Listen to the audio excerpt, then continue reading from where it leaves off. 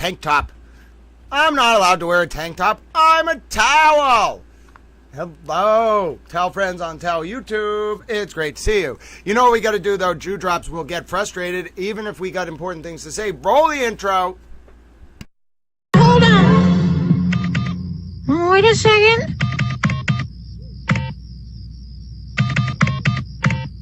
That's it. That's it? Yeah, that's the melody to Funky Town. Oh, yeah, ladies and gentlemen. Look at me. I'm a towel and a tank top. Oh, you like my little tattoo? Did you know Towel is a tattoo for his mom? Little towel tattoo. Towel, I got that on the day I turned 18. I'm a little towel. Oh, hello, ladies and gentlemen. I'm a towel.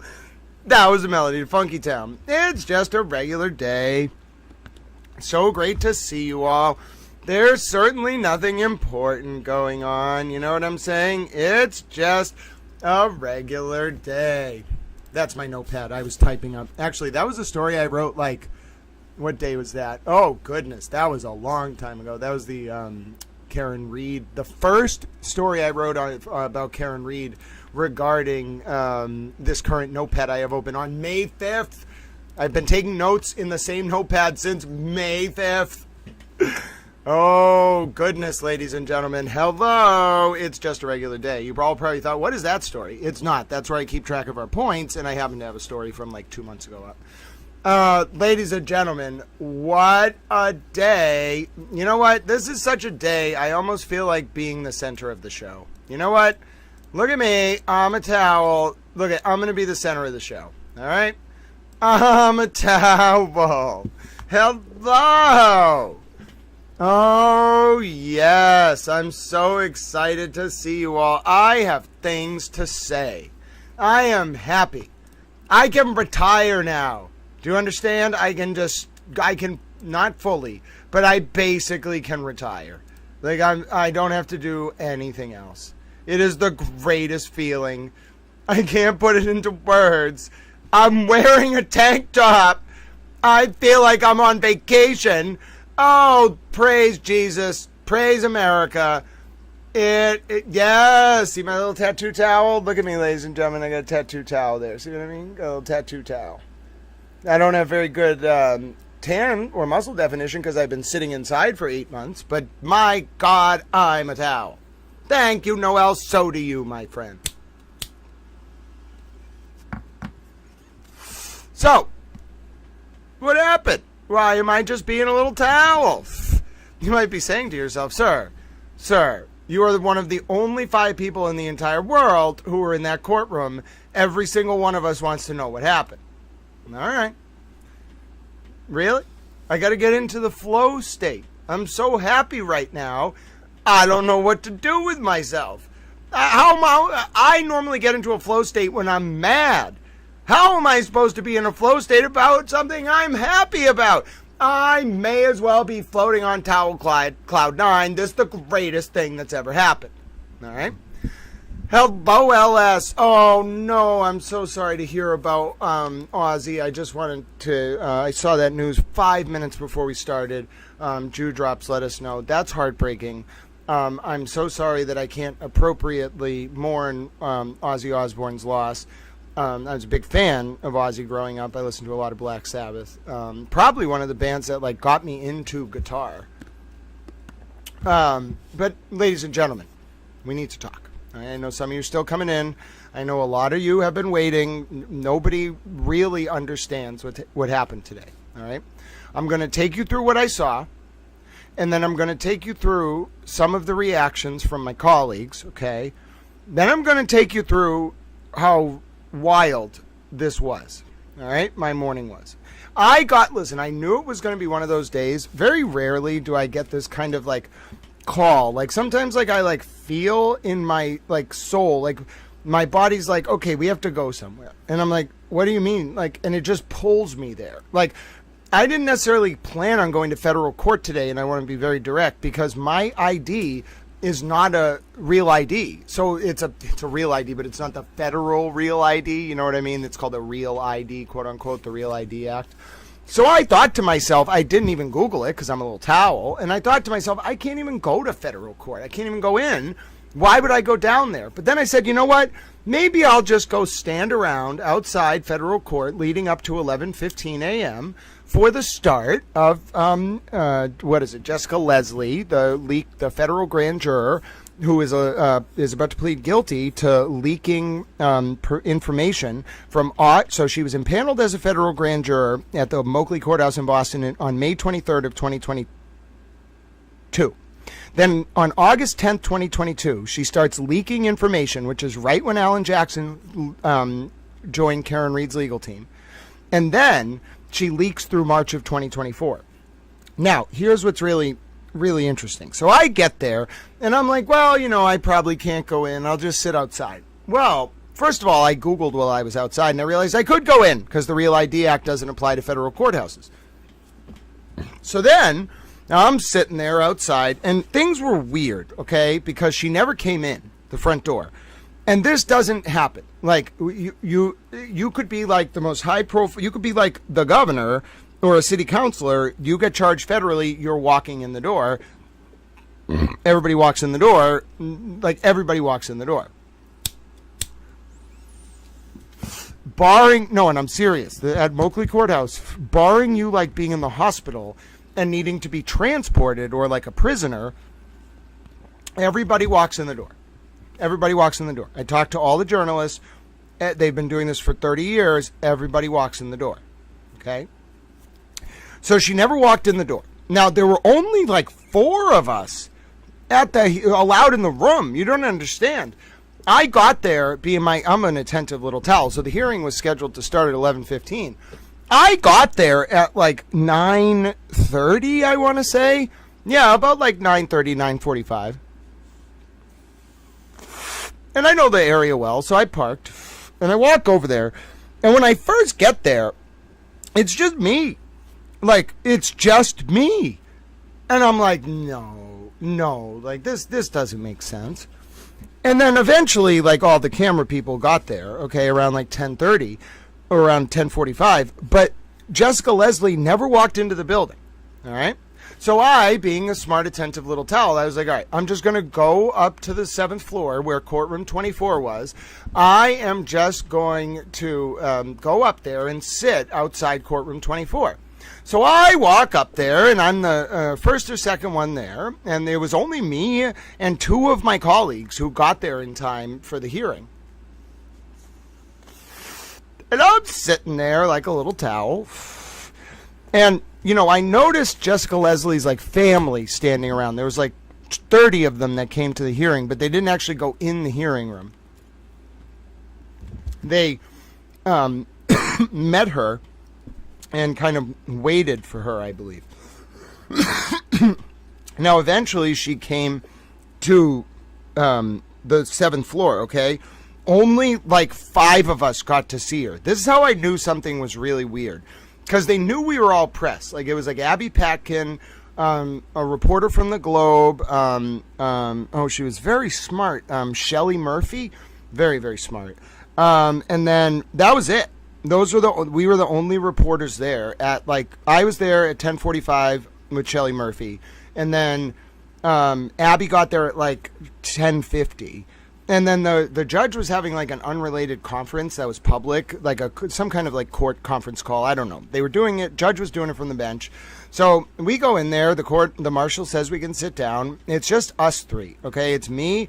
I'm sitting in the second. There's only 3 rows in the courtroom. It was a very small courtroom. Maybe like 4 people could have fit in each row. So you're talking like 12 people on one side in the gallery, 12 people on the other, maybe could have fit. But they didn't even allow that many people in the courtroom. The only people allowed in the courtroom were Shelley Murphy, John Hall from 7 News did eventually show up, and then Abby Patkin, and then me. And then 2 guys who were very clearly like, I don't know if they were marshals or security. Those 2, one like 2 seats over to my right on my bench, and then 2 prosecutors from the U.S. Attorney's Office behind me, and then 1 person with them to the right. On the left side of the room, okay, initially, in the lead up to 11 a.m., you had Jessica Leslie sitting in the back left with her father, and then 2 other people sitting with them in the back row. in the middle row, it was, oh goodness, it was one woman I hadn't seen before. Okay, and then in the front row, on the left side, in the front row, it was the court. Now, this is how I knew that this was big, okay? There was a courtroom sketch artist there for like an initial appearance, okay? An initial appearance, there was a courtroom sketch artist there. I've never seen it before, okay? So we're sitting there. I'm sitting there on the right side of the room. The courtroom sketch artist is drawing us to practice. And so I'm posing like a little towel. I was being a nice little erudite towel in my towel suit. And then, hello, Jack D65. Hello, Vicky. Hello, Truth Over Bias. So I'm sitting there like a little towel. And it's about 11:05, okay? And Jessica Leslie's in the back row to the left. And her attorney comes in and then goes and sits up at the table. Then the press officer from the U.S. Attorney's Office comes in and sits in the front row. The courtroom sketch artist is allowed to get up, and he walks over to the jury box and then takes his seat. Now, let me tell you, Jessica Leslie does not look like the picture that was shared around on Twitter. She is not overweight. She is a petite 5'1" blonde woman. Okay, and she was something was weird from the jump because, first of all, I don't know if people the media either didn't know what was going on or didn't know how to get to the hearing or whatever, but they just weren't really on the ball except for 4 of us. But then, as I said, the courtroom sketch artist was there, so it made me realize they were on the ball, but this courtroom was just so small that only some of us were allowed to go in. So must have been a lot of people who wanted into that courtroom, but it was very small, and I think they did this so a lot of people couldn't see her. Now I'm taking you through what this was like in real time, all right? And I'm starting to realize, okay, at this very moment, I'm starting to put all the pieces together, and I'm like, wait a minute. She never walked in the door. They're only letting, a few designated representatives of the press, see her, okay? And no one is allowed in this courtroom right now. It's clear they picked a really small courtroom, they put people in the seats, and then no one else was going to be allowed in. So, there are only a few people in the world, me, Shelley Murphy from the Globe, Abby Patkin, and John Hall, who saw what happened today, all right? Now, I have to tell it in this way because what happened wasn't exactly it all kind of has to be taken as a cohesive whole. So we get in there, the judge starts up the hearing, and the judge says good morning to the prosecutor, good morning to the defense counsel, and then good morning to Miss Leslie. Then the judge says, this is, your initial appearance, and I understand that there's an information. I need to advise you have the right to remain silent. If you want to say anything, you should speak to your counsel first, etc., etc. And then the judge says, okay, do you want to read the information? So the prosecutor reads the information, the DOJ prosecutor. Then, this was the weirdest part. I had been hearing some rumblings just around the courthouse that this was going to be a plea hearing. Okay, she was going to make her initial appearance and she was also going to plea. But then, the judge says, so I'm going to enter a plea of not guilty, right? Which didn't even make sense because she had already, on the docket, pled guilty. So, it made sense, though, because the judge wouldn't have necessarily, the judge, at every initial appearance, you basically, assume you're going to enter a plea of not guilty for the person. But then both sides said no.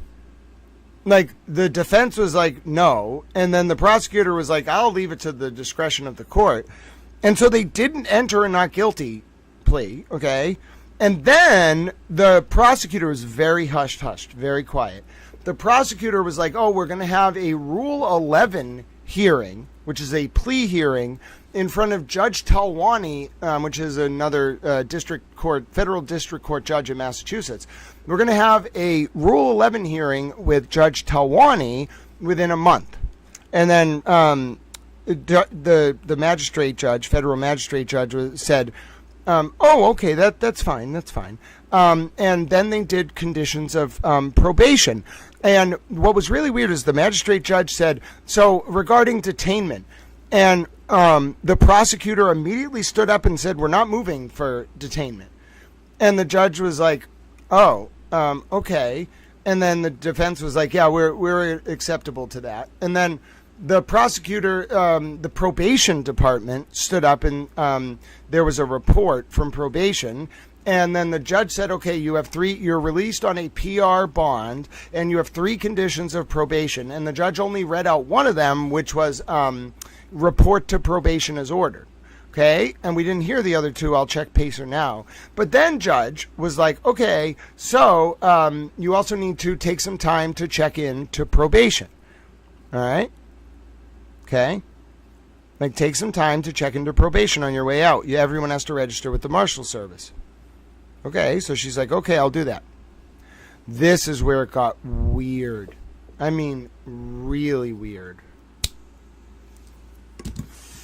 So I'll show, like, I can show the video of her lawyer leaving and stuff. Hi, Colleen, Henry, and Buck. No, this one, I got to be somewhat erudite with how I present this, because this is explosive. So, and I was one of the only people there. And listen, if I'm not in like a riled up mode, I'm in a victory mode. Like, it's done. It's all but signed, sealed, and delivered. I don't have to do anything else now. I've done so much work writing this up to get people to understand what was going on in the public. Like, I know it's not, like, I'm not ready to, like, go have a party yet, but I'm done. I'm done. And I'm very happy about it. I worked so hard. Not just me, but I gave my life. Years and years of my life. And I couldn't do it alone. Like, please, I'm just a reporter. And today was the first day where I was like, oh yeah, I don't have to take it anymore. I don't have to carry this anymore myself. All right, so let me show you a little bit of what it was like. Hold on one sec. How do I want to do this?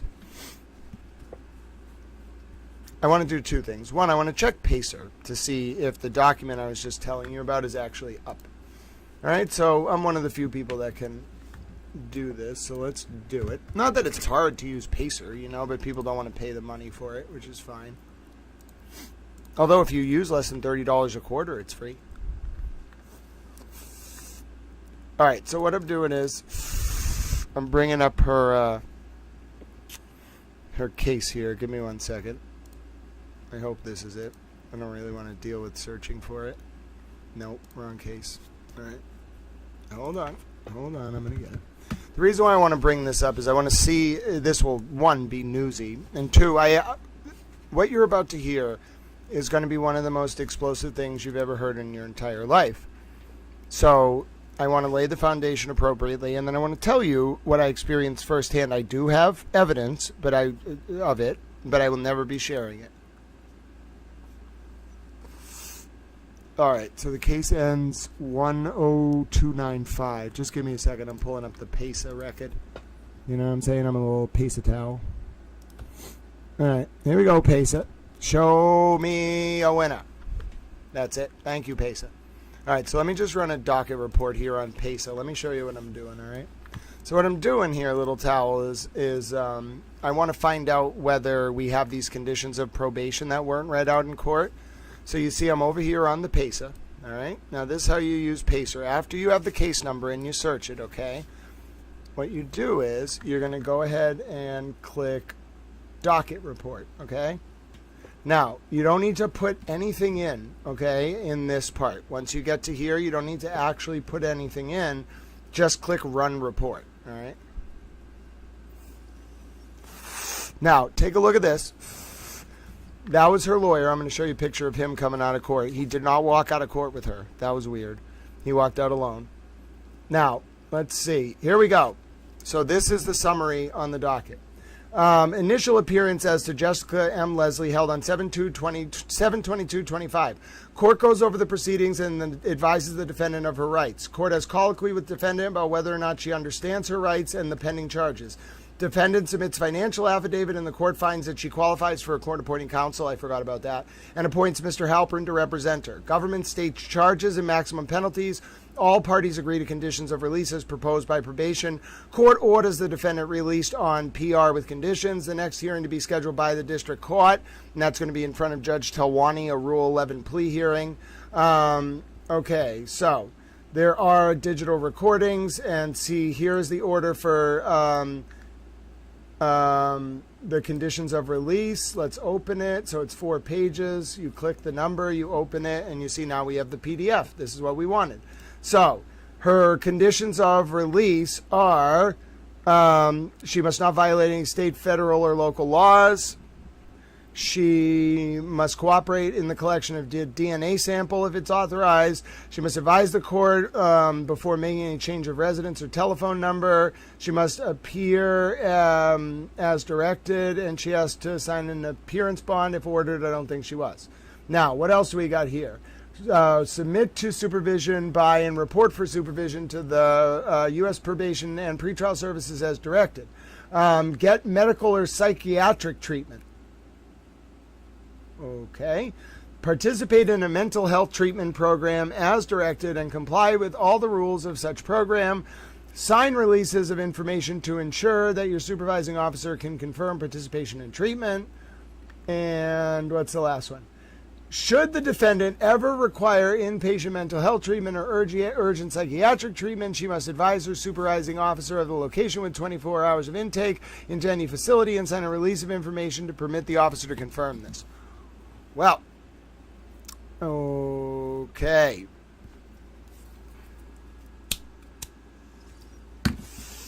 I mean, it is, bossy. At least you know what I'm saying? But we had to read this because that's what happened in the hearing. Now, let me show you some pictures here, all right? Let me see what I'm willing to show. I'm only willing to show certain things, and I'm not sure, like, this, I realized it, like, that's what responsible journalism is. Like, do you know how much information I was exposed to today, and how much I'm not going to tell you about? Not because I don't love you all dearly, but because that's not happening, okay? I love my country very much. All right, so let me begin by seeing if I can display this picture for you. All right, so this is what it was like outside the courthouse. And then I'm going to take you through what happened, and then you tell me what you make of this. So as court ended, all right, this is what the scene was like outside court. All of the journalists, okay, were just sitting around, huddled. So you see, like, the whole press corps, Abby's there on the right, and then every channel is huddled there, okay? And we're just kind of waiting to see what happens. Well, do you know what happened? A man, I don't know if he was a federal agent or a marshal or something, he comes out after we stood there. It ended around 11:20 or 11:25. We stood there until like 11:15, 12 o'clock. And the marshal's like, oh, she's not going to come out. Like, you don't have to wait here. She's not going to come out. And then we're like, okay, that's a little weird. Is she going to go out the back door? And then they wouldn't tell us anything. They wouldn't tell us whether she was going to go out the back door. He was just like, her lawyer didn't have anything to say. She isn't going to have anything to say either. So this is my exclusive footage. It's very short. This was her lawyer walking out of court. All right, so let me show you this. So, and this all does kind of lead up, so I'll show you. So the media was already a little bit kind of weirded out by all of this. I think, like, the fact that we were told, like, oh, someone who worked for the court, like, she's not going to say anything, and her lawyer didn't say anything, and you might not see her. And we were like, okay, well, there's only 2 doors, like the front door or the back door, so what do you mean we're not going to see her? Like, she has to walk out one of the doors. And then he just kind of walked away, right? So this was her lawyer walking out of court. Abby was the only one who tried to ask her a question. Any comment?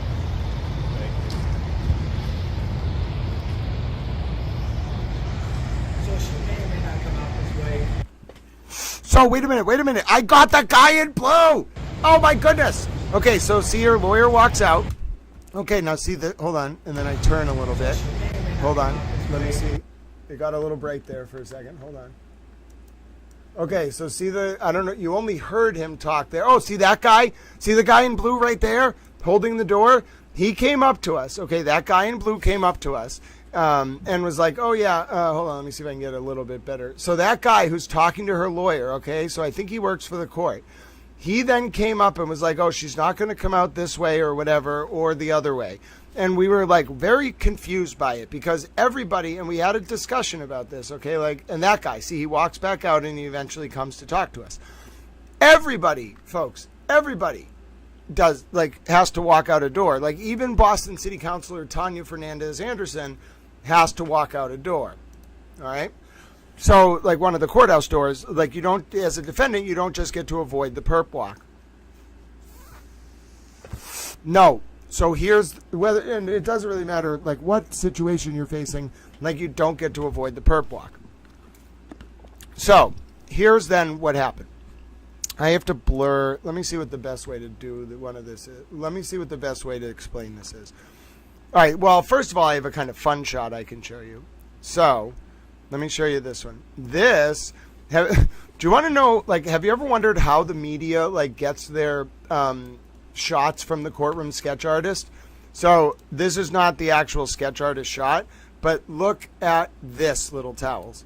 That's what they do. Like, he just stood outside. The courtroom sketch artist, first of all, he's a boss. He just stood outside, and now look, I'm capturing the larger dynamic of them capturing the image rather than capturing the image, because I'll leave that to them.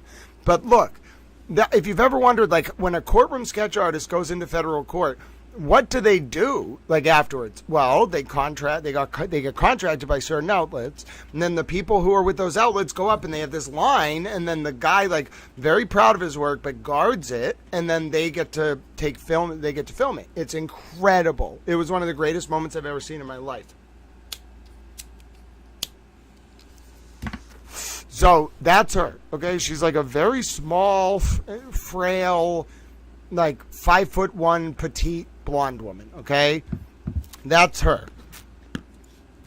And she, I mean, the way I saw her, she looked very nervous. But also, here's where it gets a little weird. So we're standing around, it's about 11:45, 11:50. All the media knows something's up. We're already starting to chatter right away after this guy from one of the marshals, or who knows, tells us she's not coming out the door.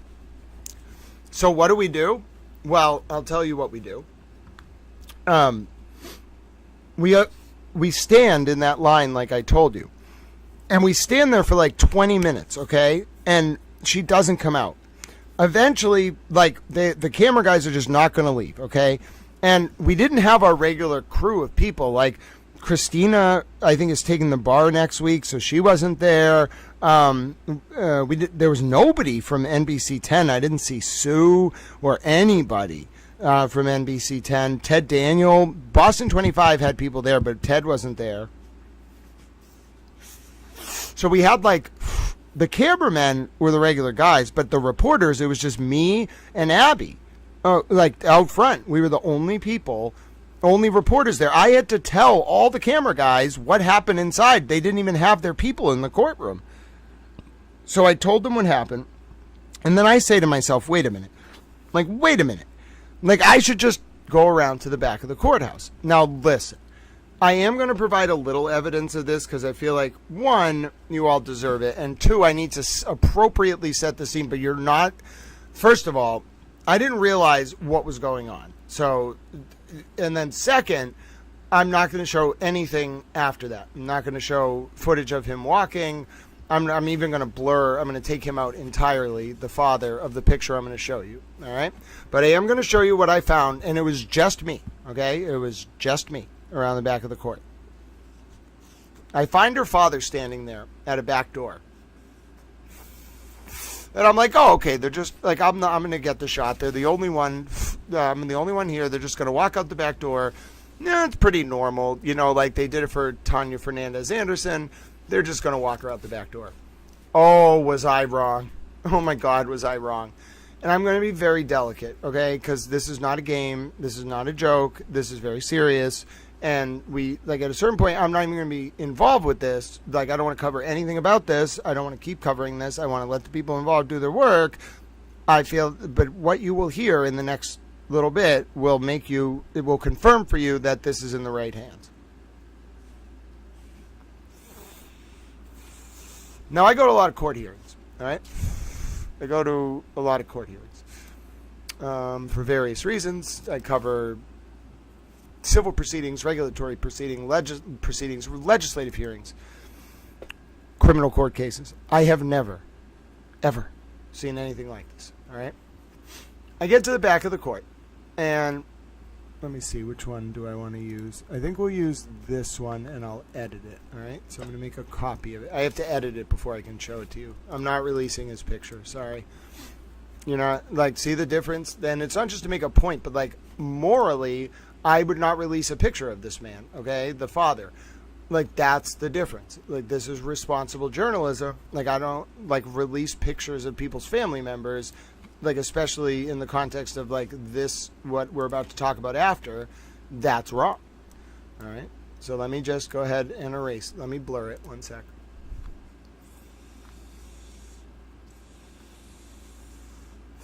I want to find the best way to blur it. I think I might have to do it another way. Hold on. But, so, in this, I'm going to bring up a map, too, because I want to explain to you how weird this was. And actually, maybe we're not going to use the map because I don't want to compromise any, like, operational security things. And so we're not going to use a map. I'm going to describe very generally without talking about what buildings were involved or anything like that. I'm just going to tell you what happened. But it starts with this picture in the back of the court.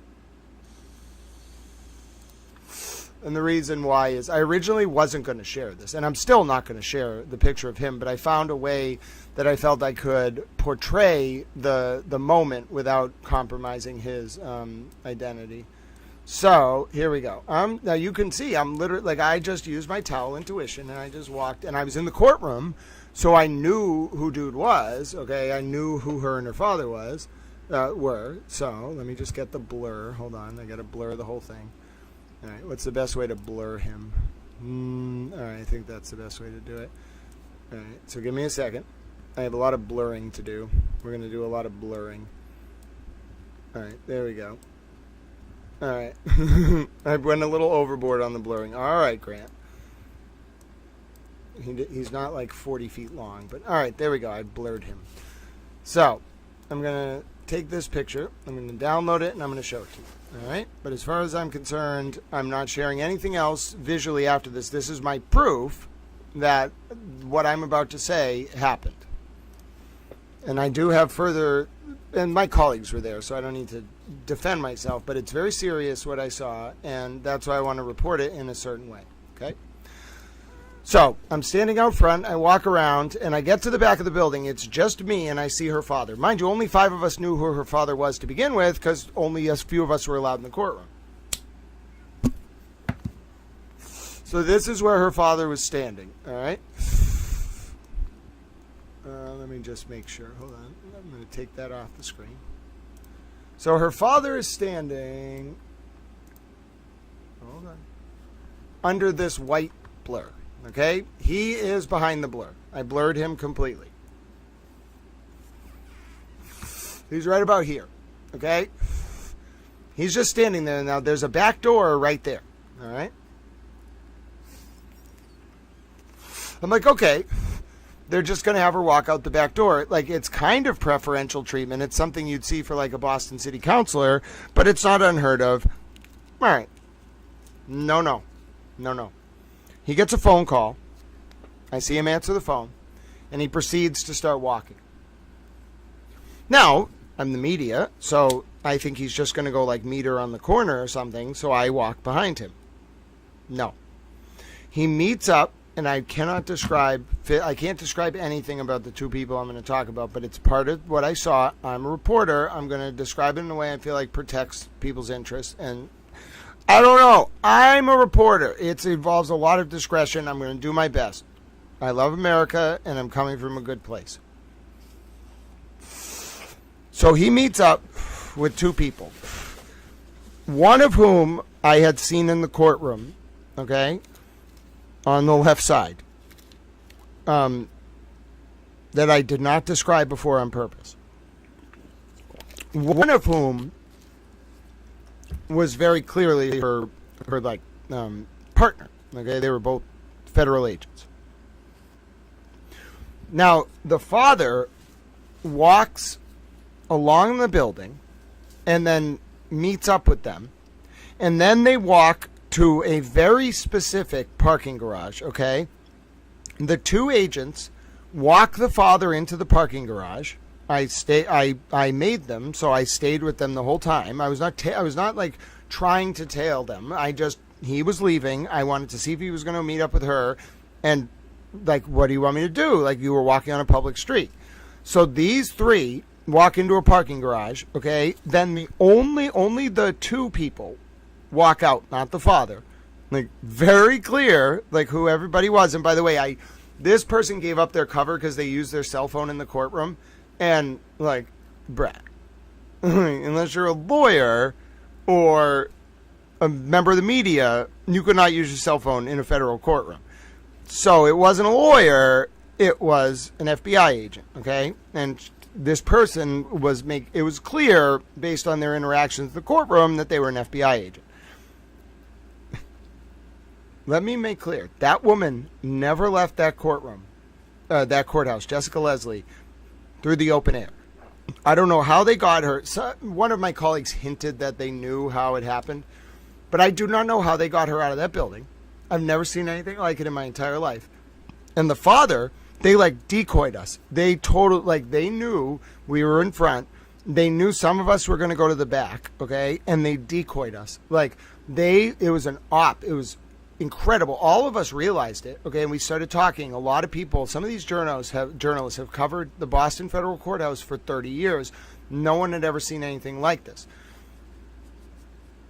Now, let me explain the context here. They got her out of that courthouse, and they didn't give the same access or treatment to the father, but they also, when the father was walking, had a FBI detail on him without question. No doubt about it. And this is obviously a good thing, in my opinion, to protect the father and whatever's going on. But I then spoke to my colleagues. I kind of continued to take in the scene. And I realized, okay, what was happening. I realized that they had done something extraordinary. They had smuggled her out of the building, and then they escorted the father to where she was. Now, I was having an existential crisis. I just want to be clear, because I was the only one standing, and I'm not showing the parking garage. I'm not showing anything I realized after the fact that what had happened was they have this, like, clearly a mechanism. Everyone's going to know now. She didn't just disappear. There's only two doors. They clearly, the powers that be, have a mechanism to get someone out of that courthouse without anyone seeing them. Now, it's got to be very secretive, because they didn't do it for the father. And by not doing it for the father, they left just enough of an opening, like, especially if you were in the courtroom, to figure out what was going on. So what happened was the father, as he walked away, was very clearly going to meet up with his daughter, who is clearly cooperating. Now, a lot of people knew this, but it wasn't until today. Now listen, I knew this in some sense. I had an idea of it, but watching the way it played out, that's a very unique way to treat a criminal defendant. Incredibly unique. Almost like unheard of. I'm serious. I've heard some people say in other jurisdictions, maybe they've seen this. Not around here. Not at the Moakley Courthouse. I don't care if you're a cooperating mafia informant. Unless you're like in prison or in the hospital, you're going in one of those two doors. It doesn't matter. High profile, low profile. Like, everybody goes in one of the two doors. The judges go in the doors sometimes, but they don't have to. And so that's what I think happened. I think judges, they have like a parking structure in the courthouse, but that's not what happened. No. They got her from the courthouse to where she was parked without leaving the building. We had people, the media had people at every single exit. She did not leave through the doors or the Sally ports. Okay, I'm telling you. Sally port reference. She didn't. Okay, I was there. I was on the ground. I was literally the only person who found the father as he was leaving. She didn't come out of the building. She did not leave the building. They smuggled her out of the building. Furthermore, he had a detail with him. It was an FBI detail, very clearly. And so this is then where I got to the problem. I was outside the parking structure. I saw the agents escort him in and then him not come out. And then I realized, like, what was tough for me, and I want to be clear, it was a really tough position for me to be in as a journalist, because I was like, okay, like, clearly this is very unique and the media doesn't really know what to do. And so I didn't want to compromise too much about what I had seen. And I still haven't even told you all. That's all I'm going to say about what I saw. And so what I decided to do was, I knew it was risky in the sense that if I left in front of that parking garage, there was going to be 60 seconds for me to get to where the media was, and then to get us back. I have never seen anything like this in my entire life. Someone out there, I'm sure, has a video of this. I didn't realize, I guess, like, that I knew I was part of it, but I didn't realize, like, how much they looked to me as a colleague, because I walked up to them and all I had to do was be like, I found the father, and we stampeded. We all, like, you're talking like 7 or 8, like, cameramen for, like, all the big stations and their reporters just sprinting down, like, the street. Okay, there was like hundreds of people that just stopped and looked and were like, what are those freaking people doing? Right? And then what I decided the best thing to do was, I explained to the media that the father went in to the location, because I felt that it wasn't for me like, oh, they should get the shot or anything. It's not really about that, or the content, or the whatever. It's about, I was thinking about setting the standard that a defendant could just say, okay, I don't want to face the media, and then they don't have to. But then I realized this was a very delicate situation. Why would anyone be given this level of protection? And then we all started talking about it, and then this is where it became, this is why this is going to become huge. Every single one of them were like, oh, she's cooperating. Every single one. They all knew. Like, by doing it that way, every single member of the media across every single outlet was like, oh, this is huge. She's cooperating. And then you realize, if the feds are escorting her out of the building in a way that's never been seen before, you know, like, this is big. It's very big. And it's almost like how they would treat someone who's cooperating against, like organized crime. So, I mean, you know, what do you want me to say? I watched all of it happen with my own eyes. I'm glad I went down there. I don't want to, like, my goal is not to gratuitously involve myself with things that are being competently investigated. I don't want to do that. Like, I just want vulnerable people to not be taken advantage of by the justice system because of who people know and how the systemic entrenched structures of power work in this state. And so if it's being effectively investigated, whether it be the cover-up of Sandra Birchmore's murder, redacted, if those people are all being investigated, I mean, I still want to be able to help, and I still will do whatever I can if the vulnerable need me. But my job here is done.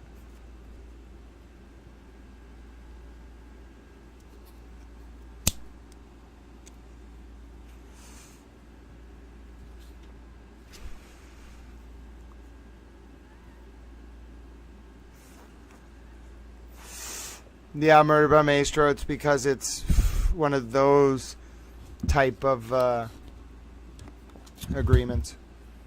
Whatever this is active. And, you know, I do want to say a few more things, which is... No, I don't, actually. Not now. This is part of the reason why I didn't really want to go live. I wanted to talk about what I saw today, but I told you, as of right now, you can consider me semi-retired from covering any of that. Maybe I will make my return. But you could consider, and I will keep covering the Lally and the Proctor stuff and the Tully stuff in state court. But in terms of this other stuff, no. It's irresponsible to cover it. I won't do it. I won't take, no. Nope. No. I'm happy. I'm happy with where things are. I'm happy with where they're going.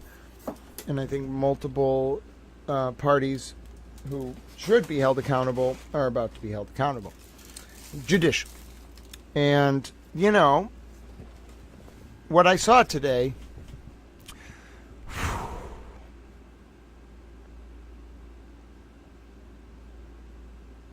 I don't know if I really even had time to absorb it, all right? And I haven't looked at any of your questions. Sorry, I'll try to look at them. Hold on. Let me look. What was your question? No, Murder by Maester. I told them the sum and substance of what happened. I'm not talking about everything that happened in the room was seen by a bunch of people. That's not what I'm talking about. I had to explain it to them because there was no write-up from the court like we looked at on the docket 2 minutes after the hearing. They only had me, Abby Packin, and John Hall, and I think John Hall was like walking to the back of the building, and Abby was writing on her phone or something, so like they had to ask, and I was the only one there who could tell them. That's what I was talking about. That's completely different than what I'm saying, which is in terms of the father's walk from the back of the building to where he went, I withheld a bunch of stuff. And I'm never going to publish it. You're never going to see images of him from me, etc. All right? Because that's what it's like. I know what I saw. Like, they're being protected because she's cooperating, and God bless her. I don't want anything to do with that. Not going to cover it. Don't plan on asking her any questions. There's nothing more I want to do with that until developments occur. Now, you want to talk about like the fallout from it all and whatever potential things come down the line. Oh yeah, no. That I want to be involved in. But right now, I don't see why Little Towel needs to bring any more attention to something that is clearly being very actively investigated. I can't even explain it. The feeling, like I knew we were getting there. I had a few false starts, but I just put on my tank top and I said, you know what? I'm semi-retired. Until everything goes down, you can call me semi-retired Towel. All right? I don't want, I'm not trying to expose anything. I think people are doing the right thing. I think, it's being investigated correctly. I think this is so far, they're kind of, hinting at it to us. Come on. If you, do this with a defendant, the feds are basically telling the media, this is the real deal without saying it. You know, and that's what I'm seeing happen. I'm telling you, it's not, there's no speculation. They're not leaving room for anything. I'm telling you, she's cooperating. They're protecting her. I watched it happen. And it's a little, you wouldn't have learned anything if you saw a 5-minute live stream of federal court. It's just in this case what really helped them was that there's no images of her. And I'll tell you right now, that image out there of her right now is not her. It may be, I don't even know how it would have been possible, to have that much of a drastic physical change, but no, that is not her. Not even close. Not even close. Maybe many, many moons ago, but no, not even close. They're hiding her identity, and they're protecting her. Seriously protecting her. I've never seen anything like it. Maybe she's going into WITSEC or something. I don't know. I've never seen anything like it. It's not unheard of. I mean, she could go into the witness protection program, which is basically how they were treating her. It was what you do. But even when you bring a cooperating mafia witness, normally they'll still show them, when. Who was it? Sammy, the Bull, not Sammy Gravano. When Sammy the Bull Gravano flipped and testified, they brought him in on a helicopter or something. They had armed guards around him. I've seen that, but this was on a whole nother level. This was like, nobody is going to know what this person looks like except for a few people. Like, and then I realized, like, this is very sacred. Like, they're basically like letting me and a few of these journalists be like the representative of the people. Like, we get to see her to like confirm she exists and is a human. But like, they're trying to protect her. Like, they don't even want people to know what she looks like. Like, this is some serious stuff. And then I realized, like, this is... Yeah, no, yeah, I know, but, the iced coffee, this is as huge as it gets. You don't, and listen, I know, so I think a lot of people, like, it's so easy to look for, like, a document or the flashiness. That's not where the huge is. Like, when you're thinking about the huge, it's what is coming. And what was completely unprecedented today. It's not just, you're not going to just hear it from me. This is just one of the first reports you'll hear about it. I saw some of my colleagues who have been doing this for 40 years standing there with their mouth open, just completely shocked that this woman did not walk out of that courthouse. Unheard of. Okay, unheard of. And the way that it all played out, in particular with the father walking over afterwards with those agents. I mean, no, and that's it. It's as big as possible. Now, maybe people won't. You'll see what every single time I cover something, it always kind of snowballs. And I have, at this point, I know my credibility, my authenticity. Like, when I tell you, like, I'm literally semi-retiring from covering this because it's in good hands. I mean it. Like, it's over. It's done. It's all over except for the actual charges. It's over. Okay? It's done. Like, he's done. Turboy's cooked, in my opinion. Cooked. And a lot of people are going to get cooked alongside him. Like, I think, oh yeah. But that's why, like, it's not appropriate for me to use my analytical reasoning skills because I want to tell you all stuff to then give hints to bad people. You know, like, no, let them get screwed. Like, don't be selfish because you... Allow me to explain it the way I want to explain it, and don't ever feel like you should push for more because that might help the bad people. You see what I'm saying? We don't want to give them any hints in the name of access to unfettered information. It would be like giving the Chinese access to our military secrets. Tolerates the commies. We are not doing that.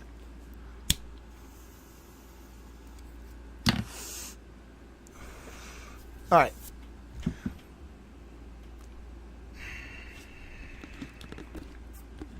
I don't like having to be so reserved in my commentary. Oh, don't worry, Bossy Texas Chick. You can always lighten my mood. I don't mean to be so reserved in my commentary. I love talking about things that I think people are trying to hide. But are you getting what I'm saying? Like, this isn't one of those moments where people are trying to hide things because they're doing bad or malicious things. This is one of these moments.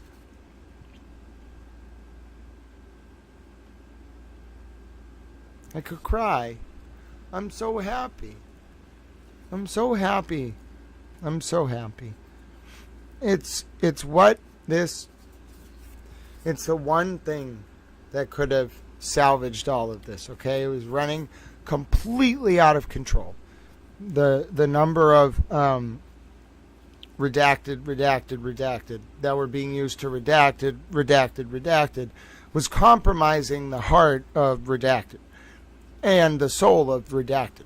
And I thought that those institutions, which were behind those redactions, were just going to keep letting it happen. You know, it was all too entrenched. All the people who needed to do what they needed to do had too much influence. They knew too much. But then you get the one wild card no one expected. Both sides getting the scrutiny, rightfully, of an apparatus that's much better than them and what they do. I love the DOJ. Listen, I love America. And I think U.S. Attorney Leah Foley should be on the Supreme Court. That's my opinion.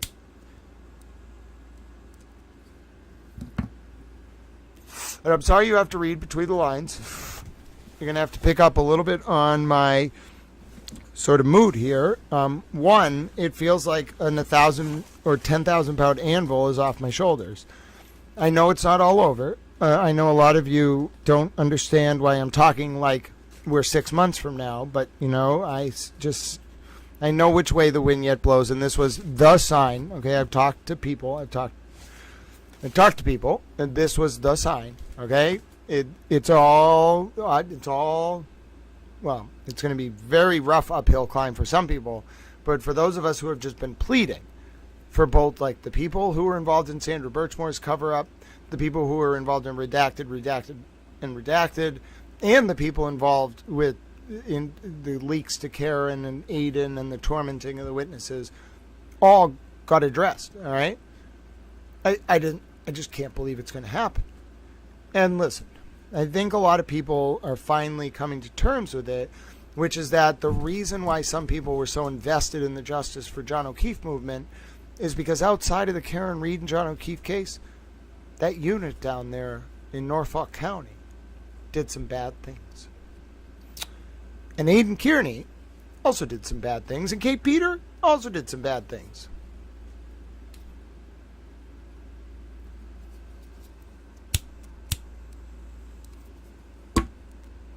The question now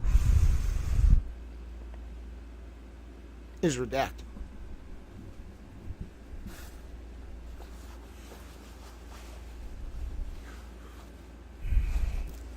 No, Eddie, you're right. I wouldn't, and that's why it's negative. That's why it's not just negative, it's apoplectic. And it's not a diversion, but people have got to understand, like, this doesn't mean the Birchmore cover-up or redacted goes away. Like, this is just a way, like, equal justice under law, all right? We know they're going to come down on the Birchmore cover-up. This is an example of showing they can come down on both sides. All right, that's why, like, come on, Aiden is the feeling. It's one thing to know that you're being, like, targeted for investigation by the state police. It's completely different when it's the feds.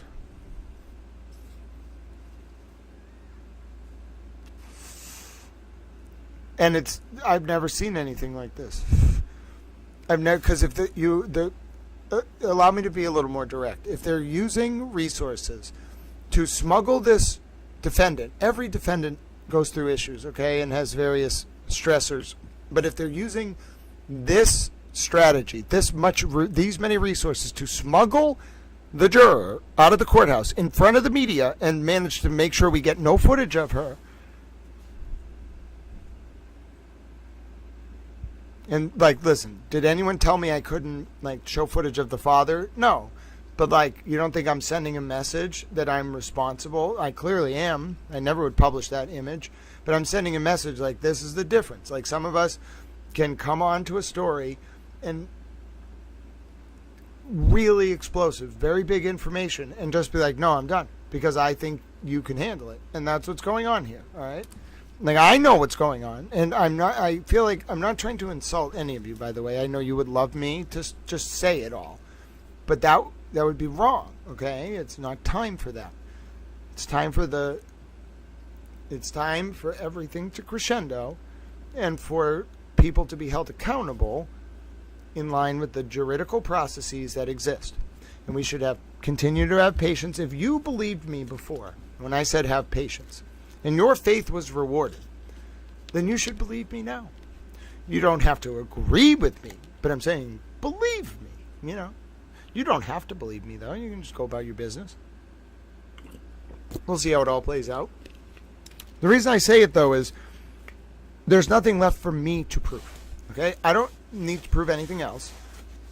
I've done what I set out to do, and way more. And I didn't even imagine any of this happening. I just wanted to, one, find out what happened in all of this chaos. Two, like, protect the vulnerable who I felt were being, like, used as ping pong balls.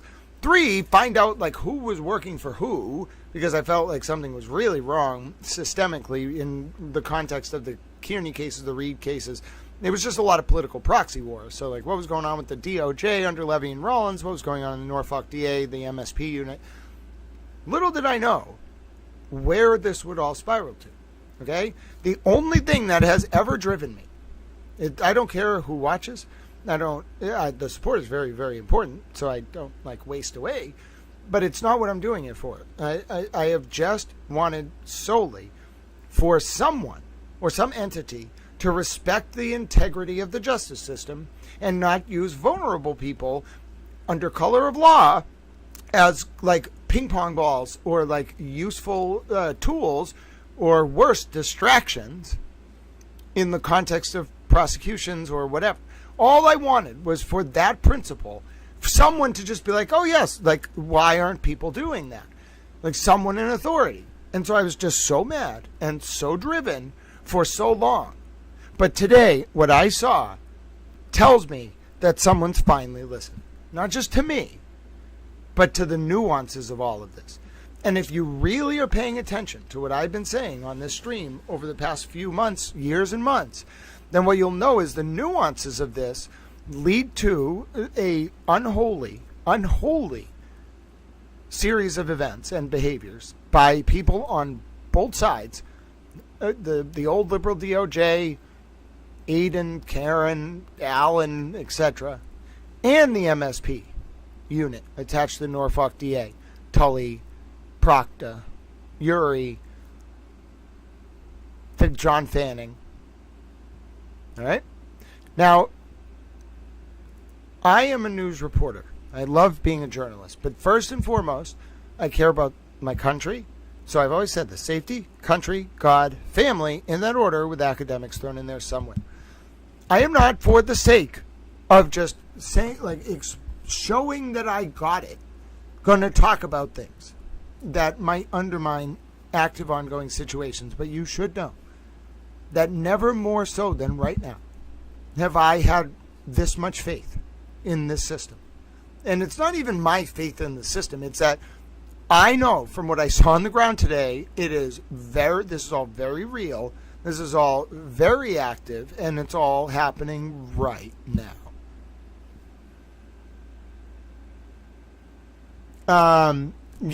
Iced coffee. I would definitely say that the Boston Globe, the AP, a courtroom sketch artist, every major news station, I would say, they know. And also, as a reminder, folks, procedurally, this was supposed to be a plea hearing. Like, that was the rumor. And then the plea hearing is going to be later this month.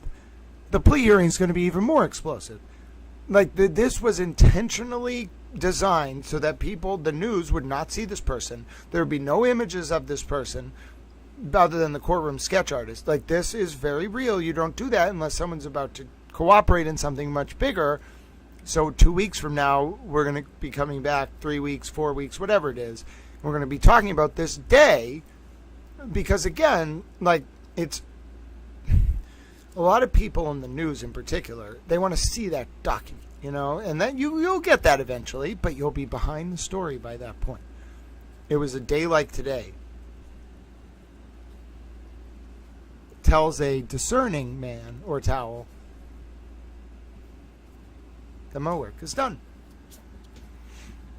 And I'm not saying it's completely done. There's more to go. There's a lot more to go in this story. But I'm just thrilled. I'm thrilled with how I saw everything played out today, how it played out. And that means I don't want to film this person. I would like to go to these hearings, but I don't want to ask this person questions. I don't want to film this person.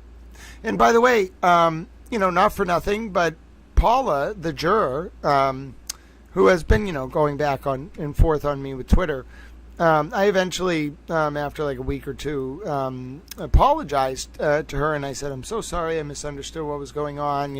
I hope, I just wanted to, extend that to you directly. I said it in a public comment or something. And then I don't think she replied. She might have liked the comment or something. But then like a week later, I replied to a different post. She might have tagged me. I don't remember. And I was like, hey, Paula, like that was the greatest thing of all time. Like with the Karen Reed jury, the second trial. She blocked me instantly.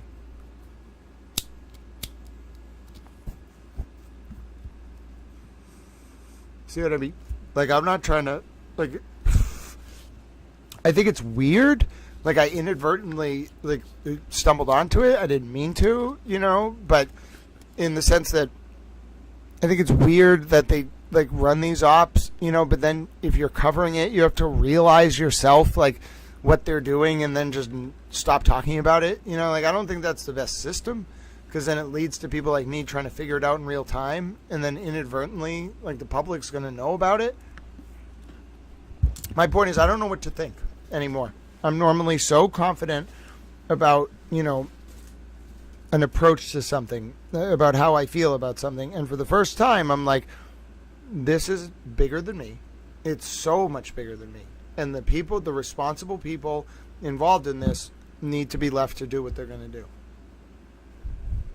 So that was today. I'll answer some of your questions. I'm sorry for being very circumspect, but you just got to know, like, it was unlike anything I've ever seen. Talk to any journalist you want who's been around the Boston federal courthouse 20 years, 30 years, 40 years, anyone, and they will tell you that has never happened. Never. John, how are you, my friend? John DePietro, my friend. That was a day. John, have you covered anything like this before, my friend? A federal court case where the defendant was smuggled out of the courthouse so that they wouldn't be on camera? I've never seen it. I see Dewdrops. Hello. I want to say hi. I'm semi-retiring. Yes, Steph, until whatever drops. There's some stuff I don't want to cover. I don't want to inadvertently cover something that will, I just don't. I feel like the people that are doing it are doing the right thing right now. But I also heard John DePietro was in the chat, so let me just check in over on the little towel chat. Great to see you, by the way, John. That was a day. Oh, I got Admer. John, that was a day. I'll tell you, it was a day. I'd love to talk to you more about it. We can talk offline, whatever it is, but I've never seen anything like that. Hello, JVA Towel. It's great to see you. Hold on. My concern is, did judge deem her stable or not see federal grand jury and Reed case? Iris, sorry, I don't understand your question. Okay. Hello. Yes, John DePietro show says that Jessica, this is so well said. Jessica Leslie was treated as a witness today, not a defendant. That sums it up, folks. That's what I saw. I didn't see a criminal defendant in court. I saw a protected, cooperating witness. And I know, come on, it's the media. They totally handled us. It was like nothing I've ever seen. They knew what doors we were at. They used the father as a decoy, and then it was brilliant. And we were talking about veteran Boston journalists. This is not but they sent a courtroom sketch artist. You don't see a courtroom sketch artist at an initial appearance. I've never seen a courtroom sketch artist in my life. I go to a lot of federal hearings, but they're mostly motion hearings, so there'll never be a courtroom sketch artist. This was one of the biggest federal hearings I've seen in terms of its implications, and they had it in a room, and they only let 4 journalists in, the courtroom sketch artist, a couple federal agents, 3 prosecutors, her father, and then that was it. That was the only people allowed in the courtroom. She's a cooperating witness. No one is supposed to know what she looks like. I bet she is in WITSEC. I'm pretty that was weird. John, do you think she's in the witness protection program? I've never seen anything like it. No, not yet, truth over bias. I imagine she will, though.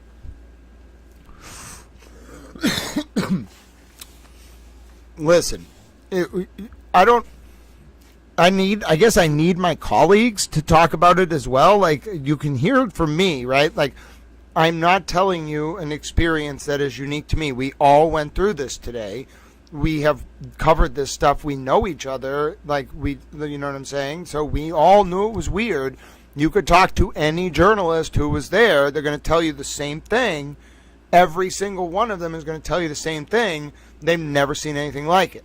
It's not just that she's cooperating. It's that she's cooperating against people they must be really concerned about. Do you see what I'm going with here? Yeah, an apparition. It's a towel ghost.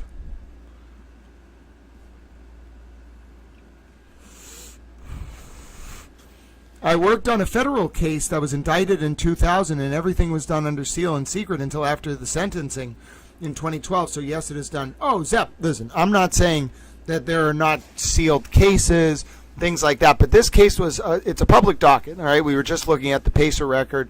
All the case is public. Her name's public, et cetera, et cetera. They did a press release, but they're hiding what she looks like. That picture out there on Twitter is not her. Like, I don't know why that, like, maybe it was like they're happy to have that out there, but it either was her a very long time ago or it's not her. I saw her. I was with it. I literally stood in the hallway with her for like 10 minutes. I didn't talk to her. I just stood by the window. I sat in the courtroom with her for like 15 minutes. Like, I know exactly what she looks like. I know it. That is not her in that picture. No way. Maybe 20 years ago, but not right now.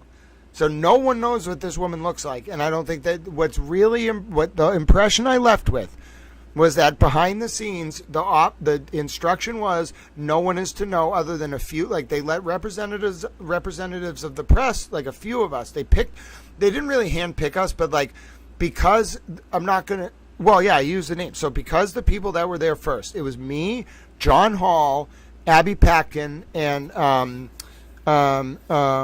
Miss Shelley Murphy from the Boston Globe. We were the only journalists allowed in that room.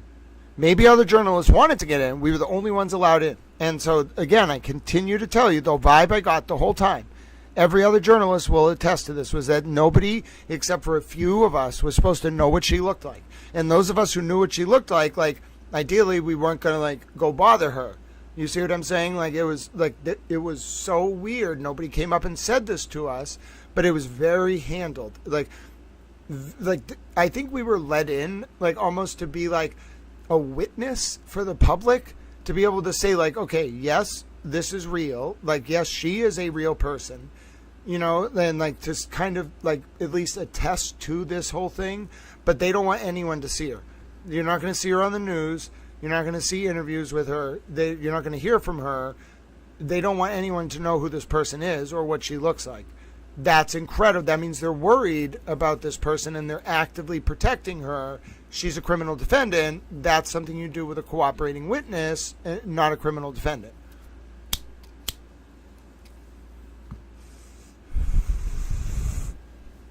Yeah. Oh, John, she was so nice. Shelley Murphy. It was only...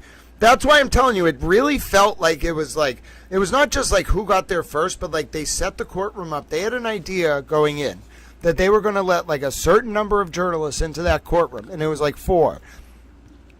And then they totally filled up the seats. There were only like 12 to 20 seats. They filled up the seats with like FBI agents, federal prosecutors, one member of the U.S. Attorney's press team, and her father, and then that was it. Like, other than those people and one marshal or 2 marshals and the judge's clerks, that was it. Okay, there was no one in that courtroom. And then nobody knows who. Now that I'm really realizing it, like, this was an incredible. It was like a very special thing, and they did it in person only for a reason. Like, you'll be able to hear an audio record of it eventually and see the transcript through the court service. But now I realize what was happening. Like, we were the designated people allowed to see her. No one else is going to see her. Whoa. You know what I'm saying? Like, whoa. That's incredible. And I'm being me, Jew drops. Don't worry. This is my natural state right now. You know, I don't have any stress. I don't have any anxiety. For the first time in years, I'm like, oh, thank God. Thank God. Like, someone's finally, like, someone got it. Someone's working on it. Praise Jesus. I just want to breathe. Like, I haven't been able to breathe for like and this is nothing compared to what some other people have gone through. I have not been able to breathe for like 2 years. Like, I realized it the other day. When I walk around, I don't even see the world around me. I don't get to appreciate the trees, the birds, the chipmunks, the squirrels. I'm like in this little zone that's like 1 foot in front of my face. And like, that's not a way to live. It was killing me. And I have to stop doing that. And part of it is, like, I can't stop if I don't feel like there's someone who's actually going to do the right thing and protect vulnerable people, whatever. Like, when I get onto a situation, until I feel like we get to that point, I'm not going to stop. I'm telling you right now, and I've done this with a lot of stories, I've covered a lot of shit, I'm telling you, we're at that point, I can stop. All right, that should tell you all you need to know. Like, I can stop now. Okay? And yes, it may take a little bit of time for everything to come to fruition, but I can stop. I can still cover other things. We still will cover this. I'm not retiring. I was joking in the sense that I retired for 5 minutes and took an hour off and didn't start the stream on time. And I was like, I'm going to eat a pizza. I'm not rushing home to start a stream. I'm one of the 5 people in the world who saw this, and one of the only people who saw that what happened behind the court. I'm going to relax a little bit. And that's what I'm doing. I did it. It's not over yet. And I'm not going to I'm not just going to stop covering this. But I can relax. You don't understand how much this has done to me. I've lost a lot of weight. I'm constantly exhausted. I was collapsing a month ago. It was killing me. The stress of this all, because I thought no one was listening, that it was very serious, that you had connections throughout various places on both sides of this case that were undermining the integrity of the justice system. And if the justice system is doing the bad things, it can't enforce it against itself. And today, for the first time, I'm going to keep it together. I'm just decompressing now. I was in the moment. I was running around a federal courthouse leading stampedes of cameramen. All right? I need to decompress a little bit. It's all real. It's all happening. It's going to be everything all of you wanted and more. Your faith will have been rewarded. And for the next however many years, you all and we together will watch all of this unravel. Okay? But I'm not going to say any of the facts now. I don't need to. It's not appropriate. It would be gratuitous. It would be just self-aggrandizement. Instead, I'm going to talk about the impact that this had on me, what I experienced, what I'm willing to talk about it, and how big I think this is. It's incredible.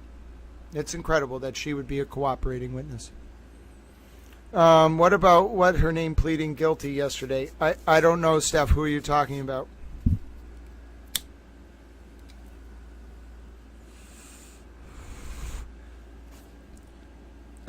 Yeah, Susan, I think we need to give it a few months. All right. I'm not saying this is going to change anyone's life overnight. In fact, that's the opposite of what I'm saying. We're not. If you watch these streams or if you've been following me for a while, you know a lot of my analysis comes a little bit before the news actually hits. You'll get, I'll know something, I'll figure it out before it all happens, and so my emotional reaction tends to be a few weeks ahead of where developments are. So I'm not saying this is going to change any of the people who have been tormented overnight, their lives. Also, I don't think we should necessarily be cheering or expecting the Norfolk DA's office or the MSP unit to be vindicated. What are you talking about? They did terrible things in the context of the Birchmore probe. They redacted, they did terrible things. Okay. They released privileged information, Brian Tully in particular, knowing it was privileged, lawyer information, private family moments, all of this, under color of law. Okay. They did bad things. They definitely covered up Sandra Birchmore's murder. Okay. So we cannot stop, we must stop with this hero worship of the state police unit that investigated Karen Reed. They're not heroes just because they investigated Karen Reed. I'm sorry, it's their job.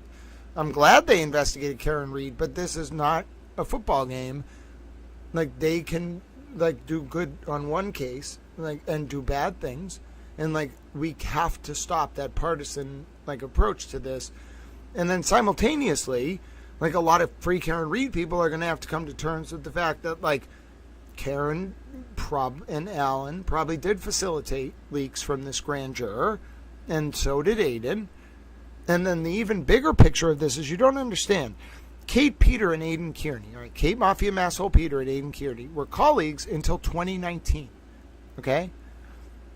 All right, now do you know what they were doing, in my opinion? Like, they have, like, sources throughout, like, police departments and government, all right? And, like, when people, like, liberals would be alienated, like powerful liberals or cops or whatever, then you go to Kate or Aiden, you know? You know, they're not, and then, you know, little Maya scratch each other's back. You know what I'm saying? But do you know what that does when the feds start looking around and nobody can stop it? Well, then all the people who were, like, working as Kate's moles or the state police moles, pretending to be turtle riders or pro Karen Reed people, like, they get caught up.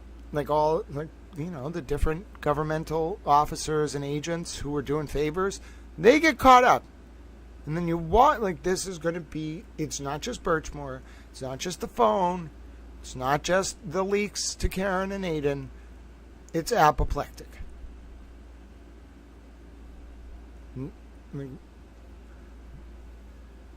I know some of you get it. And I don't mean to make light of it by saying some of the weight is off my shoulder, but do you know how much this was breaking me? It was literally breaking my heart. It was like there were moments where I just wanted to give up on the justice system, on everything that I care about, and just be like, if these people can do this, just because of who they know and the system is so entrenched here, then there's no hope. It's not worth it. I was losing my faith, but I think it's going to be restored.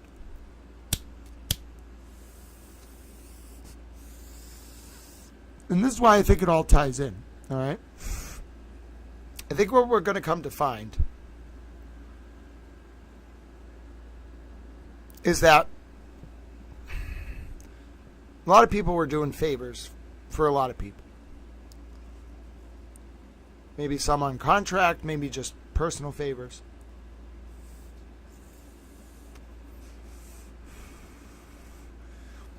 And I think when you do favors under color of law, it's a federal crime. So, that makes me think, and this is why I'm a little sketched out by all this, if the feds are providing this level of protection to someone that is cooperating with them, how bad is this? How bad is this? What are these people capable of? Are they going to hurt me? You know? Like, I think about that sometimes. And at the end of the day, I'm like, well, you know what? It would certainly bring a lot of attention to them. So, but then I wonder, is it too late? You know, like what happens when someone provides information in a federal probe, like, you know, and the other people don't know? Like, what happens if you start doing things to those people, like, after they've cooperated? You know, like, I don't know.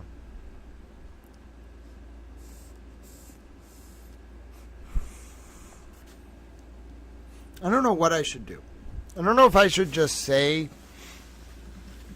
how I feel about where this is all going, or if I should continue to exercise discretion in the name of valor. Because I feel like there's some things that need to be talked about, but my mind right now is so calm. That's so odd. I've never felt like this before. It's like my mind is just telling me, like, and my gut is telling me, like, it's okay. You don't actually have to get upset. Like, they know.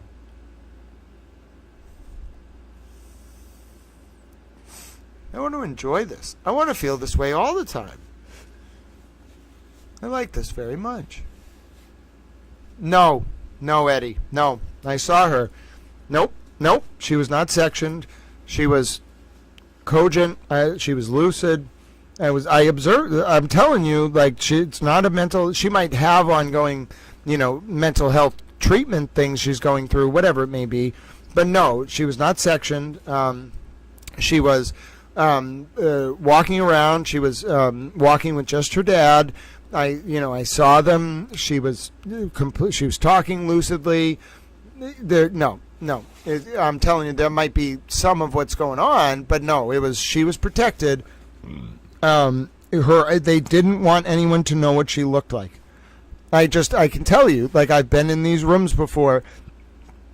That was very different than most hearings. They allowed, as I said, they allowed representatives of the media, and there was even a sketch artist. They allowed us to be there, but it was hand-picked, I'm pretty sure. Like, they were very selective. And, like, it was I think it was, like, the people they felt they could trust. And let me tell you right now, like, all that stuff out there about what she looks like is wrong. You'll see the sketch artist depiction on the news tonight, but that's like everybody who's been posting her, that's not her, and you should stop posting her. Okay, they don't want you to post her, clearly. And I just want people to understand, if they're doing this and they don't even want the media, they want no one to know what she looks like, it's because she's helping. So stop. Like, people should stop bothering her. Like, what are you doing? Like, she's helping. Like, stop bothering her. And, by the way, I'm never going to give any hints about, like, beyond what I said generally, because the courtroom sketch artist was allowed to draw her, but even that wasn't, like, what she looked like. It was a very good approximation, but it wasn't what she looked like. The facial details were distorted on purpose, I'm pretty sure. No, I don't. I've never seen, like, first of all, like, wow. Like, wow. Like, wow. Like, that's what they can actually do. Hold on. What do you, it's not helpful. No, I know. Listen, truth over bias. I read it, but JLR definitely didn't even have, either it was an old poster, old picture or whatever. That was definitely not what the juror looked like. No. But I am talking about something important, which is, again, the vibe, okay? There were only a few of us there. There were only 4 journalists there. We each are going to have our own perspective. You need to listen to each of them. John Hall, Miss Shelley Murphy, and then Miss Abby Patkin. You need to read each. You should read. First of all, Abby Patkin is an incredible journalist. Shelley Murphy, I haven't read as much because I think Shelley was telling me she wrote for the Herald for a while, and then I think she writes for the Globe now. She seems like an incredible journalist. I need to start reading her more often, but it's hard to read the Globe. It's a little expensive, but I'll buy it just to read some of her articles. Abby Patkin. Abby Patkin is like one of the greatest journalists who covers the Karen Reed and John O'Keefe case. If there's an unsung hero award among journalists for the John O'Keefe and Karen Reed case, it's Abby Patkin. Okay, Abby Patkin, you're going to read those Boston.com articles. She is a super towel. I've never told her she's a towel. One day I'm going to be like, Abby, I've decided, all of us together, the committee of the towels, we had a discussion. You are an honorary towel. Anyway, you got to read her articles about the Karen Reed case. Just a genius. But there were only 4 of us, and then John Hall, great journalist. I think John Hall is one of the best we have. All right. Us 4, you're only going to hear 4 perspectives on this. Me, John Hall, Abby Patkin, and Shelley Murphy. All right, so you got to listen to each one. I don't know what to tell you. I'm a broadcast journalist. I like to talk. I like to write too, but I want to talk about this. You're only going to hear it from 4 of us, so I'm going to give you as much as I can about the atmosphere, the vibe, like what I was hearing, what it was like. What you take from it is all your own, but I do think it's important that you know my firsthand experience. Like, I experienced it. Like, I know what I went through. You have to amalgamate it, though. JVA, I got there at the right time. You got to know, like, what courtroom to go to. You got to know where to be, when to be there. And I just was on the right bench at the right time at the right courtroom, Out of all the gin joints in the world, she walked into mine.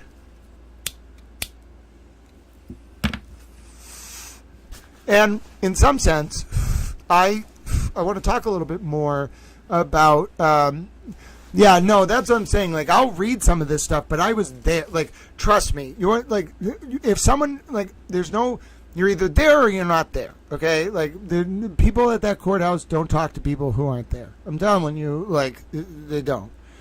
So let me check what JLR said. Hold on. It's helpful if you link things like that, because I'm happy to just click the link. What did JLR say?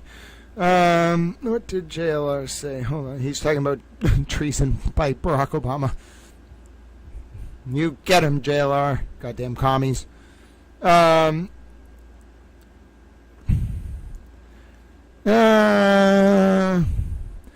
comes from J.M. Lawrence.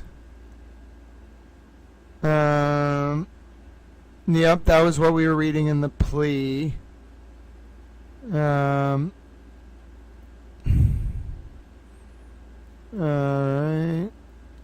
Yeah, so, I mean, Yeah, so JLR is saying possible witness Witsec coming, but I don't think it's because she suffers from PTSD, and I don't think it's because she's in fear of retaliation from others. I'm telling you, like, I have been to a lot of hearings. I know, like, how the federal government approaches, like, defendants and cooperating witnesses. Even, like, people with the mob, okay, who, like, by ipso facto, if you're testifying against the mob, it's a threat, they still will make you walk into court sometimes, okay, not all the time. This was not like someone potentially going into WITSEC. That was the first time in my life I saw someone smuggled out of a courthouse. Like, it's now. And it's not because she fears retaliation. I think it's because they have adjudged, probably rightfully so, that the people she's, like, flipping on are, like, capable of doing things. So, and listen, what's so interesting about this is, here's my analysis. So when Aiden, like, generally my opinion of him is when he retaliates against people, it's like by proxy. Like, you know, like, he's not, like, going to just do it. He's going to, like, use proxies to induce results that he can cover. Okay? Kate Peters, similar. But you can't do this. You can't do that right now with this woman. You can't have people calling her. Okay? You can't have people, like, sending pizza to her house. You can't have people, like, trying to mess with her, like, anything. Because they're all going to know, like, the feds are going to be monitoring all of that, and they're going to be like, you fell into our trap, you know what I'm saying? So that stuff is not why they would put her in WITSEC, because they would catch that stuff right away. Okay? Like, you don't mess with cooperating federal witnesses. But you absolutely do not do something like that. Smuggle someone out of the courthouse because you have concerns that they're going to suffer proxy retaliation in terms of, like, their reputation or something. No. It means they're worried, not about her mental well-being, which I'm sure is part of it, but they're worried about her. Do you know how expensive it is? First of all, do you know how the thing you risk when you do that, and this is exactly what happened. Of course, Claudia. I was there. I talked to the journalists. Most of the journalists, when they listen to me about things, they're like, Grant, you are so ahead of the game. You know it. Chapter and verse. Like, where's the documents? Like, you say what document, I'll go to the document. All right? Most of the journalists today said, straight up, I didn't have to say it to them. I didn't have to say, there's something weird here. Why wouldn't you all, like, will you listen? Like, look at this document. Look at this argument. No. They were saying to me, this is so weird. This is unheard of. I've been doing this for 30 years. I have never seen this happen at this courthouse. Now, maybe at other courthouses it's different. We got to just talk about this courthouse because it's the procedure. They were all saying, I have never seen this. This does not happen. It doesn't matter who you are. So for something like that to happen, it's not just that this is abnormal. It's not just that this is unique. It's that whatever they have deemed, the resources, do you understand the resources required to pull this off? They had to do this so carefully. We're the press. They cannot stop us from going places. It's a free country. But you know what they can do? They can, like, bait us, Like, they can keep us at one door and trick us to go to another door while they get her out some way, and then they meet up. Like, that's what they did. They ran, and I watched it. It was brilliant. But that cost time and money. Okay? And you don't spend time and money on a criminal defendant like that. Even if she says she's nervous. Lots of criminal defendants are nervous. They're criminal defendants in federal court. Yes, so I was in the courtroom, Iris, that's true. She was released on personal recognizance. She has to participate in the treatment and then report to probation as ordered. But the big takeaway from the hearing is that there's another hearing in a month, less than a month, in front of Judge Talwani. That's going to be the big one. But the bigger takeaway is, listen, it's not about this grand juror pleading guilty. That is not the story here. That's a big deal, but this woman is cooperating. This woman's going to become like a hero in this story. You watch, I'm telling you right now, this woman's going to become a hero in this story, and they are protecting her. Like, no one is to know what she looks like. Like, they didn't have to write me, like, a list and be like, okay, Grant, you can't say what she looks like. You shouldn't, like, film her leaving the court. You shouldn't film the father when you... No, I picked up on that on my own. I'm very responsible. That this was very real. And I'm telling you, they don't want anyone to know what this woman looks like. Not because she's, like, suffering with things, but because they're protecting her. No one's ever... I don't think she's ever going to... Like, she's clearly... like going to do this and then going to have to like go into WITSEC or whatever it may be. I said it earlier on this stream, which is why I wonder if I said it before JLR reported it, like the word WITSEC. But I'm seeing it already. Like, if she's really going to do this and cooperate, she's going to disappear and she's going to go pop up somewhere new with a new identity. She has to.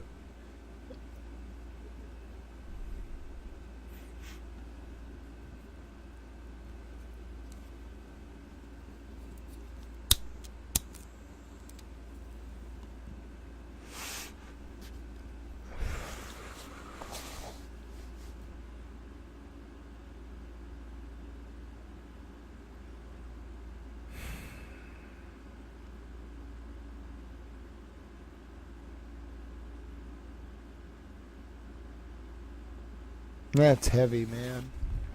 That's heavy.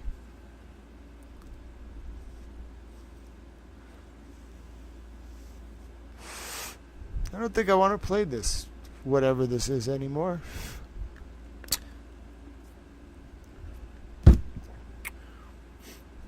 I'm glad people are going to be held accountable. All right? And I will take some time to sleep overnight. We'll do our Kohberger sentencing, and we'll do a full day, and we'll do our catch-up tomorrow. But for now, we need to talk about this. We need to talk about how I feel about this. We'll play some trivia a little bit later, but I just need to decompress because I watched today the beginning of the end. Yeah, Murder by Maestro, you know what I'm saying. Like, this was my confirmation, and I'm so glad I went down there. I didn't know why I was going down there. I really didn't. But I'm so glad I did, because I had to. I wouldn't. Let me just recenter myself here. This is how overwhelmed I am. I'm that overwhelmed. I think I wouldn't have been able to process it all if I wasn't there. Okay? Like, I had to be there. I had to be in that moment. I had to watch it. I had to hear it. I had to see it. And what I mean by that was I could have read that Pacer record. I could have read some of the reporting.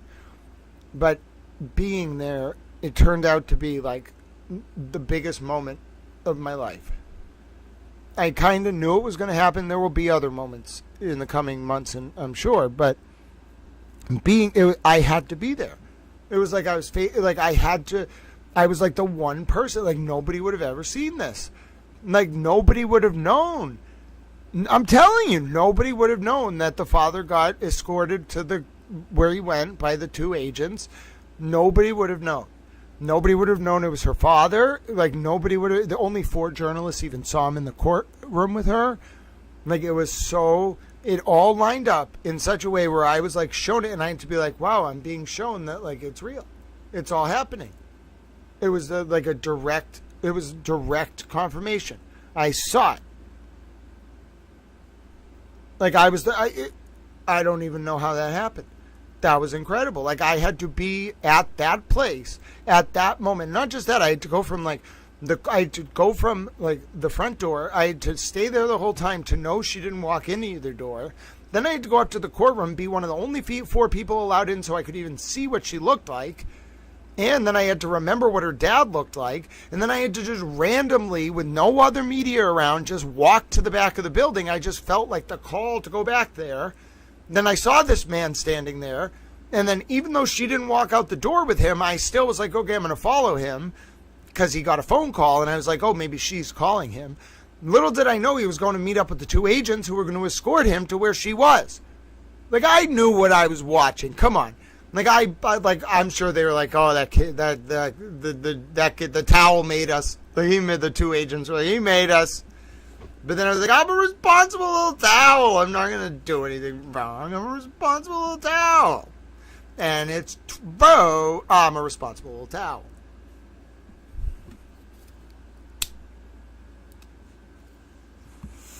Brittany, you may well see it. Don't you think it's a little weird that this grand juror gets impaneled in May of 2022, and then the leaks start in August of 2022, which is exactly when Alan Jackson joined Karen Reed's legal team? Why, yes, I do think that's a little weird.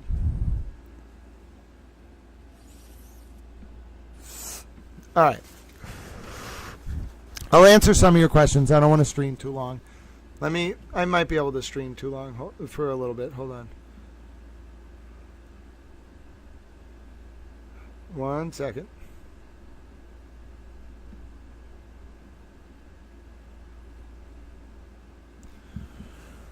And I want to be able to answer some of your questions to the extent that I can. I also want to talk a little bit more about this because it kind of changes everything. Everything about this whole situation. Because only Turtle Boy and Karen or whatever, maybe more so Turtle Boy, would have the kind of resources and people involved where you'd be like, oh yeah, we don't want this person's face on the TV. We don't want it. We don't even want people to know who she is. Like she's a ghost right now to everyone except me, John Hall, Shelley Murphy, and Abby Packin, none of whom are going to tell you anything about what, to identify her, or that would give you an indication of what she looks like. They must have even put fake images out or old images, because I'm telling you, that's not her. And I'm never going to tell, other than what you'll see in the sketch, you're never going to see this woman. Just incredible.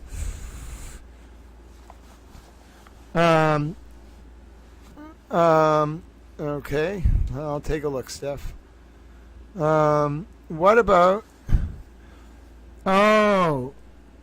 Yeah, yes, Steph. For now, we don't want to give, we don't want to give anybody any information. I'm a little towel.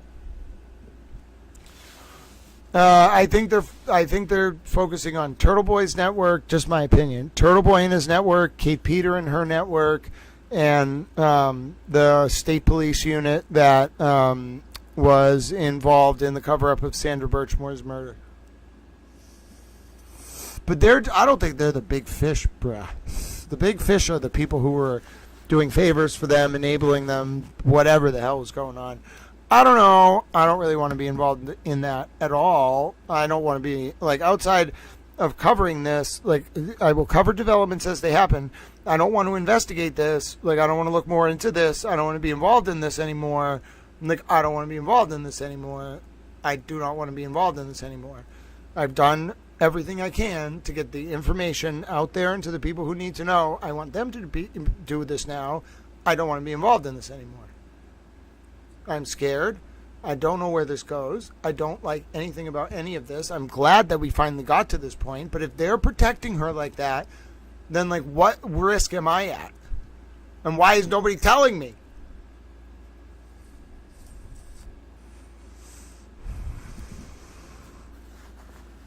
And, I would like to live, generally, it's nice.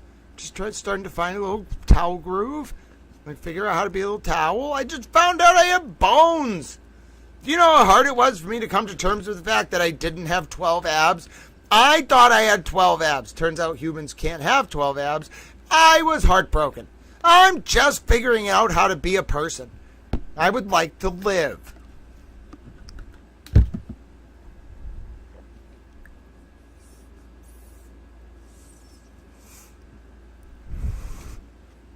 This is the weirdest feeling.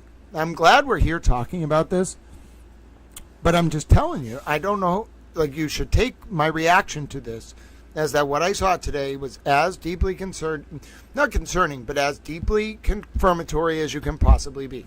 I saw it with my own eyes. I saw it all playing out. It was like being at a national security case or something. It was the strangest thing. It was so surreal.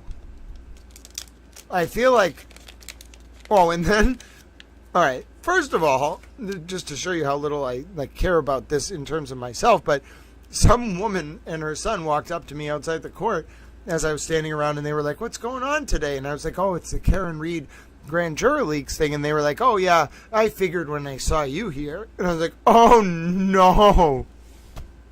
I can't go anywhere. I'm a little towel to everyone." Not that people ever mean or anything. They're always very friendly. But, like, everywhere I go, they're like, "Oh, that's a little towel." And then sometimes people are like, "Hello, like you cover that," and I'm like, "That's me. I'm a little towel." They find it very funny. Anyway, so I think it's a very weird feeling for me. It's not a happy feeling. It's not a I know what joy is. This is not joy. It's not like a celebratory feeling. I know what that is. It's not that. It's not a melancholy feeling. I don't feel like I am crestfallen. It's not bittersweet, because it's just not that. There's nothing sweet or bitter about it. The best way I can describe it is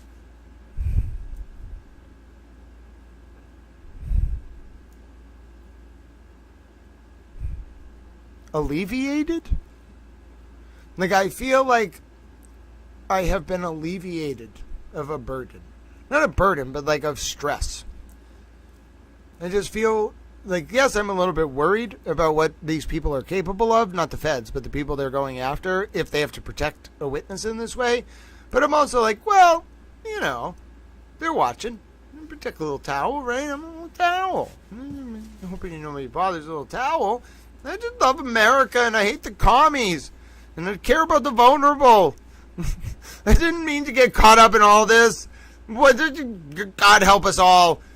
It's 17 cases combined into one. I just wanted the vulnerable to have a voice in this system and not get taken advantage of.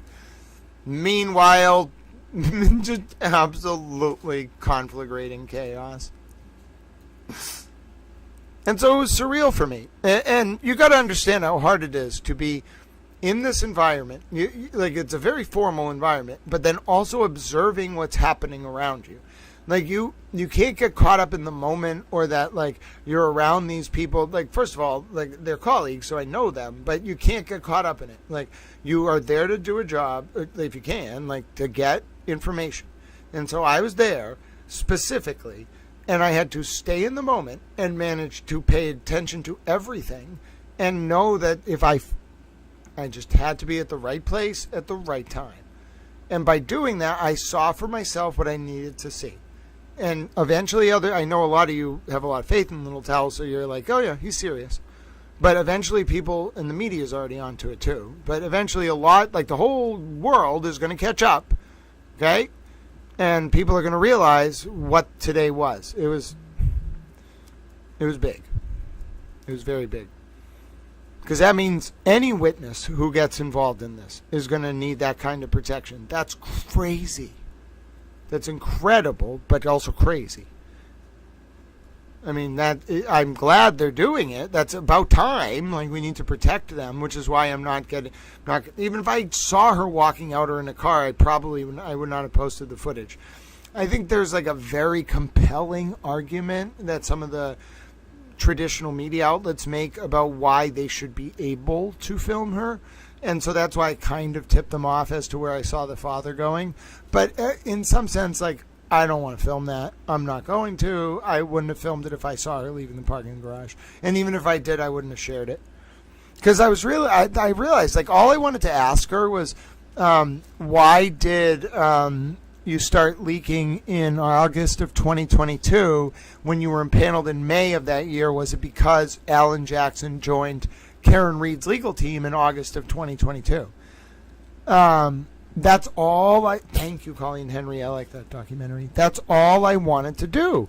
And then I realized, like, okay, first of all, like, there was a moment, I think, when I was standing across from this parking structure, when I saw those two agents walk out, because I tailed them, and they made me. Like, I made them and they made me. But at first I thought it was just like him and his uncle or his brother or something, the father and his brother. But then I was like, wait a minute, like, that dude is like a plainclothes FBI agent. And then I realized the people who were walking with him, one of them was in the courtroom, not sitting with him, like sitting in front of him. And then I was like, oh, goodness. Like, that's a team. Those are two federal agents, and they just escorted him to his car. And then I was like, oh, my God. I had like 5 minutes to think to myself all alone. I was the only one there.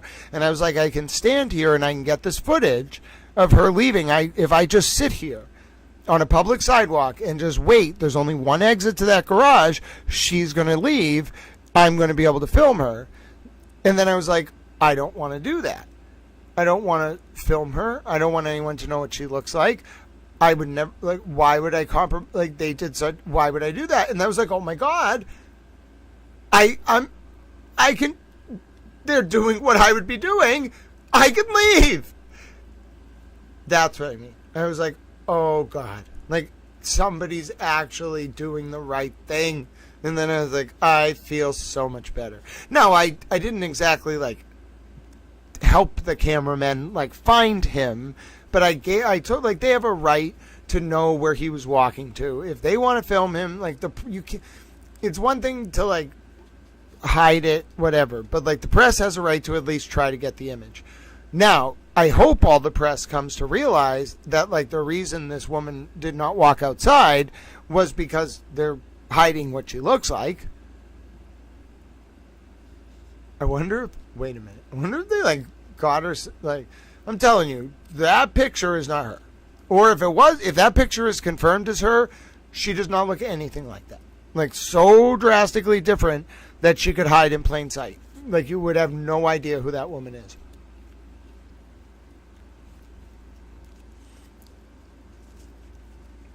Yep. One second.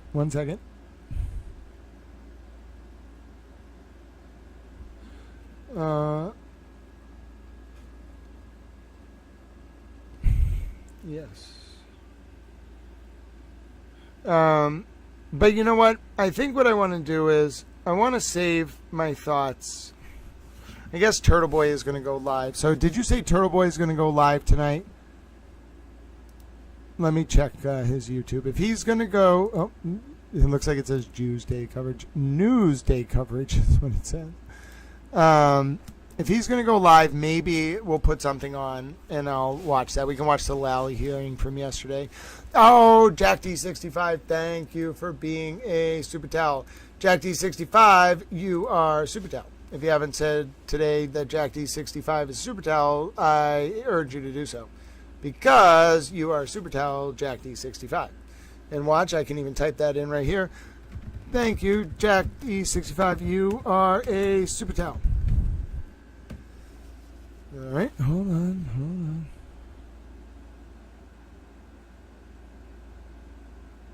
What is wrong? All right, hold on.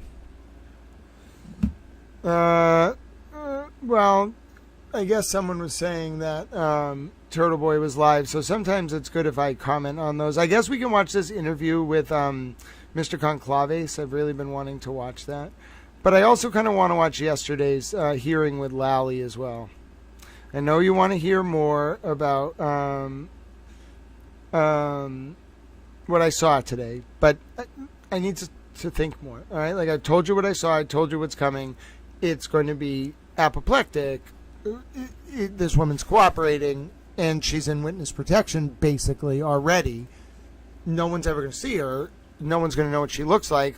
Why would you do that unless you're protecting her from like Aiden? And that's incredible. And if they think Aiden's that dangerous, like, oh my God. Yeah, all right. So hello, Dave Harris. It's great to see you. No, Dewdrops. Dewdrops, I am the opposite of that right now, my dear friend. I'm saying this woman is going to cooperate against Aiden. Oh, Dewdrops was saying she doesn't want to watch it. No, Dewdrops, people, you will be asleep, by the way. It'll be about 4 a.m. your time.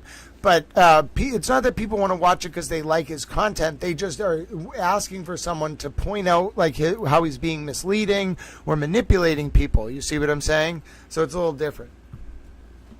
Okay.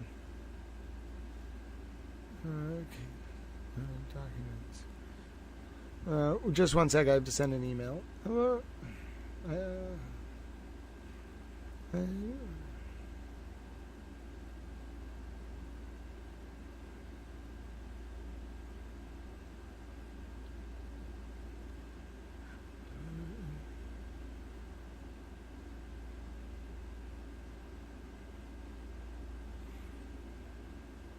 Hold on one second. I am being a towel.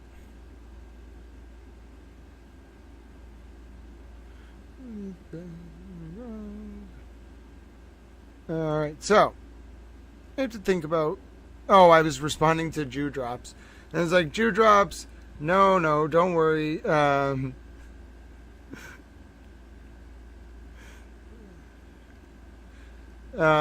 Don't worry, Dewdrops. It is not. We are not watching Turtle Boy because we enjoy Turtle Boy's content. We are watching Turtle Boy because it has value to analyze it. All right, so you get your 17 and a half hours of sleep. We could play a little towel trivia, I guess. Yeah, that is late.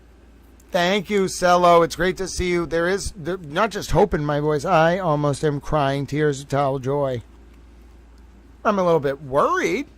Oh, LS, we'll have some fun. The truth will prevail. The truth always comes out. I agree, hot coffee chats. So we could do a little towel trivia. We could do a round or two, or we could watch. Dewdrops, thank you. Oh, look at that little super towel emoji. Look at him. He's doing a little bow. I will do a little bow. All right, little towel bow. Dewdrops, when I meet Dewdrops, according to Royal Towel Custom, I have to do a towel bow. All right? And we're going to teach Steph how to curtsy. Thank you so much, Dewdrops. I love that little super towel emoji. Look at him. He's a little super towel. He's got a little towel headband.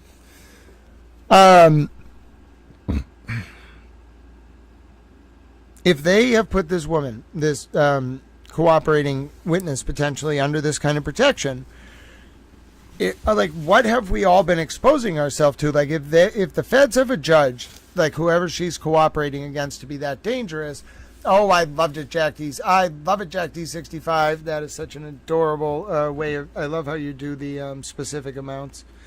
But if this woman is cooperating, ladies and gentlemen, and they're so dangerous that they had to hide her from the media, what is going on? What is going on? Like, how could she possibly be involved with people that are so dangerous, like that they have to use that kind of level of protection? And I know people will say, well, she's going through a lot with her mental health. Well, yes, I'm very sympathetic to that, because a lot of people who are involved in Aiden's world or otherwise are going through that without question, especially if he targets them. But that's not a reason to smuggle her out of the building and have FBI agents clearly on her father. Like, that's, like, they're worried about them. That is, like, that makes me think. So the feds always have access to more information than anybody else. Do you understand? That makes me think that they know that that some of these people, potentially Aiden, maybe more than just Aiden, are capable of really bad things. Like, and I don't mean your traditional bad actor things. Like, come on. Like, there's lots of bad actors out in the world. Like, you know, like, that's unfortunately dime a dozen. You know what's not common though? Like the feds thinking that someone has the capability to like hurt their witnesses. That's like mob stuff. Or at least that's reserved for now when people start talking about like their thing, like now all of that stuff where people were asking me, do you see Rico here? Like, okay, this jumps it up a whole level, like watching how that, what happened today and how the grand juror was treated as a defendant. Yes, now I totally see Rico, because why would you ever provide that level of protection unless you're onto some network that you think is so dangerous that it could harm your witness physically?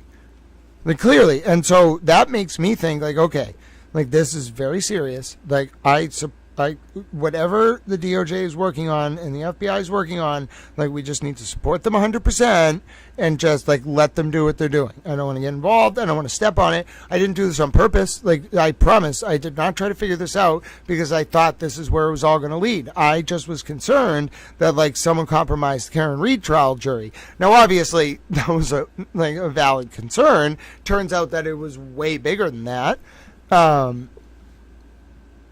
And this could end up having knock-on effects because if any of the federal charges have to do with that second Karen Reed case, like any of them, I mean, that's ballgame.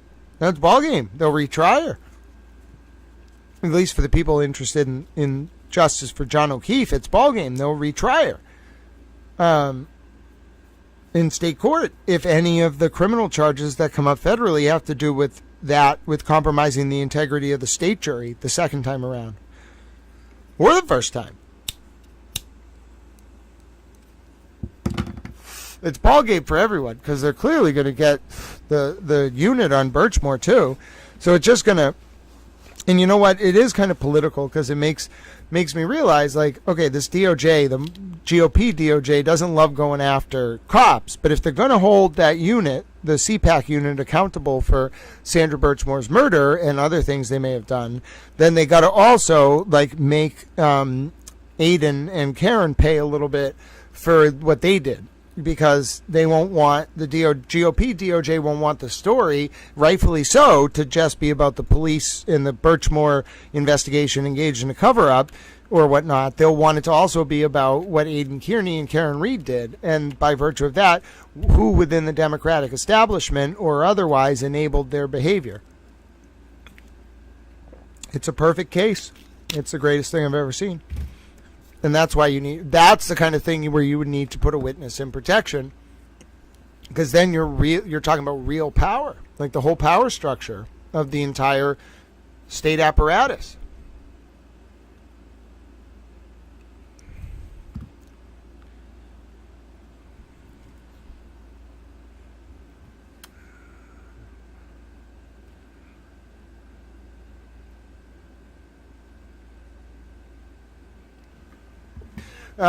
The whole regulatory apparatus, the whole administrative apparatus, the whole governmental apparatus.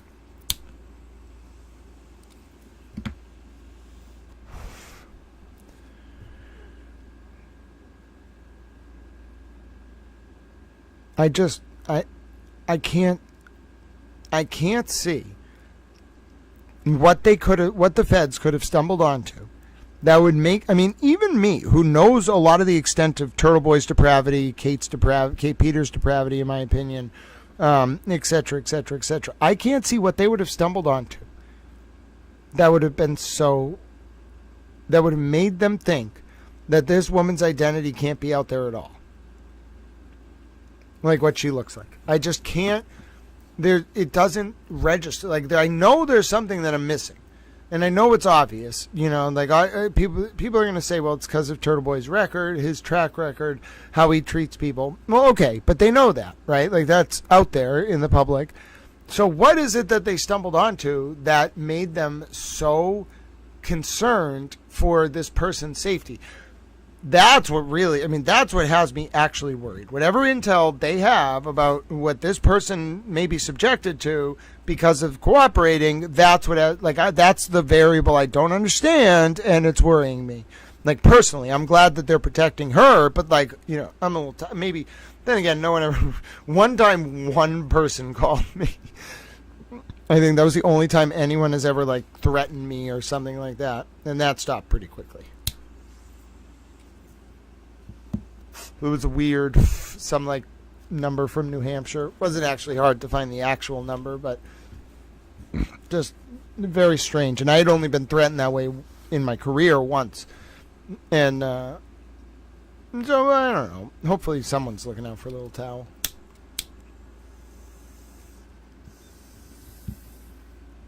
You all are looking out for Little Towel, ladies and gentlemen. Vegan, I think that was possibly part of the sting, yeah. I'm starting to think that Reagan was part of the sting. So the second trial was a sting, and like part of the felony, or part of the federal charges against whoever could involve like something that happened during that trial. I don't know. You know, it's just my thinking.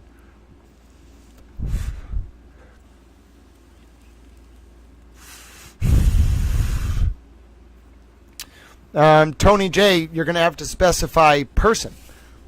There were lots of people that said lots of things to me. But if you specify, I am happy to. No, I love you, Drew Drops, Kiki, and Rebe. You are Super Towels.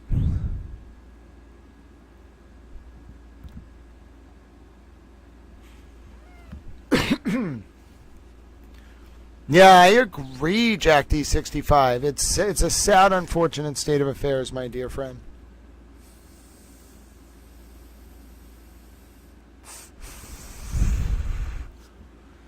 Oh, no, they didn't say anything. There was just a kind of like, well, I guess I won't go, I don't want to, how do I explain this? It was a very disembodied voice. It was odd. It was the first time that kind of call had ever happened. I don't want to get into exactly what they said. No, it wasn't even really words. What made it creepy.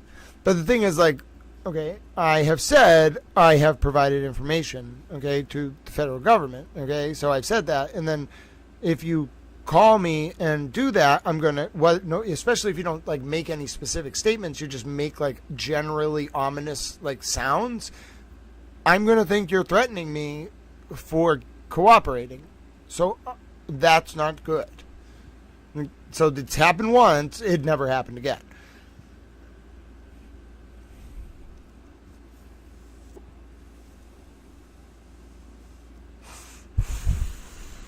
Hi, Alicia Towell. It's good to see you.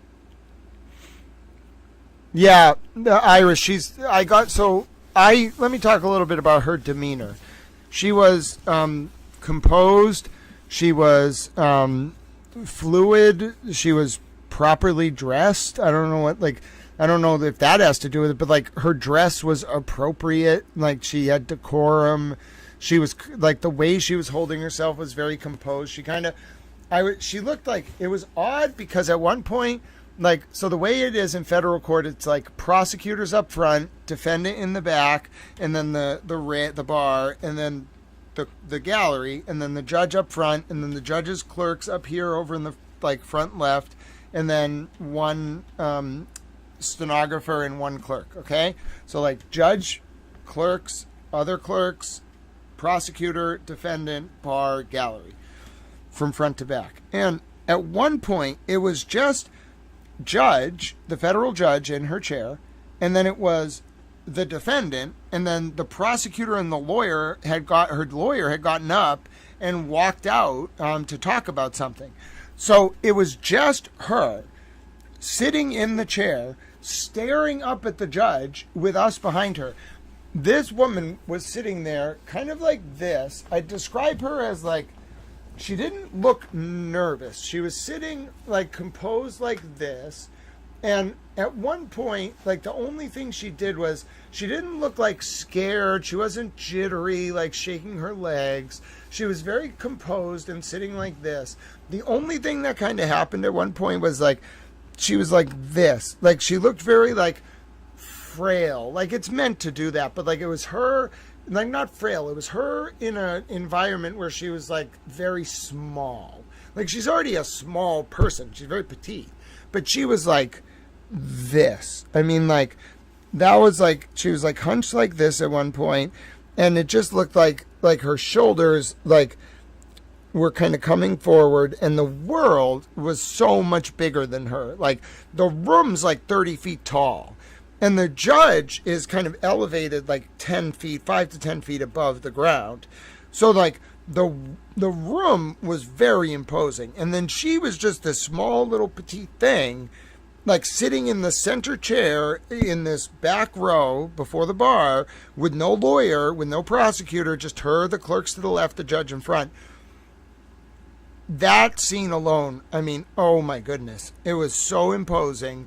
It was such a powerful, evocative image and moment. I mean, I was second row on the right side, farthest, like right near the middle of the aisle. And so I'm sitting there like I do traditionally in federal court. I always have my suit on, and I sit like this and just kind of observe, and I'm keeping an eye, and I always just sit like this, okay? And in that moment, I was perfectly aligned, a little bit off center, with her back and then the judge in front of her and then the clerks to the left and etc. That, that told the story. I mean, obviously everything else afterwards told the story, but that told the story. When she was sitting there like that, it wasn't like she was nervous. She didn't look like overwhelmed. It was like she just can't, and I could feel it. I could feel the energy in the room. She was like, oh, this is very real. And like, this is like the big league, like not the big leagues, but like, this is very real. You could see her, like it all was coming to her. Like it must have involved some like surreal depersonalization, derealization, whatever. You could see it, like her body language, like it was hitting her, and she was just like she looked so small. She looked like she wanted to just curl up and disappear. Now, I'm not saying that because she looked nervous. It was like the weight of what was happening around her was very quickly becoming apparent. That I didn't, like, again, no one was telling us anything, right? So we really had to, like, at that point we were flying blind when we were just in the courtroom. But then you look back in hindsight and you're like, oh my God, like they're protecting her. Like they had an agent in the courtroom protecting her. That's what really blew the agent's cover, because the agent was in plain clothes. They would have blended right in. But the agent blew their cover because they were in the courtroom with her. And so when that same person was escorting the father, I was like, bruh. Like, come on, bruh. With a team, like, you go into the garage. You come out, he doesn't. Like, the agents come out, he doesn't. I wasn't born yesterday, all right? Now, I love that they're so good at what they do, but, like, she blew her cover right away. Okay? I'm sorry.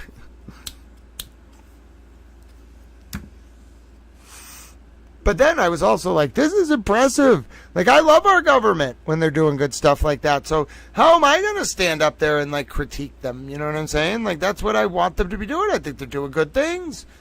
Protecting the witness and the cooperating witness. New filing in the Donna Adelson case, says Colleen Henry. Let us take a look at that. We can talk a little. I know you all want to continue hearing about my insights. I will try to keep talking about them. But I want to watch a little bit of this Donna Adelson video. It's a new filing in the Adelson case. And then I want to take a look at this interview from Ashley Banfield with Steve Conclave. Now, I will intersperse this with my thoughts about other things, okay? But right now, I need to process a little bit. I'm still shell-shocked as to what I saw, all right? And I'm doing my best to give you, I'm doing my best to do my job. And it's a little hard. So, it's hard to come to terms with what not come to terms, it's hard to describe what I saw today. I know what I went through. I just can't believe that happened. So we have a post here shared from, hold on, I think this was, I want to give credit where credit is due, Colleen Henry and Buck. Thanks so much, Colleen Henry and Buck. there are last minute, just coming over the wire here, breaking news. Last minute motions have been filed by Donna Adelson's attorneys. The motions seek to exclude testimony regarding interpretation of phone calls, emails, and texts, as well as travel to Vietnam. That's where Adelson was obviously fleeing to when she got caught.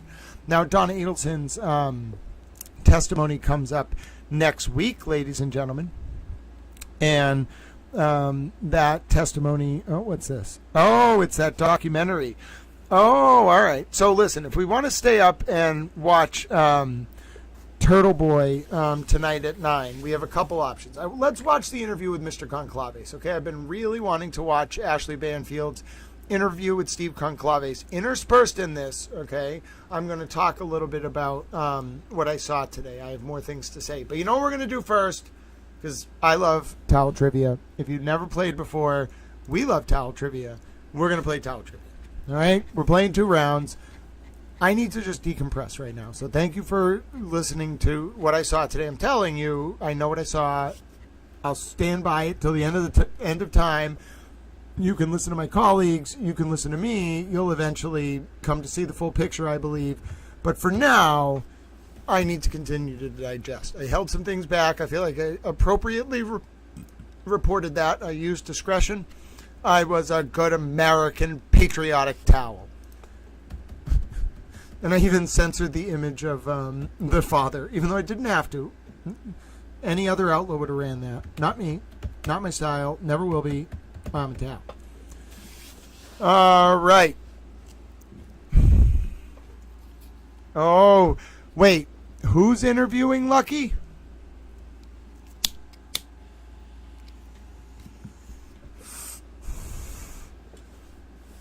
Turtle Boy's going to interview Lucky? Oh, we're definitely commenting on that. I just have to... we're going to do 1 round of towel trivia. All right? People love towel trivia. I love towel trivia. If you've never played towel trivia before, here's how it's going to work. I'm going to ask questions up on the screen. Well, we're going to get asked questions. If I get the question right, I get a point. The first person in my chat to get the question right also gets a point. If you get the question right after the first person, you get half a point. If you don't get the question right at all, you don't get any points. If I get the question wrong, you can get 2 points. If you get it right first, if I get it wrong and you get it right after the first person, you can get 1 point. So it's a pretty simple game. If you've never played before, it's fun. We like to have a good time. This is a public information service. I'm glad you listened to my first person reporting. I can't believe I talked for 2 hours. I didn't know I had that much to say. Let's play a round of towel trivia. You won't let me talk for 2 hours? I thought I was going for like 5 minutes.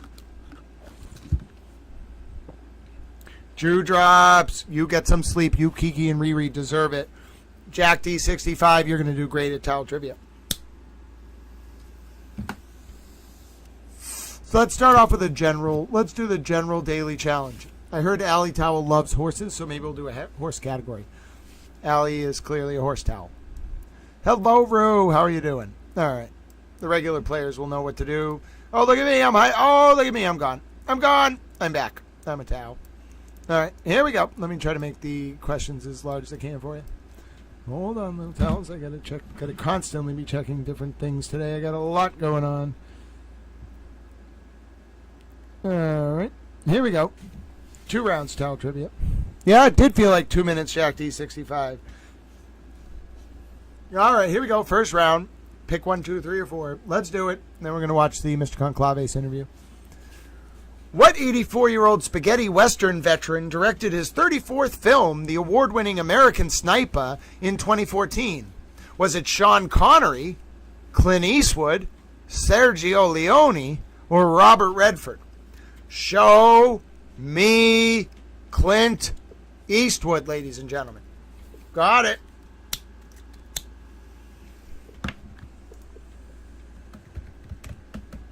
Who got Clint Eastwood? Ralph. Ralph beat everybody else out.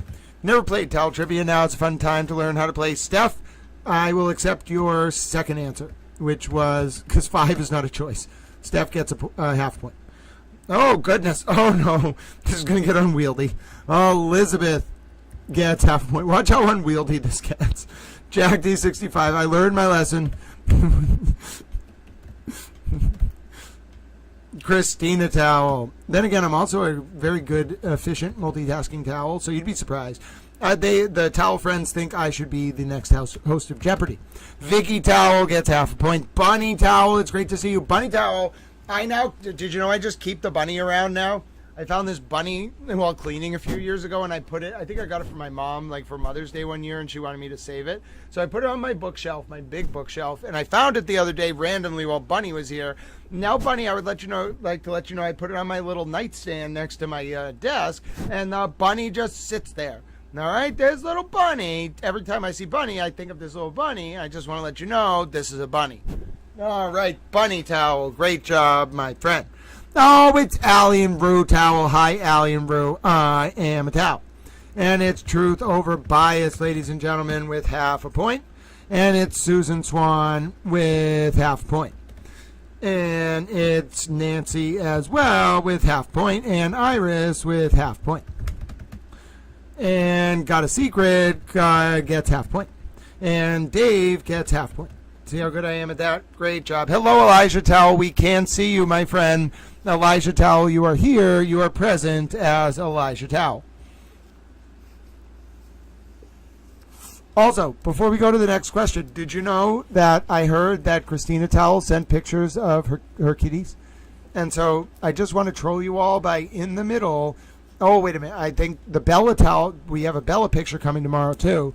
But as of right now, did you know Christina Towell sent pictures of her kitties?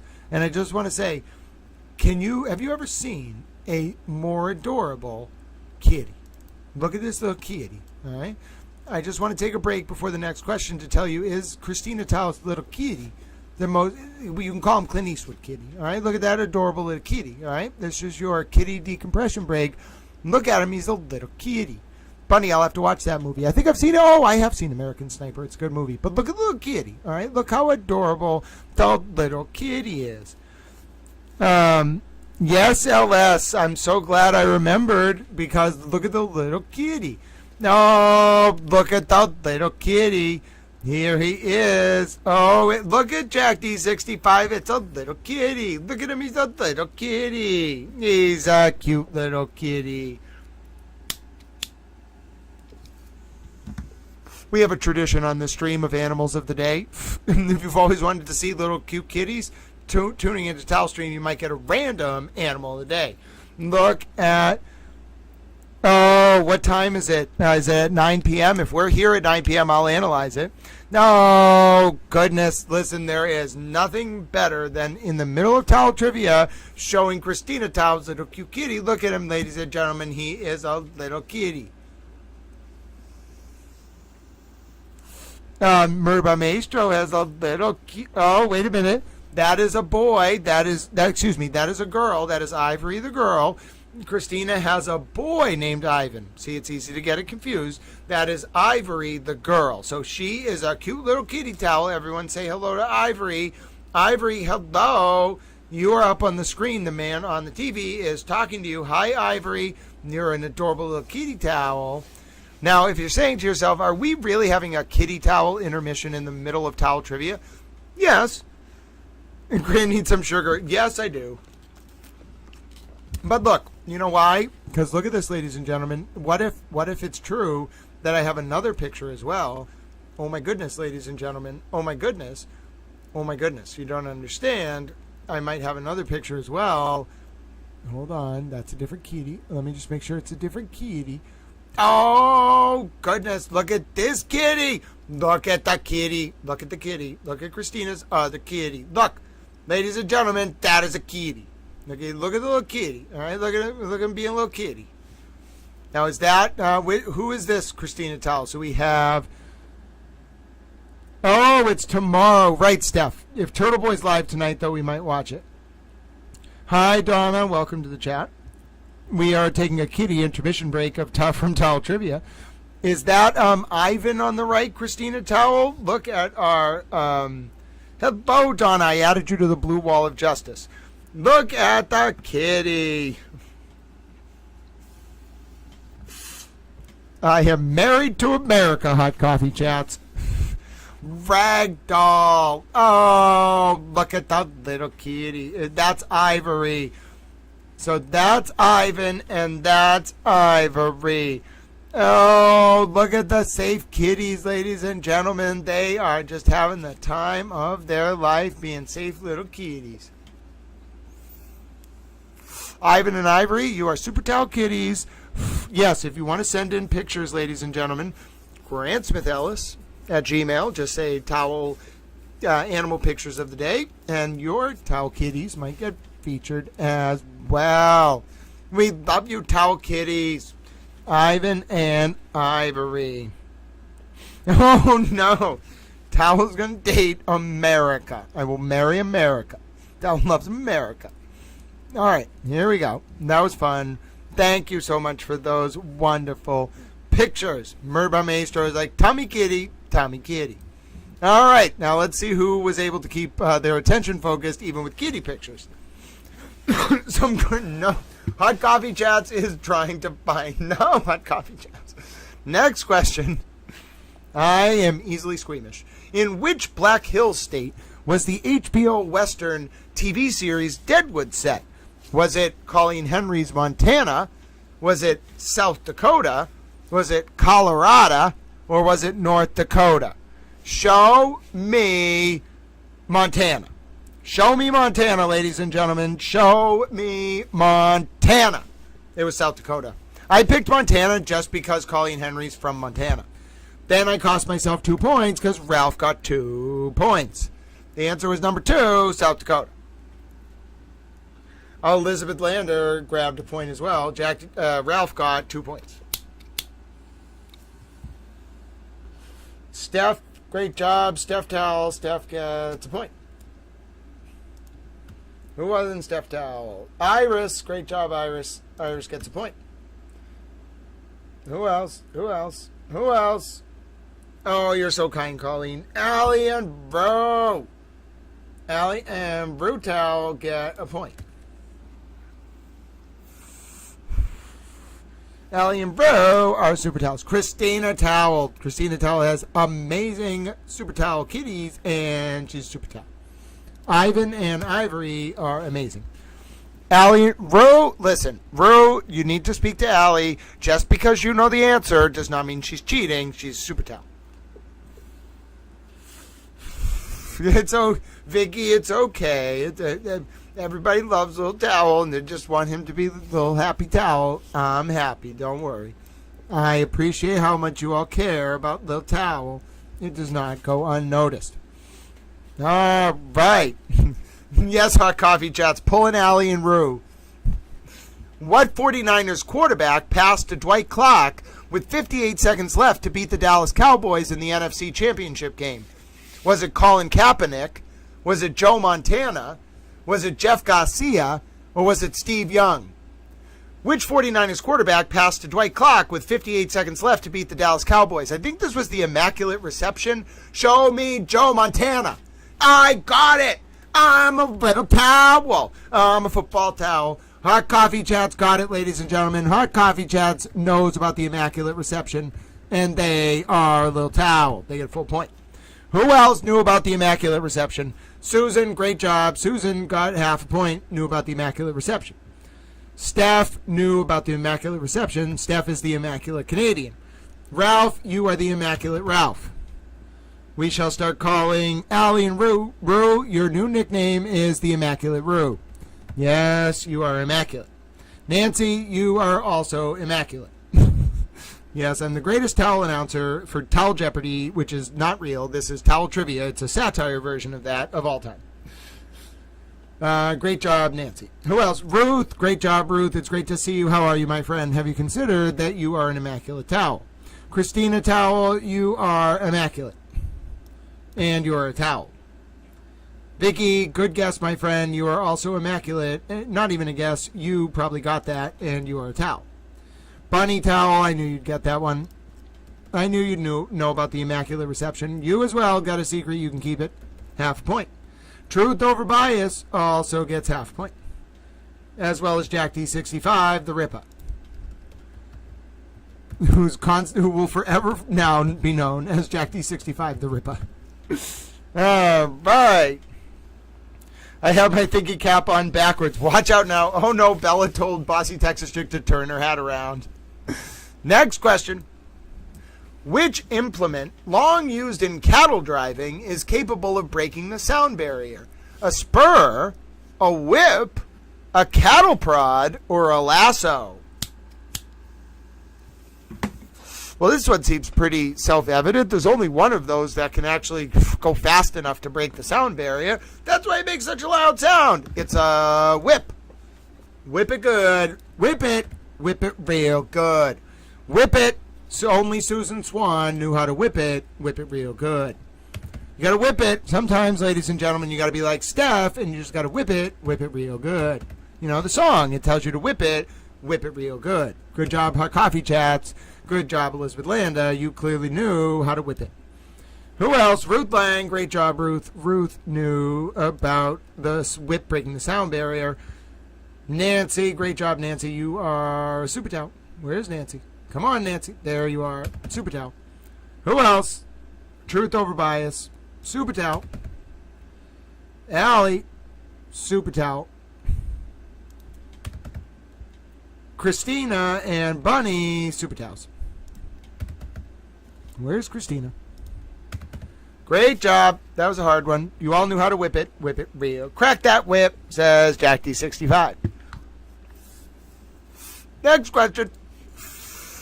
The Yeehaw Agenda, first named in 2018, is a movement to highlight the history of African Americans in what Western U.S. profession?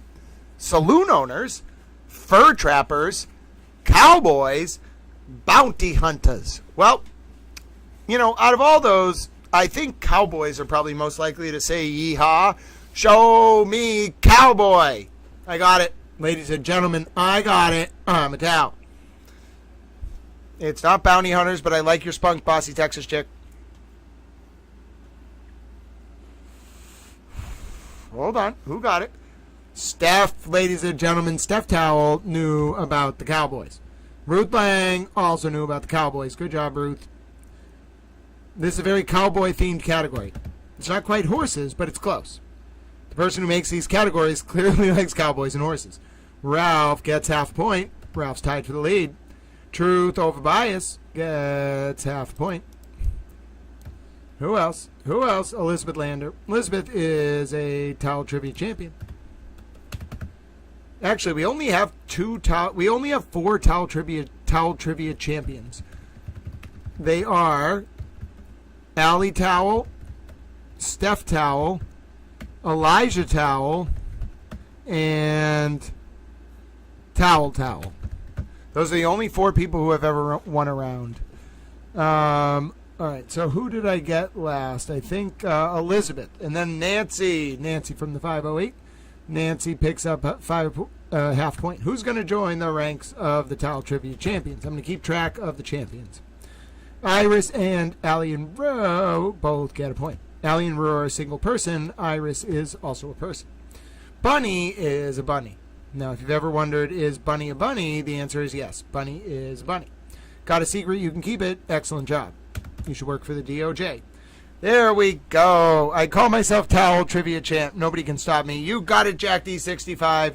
You are the nominal Towel Trivia Champ. You are the in-name only Towel Trivia Champ. It still counts. Jack D65 is a champion. That is true. We agree. Here we go. Next question.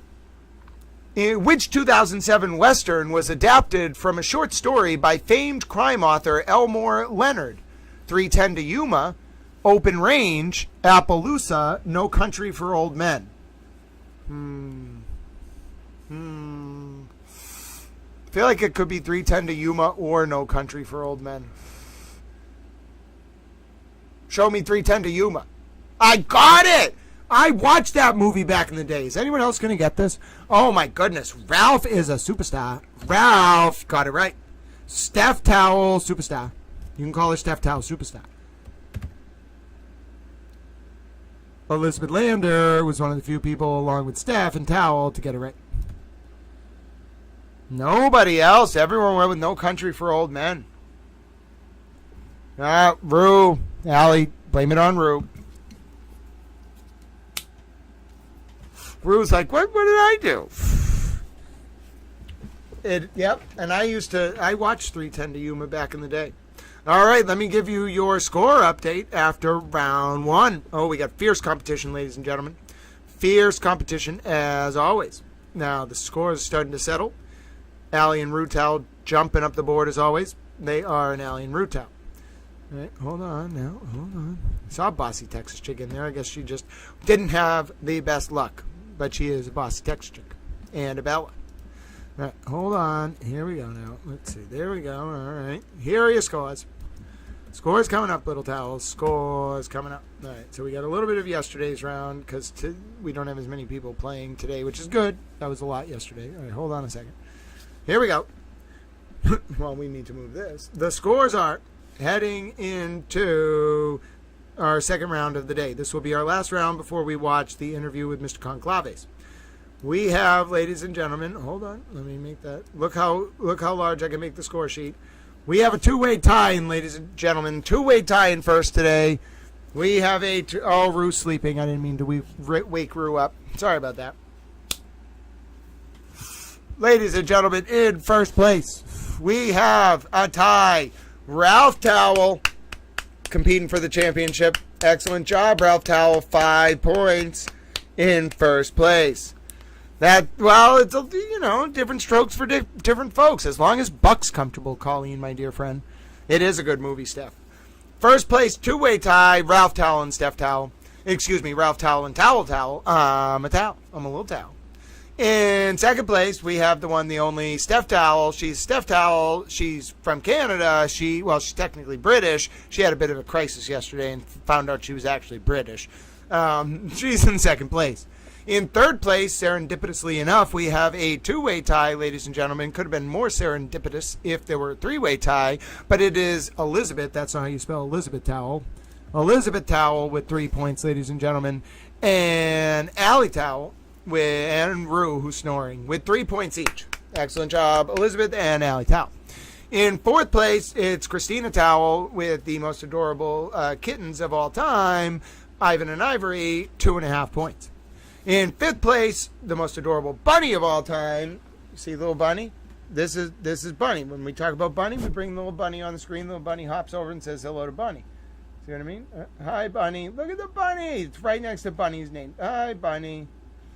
Bunny has 2 points, ladies and gentlemen. Bunny is in 6th. In seventh place, we have a two-way tie. Hot Coffee Chats and Vicky Towel. Excellent job, Hot Coffee Chats and Vicky Towel. 1.5 points each. Wait a minute. We have an adjustment to the scoreboard. Bunny Towel is actually tied, ladies and gentlemen. We have a four-way tie for, let me see, 1, 2, 3, 4, 5. We have a four-way tie for fifth, ladies and gentlemen. It is Bunny Towel, Truth Over Bias, and Nancy Towel, and Iris Towel, all with 2 points. So you're all tied for fifth. It is an adorable yellow bunny. Bunny, it makes me think of you all the time. So that is 1, 2, 3, 4. That was fifth. In sixth, it's a four-way tie. Hot Coffee Chats, Vicky Towel, Susan Towel, and Got a Secret You Can Keep It, 1.5 points each. And Ruth Towel. Ruth Towel also has 1.5 points. That was sixth. In seventh place, it's the one, the only, Jack D65 the Ripper, who's also known as honorary towel champion for all time, 1 point. And in eighth place, the position of honor, Dave Towel, 0.5 point. Congratulations, Dave Towel. All right, the next round is going to be a double bonus round, so if I get the question wrong and you get the question right, you get 4 points if you're first. All right, so that's fun. The bonus round, now you know these bonus rounds tend to have a theme. This bonus round's theme is going to be, hold on, I have to think about something all special for this one. It's going to be about our favorite topic. I owe you a point, Vicky. Vicky, what point? I owe you another point? All right, Vicky gets another point. Vicky, you have, I don't know what I owe you a point for, but if I missed one of your answers, I have bumped you up to 2.5 points. Yes, no, Noelle, don't worry, we only did one round. Noelle Towel, you're going to do great on this double bonus round. Let's see. Noelle, what is your favorite subject? We're going to wait about 10 seconds. Noel Towel's got to get settled. What is your favorite subject, Noel Towel? No, we got to give Noel Towel a chance to get caught up. The Constitution's a good one, though.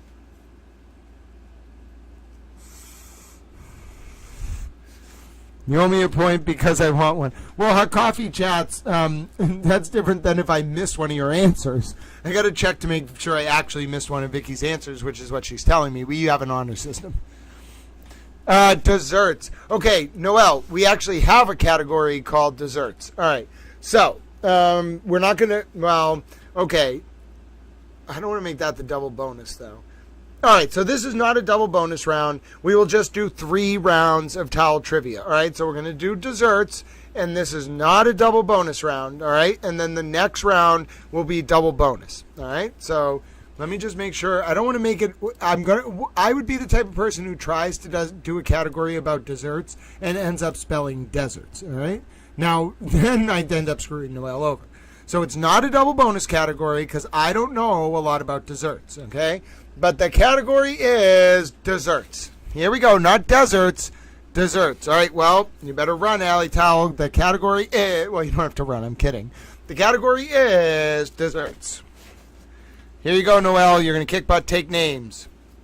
Noel Towel knows her desserts. Here we go.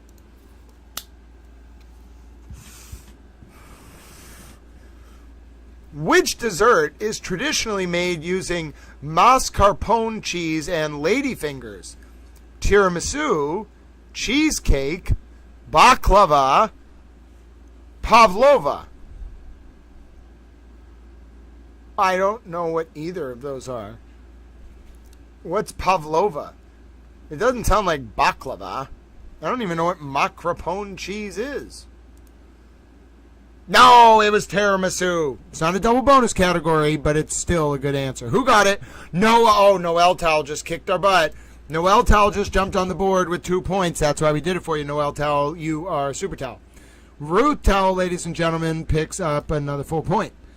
Ralph picks up a full point. Ralph takes over the lead from Towel. Steph, great job, full point. Bossy Texas Chicken Bella, along with Allie and Bro, both pick up a full point. Bossy Texas Chick is a boss. She's from Texas. She's a chick. Laura Lee Dixon picks up a point. Hello, Laura Lee Dixon. How are you doing, my friend? Picks up a full point. Elizabeth Lander and Bunny both pick up a full point. Bunny Towel picks up a full point. I know, that's so sad, Christine. We saw that news earlier. Vicky picks up a full point. Hot Coffee Chats picks up a full point. Iris picks up a full point. Got a Secret, you can keep it, picks up a full point. Christina Towel and their kittens picks up a full point. You did, Christina Towel, you did. All right, hold on 1 second. All right, let me take the scoreboard down. Let me make this a little larger. Next question.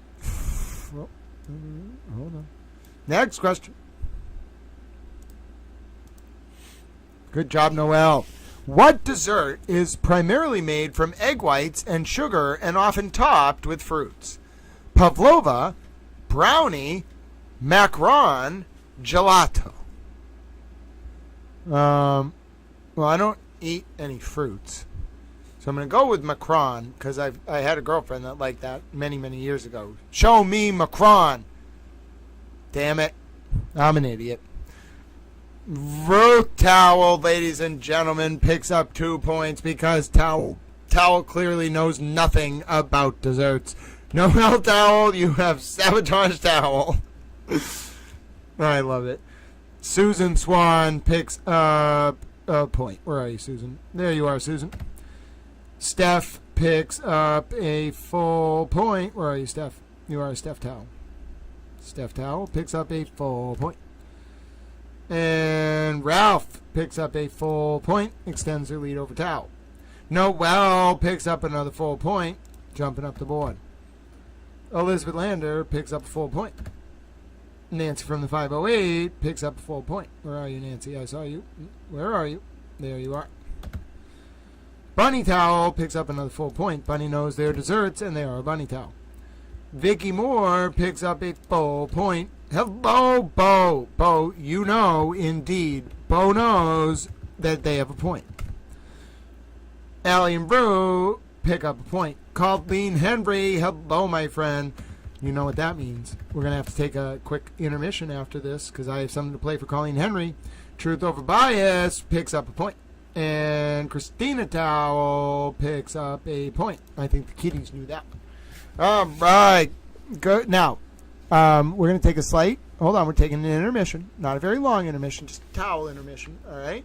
Because Colleen Henry's here. Now, do you know what that means when Colleen Henry's here? Especially when we had a good day of towel news. Well, ladies and gentlemen, let me be the first to show you.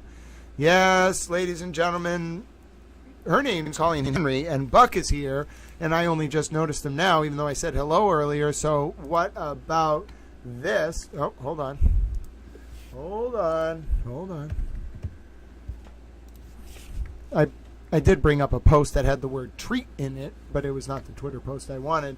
This is the one Colleen Henry and Buck want to see. This is the one the world wants to see. Even Murder by Maestro is featured in it because he's a Murder by Maestro towel. Take it away.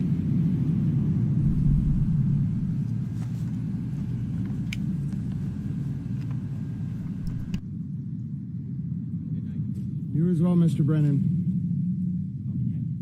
Okay, sir, I will, Hank.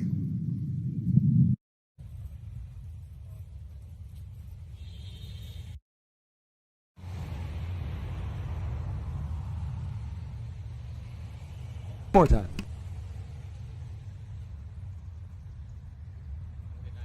You as well, Mr. Brennan.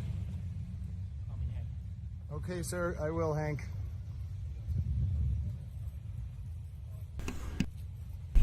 Gotta love it, ladies and gentlemen. Nothing better than Colleen Henry coming by and we get an opportunity to play the Call Me Hank clip. I mean, you see Colleen Henry in the chat, you know you're going to get the Call Me Hank clip. It's a tradition. We got to go along with it. All right, here we go. Next question, little towels. Next question. After that wonderful Call Me Hank intermission.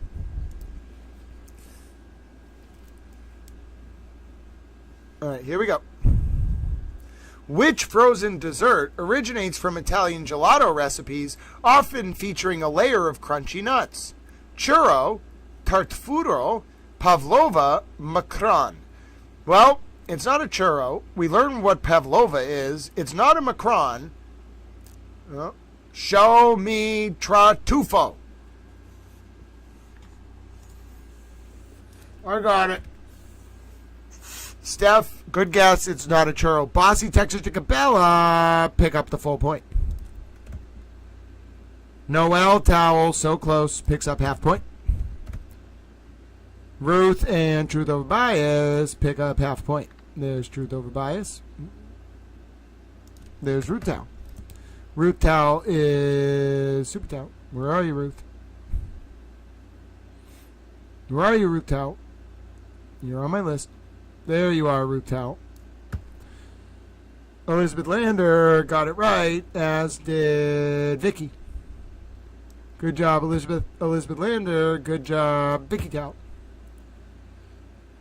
Colleen Henry and Buck, inspired by the Call Me Hank clip, got it right. All right, who else? Did I miss anybody? I got Vicky and Allie Towel. Yes, and then Bunny and Got a Secret, You Can Keep It.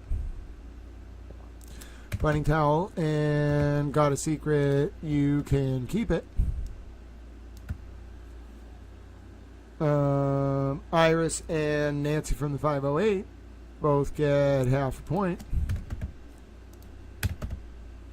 And Christina Towel gets half a point. All right, let's go to the next question, ladies and gentlemen. Next question. Yeah, I thought it would have been a cannoli. There we go. Which classic treat involves a donut-like pastry fried in oil, typically filled with sweet cream? Which classic treat involves a donut-like pastry fried in oil, typically filled with sweet cream? Is it a croissant, a baklava, a zeppole, or a profiterole? I don't know. Show me a profiterole. Oh, it was a zeppole. What the fuck is a zeppole? Noel Towel gets 2 more points. Noel Towel did what they planned to do. They came into Towel Trivia and picked up points. That's what you got to do. Bossy Texas Chick is a bossy Texas Chick, gets a point. Who knew about this zeppole thing? Ruth, do you make a lot of zeppoles? What the hell is a zeppole? I'm utterly baffled by the whole thing. Ruth Towel picks up a point. Colleen, Henry, and Buck clearly make a lot of zeppoles. I don't know what the hell a zeppole is, but, you know, they make a lot of zeppoles. Where's Colleen, Henry, and Buck? There you go. Full point. I was at Colleen, Henry, and Buck. Who else got it? Steph Towel got a point. And Bunny Towel and Nancy got a point. Where's Bunny Towel? And Nancy Towel. This one was a hard one. Who else? Bunny and Nancy. Ralph picked up a point. And Tony J picks up a point. Tony J knows their zeppole, whatever the hell a zeppole is. Laura Lee Dixon knows whatever the hell a zeppole is, gets a point. Iris knows whatever the hell that is, gets a point. Got a secret, you can keep it. Clearly knew the secret and didn't keep it. See, I'm hilarious. Got a secret. Where is it? Where's got a secret? I know they're on there. Found them. All right, and Christina and all the kittens got a point. That was a hard one. Good job, Noel Towel. It's pronounced zeppole. Zeppole. All right, so not only do you all know of this, but apparently it sounds delicious. Can you tell I don't eat a lot of foods? All right, here we go. Next question.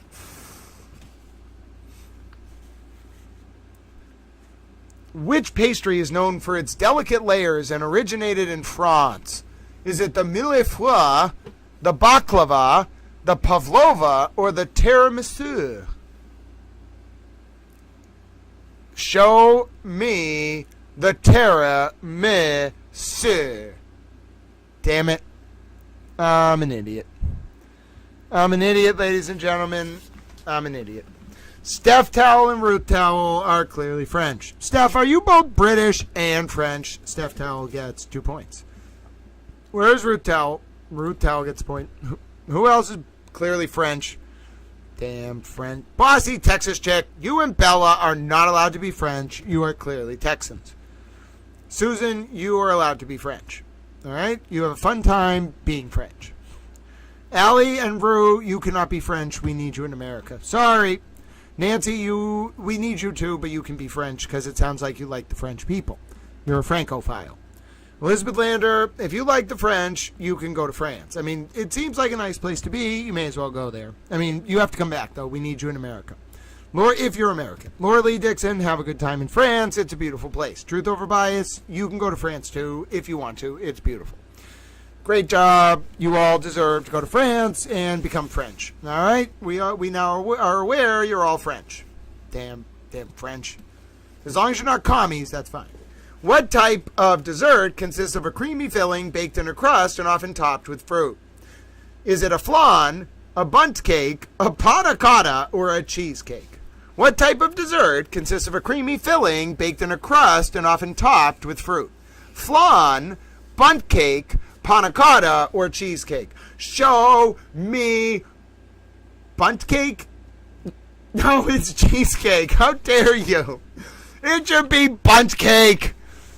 How dare you? I have no idea about any of this. I clearly know nothing about food. Elizabeth gets the 2 points. Elizabeth is the only one who knows about cheesecakes. Good job, Elizabeth. Would you like to make a cheesecake and teach me about cheesecakes? Elizabeth clearly knows cheesecakes. Allie and Bro know their cheesecakes.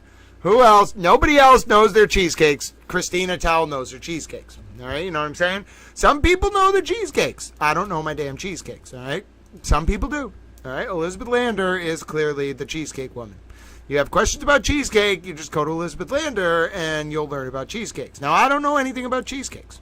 I know a thing or two about being a towel, but I don't know anything about cheesecakes. Desserts was not my strongest category. Anything food related other than pizza, I'm probably going to do very badly on, all right? I'm a towel. I am not, like, whatever it is to really like food. I don't really like food that much. If I could just take a pill every day that was food, that would be great. All right? I don't want to think about it. I just would like to get calories. I don't eat. I don't like the taste of food. I don't like the feel of food. It's not pleasant to me. I don't know why I have to do it. I'm glad so many of you like it. It just baffles me. Textures baffle me. Fruits baffle me. Ice cream baffles me. Like, very simple foods baffle me. I just don't understand you humans and your foods, all right? I'm just going to be very honest. You all baffle me, all right? You and your complex palates and your sorbets and just being human, it baffles me, all right? I just don't get it. I'll never understand it. And I don't understand why you all like food so much, all right? It's just food. I'm thrilled that it brings you so much happiness, but it baffles me, all right? I'm just like, why do they like so much food? I don't understand. I'm a little towel. All right, so let us take a look at the new standings. Oh, my goodness. I have just gotten decimated. Noelle, what have you done? You have destroyed towel. That was my worst category of all time. Claudia, let me find out if that was the right answer. That was not. Good guess, Claudia. It was number 4. Bunny is cooking right now. Bunny, that sounds delicious. Is it? Bunny, see, I cook too, but I only eat 4 foods. I only eat cheese, chicken, rice, and bread, and occasionally French fries. Because French fries are delicious. But on the whole, Towel doesn't really like food. I'm sorry. I love that you all love food, but I'm baffled by food questions. You have found my Achilles towel heel. It is food. I don't understand food. I don't, like, all of you baffle me. All right? You just baffle me 6 ways from Sunday. You all know so much about food. I'm astounded by your brilliance, but it's, I'm baffled by food. All right? So take a look at the leaderboard. I'm also baffled that I fell so far down the leaderboard. Look at me. I'm not even close. I'm just getting eradicated. I'm a little towel. I understand, Christina Towel. Allie Towel, I'm not missing you at all. You are literally at nearly the top of the list. You are ahead of Towel. All right, so here we go. Grant's Planet only serves cigars and energy drinks. Yes, all I want is peanut M&Ms. And I like these little choco chip cookies. They remind me of paying 25 cents for them when I was younger. So I eat these little cookies, and then I like Cheez-Its, and then I like occasionally fries from Burger King. But otherwise, I would like to live on energy drinks, cigar, Dunkin' Donuts coffee, and these little electrolyte drinks, all right? And water. If I could just have that, I'd be fine, all right? Now, here's our standings. We have a 2-way tie for first. They are Genius Towels. Who's going to take the crown today? I don't know. We're going to play another round in about 30 minutes, maybe 45. It's Steph Towel. It's Elizabeth Towel. They are tied, ladies and gentlemen. Oh, you know I will, Noelle. And Noelle, my plan worked. Look how high you got up on the scoreboard. Our plan worked, my friend. Don't tell any of them. They're going to figure us out. All right? Now, hold on. For this part, I want to become Vanna White Towel. All right? Look at this. How about, watch this. All right? Hold on. So come here. No. Come here. Watch this. So see, I do this, right? Now see the scoreboard? Now look at me. I can become Vanna White Towel. Look at me becoming Vanna White Towel. Ready? Now, ladies and gentlemen, up here at the very top of the list, we have Steph Towel. Okay? Steph Towel and Elizabeth Towel, you see, they have 9 points apiece. Steph Towel, oh, wait, this way. No, wait a minute. Where's my hand going? Oh, this is complicated. There you go, ladies and gentlemen. Steph Towel and Elizabeth Towel have 9 points apiece. Great job, Steph Towel. Great job, Elizabeth Towel. Now, you can see right below Steph and Elizabeth Towel is Ralph Towel. Okay, we're very proud. Steph and Elizabeth Towel tied for first with 9 points apiece. Right below them, Ralph Towel in second place with 8 points. Now, in third position, ladies and gentlemen, we have the one, the only, her name is Allie Towel. Rue Towel is sleeping, 7.5 points. Great job, Allie Towel. I'm not really sure how to do this. This is I now understand why weather people are so baffled by the screen. This is, how am I supposed to do this? So which way? I turn my hand like this way, and then this way? Oh, and then this way. Oh, I understand. So here we go, and then we have Allie Towel and Christina right below Allie Towel in third position with 7.5. We have Christina Towel and Ruth Towel tied with 7 points each in fourth. And right below that, ladies and gentlemen, great job, Ruth and Christina Towel. Right below Ruth and Christina Towel, fighting hard, it is Towel with 6 in 5th place. Great job, Towel. Now in 6th place, we have a 4-way tie here. You can see it is Vicky Towel, Noelle Towel, Bunny Towel, and Nancy Towel with 5.5 points. And right below, let's see, that was 1, 2, 3, 4, 5, 6. Right below them, right below 6, right in 7th, we have a 2-way tie. You can see here we have Truth Over Bias Towel and Iris Towel with 4.5 points. And in 8th, you can see right here, we have Got a Secret and Bossy Texas Chicken Bella with 4 points each. In 9th, we have Susan Swan here with 3.5 points. Great job, Susan. In 10th, we have Laura Lee Dixon rounding out the top 10 with 3. In 11th, we have Hot Coffee Chats and Colleen Henry and Buck. Great job with 2.5 points. In 12th, we have a 3-way tie. Jack D65 the Ripper, Tony J and Bo Nose with 1.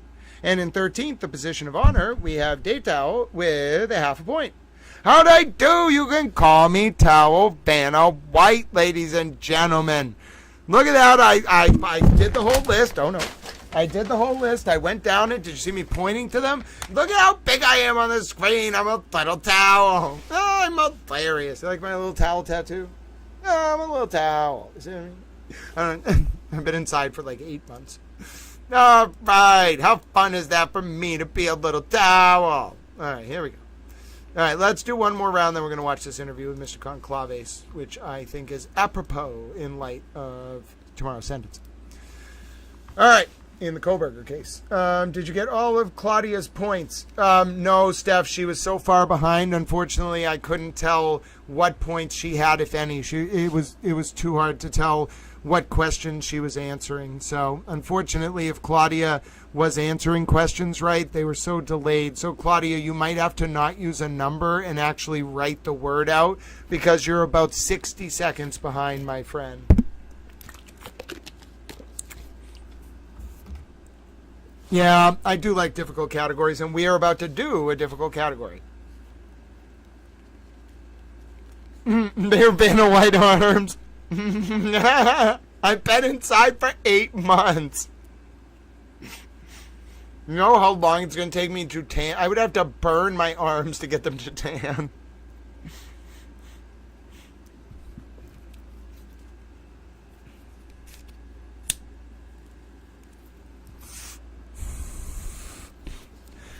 Oh, of course, Steph. And yes, Claudia, just if you can, just answer with the word of your answer rather than the number, and I'll do my best. All right, this is a double bonus category. It's our last category before we watch Mr. Conclave's interview. Here we go. We'll stay up for Turtle Boy if I feel like it. I'm doing all right now. Maybe we'll stay up. I had a weird day. That was a weird day. All right, here we go. Here we go. I'm a little towel, short and stout. Where's my towel? I'm a towel. I'm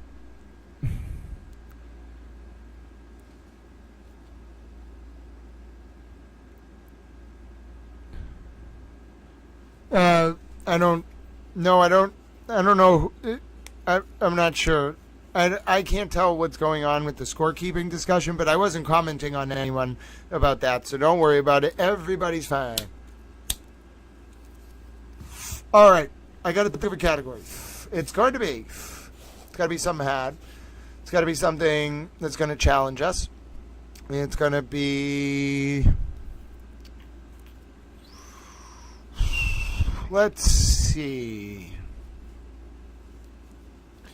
It's probably going to be related to... I did like the Constitution suggestion. But let's be a little bit more... direct. Let's see. What do I know a lot about? Sometimes I know a lot about something and I just forget.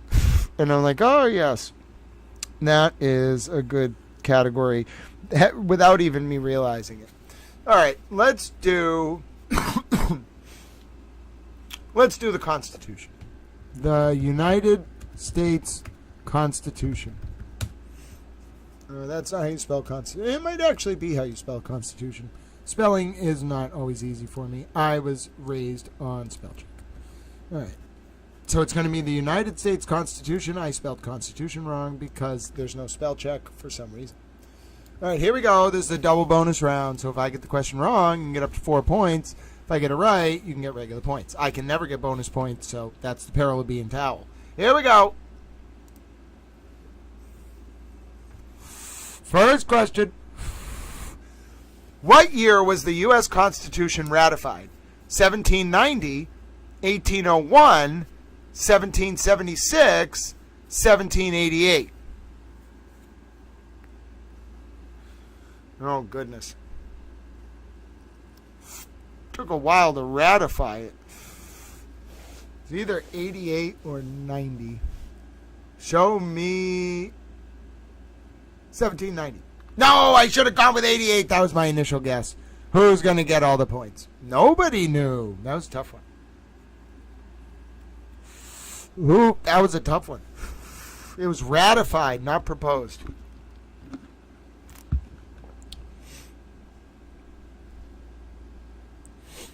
$34 is not an answer, Christina, but I love your gusto. Truth over bias gets all 4 points. Wow. That was hard. All right, Christina Towell, you can have 2 points.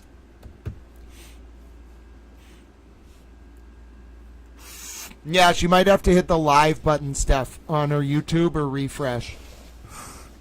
All right, next question. Good job to the few folks who picked up points there. How many amendments does the U.S. Constitution have as of 2023? Is it 10, 21, 27, or 33? Well, ladies and gentlemen, clearly, the Madison Amendment, ladies and gentlemen, was the 27th Amendment to the U.S. Constitution. It is 27. Who got it? Who is the super smart toe?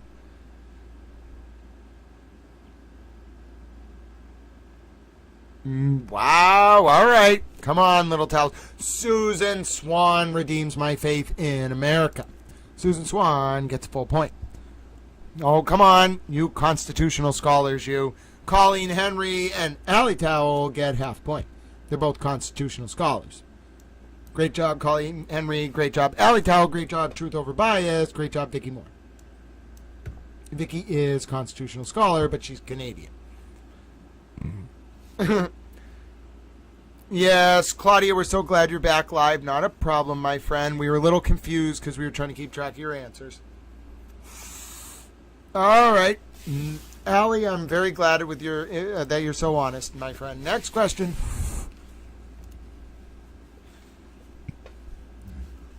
Which body originally proposed the Constitution in 1787? The Constitutional Convention, the Continental Congress, the Senate, the House of Representatives? Well, you can have a Constitutional Convention, but I think it came out of the Let's do the Constitutional Convention. Oh, I almost went with the Continental Congress, but I decided to stick with my initial gut. Ralph got it as well, gets a full point. Ruth Lang gets half point. Bossy Tex Chicabella get half point. Nancy from the 508 gets half point. Noel Towell and Allie 90211 and Rue get half point.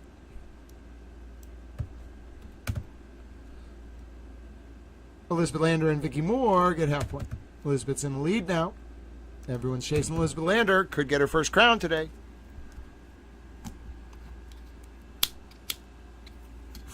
Good job, everyone. That was a hard one to get right. Next question coming up. Here we go, little towels. Allie. Which document acted as the foundation before the Constitution was established?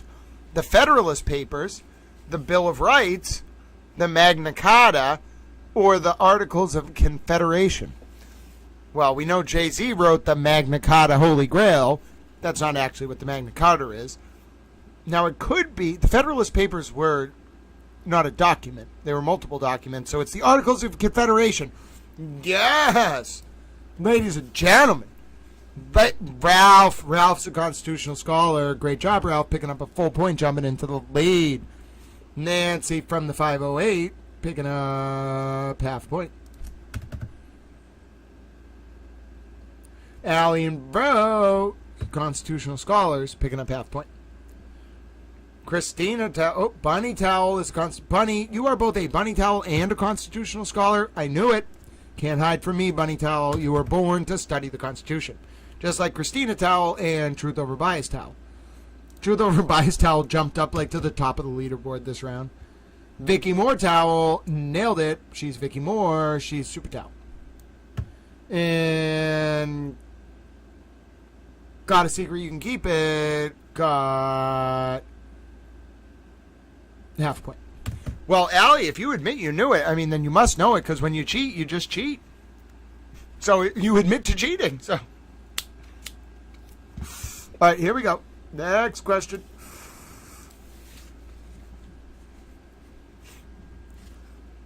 Which convention led to the drafting of the U.S. legal document? The Liberty Convention, the Federalist Assembly, the Philadelphia Conference, the Constitutional Convention. You should all get it, but this is a terrible question. It's the Constitutional Convention, but this is just like a bad question. It's not written well, it's just terrible. So I hate this question. Ralph got it. Ralph was the first one to get it. It was basically asking the same question before in a much more convoluted way. Where's Steph Towel? Steph Towel, where did you go? Steph Towel gets half point. Ruth Lang gets half point. Christina Towel gets half a point. Great job, Christina Towel. Nancy gets half a point.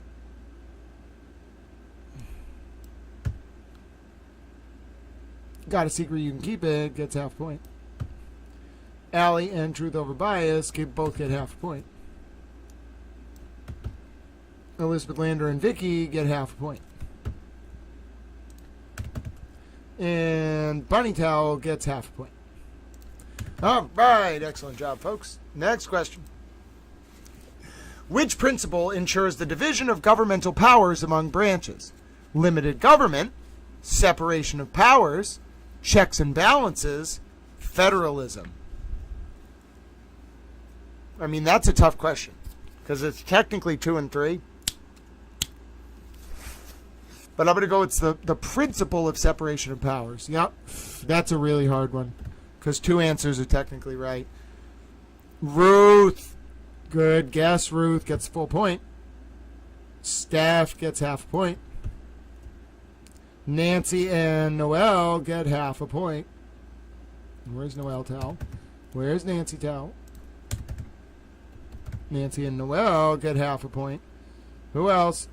Elizabeth Lander and Susan get half a point. Where's Susan Towel? You're on my list, Susan. Come on, Susan. There you are. Susan Towel gets half a point. Who else? Got a secret, and Vicky and Truth Over Bias all get half a point. Where's Vicky Towel? All right. And who else? And Christina Towel gets half a point. All right.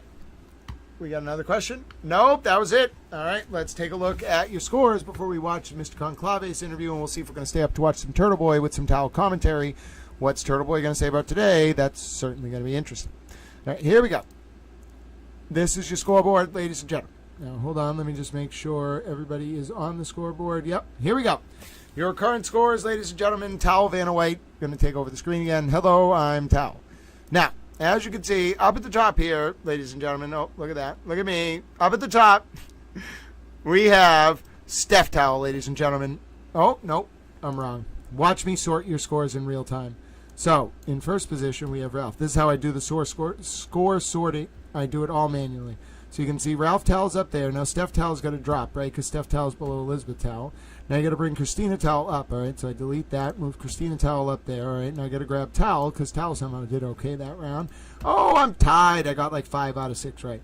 Now I got to check everybody else. 9, 9, 9, 8, 6, 6, 7. Where truth over bias jumped up a lot, right? So you grab truth over bias, tied for third. Ooh, excellent job, my friend.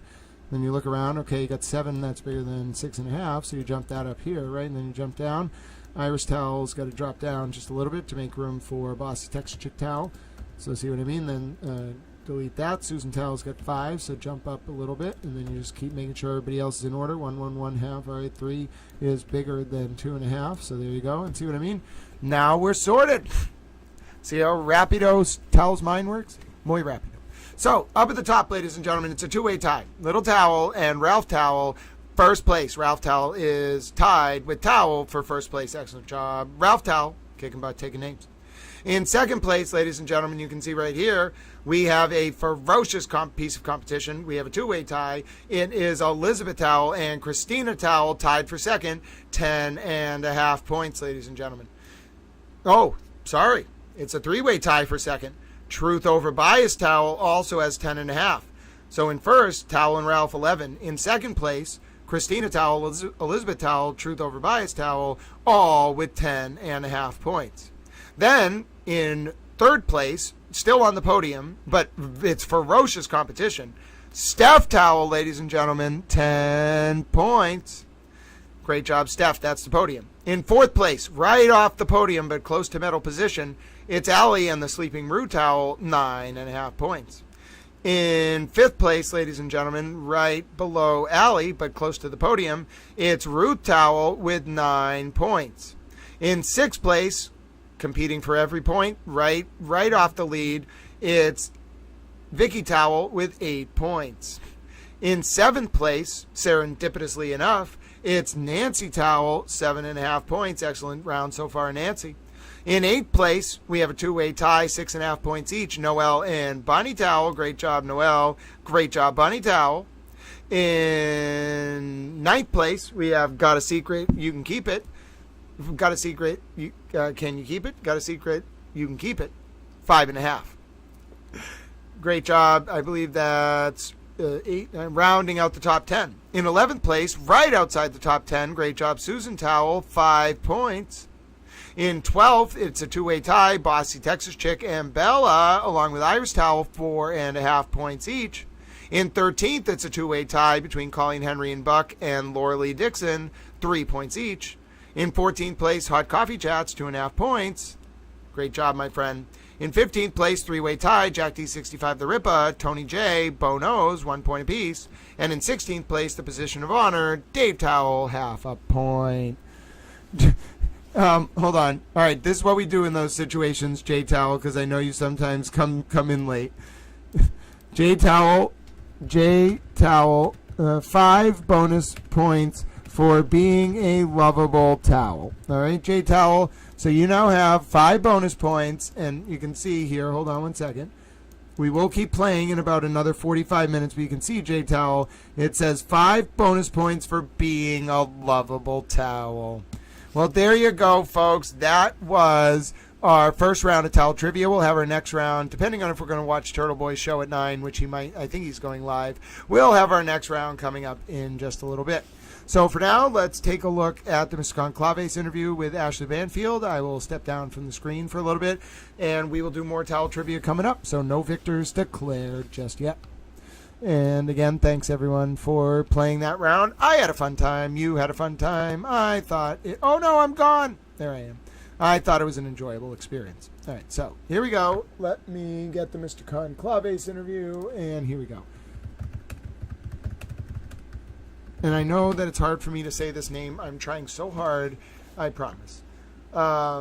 So we are going to watch the Ashley Banfield interview, and I hope that this is the full interview. All right, so we're going to watch this. It's incredibly important going into the Brian Kohberger sentencing tomorrow. I've wanted to hear what Mr. Conclave has wanted to say for a while, so let me just make sure this is the full interview with Mr. Conclave. It's loading up now. Thank you for your patience. Hold on 1 second. All right, so I'm going to allow a little bit of context, I think, first, and then we're going to watch the interview, which starts about 10 minutes in. So Ashley Banfield has been doing some amazing coverage. I want to give her credit and thank her for giving a voice to so many of the people that were impacted by Brian Kohberger's horrific actions. I think she's done some of the best coverage on this case, and this is coming from someone who's just starting to learn about it. So I want to first thank her for that work, and then I also want to bring this up and show it to you. So. All right, my name is Grant Smith Ellis. I'm going to go off the screen while we watch this, and I'm going to be listening to it with you, but I want us to focus on what Mr. Conclave has to say, okay, and then we're going to talk about it after.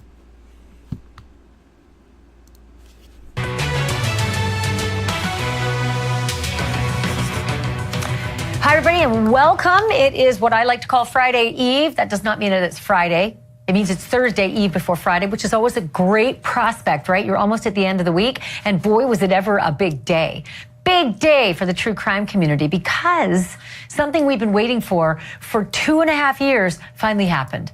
The judge in the Brian Kohberger quadruple murder case in Idaho finally lifted the gag order, the thing that has kept you and me from knowing about this monster.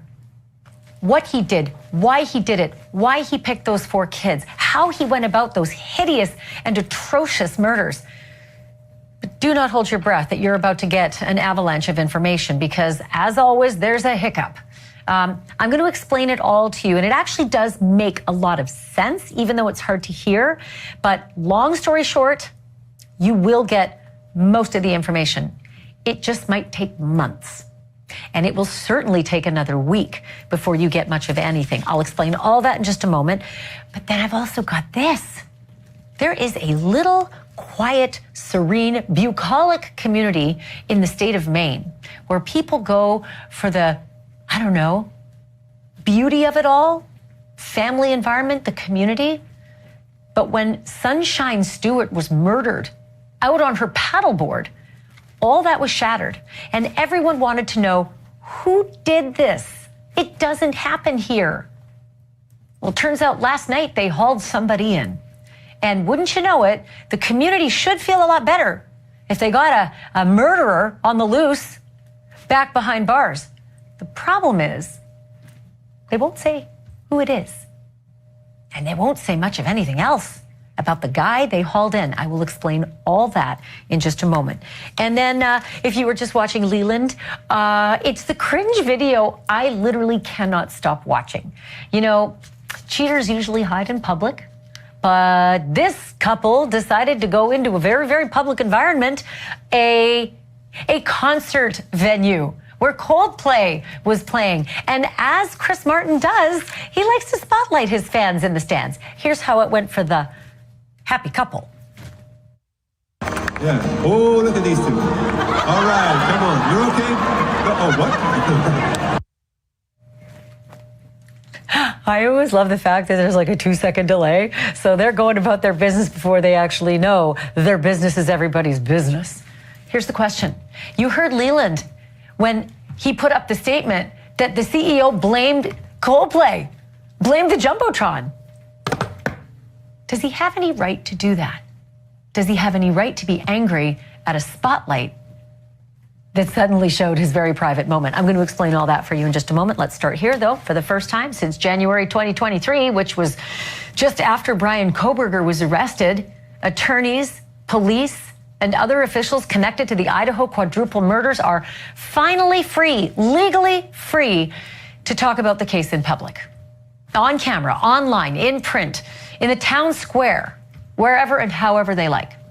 And that cheer that you may have heard from newsrooms across the country and fans of public, not hooded justice, it erupted when the judge in Boise, Idaho lifted that dreaded gag order this morning, technically called a non-dissemination order.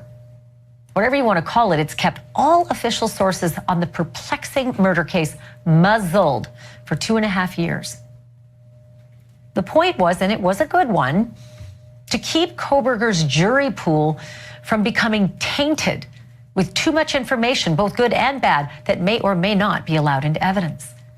But Since Kohberger saved the state and the rest of us the trouble and expense of a trial, the judge said that he can no longer justify gagging all of that information from being made public to you and to me.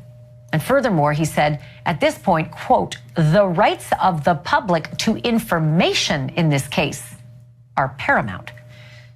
And I say, finally. Even the prosecutor was on board, but not so much Kohberger's defense team. I would only say, Your Honor, as this court is well aware, the publicity in this case is so extensive and emotions are already so high that adding fuel to the fire of media interviews or a rush to interview people as they leave the courthouse or enter the courthouse would only increase the concerns that the defense has. And even though the plea has a specific sentence attached to it, as this court is well aware, things happen in plea hearings and, sentencing hearings. And to minimize the possibility of that, we request that this order stay in place. Didn't win. Not really, anyway. Very interesting. Things happen at sentencing hearings, like withdrawing your plea. Yeah, that can happen. But if it's any consolation to Team Kohberger, there is also the separate issue of literally hundreds and hundreds of sealed court documents, not one of which will be automatically unsealed with the ending of this gag. Most of it will be public eventually, but each will be reread with many parts redacted, and that is going to take time, like months. And it won't even start to happen until after Kohberger is sentenced on Wednesday of next week. And until that moment when the gavel comes down on his case and he's led away to his forever cell, Kohberger could technically try to wiggle out of his guilty plea. Or he could file appeals that he gave up his right to file. I want to read to you part of an email that prosecutors sent to the families of the victims. Okay, so there is Supreme Court case law that states if a defendant who has waived appeal directs his attorney to file a notice of appeal, the attorney is required to file notice. This does not change the fact that defendant has waived his right to obtain any relief on appeal and that any appeal should be dismissed. Similarly, while the defendant has waived all rights to appeal, he could still claim ineffective assistance from his defense counsel. The state is not concerned about this possibility or the possibility that the defendant would have any success if he did explore either of these avenues. This basically means, careful, we are not at the end of the line yet, and Brian Kohberger could still turn the screws on us before the gavel comes down. So I'm going to stop here and bring in our national correspondent, Brian Enton, who's been following this case since the beginning. So it's interesting, Brian, as we were all watching this today, I think a lot of people were confused when they heard that Brian Kohberger could appeal still. We all heard it, he had waived his right to appeal. But it's interesting that the defense attorney for Kohberger says that lifting this gag order could affect the sentencing. Can you explain it? Yeah, I mean, you picked up on the same exact quote of the entire hearing. This was the thing that I picked up on the most. Things happen at sentencing. I thought, what exactly does that mean? And she wasn't really that specific. I think what she meant, and she basically said it, is emotions are high. It's already a very, very emotional time for the families. It's going to be an emotional day. And what is really the point of, bringing more out before the sentencing next Wednesday? But things happen at sentencing. I still don't really know what things exactly that she's talking about. And she said, you know what I'm talking about, but I don't know what she was talking about. So that was interesting. In terms of the appeal, this is something that has concerned the families all along. He signed the agreement that says he's not going to appeal, but the Supreme Court has ruled that everybody has a right to an appeal, and he could later on say, I didn't have a good lawyer, I got bad advice, And I didn't know necessarily what I was signing, and he could try to appeal that way. Granted, it would be tough. I mean, this is Brian Kohberger. He was a criminology, getting his PhD. He clearly knew exactly what he was signing, and that would probably come out. So the chances are low, but it's possible.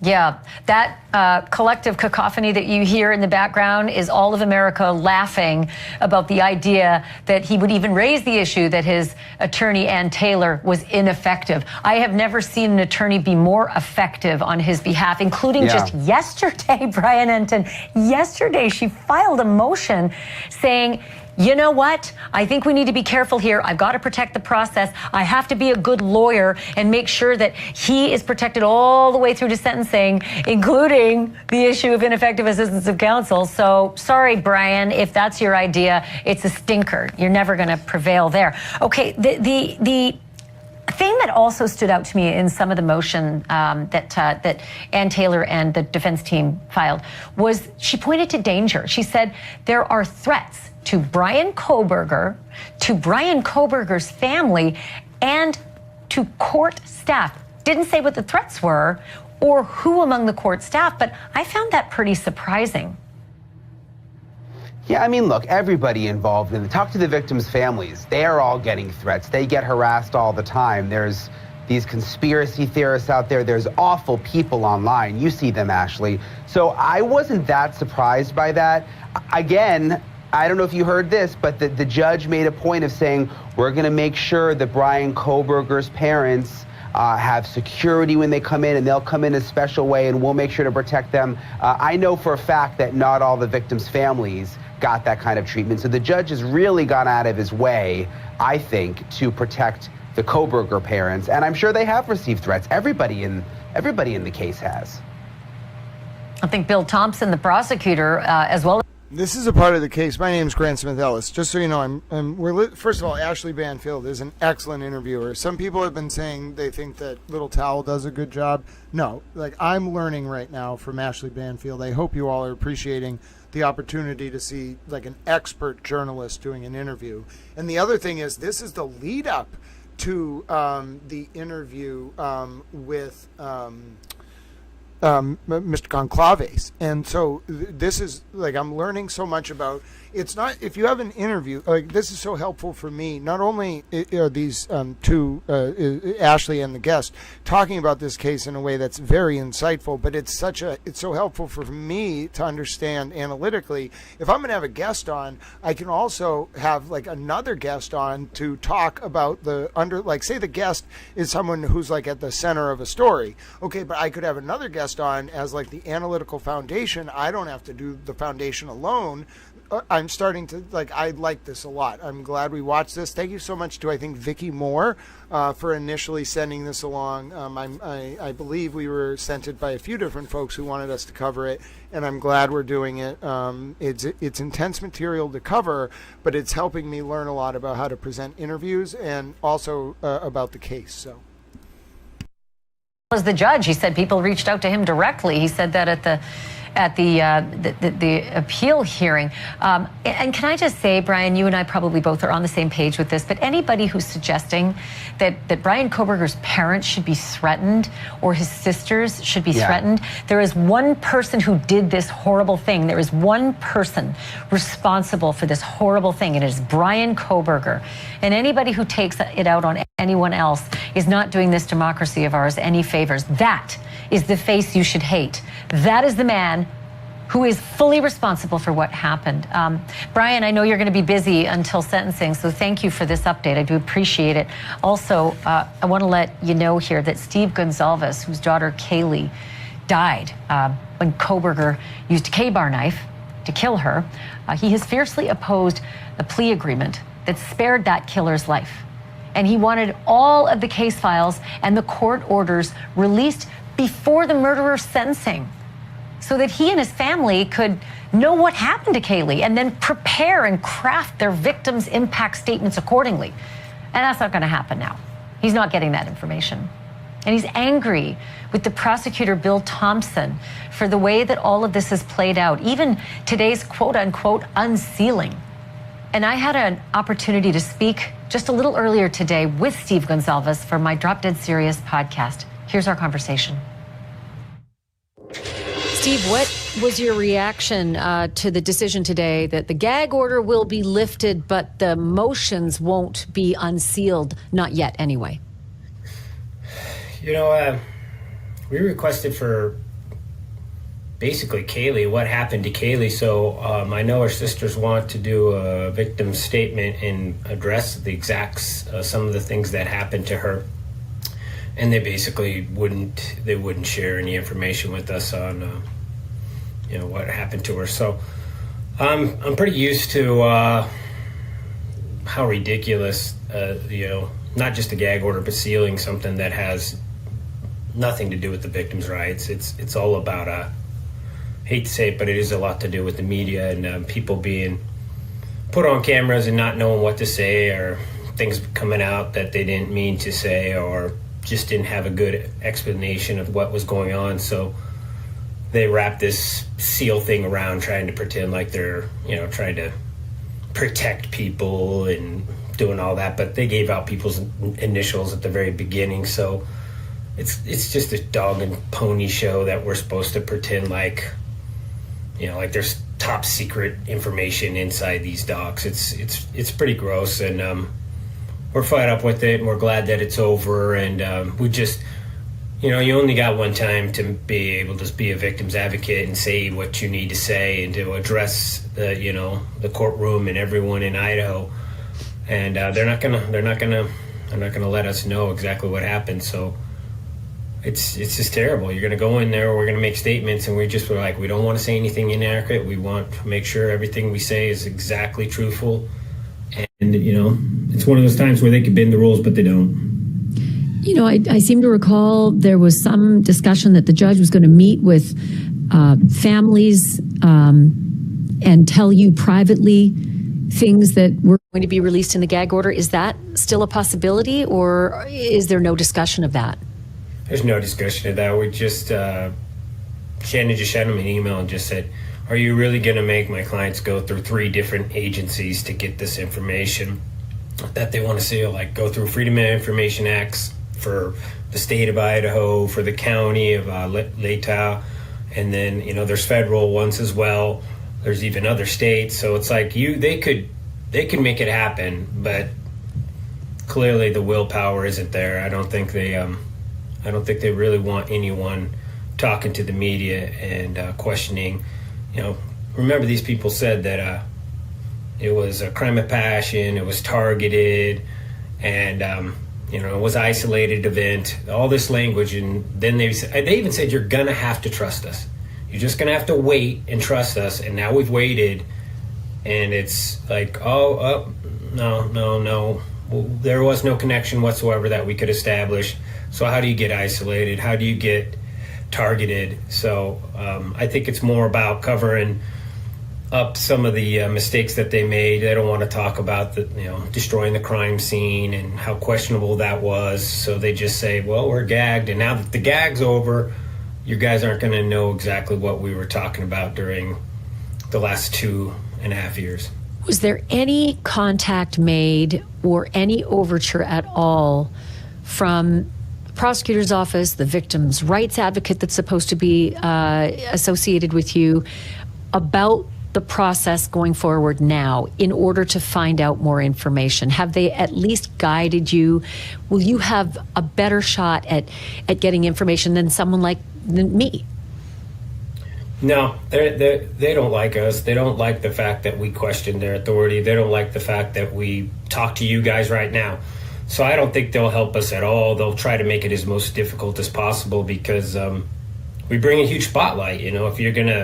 If we're gonna read it, we're gonna explain it to people how we understand it, and I don't think they want that attention. And that's probably why most of them have already retired. So I don't think we're gonna get any help. We don't have a victim's advocate. She's bound by the rules of that court. So if the judge tells her to shut her mouth and don't talk about it, there's an open investigation of the leak, and she's a part of that team. She can't talk to us. We brought up the leak in court January 13th. Gray accused that office of leaking the information, and ever since then we've been able to prove that we got we got this.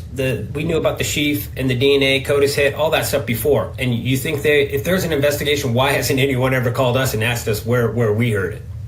You know, so there's no investigation going on. They're lying to Hitler if they're telling him there's an investigation. There's no investigation going on, because the first person who told you that there was leaks and proved to you by telling you what they've heard, that eventually becomes part of your case. You know, the sheep, we knew about the sheep before it was. We knew about the white car before they released it.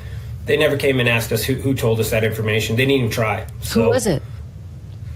Oh, I would never. I'm not going to give that information out. You know, I really respect the people that actually reached out and tried to help us. They're awesome mothers and fathers, and they cared about their community, and they wanted to make sure that this was done the right way. And so, yeah, we did know some stuff, but I respect all those people, and I would never give out their information. They're all safe. Understanding. Every person I've ever talked to. It makes perfect sense. You got a loyalty to those who loved you and cared for you throughout this horrible process. In the interim, I kept thinking along the way there would be things that you know that we don't know, and that you were sworn to secrecy because of the gag order or any other reasons. Is there information you know now that I haven't known and the rest of us haven't known up until today? Most of the information we found out were just people calling up. I've had other officers call us up and just say, I don't know what just happened in the court today, but I don't support it. People so angry at what was happening in that court.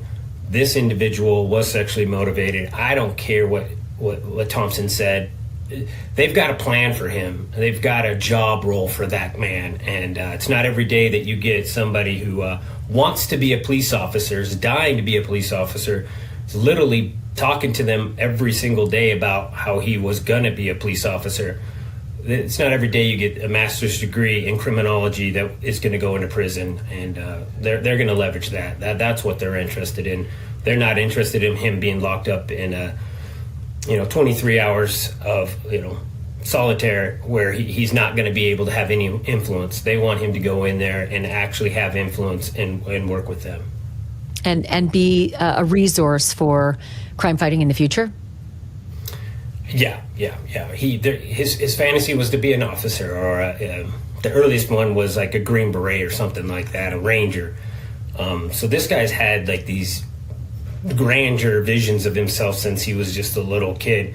And I think one of the first things he told the officers when they arrested him in Pennsylvania was like, let's get a cup of coffee. I'm working on my criminology PhD, and I'd like to interview you. It's like, this guy wants to be a cop or wants to be somebody of importance. He always has been, and that was part of the reason why we were trying to get them to take that into account and not plead with him. Don't give him the position of power.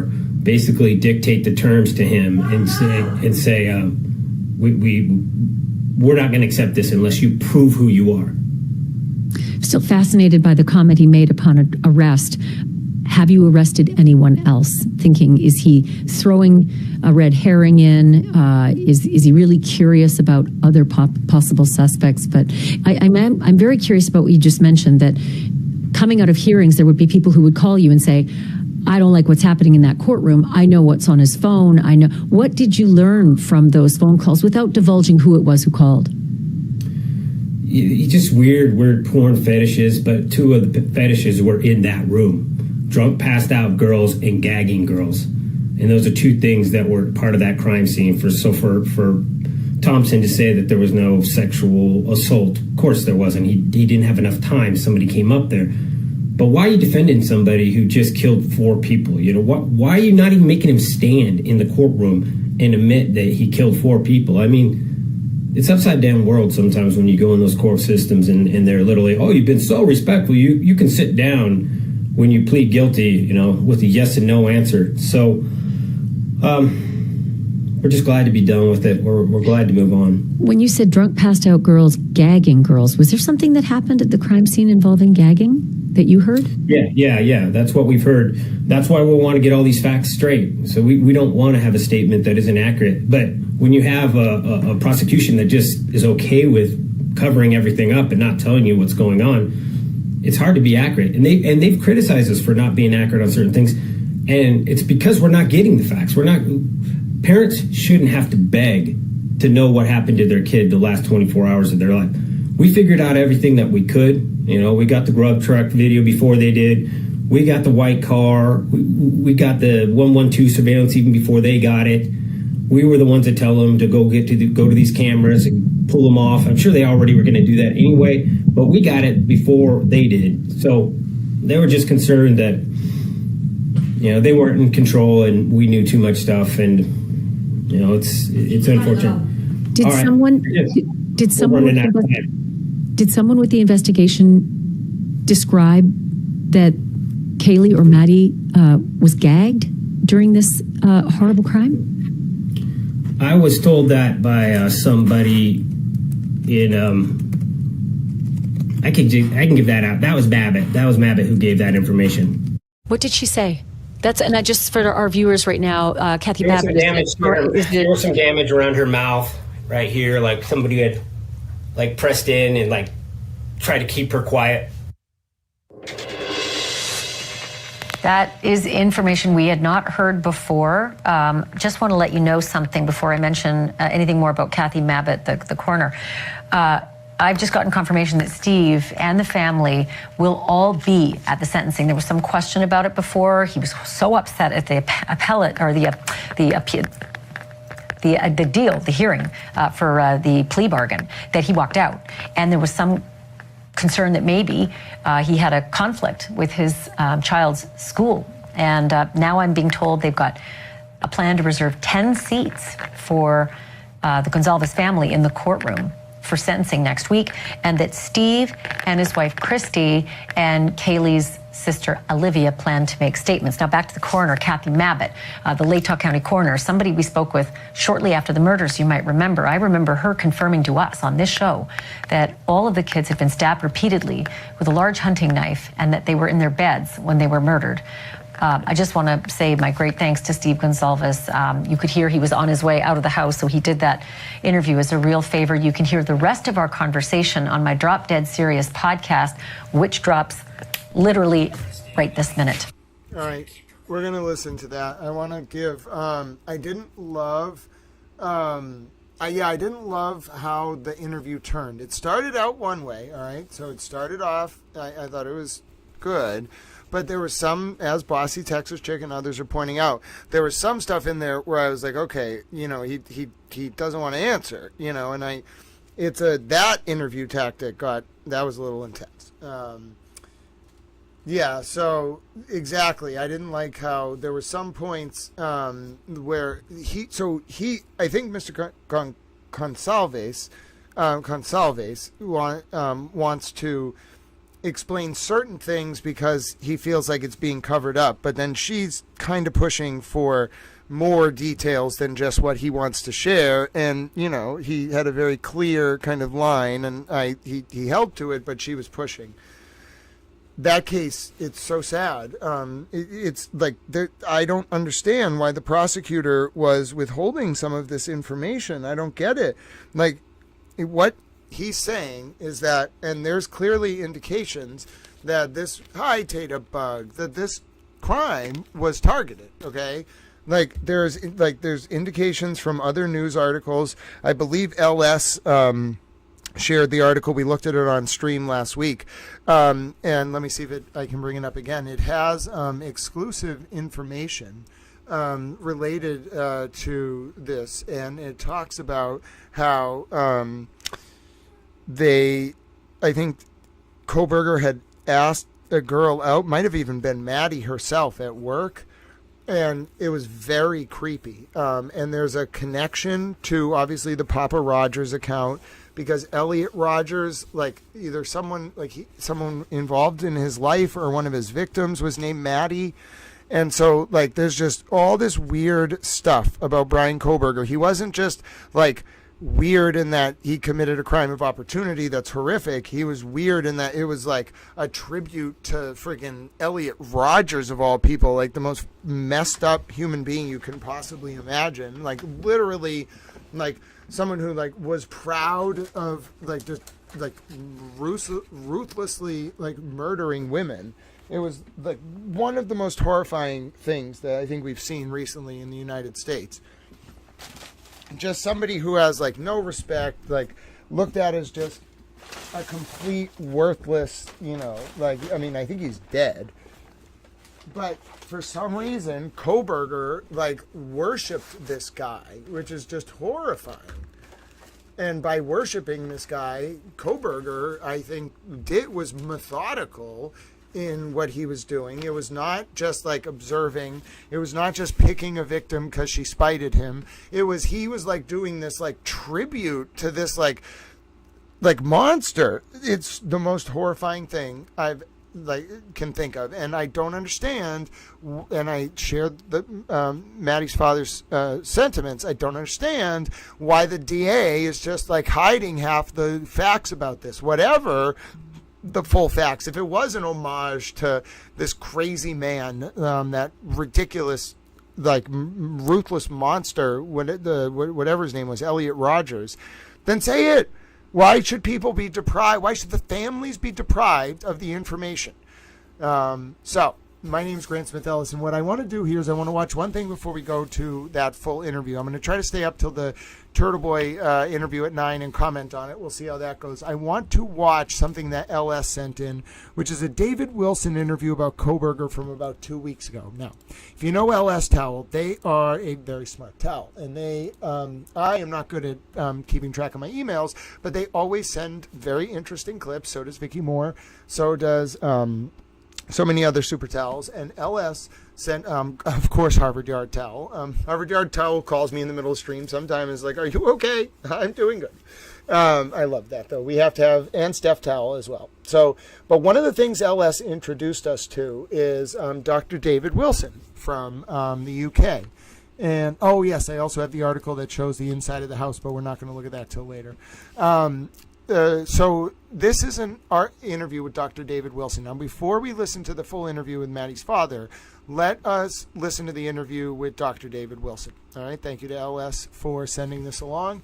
If you haven't listened to Dr. David Wilson, yeah, no, sorry. He isn't doing the interview. He's in it. I apologize. I was saying in my American vernacular, I suppose, an interview with. So I don't think he actually interviews anyone, but he's listed in the description. So he's going to be in the program. It's about the Kohberger case, and Dr. David Wilson provides very good grounding. And then we'll listen to Maddie's father and the full interview on the podcast with Ashley Banfield. Hopefully it isn't all as combative as that last say. Not combative, but as pushy as that last. That was a good interview. I'm glad. And that was before the gag order was lifted. I'm glad we got to listen to that. Now, if you're just tuning in, we're going to see, I think Turtle Boy might be going live at 9. What day of the week is it? Isn't it? Does he go live on Tuesdays? I think he does. I thought he does Tuesdays and Saturdays. I don't even, isn't it Monday? No, it's Tuesday. I think he does a Tuesday show. I don't know. We'll keep an eye on it, though. So we're going to take a look at another interview. That one was from before the gag order lifted on British TV. This interview we're going to look at is from American TV, and it was after the gag order lifted. The latest on the case of the 4 Idaho college students murdered back in 2022, and Gail's with us with more. Gail. Gag order in the case against the killer. His name is Brian Kohberger. This after Kohberger accepted a deal to plead guilty to the murders of the 4 students. The families have waited nearly 3 years, think about that for a second, for a trial that was originally scheduled to begin just a few weeks from now. Joining us now is the family of one of the students, Kaylee Gonzalez. Her parents are Steve and Christy. They're joining us along with their attorney, Shannon Gray. Guys, I'm so sorry that you're here under these circumstances, but I really want people to know your story. You know, when this first happened, it was something that really shocked the nation, shocked all of us. The brutality of it was still something that was so stomach-turning. But for you, this has been a life-changing event. Your lives will never be the same. And I'm wondering, Steve, if you could start us off with how you all got the news and how you heard about the news. It was a normal Sunday. We were watching football, family all together. We got a phone call from a cousin that said they had family that was down in Moscow, and that there was cops in an ambulance around our daughter's house. While they were sitting there, there was rumors, but basically a vandal alert came out that said there was 4 dead. Yeah, that's an alert from the school. Yeah, the college sent out an alert. That's how we found out our daughter was gone. And the reason why I think this is so important that we're sitting here today, I think most people think the families know all the details of the case about everything that has happened, Christy. And that's why it's so important as you sit here today that the gag order has been lifted, because I'm thinking you all know all the details of what happened to your daughter that night, but you were telling me that you actually don't. No, we don't. We don't know any more than pretty much everybody else. So with this gag order being lifted, it will allow us to know more of what happened to our daughter. Steve, why do you want to know the details? Some people would say the fact that he's going to plead guilty, that he will be in prison for the rest of his life, that he will never be released. You won't have to go through the trial and hear some of the most gruesome things that you've ever heard. Why do you want to hear the details?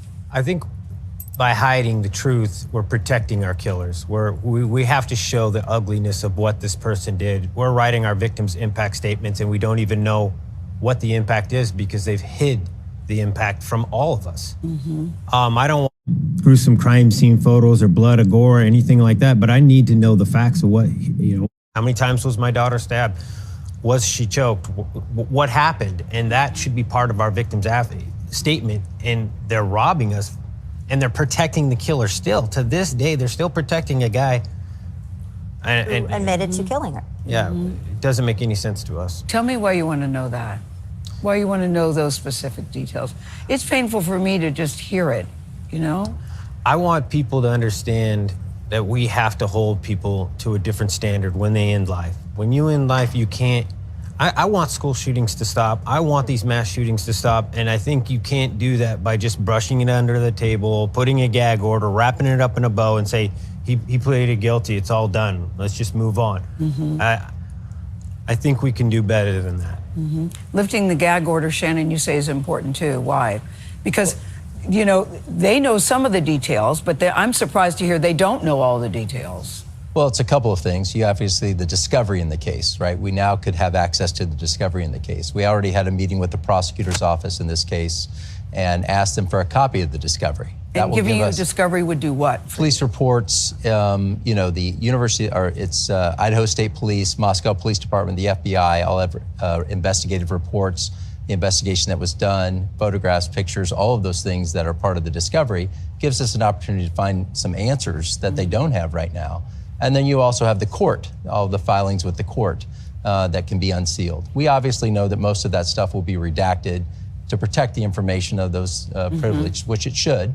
But all of that information is very important, and it's important that the prosecution keeps their promise to the victim's family and gives them a copy of that discovery.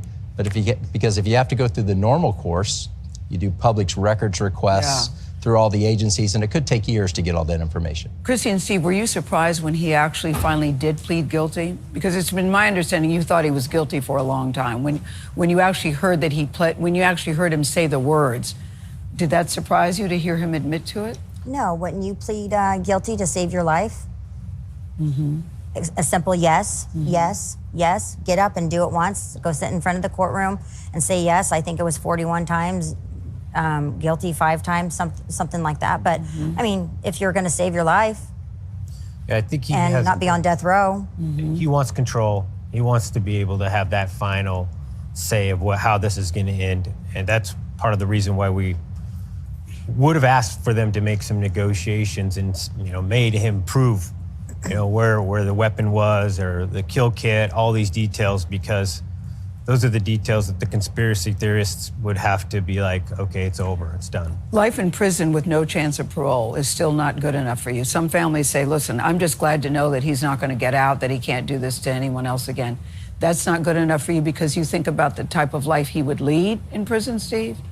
Yeah, he's dedicated his life. He has a master's degree in criminology. He knows that he can write legal papers for other prisoners and work favors. He can still have influence. This man killed my daughter. I want him to have no influence in the world anymore. And he's going to still be able to do interviews. He's still going to be able to help fellow inmates, with things. Get them prescriptions. All these type of things will give him a better and more rewarding life inside, I call adult care. Prison is just like adult care. So it's my daughter deserved better than that. Yeah, what is it like for you? I know you've been in the courtroom. What is it like for you to sit and see him? I often wonder, I've seen you on TV from the very beginning, Steve. You've been very outspoken, and every time I see you, I wonder how he's getting through it. What is it like for you to sit and see him?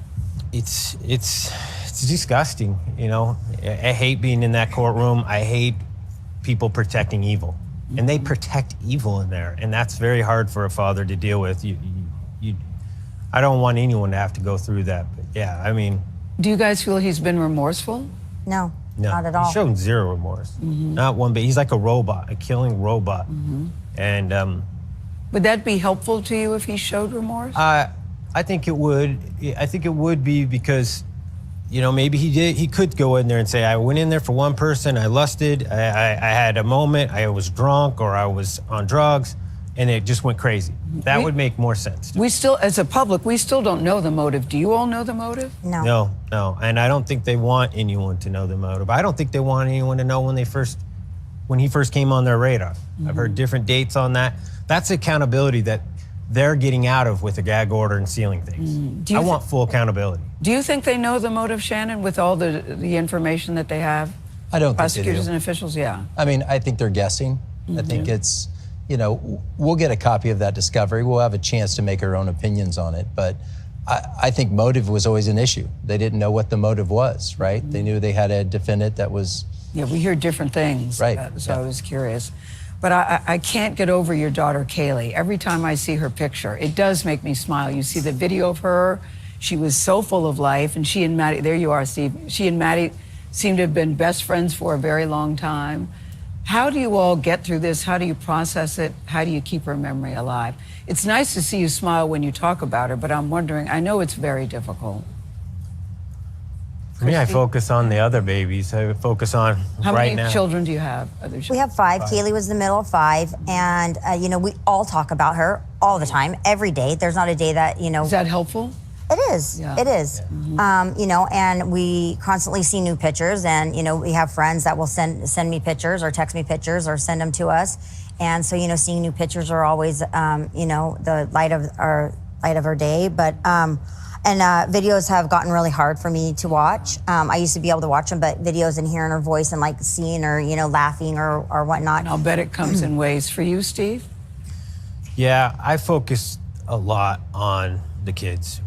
Like yesterday, we brought one of our kids out to New York with us, and it was on her bucket list. Yeah. She's about to go to college, so we were just really love being around her, and she's doing pranks, and she's just reminding us of Kaylee all over again, and that's what I try to focus on. And I'll let you go with this because I have seen you from the very beginning. What would be the most helpful to you from people who are watching you and feeling for you and sympathizing? What would be the most helpful for you? I would say, I hate to say it, but if any other family has to go through something like this, get a lawyer, fight as much as you can, honor your child to the very end, do everything you can, let the world know that we got to get better. We got to stop doing these killings. We got to treat people better. Yeah. This is no way to do it. You were right about that. Thank you guys for coming in. We really appreciate it. Thank you.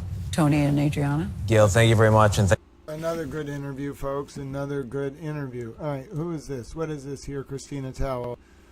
Aiden Kierney's doing an interview. Is he doing an actual show, or is he just doing an interview?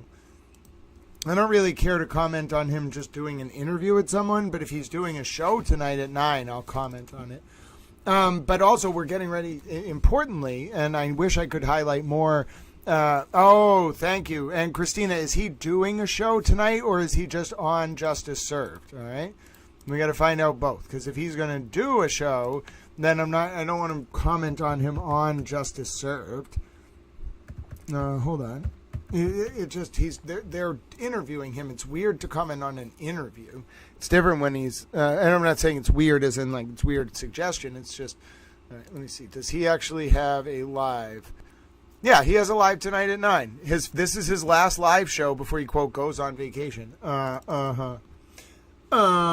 No, so we're not going to watch the Justice Served interview, but at 9 p.m., stick around, we will watch Turtle Boy's live show. All right, so hello, Taterbug. You are Taterbug. All right, so we're going to watch Mr. Conclave's full interview with Ashley Banfield. They only showed about 10 minutes on News Nation. We're going to watch the full thing. And then, depending on what time, I think this will get done around 8:30. We might play one round of towel trivia before we watch Turtle Boy and I comment on it at 9. I'm here. I'm a towel. My name is Grant Smith Ellis. Thanks for being with me. And let us go ahead and watch this interview right now.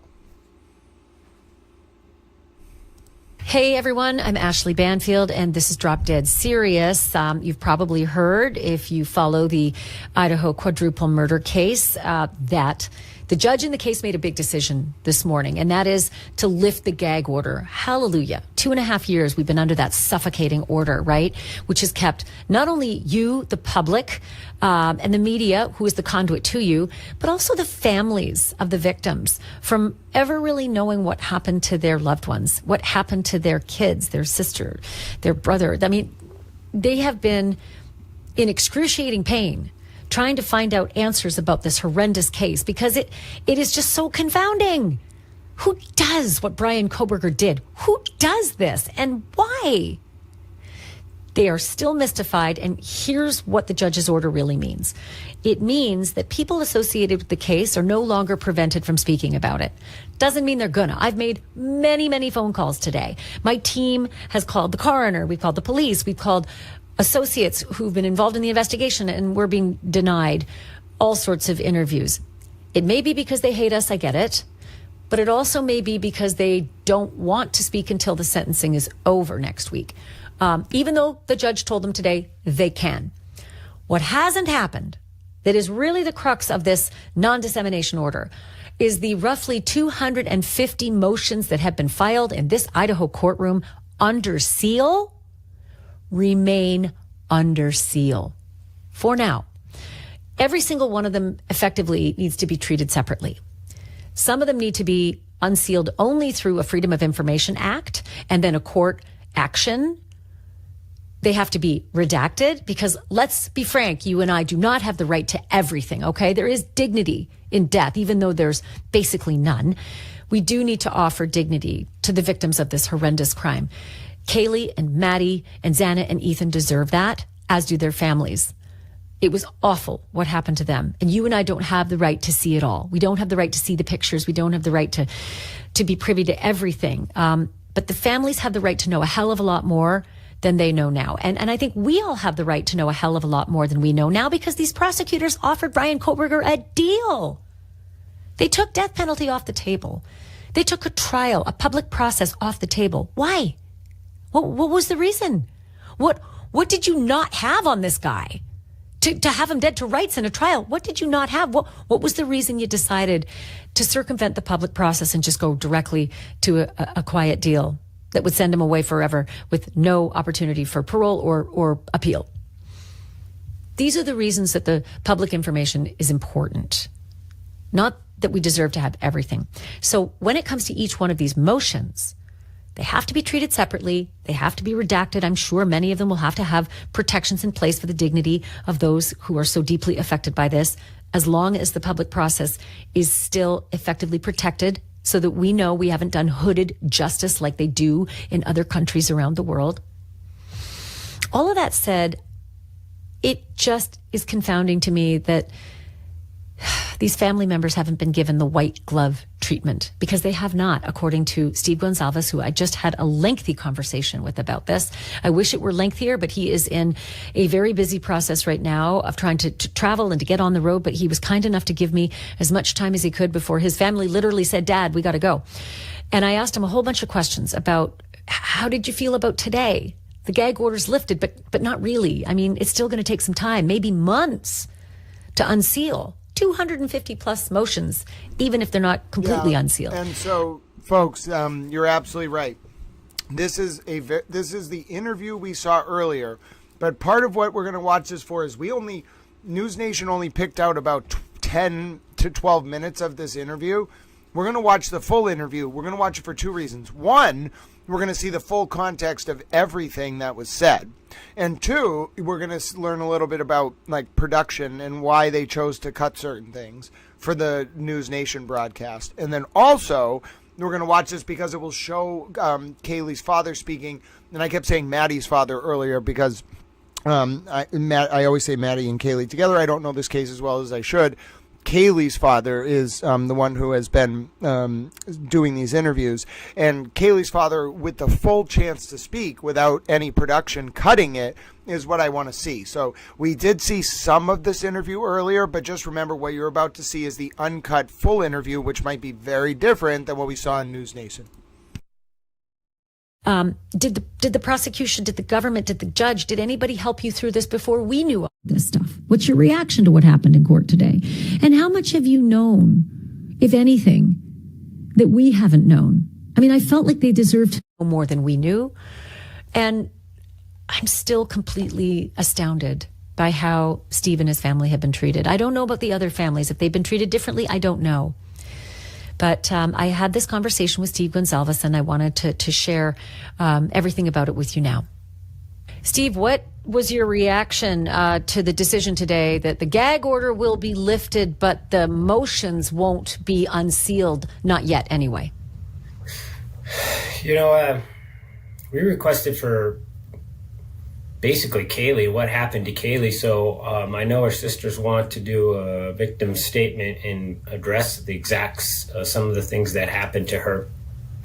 And they basically wouldn't share any information with us on, what happened to her. So I'm pretty used to how ridiculous, not just a gag order, but sealing something that has nothing to do with the victim's rights. It's all about hate to say it, but it is a lot to do with the media and people being put on cameras and not knowing what to say, or things coming out that they didn't mean to say, or just didn't have a good explanation of what was going on. So they wrap this seal thing around, trying to pretend like they're, trying to protect people and doing all that. But they gave out people's initials at the very beginning. So it's just a dog and pony show that we're supposed to pretend like, like there's top secret information inside these docs. It's pretty gross, and we're fed up with it, and we're glad that it's over. And we just, you only got one time to be able to be a victim's advocate and say what you need to say and to address the courtroom and everyone in Idaho. And they're not gonna let us know exactly what happened. So it's just terrible. You're going to go in there, we're going to make statements, and we're like, we don't want to say anything inaccurate. We want to make sure everything we say is exactly truthful. And, it's one of those times where they could bend the rules, but they don't.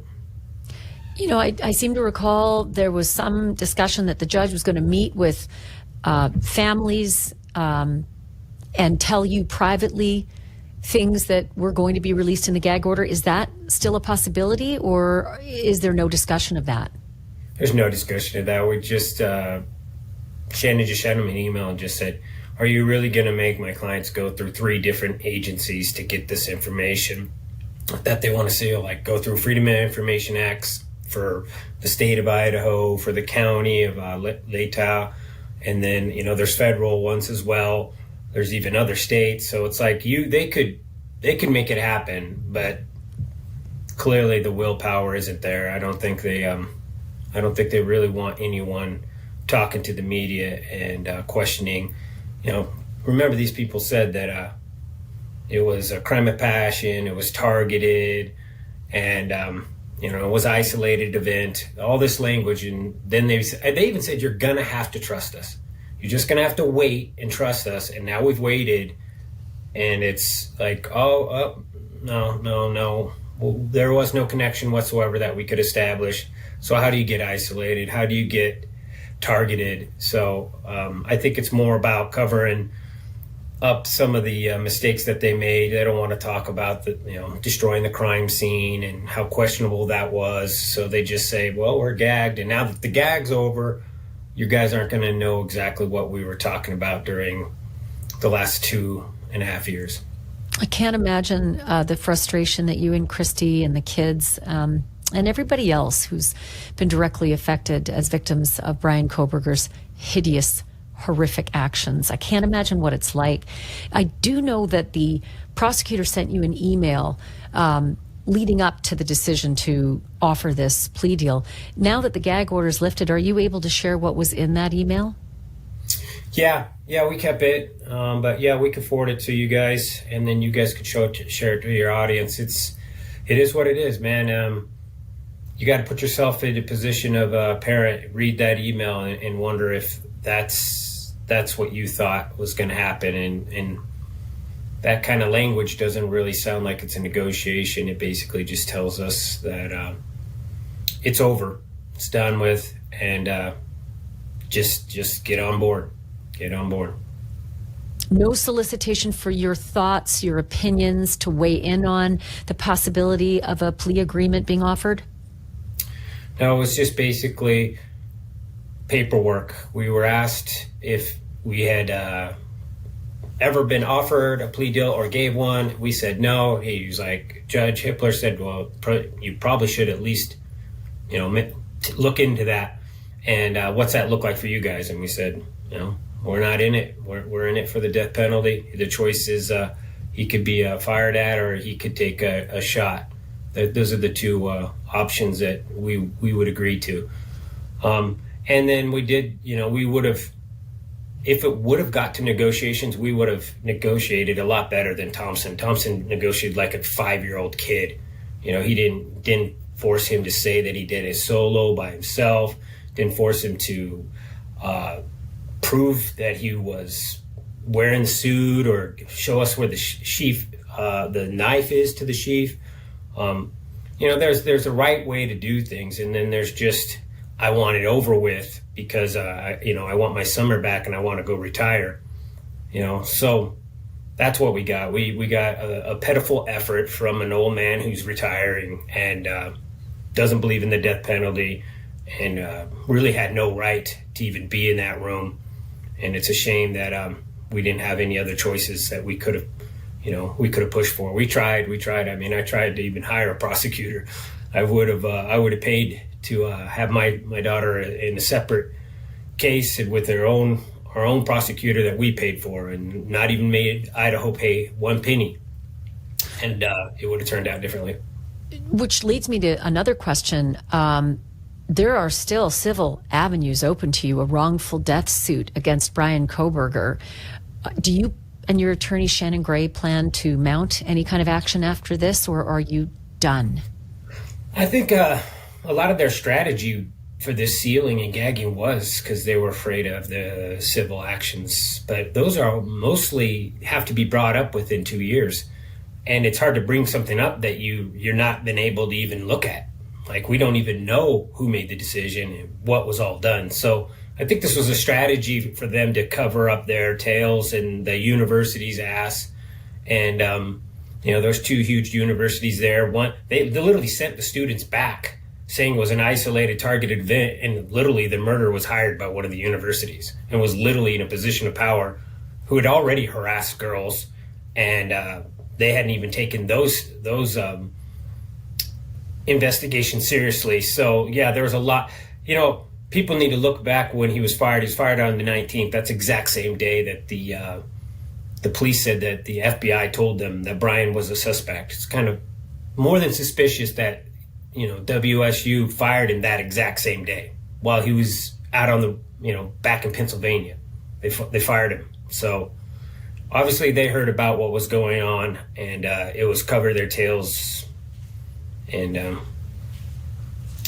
that's why we have all this sealed stuff, and we're still fighting for the information to come out when it's just 4 kids that got killed in their bed. There's no top secret information here. There's no national security. It's literally people thinking that they don't work for us anymore, guys. They think that we are lucky to be in that courtroom, and they're like a form of royal bloodlines, and they sit there in that courtroom and they tell us how it goes, and how dare us question them, and how dare us know what's going on and question what they're doing. And I appreciate the media because it's one thing an angry dad saying that. It's a different thing for ex-prosecutors to get on your guys' station and say, this is questionable. Why'd they tear the house down? There's literally the 1112 video is referencing sounds in that house. So, it could easily be that a jury wanted to reproduce what those sounds would have sounded like on that camera. And they couldn't do that once the house was torn down. Was there any contact made or any overture at all from prosecutor's office, the victim's rights advocate that's supposed to be associated with you, about the process going forward now in order to find out more information? Have they at least guided you? Will you have a better shot at getting information than someone like me? No, they don't like us. They don't like the fact that we question their authority. They don't like the fact that we talk to you guys right now. So I don't think they'll help us at all. They'll try to make it as most difficult as possible because we bring a huge spotlight. If we're gonna read it, we're gonna explain it to people how we understand it, and I don't think they want that attention. And that's probably why most of them have already retired. So I don't think we're gonna get any help. We don't have a victim's advocate. She's bound by the rules of that court. So if the judge tells her to shut her mouth and don't talk about it, there's an open investigation of the leak, and she's a part of that team. She can't talk to us. We brought up the leak in court January 13th. Gray accused that office of leaking the information, and ever since then, we've been able to prove that we knew about the sheath and the DNA, CODIS hit, all that stuff before. And you think if there's an investigation, why hasn't anyone ever called us and asked us where we heard it? So there's no investigation going on. They're lying to Hitler if they're telling him there's an investigation. There's no investigation going on because the first person who told you that there was leaks and proved to you by telling you what they've heard, that eventually becomes part of your case. The sheep, we knew about the sheep before it was. We knew about the white car before they released it. They never came and asked us who told us that information. They didn't even try. So who was it? I would never. I'm not going to give that information out. I really respect the people that actually reached out and tried to help us. They're awesome mothers and fathers, and they cared about their community, and they wanted to make sure that this was done the right way. And we did know some stuff, but I respect all those people, and I would never give out their information. They're all safe. Every person I've ever talked to. It makes perfect sense. You got a loyalty to those who loved you and cared for you throughout this horrible process. In the interim, I kept thinking along the way there would be things that that we don't know, and that you were sworn to secrecy because of the gag order or any other reasons. Is there information you know now that I haven't known and the rest of us haven't known up until today? Most of the information we found out were just people calling up. I've had other officers call us up and just say, I don't know what just happened in the court today, but I don't support it. People so angry at what was happening in that courtroom that they would literally pick up their phone and call us and say, this is what's on Brian's phone. This is what he was searching. This individual was sexually motivated. I don't care what Thompson said. They've got a plan for him. They've got a job role for that man. And it's not every day that you get somebody who wants to be a police officer, is dying to be a police officer, is literally talking to them every single day about how he was going to be a police officer. It's not every day you get a master's degree in criminology that is going to go into prison, and they're going to leverage that. That's what they're interested in. They're not interested in him being locked up in 23 hours of solitaire where he's not going to be able to have any influence. They want him to go in there and actually have influence and work with them. And be a resource for crime fighting in the future? Yeah.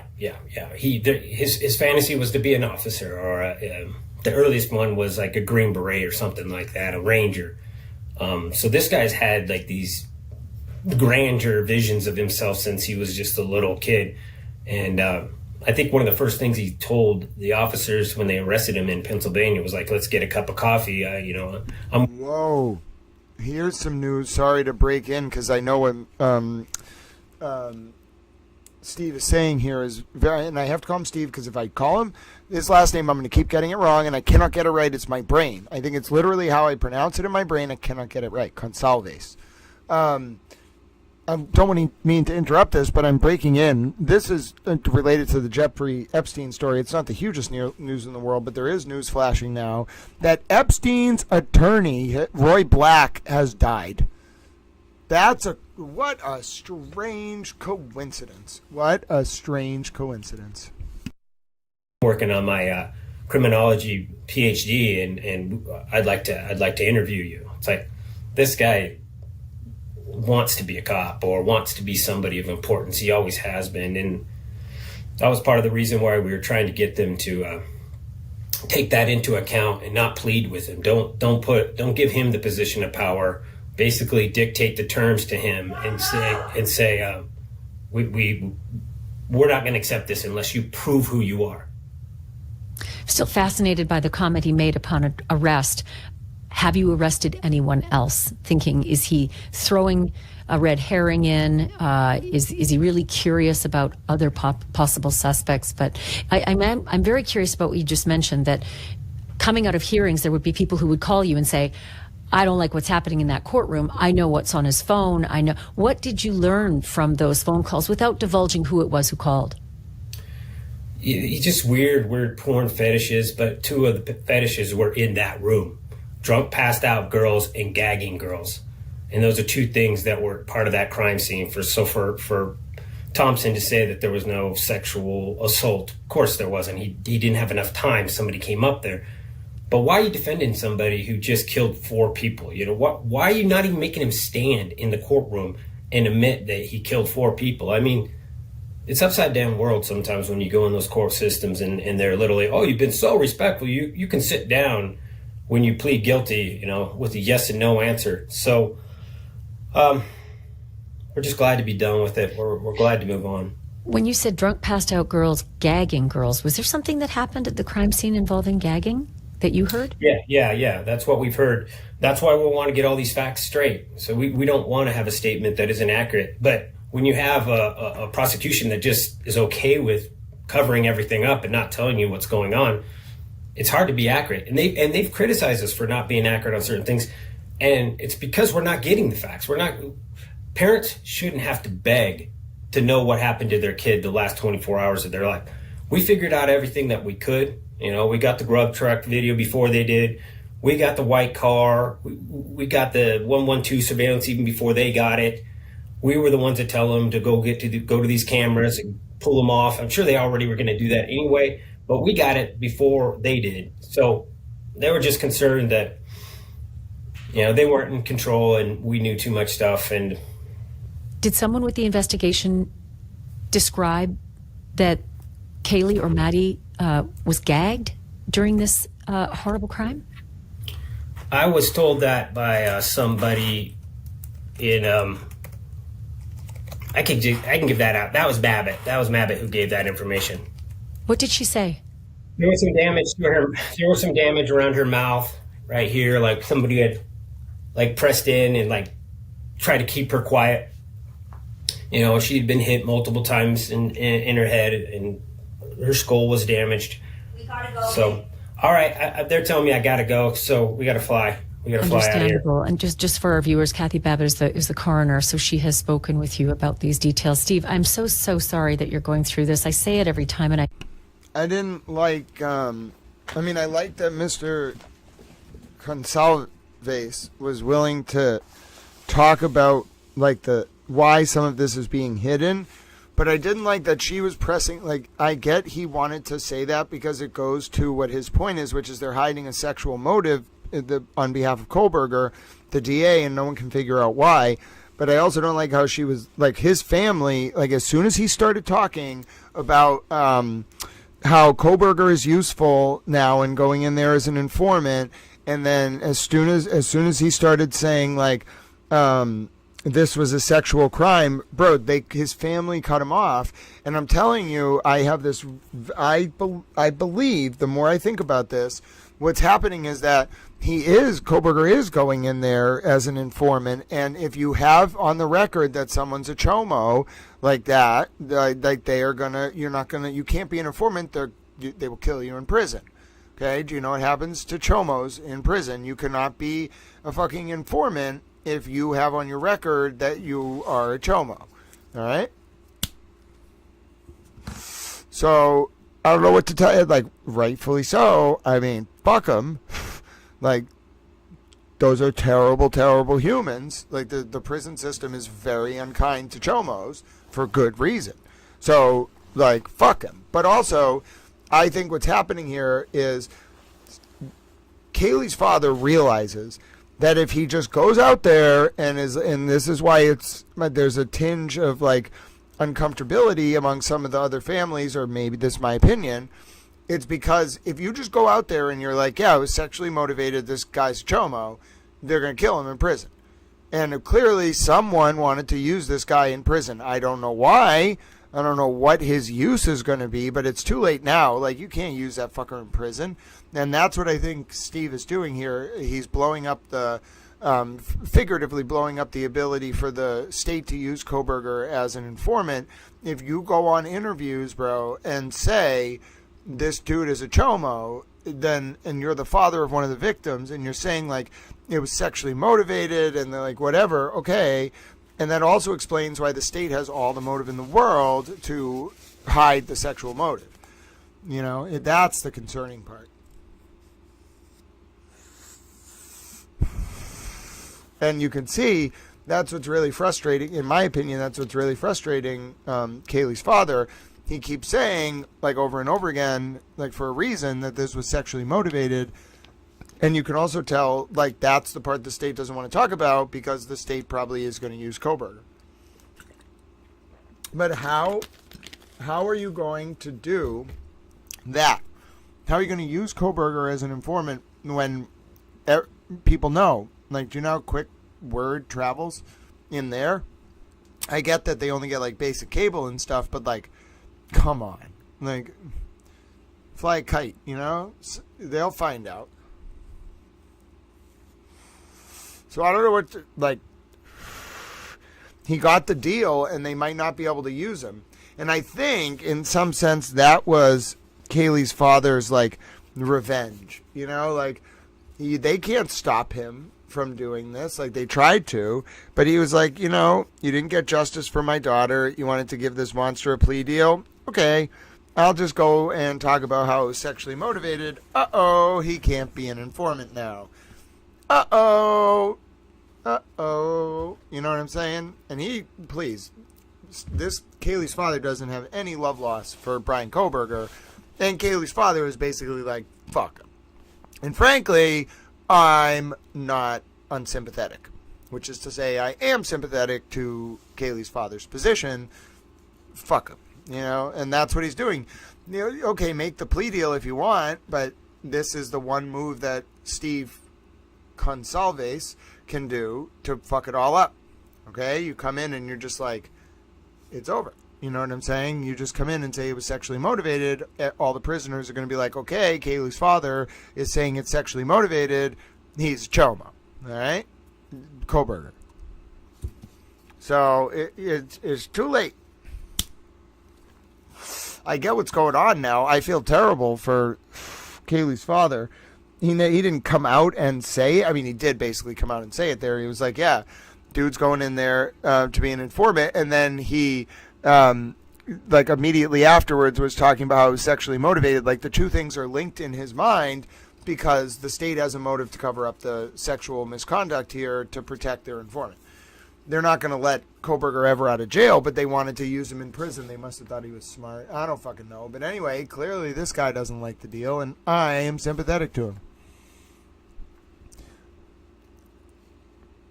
No, I don't think Kohberger... Listen, this is a structured plea deal. I think he's, like, getting coached by the state or something. I don't think he's going to say anything problematic.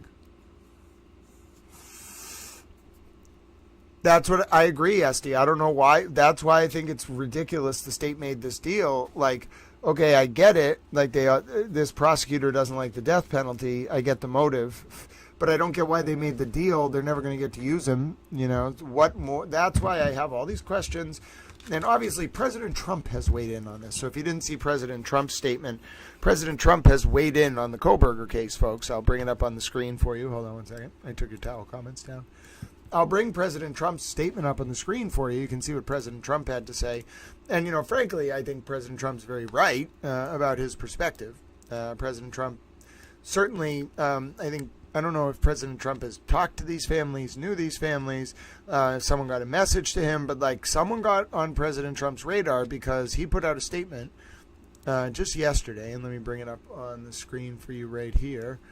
He put out a statement, I think it was yesterday, July 21st. Yeah, so I think it was yesterday, maybe the night before. And, you know, it's not just President Trump definitely like monitors social media, but it was definitely interesting to see this form of statement from President Trump. So let me bring it up on your screen right now. Hold on, little towels. Where is it? Nope, hold on. All right, so there we go. That's the statement from President Trump. Let me read it for you right now. So the statement in full from our president was, Brian Kohberger, who was responsible in Idaho for the deaths of 4 wonderful young souls, has made a plea bargain deal in order to avoid the death penalty. These were vicious murders with so many questions left unanswered. While life imprisonment is tough, it's certainly better than receiving the death penalty. But before sentencing, I hope the judge makes Kohberger, at a minimum, explain why he did these horrible murders. There are no explanations. There is no nothing. People were shocked that he was able to plea bargain, and the judge should make him explain what happened. Thank you for your attention to this matter. I mean, that's why I like President Trump, because he's a troll at heart, and I think that's hilarious. Taterbug likes President Trump. I get that sense. All right, here we go. Look at me. Taterbug, if you're still here, I have a, what's it called? Towel tank top on.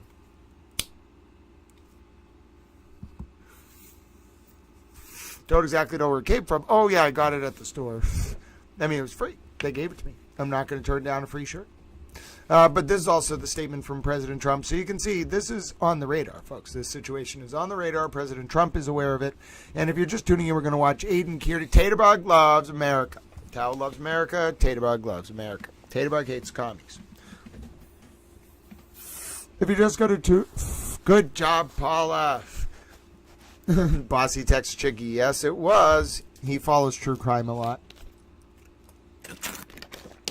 President Trump definitely likes true crime. And what can I say? I mean, it's not a bad thing to like if you're in it to raise a voice for the vulnerable. Yeah, Taterbug, I have a towel tank top. All right, so we have 30 minutes until the Aiden Kierney show starts. I have heard some feedback that people like when Towel comments on Aiden shows. This is his last show before he goes on vacation. Let's see what he has to say about this juror. I mean, he wasn't there today. I don't know if he really understood the implications of what was happening. Let's see if he's stupid enough to talk about a federal case where he could be under investigation. I'm looking forward to it. All right, my name's Grant Smith-Ellis. We're going to play some Towel trivia. If you're just getting caught up, I have our current Towel trivia scores. All right, ladies and gentlemen, if you're just getting caught up, we're going to play 30 minutes of Towel trivia. I'm a towel. You're a towel. Here we go. Here's the scoreboard. Our scoreboard, ladies. Hold on. Our scoreboard, ladies and gentlemen. I have to just go up one little bit. There we go. Our scoreboard. Heading into the next few rounds of Towel trivia. It is a weird statement, Bossy Texas Chick. I think it's just him being like political. Yeah, and you would have expected President Trump to talk about the Diddy trial in light of the fact that Diddy was such a Democrat.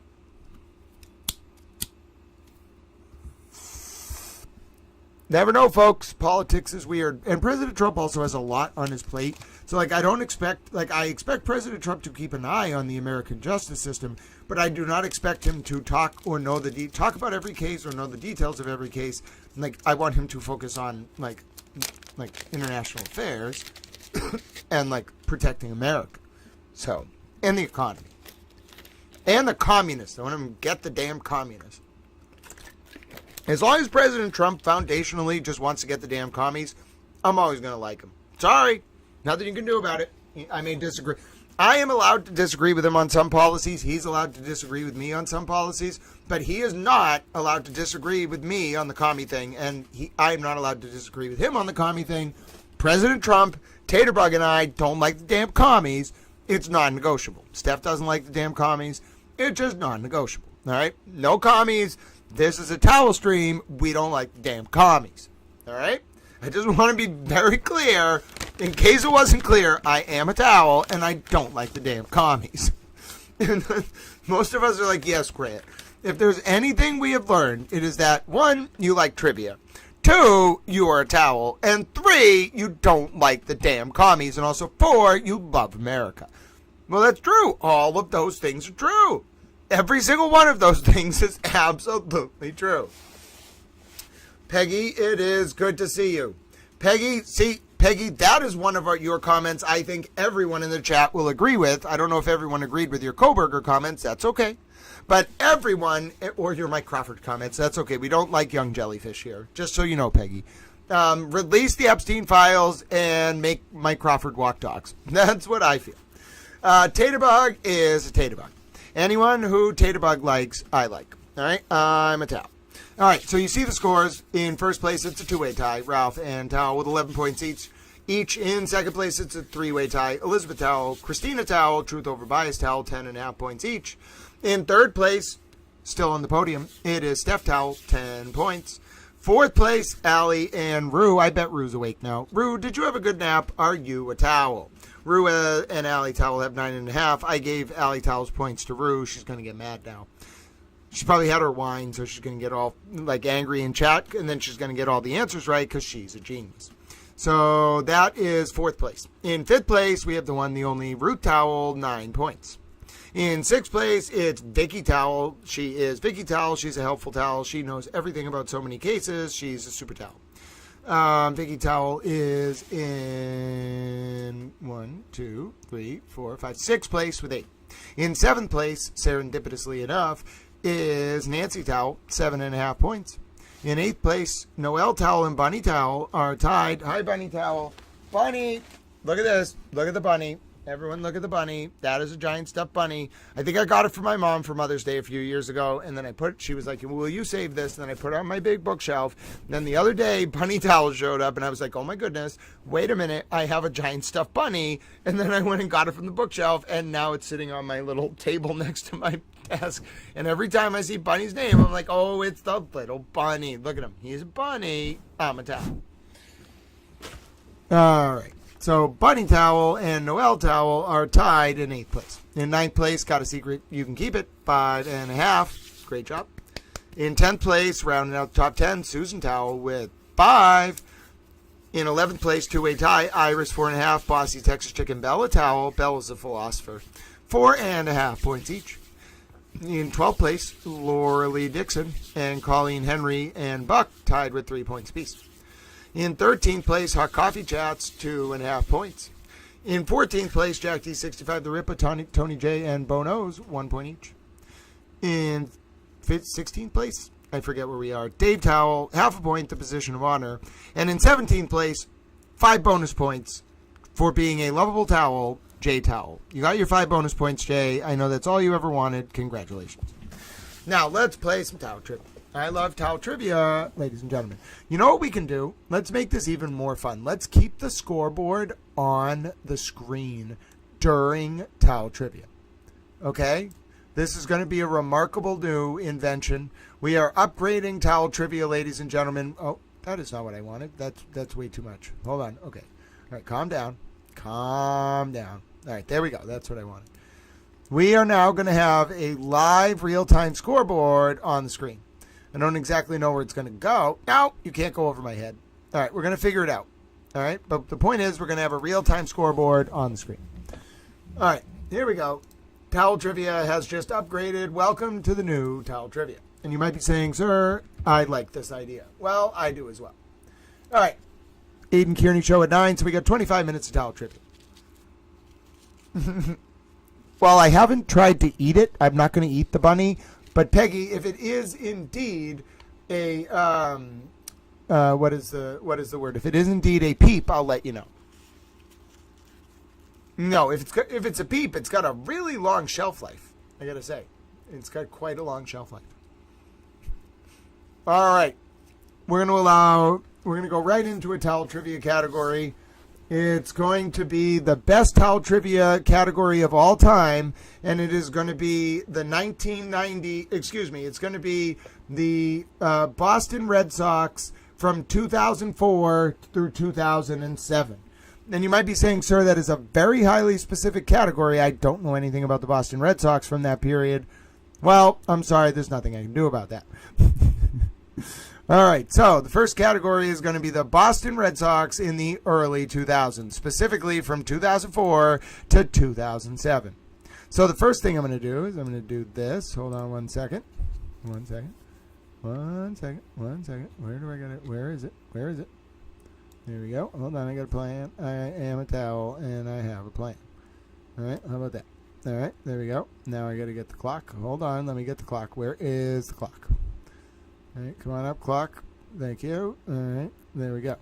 All right, so now I got to find a place for the scores. I don't know where they're going to go, but I'm going to figure it out. Hold on. All right, so let me put them down here. We might have to make some adjustments to the scores based on the location of the question, but you now have a real-time scoreboard. All right, so the category is going to be the Boston Red Sox from 2004 through 2007. Then I know you've all want Tatabog. You have a great day. The bunny has jaundice. I will double-check the bunny, by the way. I'll make sure it doesn't have jaundice. Who's ready for towel trivia? I'm ready. I'm a little towel. I love towel trivia. All right, here we go. Hold on now. All right, here we go. Got to load up my towel phone. This is the scorekeeping device, obviously. The towel phone is what keeps score. All right, so Aiden Kierney show will start around 9. That's when we'll be doing, I think, more cat pictures came in. I can't wait to show more cat pictures. Double check the bunny. All right, I'm double checking the bunny. All right, hold on. I have double checked the bunny. Here we go. Oh, it wasn't that Tatabog was leaving. It was someone else who was saying goodbye. Oh, look at the bunny. I'm double checking the bunny. I've double checked the Tatabog. It would just like to say hello to you. It is still a bunny. Okay, so the category is, folks, the 2004 through 2007 Boston Red Sox. Through the 2004 to 2007 Boston Red Sox. Baseball. All right, here we go. Everyone ready? Ladies and gentlemen, the 2004 to 2007 Boston Red Sox. We can skip his hour-long. Oh, yeah, we won't be watching the opening. We always start a little late so we can watch them at double speed like a little duck turtle. And then I just start yelling about things normally. Inevitably, I start yelling about something. All right, who's ready to learn things? Here we go. 2004 to 2007 Boston Red Sox. Let's do it. Which player was awarded the 2004 World Series MVP while playing for the Boston Red Sox?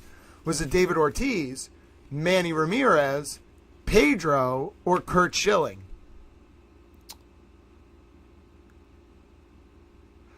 I want to say it was Big Poppy. But it could be Schilling because of the bloody sock game. No, that was the ALCS. Show me Poppy. Damn it, it was Manny. I thought it was Big. Listen, I love Big Poppy, all right? I'm always going to love Big Poppy. You give Big Poppy as an answer, I'm going to select it. Who got it? Who got Big Poppy? Susan Swan knew it was Big Poppy. Susan Swan, are you a Big Poppy fan? You got 2 points. You got to know about Big Poppy, ladies and gentlemen. Listen, he's Big Poppy. He won. All right? He won the MVP. We got it wrong. You know who got it right? Susan Swan. You know why? Because she's a genius. Did anyone else get it right? Did anyone else? No, I got it wrong. It was not Big Poppy. It was actually Manny Ramirez. Truth over bias got it right. Truth over bias gets a full point. I thought it was Big Poppy. Who else got it right? So Susan Swan got it right. And Cynthia, nope, truth over bias. But Susan was first, then truth over bias, then Allie and Rue. Allie and Rue picked up a full point. Rue loves Manny Ramirez.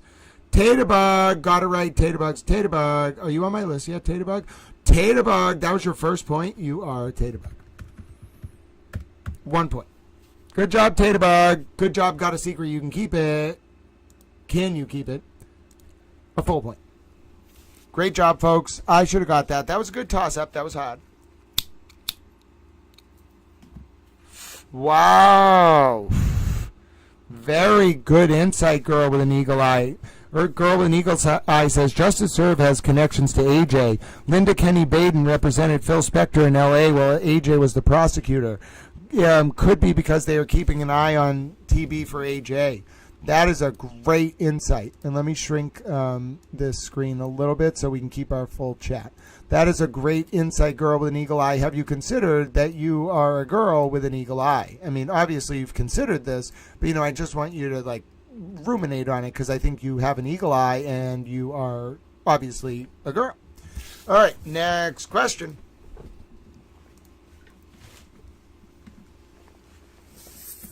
Who was the manager of the Boston Red Sox during their 2007 World Series win? Was it John Farrell, Joe Torre, Grady Little, Terry Francona? Oh, was it great? I feel like it was Francona. I don't think it was Grady Little at that point. Show me Terry Francona. It was Terry Francona, ladies and gentlemen. Call me Towel Terry Francona. Call me Terry Francona. Towel. Who got it? Steph. Steph's a lifelong Red Sox fan. She might appear Canadian, but GI5 Towel, it's great to see you. Steph might appear Canadian, but she is, in fact, a Red Sox fan. Nancy from the 508, clearly a Red Sox fan.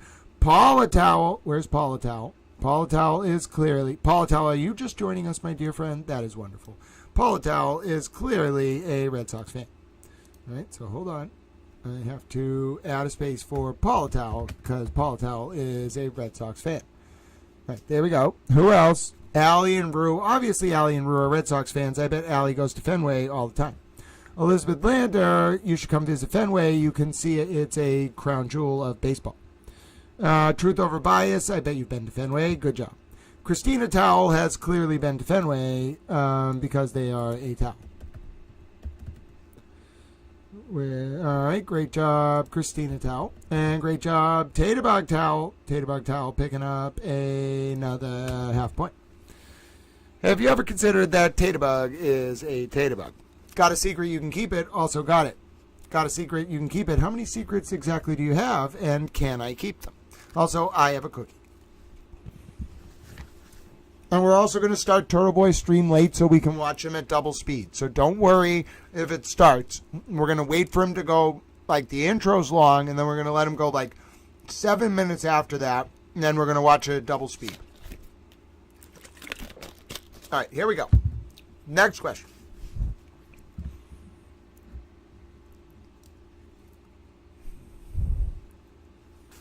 What significant streak did Boston achieve in the 2004 postseason?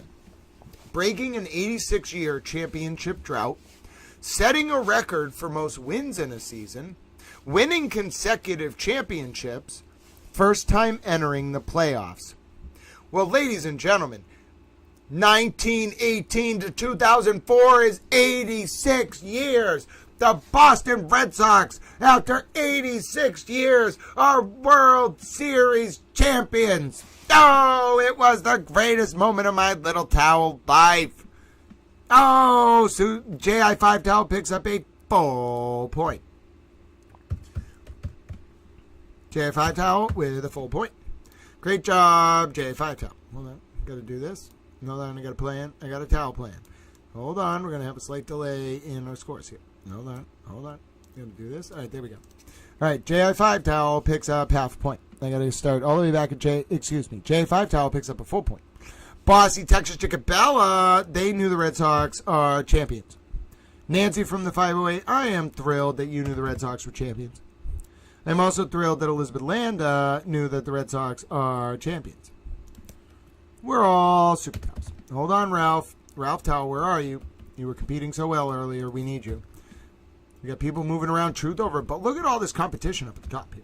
All right, who was the last one that I did? Truth over bias towel. All right, hold on. Who else got it right? It was number one.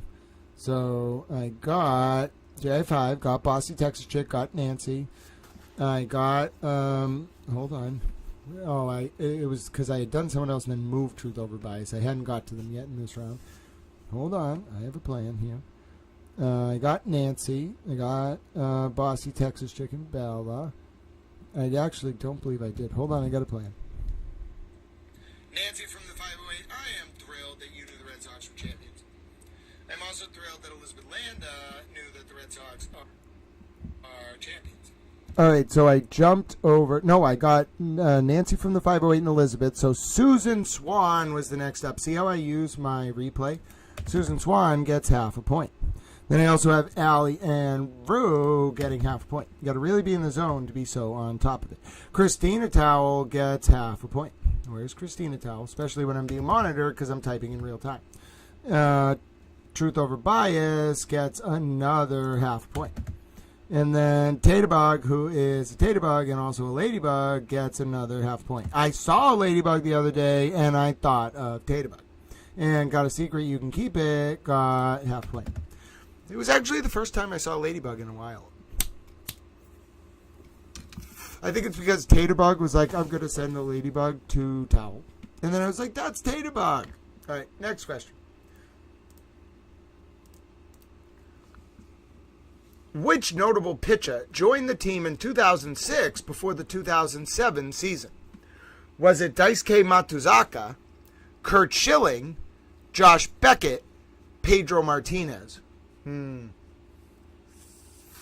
I do feel like Daisuke joined the team, but I feel like Beckett might have also joined going into senior year. I feel like it was Daisuke, though. It was Daisuke Matsuzaka. I remember the Herald headline. It was D-I-C-E-K. I have a photographic memory. Who knew it was Daisuke Matsuzaka? I knew Nancy from the 508. You redeemed my faith, my friend. You got a full point.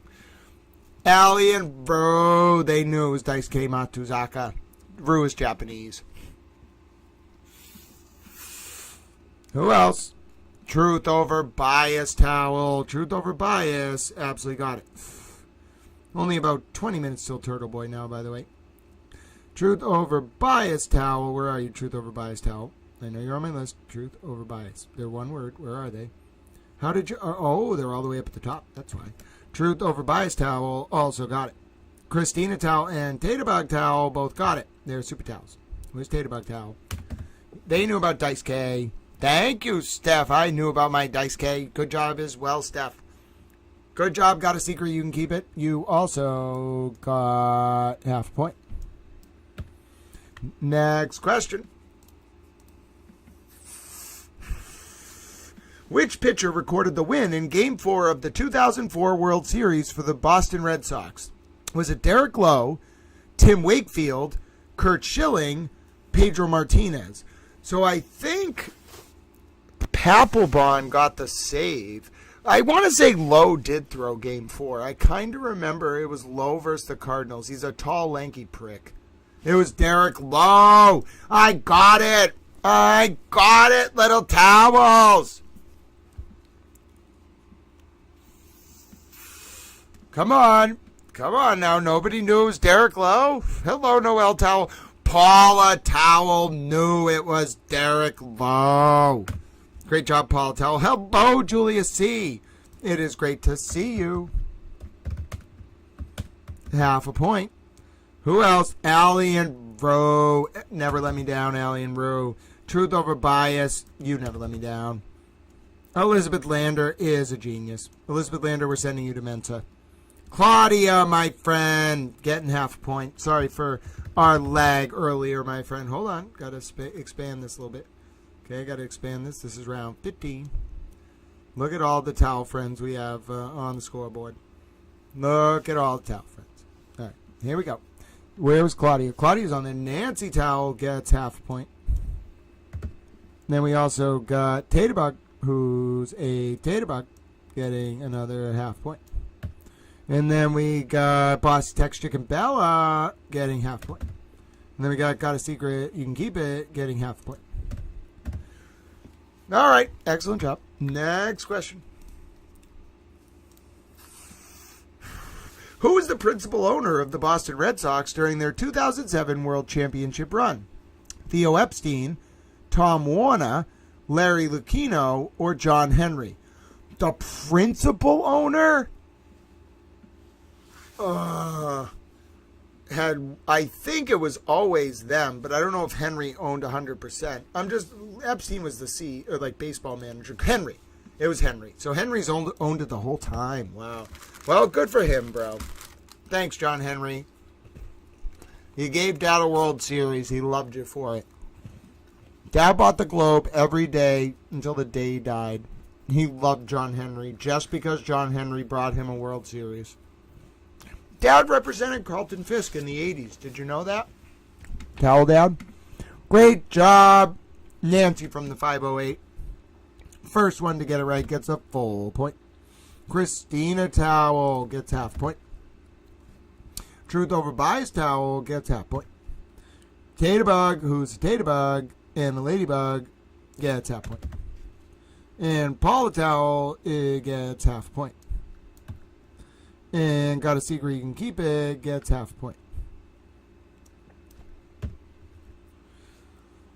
When he was a little baby, John Henry. Yes, Paula Towel, my friend. All right, so let me organize your scores and show you who is in what place. Here you go. Look at that leaderboard. All right, who is where? All right, Christina Towel. Allie and Rowe. Look at Allie and Rowe just dominating, jumping up to the third position, but Elizabeth Landau always in the hunt. All right, here we go. There we go. There we go. All right. Paula Towel jumping up. Who else? All right. Claudia and Julia C. Towel. Everybody else in order. There's Nancy Towel. Don't hide Nancy Towel. Jumping right up. All right, there we go. Here we go. Ladies and gentlemen, we have heading in to our next round, leading up to the Turtle Boy show, which I will comment on for at least a little bit. We have, okay, Jay can have 5 points, 5 bonus points per round just because he is a J Towel. All right, in first place, you know him as Little Towel. I know him as Little Towel. I am a Towel. 16 points, first place, Little Towel. Second place, challenging, perhaps one of their highest finishes so far, Truth over Bias Towel. I love Ken Griffey Jr. too. Truth over, but that's amazing, Christina Towel. You got a ball from Ken Griffey Jr. That's epic. I used to love Ken Griffey Jr. Not as much as my friends. Somebody had a poster of him in their room, but I thought he was great. He had a lot of home runs. And he had that great, sweeping swing. And it was Ken Griffey Jr. His father played as well. Ken Griffey Sr. I think they played together for a little bit on the Mariners. In any event, second place, Truth over Bias Towel, kicking butt, taking names, being a Truth over Bias Towel, 14 points. In third place, ladies and gentlemen, tied for third on the podium, Christina Towel, 12.5. Allie and Rue Towel. I bet Rue's awake now because Rue is a genius at trivia. So is Allie. 12.5 points each. Right outside the podium, ladies and gentlemen, but doing very well, Elizabeth Towel in fourth place. 12 points. Great job, Elizabeth Towel. In fifth position, Ralph, Steph, and Nancy Towel with 11 points each in a three-way tie. In sixth place, Got a Secret, You Can Keep It, 9, and Root Towel with 9, two-way tie. In seventh place, it's the one, the only Vicky Towel with 8 points. In eighth place, it is Susan Towel, 7.5 points. Great job, Susan. In ninth place, it's a two-way tie, Noelle Towel and Bunny Towel. Noelle Towel's a Noelle Towel, Bunny Towel's a Bunny Towel. Hi, Noelle and Bunny Towel, 6.5 points each. Oh, wait a minute. We have a little adjustment here. In 10th place, ladies and gentlemen, we have, hold on one second. Bossy Texas Chicken Bella, rounding out the top 10, 5.5 points, ladies and gentlemen, for Towel Trivia. Bossy Texas Chicken Bella. In 11th place, it's Iris with 4.5 points. Great job, ladies and gentlemen. In 12th place, right outside the top 10, in 12th place, she's a ladybug. She hates the damn commies. She loves America. She's a Towel. She's Taterbug. Taterbug in 12th place, 3.5 points. In 13th place, we have a two-way tie. Laura Lee Dixon, Colleen Henry, and Buck, 3 points each. Great job, Laura Lee Dixon and Colleen Henry. In 14th place, we have Hot Coffee Chats. Great job, my dear friend, 2.5 points. In 15th place, it is Paula Towel with 2 points. In 16th place, we have a three-way tie. Jack D65 the Ripper, JI5, and Tony J Towel and Bo Nose Towel, 1 point each. And in 8th place, Dave C, Julia C Towel, and Claudia Towel, half a point each. 18th. And in 19th, the honorary position, J Towel, 10 bonus points. Excellent job. Oh, yeah, Harvard Yard Towel. I remember my dad was at Roger Clemens' 20 strikeout game in 86 in April. I wasn't. He was. All right. I remember Roger Clemens. Great pitcher. All right, we're heading into our next round. We're not going to start remember, we're starting the Kierney show 20 minutes late for a number of reasons. One, we can watch him on double speed. Okay, it goes a lot quicker. We don't have to listen to him being a bloviating turtle. All right. The other thing is he has a very long intro, and we're not going to watch that. All right, next category. Let's have you vote on it. We love voting on Towel Trivia. If you've never played Towel Trivia before and you like Towel commenting on Turtle Boy, vote on the Towel Trivia category. Join in. All right, first 4 Towel Trivia categories suggested. Get up on the board for your vote. Next Towel Trivia category. All right, ladies and gentlemen, what are we going to see? First 4 suggestions in the chat. That's amazing, Taterbug. You saw Hank Aaron. I am so jealous, Taterbug. You are now a legend in my mind. Taterbug, congratulations. You have officially achieved legendary Taterbug status. All right, first 4 category suggestions, ladies and gentlemen, I will accept. It's going to take you about 20 seconds to actually hear me. Cereals, ladies and gentlemen. Cereals was the first one. The New England Patriots. Did you know I went to the Super Bowl in 1997? Bear movies. Okay? Okay, but here's the thing, Bossy Texas Chick. If we get a bunch of questions about, like, you know, the other use of the word bear, listen, I'm okay with it. But, I'm just saying people are going to be a little baffled. What is the Green Monster? Oh, my goodness. Harvard Yard, the Green Monster is the big wall at Fenway. Sitcoms. Taterbug has the best suggestions. Sitcoms. All right, vote away. Vote away. Who's going to win? Who's going to win? Who is going to win? Is it going to be cereals, the New England Patriots, bear movies, or sitcoms? Oh, people love bears. People love sitcoms. People love cereals. And the Patriots, this is a ferocious battle. Sitcoms is barely in the lead. Taterbug, you can do this. I got you, Taterbug. Harvard Yard. Okay, you can have 17,000 bonus points. Where's Harvard Yard Towel? Are you even on the list? Harvard Yard Towel, you have to get a question right. All right, hold on. Harvard Yard Towel. 17,000 bonus points for being a super towel. All right, where are we at? All right, oh goodness, we have a tie. We need a tie break. Someone vote, unless I want to flip a coin. Nope. Someone vote. Come on. I want to see sitcoms. Come on. We might have to do a towel flip. Oh, we might have to do a towel coin flip. Wait a minute. We might have to do a towel coin flip, ladies and gentlemen. We're doing a towel coin flip. It is a two-way tie between cereals and sitcoms. All right. Taterbug, because you are a Taterbug, please select heads or tails, Taterbug.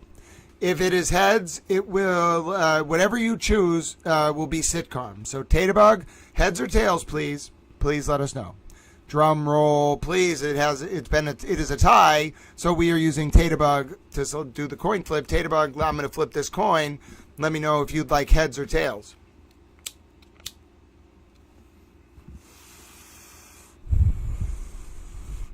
For bear movies. I do love bears. Bears are fun. Taterbug has picked heads, ladies and gentlemen. Here we go. Oh, no, it fell. Sorry, Taterbug. Got to reflip. All right. That was false start. I can't pick it up off the ground. I'm doing it again. Here we go. It's tails. The category is cereal. Don't worry though, Taterbug. We can do your category next. So the category is cereal. We will do. Wait a minute. Yeah, sitcoms next. So cereals are the first category. Sitcoms are the second. Cereals, ladies and gentlemen. No, that's not how you spell cereal. Cereals. Cereals. Here we go. Reflip. Taterbug, you got a reflip. I don't know what the first flip was, but you got a reflip.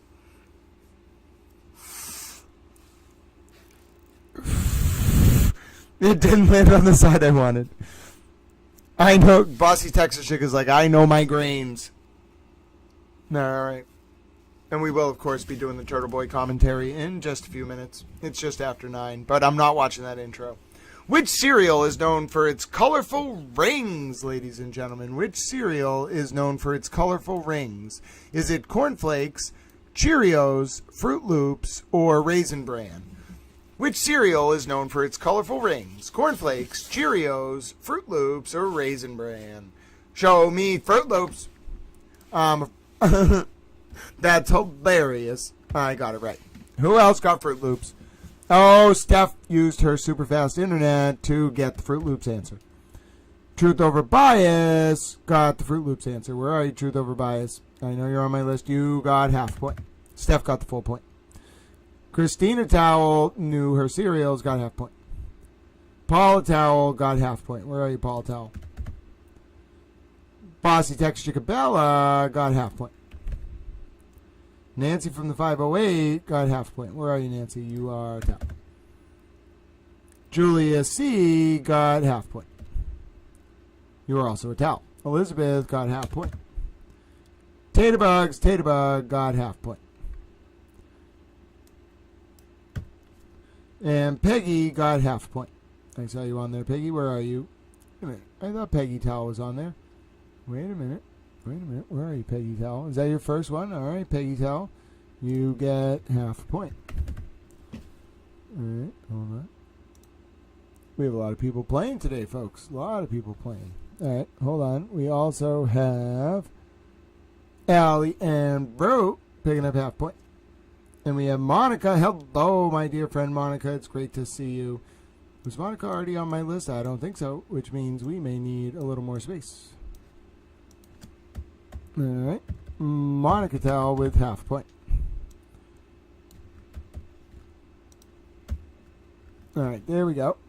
All right, hold on. All right, now, what else? So I got Monica. Who else got number 3?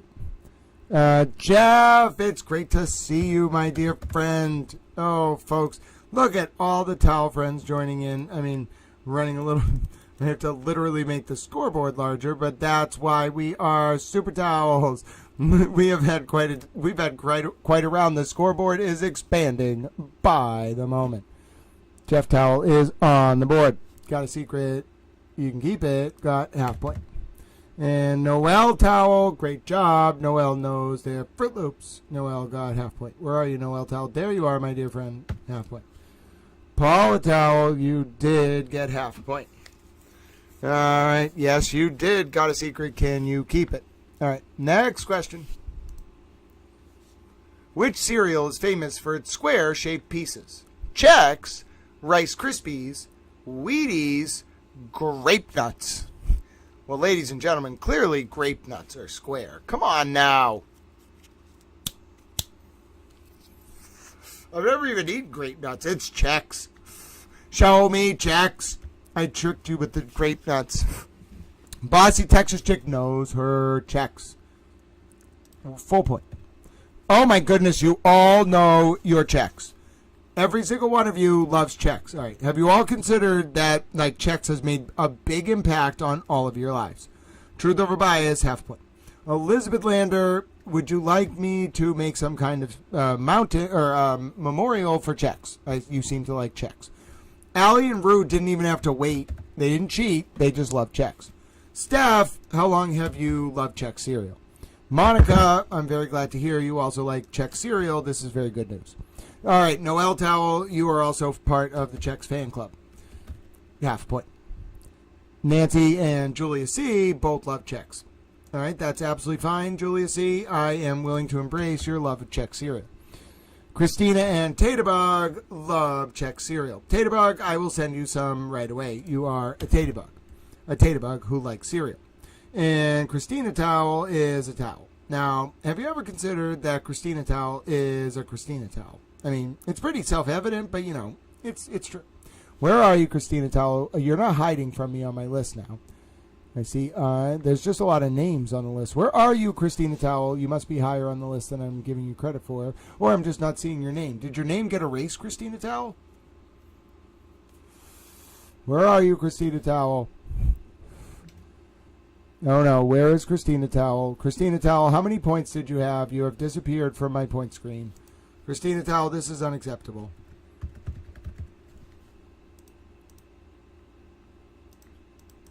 Oh, no. This is terrible news, Christina Towel. I have deleted your points. Oh, no. No, ladies and gentlemen. This is incredibly unacceptable. Hold on a second. Give me a second. I have a plan. All hope is not lost. All hope is not lost.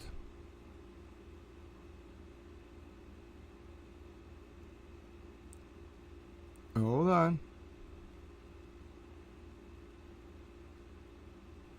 I just have to see how many points Christina Towel had, all right? We can't just get rid of all of Christina Towel's points. That would be some kind of illegal act.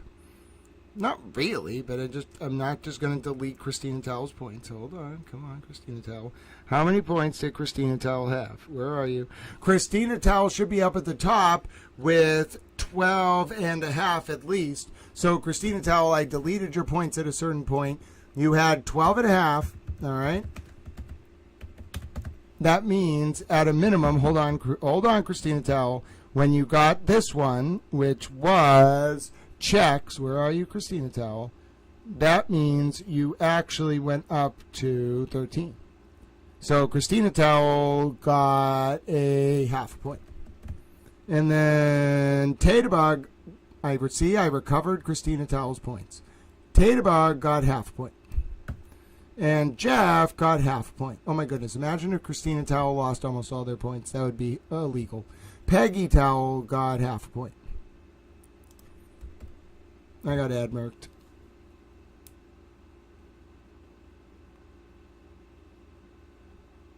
Alright. Who else other than Peggy Towel? And got a secret. You can keep it. Alright. Got a secret. Got half a point.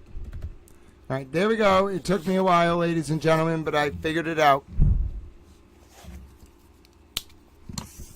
Next question. We're going to watch the Turtle Boy stuff. We're going to watch it. I'm just letting him speak a little bit so I can watch it at double speed. What ingredient is primarily used to make Cocoa Puffs? Corn, rice, wheat, oats.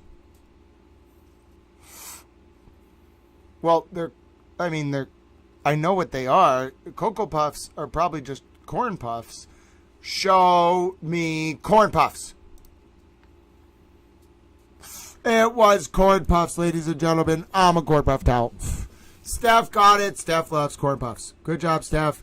You love corn puffs. Truth over bias likes corn puffs. Bossy Texture Cabela clearly like corn puffs. Julia C likes corn puffs. As does Noelle and Christina Towel.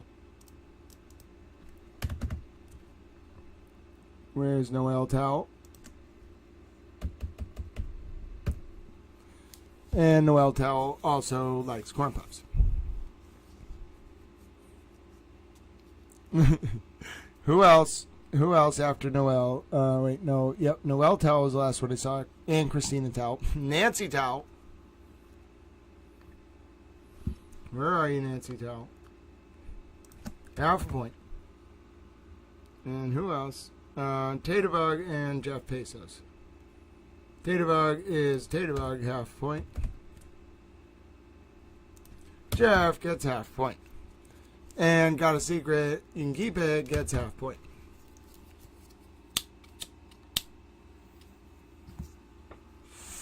All right. Next question. Next question. Which cereal was developed by John Harvey Kellogg as a health food? Was it Corn Flakes, Raisin Bran, Lucky Charms, or Cheerios? Now, if you're British, you might think it's Cheerios. But I happen to think that it is the cereal that involves raisins. Show me raisins. No, it's Corn Flakes. I'm an idiot. Who's going to get double with Steph? Ladies and gentlemen, Steph got 2 points. Bossy Texas Chickabella got a full point. Paula Towel got a full point. Where are you, Paula Towel? Where are you, Paula Towel? I saw you on my list earlier. There you are, Paula Towel. Hello, Silver Fox. Silver Fox picks up a full point. Susan Swan grabs a point. Where are you, Susan? I know you're on my list. Susan, where are you? How is it possible that Susan is not on my list? I'm pretty sure I saw Susan earlier. There you are, Susan. Full point. Elizabeth Lander, full point. Noelle Towel picks up a full point. Julia C. picks up a full point. Peggy and Taterbug pick up a full point. Taterbug's Taterbug. Picking up a full point. Got a secret. You can keep it. Full point. Allie and Bro. Full point. I feel bad because Christina Towell may have actually lost one of her right answers, so I'm giving her a free half a point. All right, next question. It's because Christina Towell had 2 answers where her points were not deleted, and I had to go back and fix it, so she's getting half a point. All right, next question. Mixing a trivia cocktail. Stay thirsty. Stay thirsty, my friends. Which grain primarily constitutes Rice Krispies? Is it wheat, rice, oats, or barley? Well, I mean, I don't really know. I would imagine it's rice, but like, what if it's not? You know what I'm saying? Show me rice. Oh, I didn't get tricked. I outsmarted the game, ladies and gentlemen. I outsmarted the game. All right, who else? It was... All right, I'll be listening to it. Don't worry, LS. We're going to let him talk for a little bit. After this round, we're going to listen to Turtle Boy. Bossy Texas Chick was the first one to get it. Gets a full point. Paula Towel where are you, Paula Towel? Gets half a point. Elizabeth Lander, half a point. Julie C, half a point. Noelle, half a point. Where are you, Noelle? There's Noelle Towel. Who else got number 2? I got Noelle. Steph and Taterbug. Where's Taterbug? There's Taterbug. Nancy and Monica. There's Nancy. There's Monica. Where's Monica? Monica Towel gets half point. Peggy and Christina and Susan. Where's Susan Towel?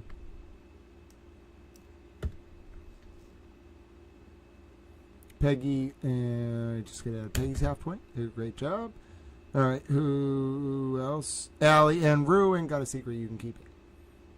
All right, Allie and Bro get half point. Got a secret. You can keep it. Yeah, it's half point. All right, here we go. Next, Barley Krispies. Next question.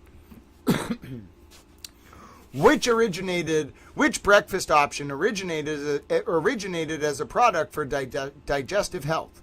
Grape nuts, Fruit Loops, Corn Flakes, Cheerios. Well, based on the last question, I'm going Corn Flakes. God damn it. Sorry. I just got screwed. They told me he marketed it as a health food, and then it's grape nuts. You're a grape nut. Steph, you are a grape nut. Good job, Steph, but you're still a grape nut towel. Truth over bias picks up a full point. Steph got 2 points. Paula Towel picks up a full point. That was our last question in this round. By the way, we're going to go watch. I'm going to turn over to the Aiden show and comment on it now after this. Bossy Texas Chicabella get a full point. Elizabeth Lander gets a full point. Noel Towel, full point. Taterbug is Taterbug, grabs a full point. Where are you, Taterbug? Nancy and Christina Towel both grab a full point. Bossy Texas Chicabella get a full point. Along with Allie and Bro and Julia C. And got a secret, you can keep it. And Ola. Ola, welcome to the trivia show. We are glad to have you here. Got a secret, you can keep it. Also got a full point. All right, so let me sort you all. Let's do our standings after that round. Then let's start commenting on Turtle Boy, because he's not a towel. All right, so there you go. There we go. There we go. There you go. Moving around like a little towel. All right, Noel and Boss Tex Chicabella got to move up. All right, there you go. They're going to move up. All right, there you go. That's Taterbug. Taterbug's Taterbug got to move up. All right, there you go. Susan moved up. Paula Towel moved up. All right, there we go. And then anybody else? Oh, Julia C moved up a lot. All right, there we go. There we go. There we go. All right, hold on. Peggy Towel moved up a lot. All right. There's Ola Towel, got a full point. Jeff Towel and Monica Towel both moving on up to the east side. All right, so here we go. I got first place, Towel, 20 points, ladies and gentlemen. Going into our next round. We'll probably play one more round after I get bored listening to Aiden. First place, Towel with 20. Second place, Steph with 18. Great job, Steph. Third place, Truth Over Bias, 16.5. Fourth place, Allie and Brew Towel, 16. Fifth place, two-way tie, Christina and Elizabeth Towel, 15.5 each. Sixth place, Nancy Towel with 14. Seventh place, Got a Secret, if you can keep it, 13. Eighth place, Ralph Towel with 11. Ninth place, eighth place is actually Bossy Texas Chicken Bella with 11.5. Great job, Bossy Texas Chicken Bella. Ninth place, Ralph Towel with 11. 10th place, serendipitously enough, Noel Towel with 10.5. 11th place, tie, Ruth and Susan Towel, 9 points. 12th place, Vicky and Taterbug, tied with 8 each. 13th place, Bunny Towel, 6.5. 14th place, Paula Towel with 5. 15th place, Iris and Julia C, 4.5. 15th place, Laura Lee Dixon and Colleen Henry, 3 each. 16th place, Hot Coffee Chats, Peggy, 2.5 each. 7th place, Monica and Jeff, 1.5. 17th, 18th place, Jack D65 the Ripper, JF5 Towel, Silver Fox, Tony J, Bonos, and Ola, 1 each. 18th place, Dave and Claudia Towel, 1/2. And in the honorary position, Jay and Harvard Yard Towel. Jay has 10 bonus points, Harvard Yard has 17,000 bonus points. Jay has 15 bonus points now, but that's still not as many as 17,000. All right, now we're going over to the Aiden Kierney broadcast. So hold on. He's probably being a turtle boy. I'm going to go find it anyway. All right, so hold on. Let me find it. Let me find it here. Let me see. All right, here we go. Oh, well, good. That means I'll just wait, Hot Coffee Chats. What a shame we're going to miss that part.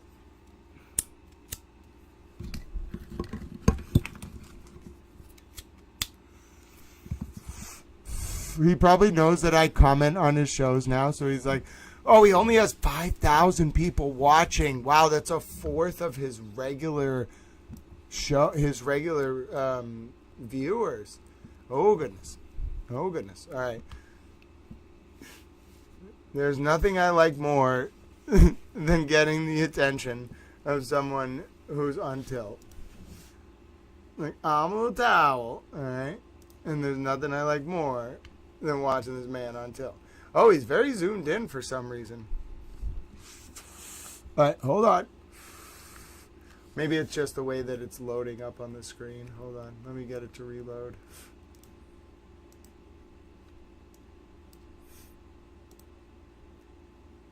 All right. He's way down. Yeah, listen, this is shocking. He's down to 5,000 viewers. That's it. Like down from like some of the other streams get like 30 to 40, like the Karen Reed streams. He was even up at 20 to 30 at one point, maybe 50 or 60 when Alan was on. And now he's down to 5,000 viewers, even into the show. I mean, that's telling, folks. That's telling. All right, so hold on. We're going to start right after he gets through the intro. So he's only been going for how long? How long has he been going for? He's only been going for like 20 minutes or so. So his intro is like 10 minutes. So we're only going to get 10 minutes or 5 minutes at double speed right now.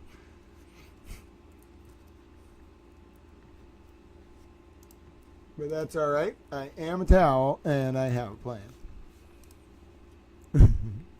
He must be really on tilt if he's worried about me of all people. All right, so let's do it. Yeah, look at that. Only 5,000 watching, and he has a big, not a big YouTube channel, but it has a lot of subscribers. I don't know how much of it is botted, but all right, let's see what this fool has to say. Apparently, towel is on his mind. I'm a little towel. All right, so let's get through the intro. Nobody wants to see 10 minutes of intro. All right. Oh, is he sweating?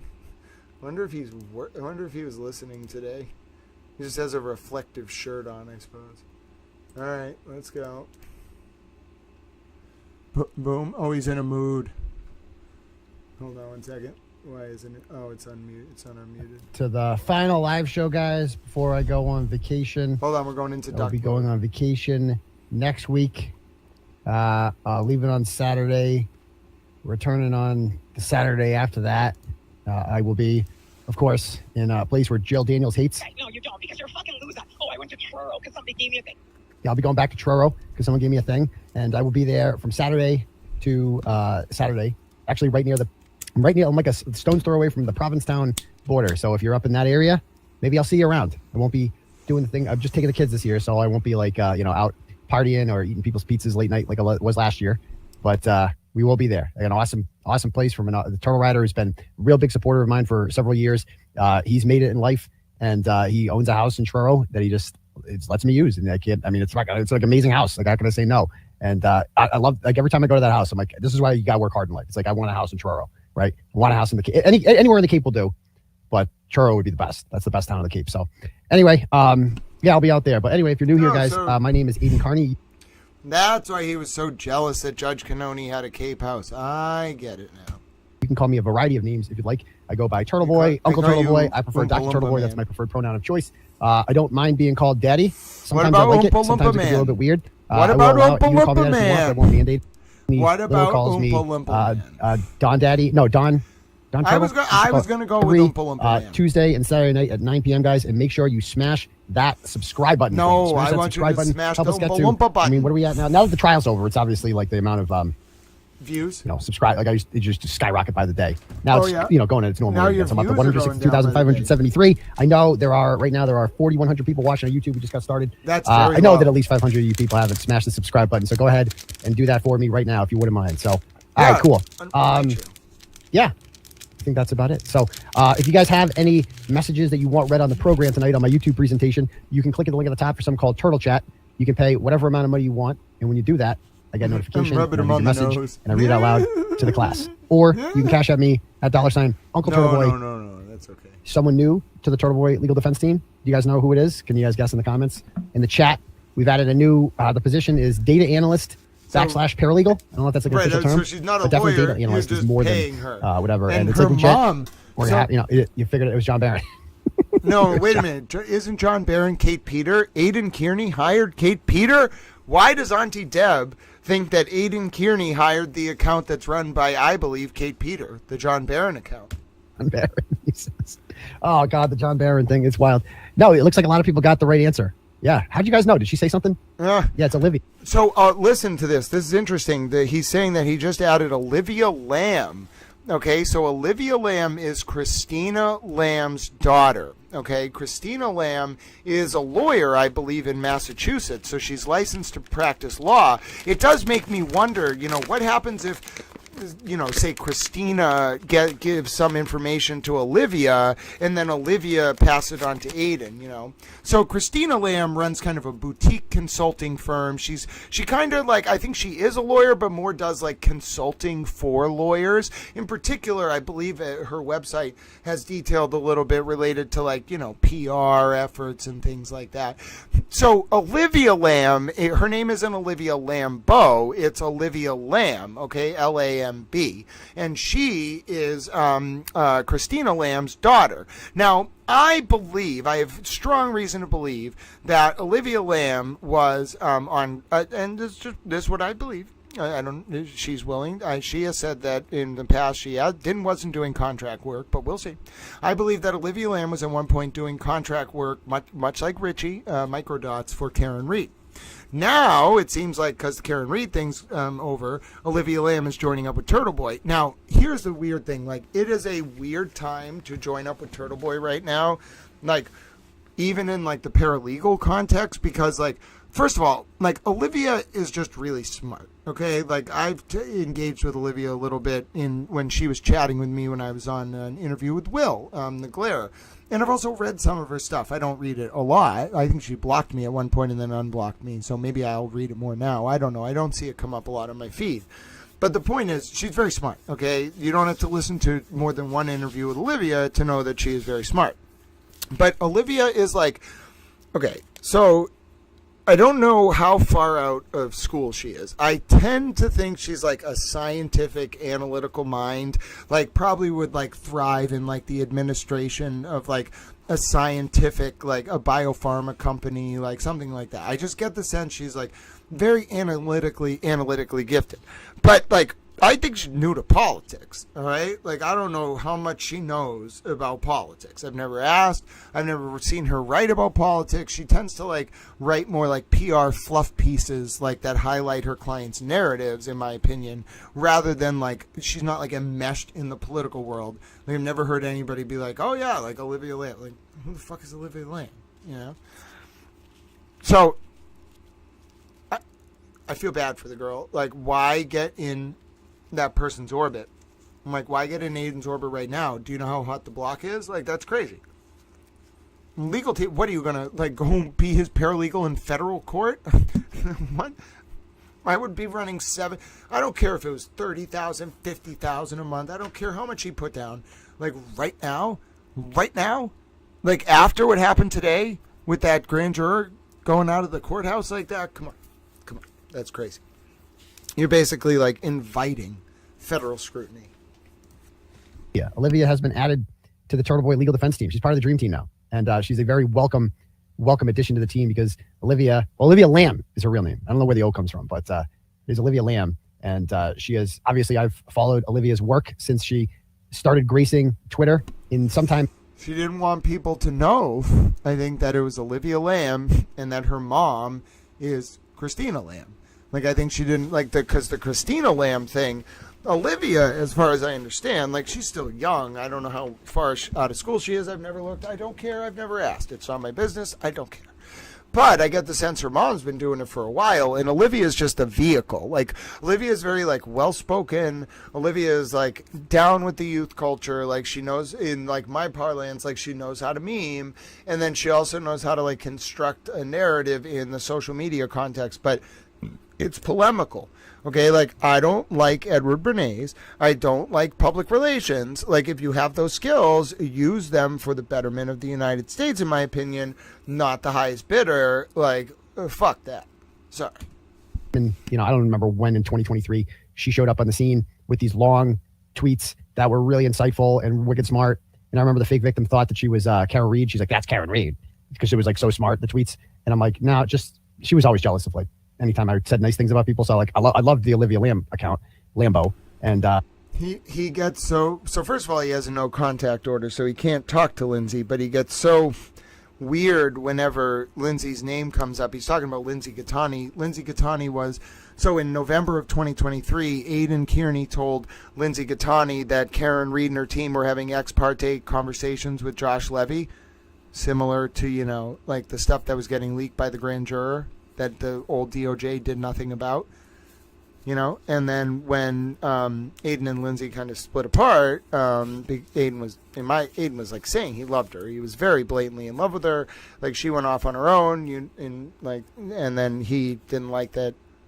So Aiden has been out to destroy her ever since. One, because she knew about Karen and Aiden and what Karen was talking about with Josh Levy, and then that was bad. And then to make it worse, so Aiden on December 21st of 2023 got indicted for a bunch of charges that were brought up in the fall, originally in October of 2023 in Stoughton District Court, related to witness intimidation of like Colin Albert, Chris Albert, Julie Nagel, a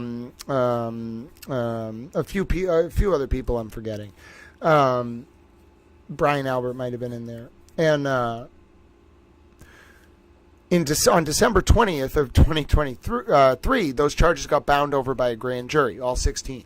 Now, on December 21st or so, Lindsay Gattani got a subpoena for a new grand jury. All right? And that could only have been into Karen and Aiden, right? And the grand jury probably did happen.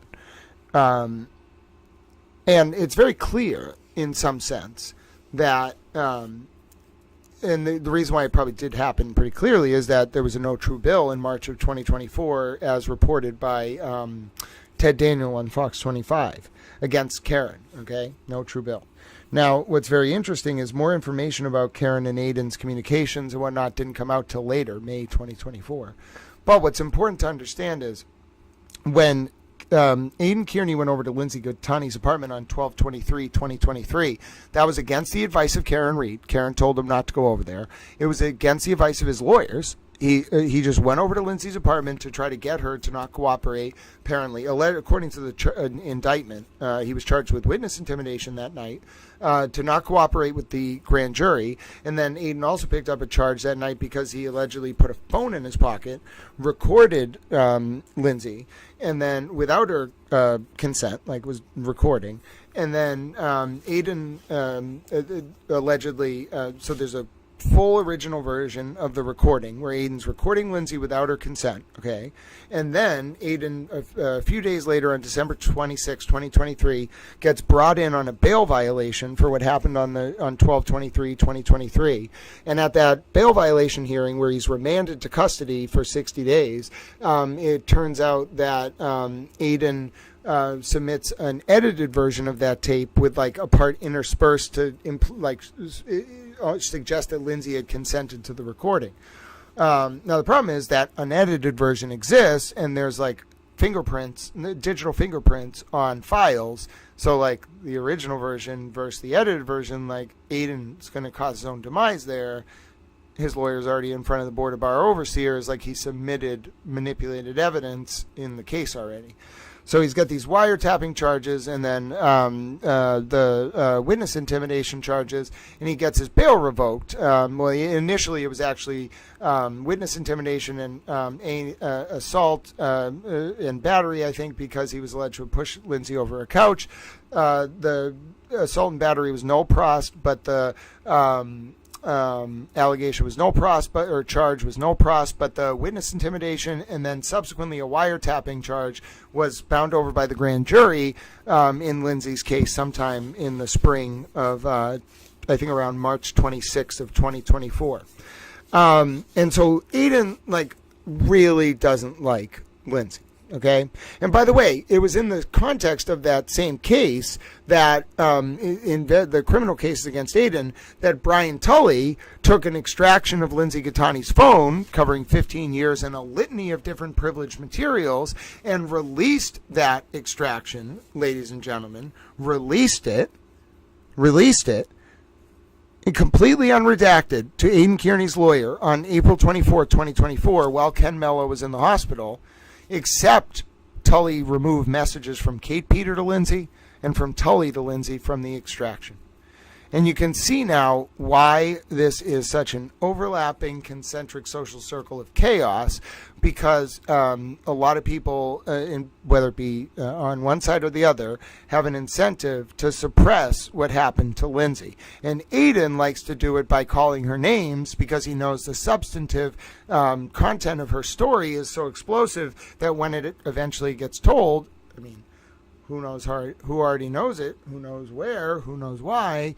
When it gets told, ladies and gentlemen, Aiden knows that, and I believe multiple people know that it's going to be explosive. So he uses a derogatory name for her constantly because of the content of her story. And when you have to do that to someone, it shows they've already won. And that's why when and if, God willing, Aiden Kierney gets federally indicted, the floodgates are just going to open. Like, hopefully the Birchmore cover-up results in indictments too and some other stuff. But for now, at a bare minimum, like, that's why he doesn't say Lindsay Catani's name. I love that account, and I was like, oh yeah, this person's wicked smart. I like to listen to them. Yeah, I like smart people. I just always like smart people, and she's extremely smart. So we're adding Olivia to the team. I actually, I've never seen her before. I've never met her. I think Olivia's intelligent. I personally think Lindsay's more intelligent than Olivia, but you know, they'd have to debate for us to prove it. And I've never like seen her on any show. I've heard her voice on shows, but I've never seen her like on a show. And I've seen her. I've seen a picture of her. I don't know where she is. I don't want to know. I don't care. I've seen a picture of her. I don't know. She looked pretty, like, just a regular person. Like she was out like a science fair or something. I don't know. She looked pretty normal. Didn't look like, abnormal, I would say. Like, she looked like she was like wearing a business casual suit and at a science fair. So I don't know. A lot of people are like, oh, she's so mysterious. No, she looks like she was like capable of being a professor at a like science fair. That's like pretty normal. I don't know what to tell you.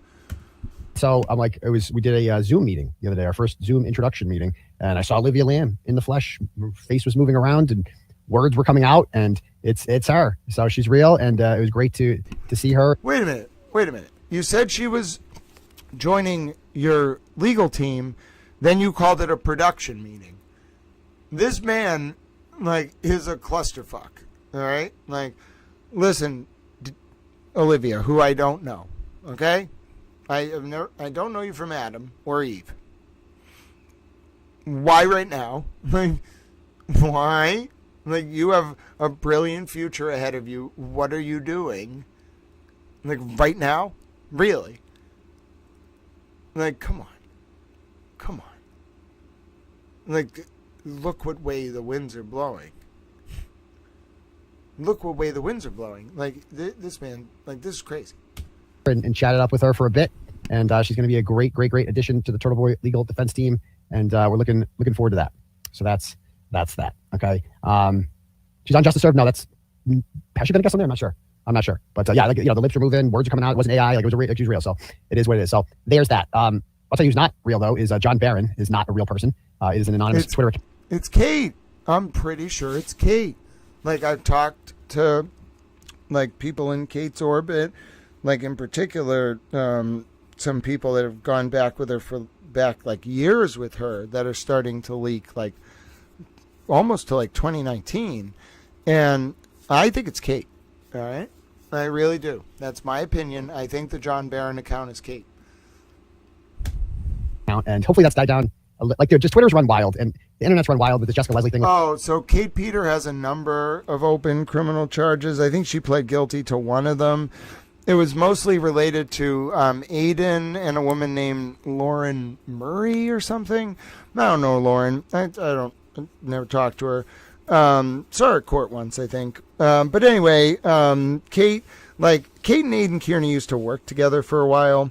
And like Kate and Aiden are very similar, okay? Like Kate, used to write a lot of his stuff. Like, they had a falling out over money allegedly, and that's why she started like trying to take him down. And they hate each other, right?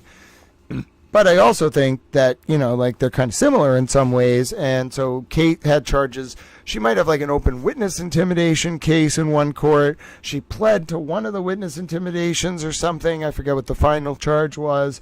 And then she has these other charges. It's like 3 different courthouses. It's a lot to keep track of with Kate Peta. But yes, let's continue. Oh my God, they've lost Sean of the Gulf's back. We got to talk about that. Oh, Esther came back today. She made her glorious return. I think Esty, who goes by P. Parker, I think, on Twitter. Esty came back today, and listen, you can say what you want about Esty, but the fact that Aiden makes fun of Esty so much tells you that Esty knows some information that's damaging to Aiden. That's my opinion. Nothing to confirm it, but like, if he's going to Esty this hard, there's a reason he's doing it, and it's probably because she knows something that's damning to him. I don't know. I don't see, but like, listen, people are like, oh, she's clout chasing. It's not clout chasing. Like, I'm not at all sympathetic to her views on the Karen Reed case at all. Or the Turtle Boy case, frankly. Well, maybe she's going to have an epiphany about that. I don't know. But the point is, I'm not sympathetic to her views on the Karen Reed case. I watched that dear girl stand out in the rain for like a year, maybe more, like in support. And like, I get it. It's a little like, fame is weird. Okay. So like, there's a difference between Karen, the public figure, and Karen, the person. So like, I understand, like it's weird. All right. Like it's just weird. All right. And, I'm sympathetic to Esty because she was really dedicated to the cause. Like, it's not like she probably did more in some sense to raise attention than like a lot of people. So she wasn't clout chasing. She earned a platform because she went, it's called earned media for a reason. She earned a platform because she went out and she supported Karen Reed. A lot of people like are very territorial about like supporting Karen Reed. I think it's weird. Some people tried to be territorial about supporting like justice for John O'Keefe, and I was like, good luck with that, bro. Like, good luck being territorial for malicious motives about that. But anyway, obviously that had nothing to do with the witnesses or family, more like some third parties. But it's just, it's very interesting. Hold on, what was I talking about? Stuff, I don't read it a lot. She blocked me at one point. Hold on. 30,000, 50,000. Hold on. I don't care how much you put down. But anyway, I'm sympathetic to Esty. I was talking about Esty. So I'm sympathetic to Esty because I think that, she at least earned her platform. And to circle back, if Turtle Boy's attacking her, it's because she knows something that's damning to him. She, hid out for a couple weeks in shame, and then she thinks she can make a comeback now, and it's just not. No, just get the fuck out of here. Like, bro, do you not? Like, Esty wasn't at the courthouse today, but like, do you think she doesn't read the news, motherfucker? Like, come on, bro. Like, she's very smart. So, like, the thing is, I feel like Turtle Boy constantly underestimates the intelligence of women to his detriment. Like, you hear him talk about these women, and you would think that they are all just, like, if you listen to his words, and I think some of his followers actually believe it, you would think that these women are, like, terrible and, like, dumb and whatever. And then you meet some of them, and you find out, like, they're brilliant. Okay, first of all, like, and then also, like, he totally tries to, like, play them off each other so that they won't, like, shine, and I'm like, just shine, motherfuckers. Like, fuck that guy. Like, fuck him. Just shine. I say the same thing to people in Kate Peters' orbit. Fucker, just shine. Just let your fucking star shine and tell Kate Peter and Aiden Kierney to go fuck themselves. Build it on your own, And people are like, and I'm like, I'm a little towel. And, I think you can be one of those people. It doesn't matter whose orbit you're in. You can just shine. Go away. Nobody likes you. Like, don't forget, Esty I witnessed her taking a seat from Nate Reed and from Kelly. Okay. Now, I understand that Esty must know something really damning if that's what you keep going back to. Like, you want to poison people's opinion of her based on, like, courtroom seating, like, whatever. Oh, yeah. She must know something. I would interview Esty. You know what? maybe Aiden is so excited to have Esty back. I would like to extend an open invitation to Esty. I'll send Esty a message. Esty, you are as intelligent, if not more so, than any guest I have ever interviewed. You would be welcome on this program. There you go. How about that, Aiden? We'll do a nice interview with Esty. There you go. You're so excited to have her back. What does she know? Read multiple times inside that courtroom and just would not get up for them because she wanted to be on TV. That's the most unforgivable thing I've ever seen and really says everything you need to know about her. So anyway, that's that. But yeah. Okay, what else is going on? So, like, you're losing your audience talking about this. Like, your numbers are going down. Why are you still doing this? Yeah, so yeah, the Jessica Leslie thing, we're going to get into that. Oh, Sean good. Golf is back. He has lost his mind again. He is spreading nothing but disinformation. I think that Jessica Leslie, needs to get ahead of this. And I don't think she understands. She's not like if my understanding is, she had no idea who I was. Her source friend had to alert her to that. She had to alert her. Whoa. Oh my God. Are you really going to do this? You're not actually going to talk about her. Are you crazy? Bro. Okay. All right. Listen. I thought maybe he got it earlier. Like, you could have just looked at any of the news outlets. They all reported it the same way. She was smuggled out of the courthouse. You're not seriously going to talk about her. Like, oh my God. Like, she clearly has, like, they must love this. They must be like, this guy is a moron. We're going to slow the speed down here to like 1.5. He's going to be only a 1.5 turtle duck.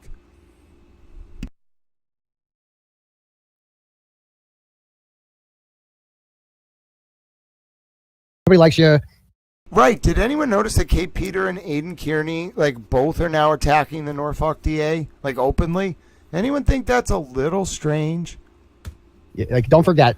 No, Maui. Listen, Maui. Look at Kate's Twitter. Like, she started to go at the Norfolk DA.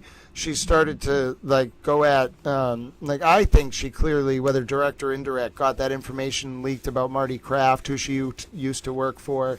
Don't forget, Maui Swift, Kate Peter worked as a PI for Marty Kraft. I think Marty Kraft was working for Brian Tully long before the Karen Reed case even started. You know what I'm saying? And I think that Kate just was an asset for Tully, deployed as kind of like a CI of sorts through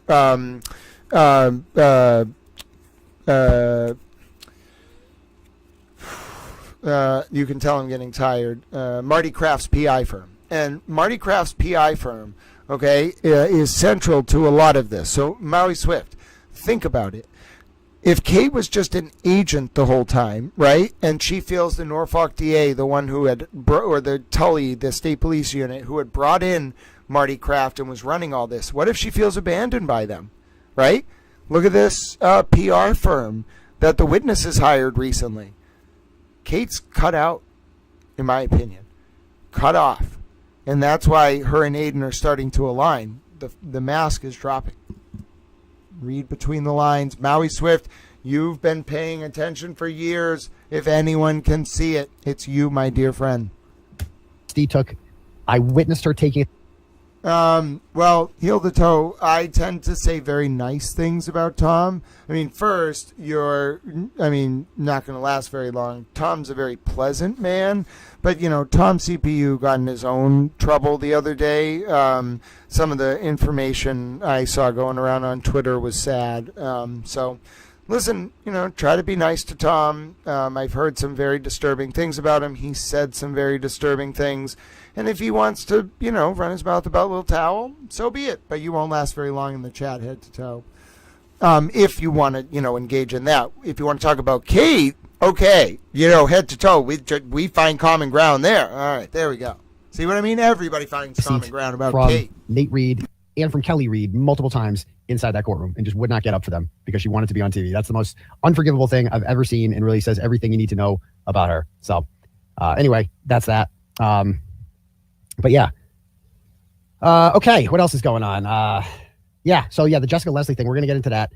Sean of the Golf is back. he has lost his mind again. He is spreading nothing but disinformation. I think that Jessica Leslie, needs to get ahead of this. And I don't think she understands. She's not like if my understanding is she had no idea who I was. Her source friend had to alert her to that. She had to alert her to who I am. Like when she found. Well, yeah, but what's so weird is when you went to search for that source friend, don't you remember you were like, oh, I got to look it up. Aiden, remember I have the clip. You were like, oh, I got to look up if it's, what is it on my Twitter? Grand Juror.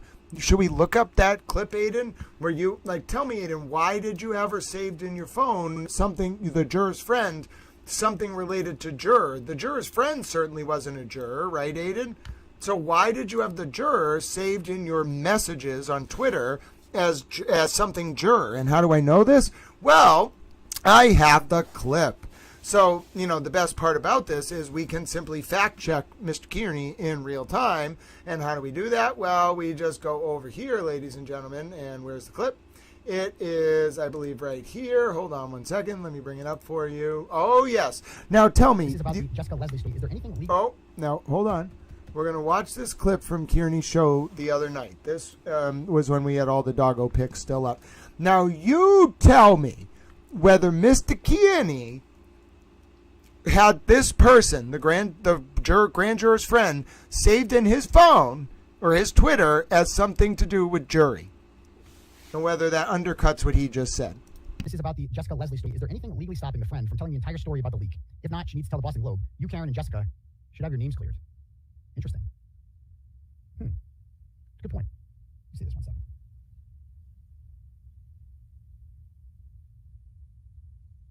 All right, let me see here. Because I got here. Let me plug her number in. When did I talk to her? When did the story come out? It was like Wednesday, the juror thing came out. All right,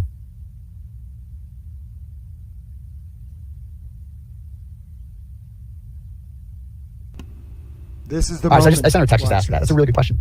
Because we're going to get into that tonight, right? But, so let me read that turtle chat again. It says, this is about the Jessica Leslie story. Is there anything legally stopping the friend from telling the entire story about the leak? If not, she needs to tell the Boston Globe. You, Karen, and Jessica should have your names cleared. And I think that's a fair point because as we're seeing, speculation is running wild right now with the antis and others about what this person, Jessica Leslie, did. Like this, like, oh, did she leak shit to Karen Reed? Well, the McAlberts or whoever, it's like, no. Like, the truth should be told. She did not. Are they flipping on someone else? Is there a bigger fish? No, there's none. There's none. And I guess you're right. I could have the source come on my show, even anonymously, and, explain and talk about it. Because she could clear everything up. And I've talked to the source on Twitter many times. I could show my whole chat history with this person. She never mentioned that she has a friend on the federal grand jury. That's how much of a secret she kept it. She's talking to me pretty regularly since early 2024, I want to say. Let me see. Juror.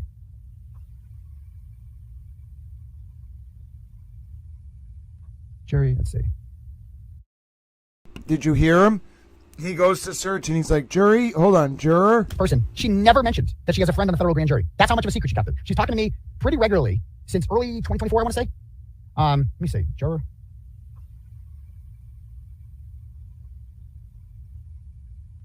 And you would have saved her name, right?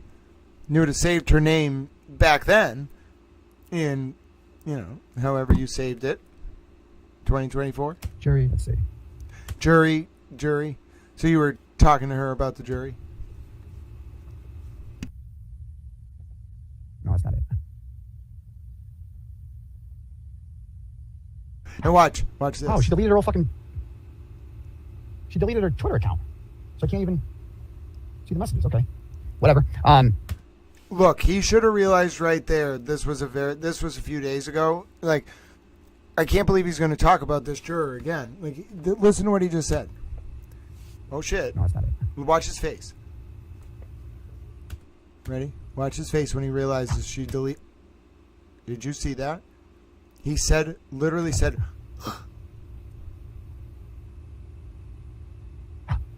oh, she deleted her whole fucking... She deleted her Twitter account. So I can't even see the messages. Okay. Whatever. You see what I'm saying? You see what I mean? Like, that's some shit. All right? Like, he's still going with this even after he, realized. He should have realized. All right, let's keep going. That she was on this grand jury. She's like, she didn't know what Karen Reed was. She didn't know what any of this shit was. And her source friend had to explain to her who I was. So it is the biggest lie ever that this woman, that it's like, you should see all the disinformation. Let me read the Sean in the Gulf Boomer post today in his Going Through the Motions Facebook group. I don't know if he tweeted this at all.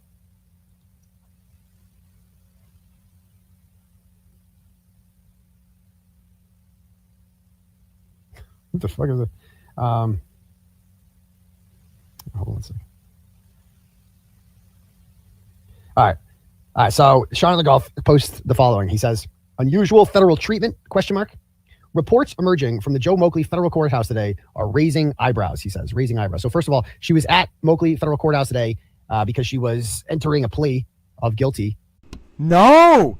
Okay, so first of all, listen, he gets stuff wrong so often. She was not there entering a plea. In fact, she did not enter a plea. Okay, the judge asked if the judge should enter a not guilty plea on her behalf, and they were like, no, whatever you think, Your Honor, no. There was no plea of any kind, guilty or otherwise. That's coming up at a Rule 11 hearing within the month. He's already wrong right off the bat. On charges of, what was she? I don't know what she pled guilty to. She pled guilty to criminal contempt is the official charge. For leaking information about the multiple grand juries, but probably the John O'Keefe and Karen Reed grand jury, and then also the Sandra Birchmore grand jury, and who knows what else. Charge criminal contempt. And so, so she was down at the courthouse today doing that. And Moakley Courthouse has an entrance there, but it also has a back entrance that anyone can just walk out of. Like Tanya Fernandez Anderson went out the back door, and the media was all waiting for her there. Apparently, today, her lawyer, Keith Halpern, walked out the front door where the media all was, and they were waiting for her, and she just went out the back door. No. Listen. He's going to force me. This is really fucked up. He's going to force me to release the video. I have video proving that she did not go out either door. Okay, the reason I know this is that we had people at the front, we had people at the back, the media, and I can tell you we watched the whole time, and I know when her dad got the call to leave the back door without her to be brought over by 2 federal agents to the parking garage. Are you serious? Are you absolutely serious? This is outrageous. You don't understand it. You don't understand. There was at least one other journalist there for part of it. I know who they are. I know they're going to back me up on this, and that means like every news outlet, because that other journalist is very serious, is going to back me up on this. She did not go out the back door. Every single outlet is going to back me up. She did not go out the front door. She did not go out the back door. Her father waited for her at the back door, and then they called him, and then they escorted him to where she was taken. She was not taken out the front door, and she was not taken out the back door. How do I know that? Because I, unlike you, Mr. Kierney, was on the ground, and I know my colleagues, and we all know that she wasn't taken out the front door. She was not taken out the back door. You have no idea what you're saying. I'm telling you, we were on the ground. We had people stationed at both doors. The only time anyone was near the back door was her father. And then I proceeded, which is how I know this is all very real, to watch him get a call at the back door, which is, I have a picture. I showed it on stream earlier. I guess you missed it. I saw that man, who I know is her father because he was in the court with her in the beginning of the hearing, get a call, leave the back door, and then I'm not going to tell you exactly where he went, but I saw the 2 federal agents escorting him to where he went. I saw those 3 people go into where they went, the parking garage. I saw the 2 federal agents come out a little bit later without the father.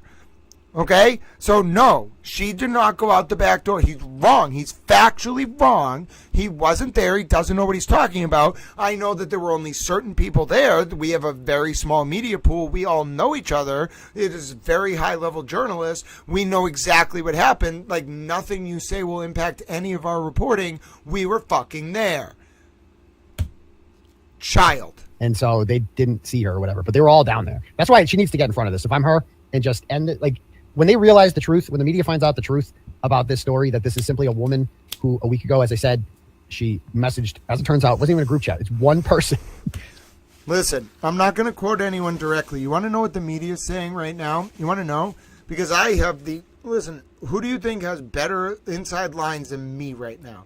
Who do you think is, I'm not tooting my own horn, but who do you think people have to call to get to have their complex questions answered about the facts of these cases? Who?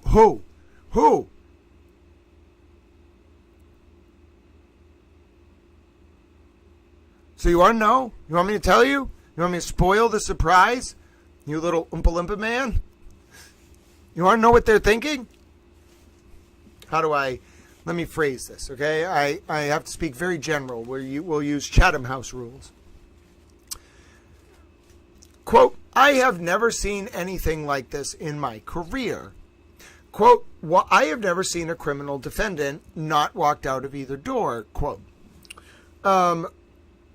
it's very strange that Alan Jackson joined Karen Reed's legal team in August of 2022, which is exactly when this grand juror is about to admit to having begun leaking. You want to know some of the other quotes I heard? Things like, oh, this is very real. Or, oh, quote, I hear blank, blank, blank is about to get indicted. Or, quote, this absolutely means this grand juror is cooperating. So, if you want to start talking about what the media is about to cover, oh, I know. And it's not good. It's not good for a lot of people. It's not good. I'm just saying. So, if your goal, any people out there, if your goal is to control the media narrative, you're fucked 6 ways from Sunday. And you deserve it because we had a meeting. I mean, we didn't have a formal meeting, but we had a meeting. We had basically a meeting, all right? We're forced to have a meeting. They make us walk around like cats, and they watch us on camera to try to sneak people out of the building so we don't see them. And she didn't go out either door. We had what was not really a meeting, but I'm describing as a meeting. And I am a towel.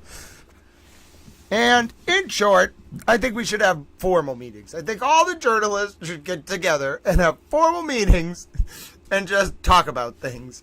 Because let me tell you, you put us all together, we're a formidable little press pool. And there is not a single person involved in covering this who thinks that this is anything but a huge fucking deal. And I was there. It was very raw. I experienced every moment of it. Hold on. Oh, nope. Just a buffering issue. It's just an internet issue. It is not you, folks. It is just a buffering issue. We should be coming back. It is, yep. So, folks, it sometimes can be anything from the internet going up and down to a storm in the area. If it ever buffers, it's not you.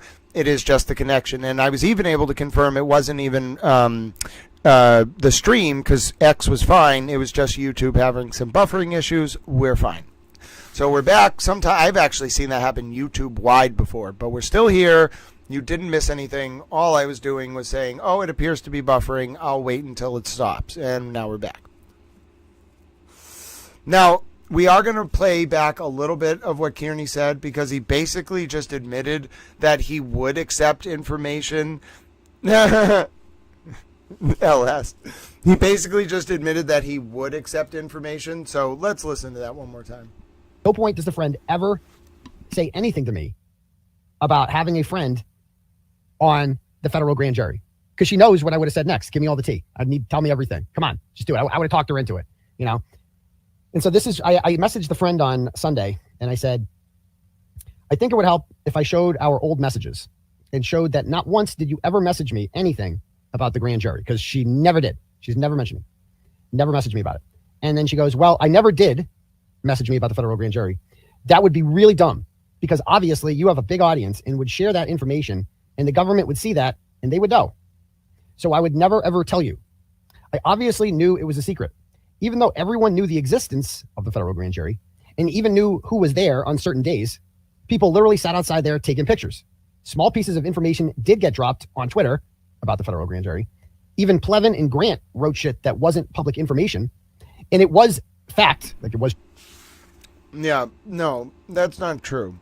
there was definitely reporting that Kevin was putting out there way after the fact, but this is a complete obfuscation of the timeline, which is that the timeline started in August of 2022.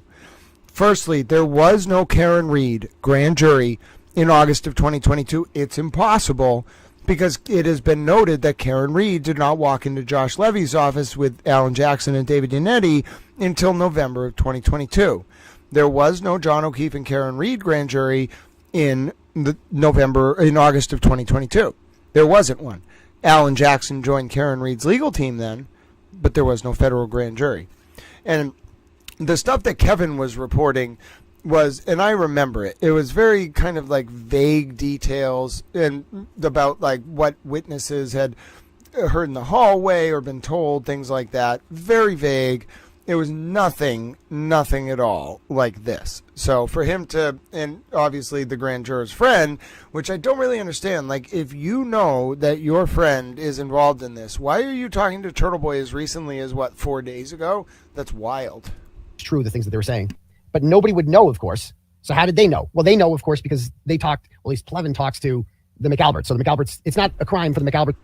So there you go. Exactly. Like what are you talking about? To tell Plevin about what they testified to. It is a crime for a grand juror to do that. Okay. So it would make sense if Plevin actually had more information about what occurred inside the grand jury room than I did. That would make perfect sense because he talks to them and I don't.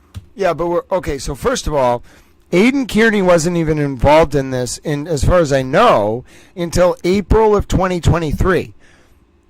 So, like, Aiden is not the main target of this, clearly, because Aiden couldn't have been getting leaks from this person in August of 2022. I mean, that would be very weird. If Aiden was the source, if Aiden received leaks from this person in 2022, which I think he said he didn't even start talking to them until 2024, that would be weird.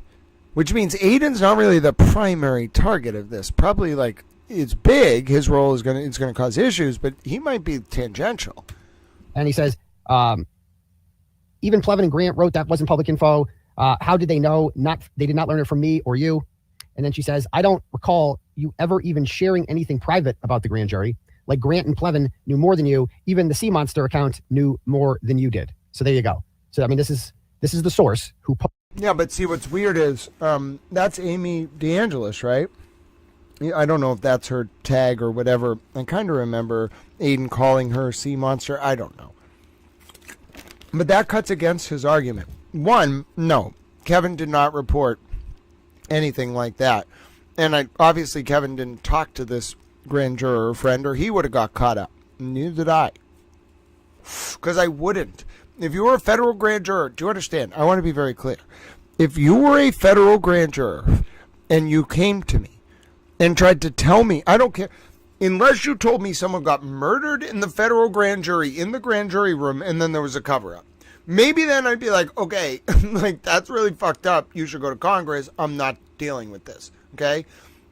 If you were a federal grand juror and you came to me and you said to me anything about what was going on in that room, first of all, I would immediately tell you, like it is, setting aside whatever other obligations I feel I have to the Constitution or whatever, it is my ethical obligation to report you.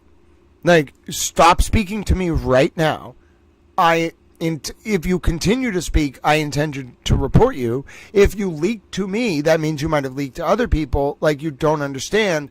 Like, you have to go to federal prison now. Like, for even just saying, like, 5 words, I'm reporting you to the DOJ. You see what I'm saying?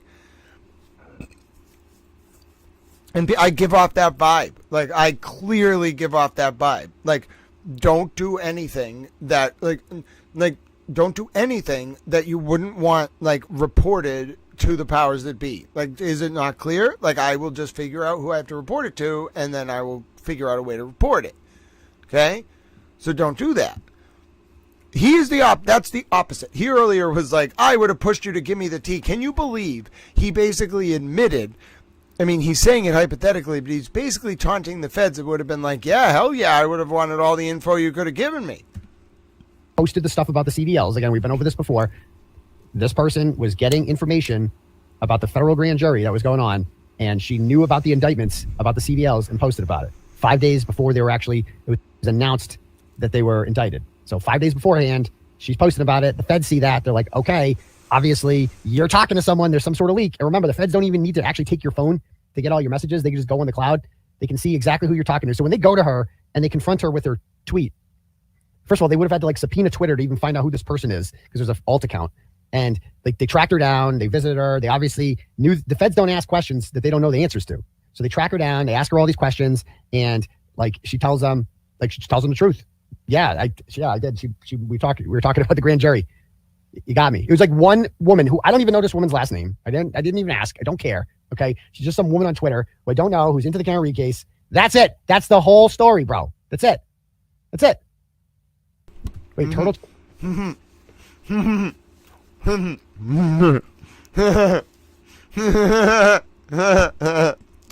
Chat turtle. Why are people saying that? Oh, it's not top. It's not pinned.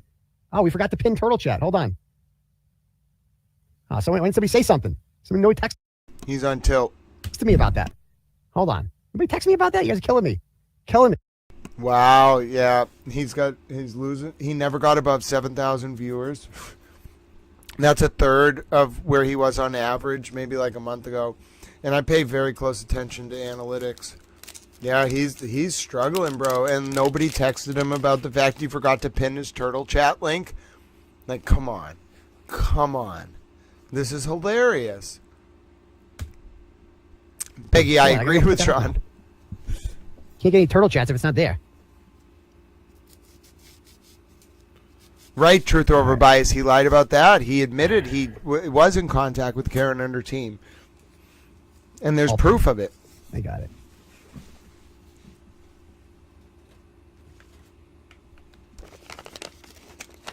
Got it. Okay, baffled. Cool. It's pinned now.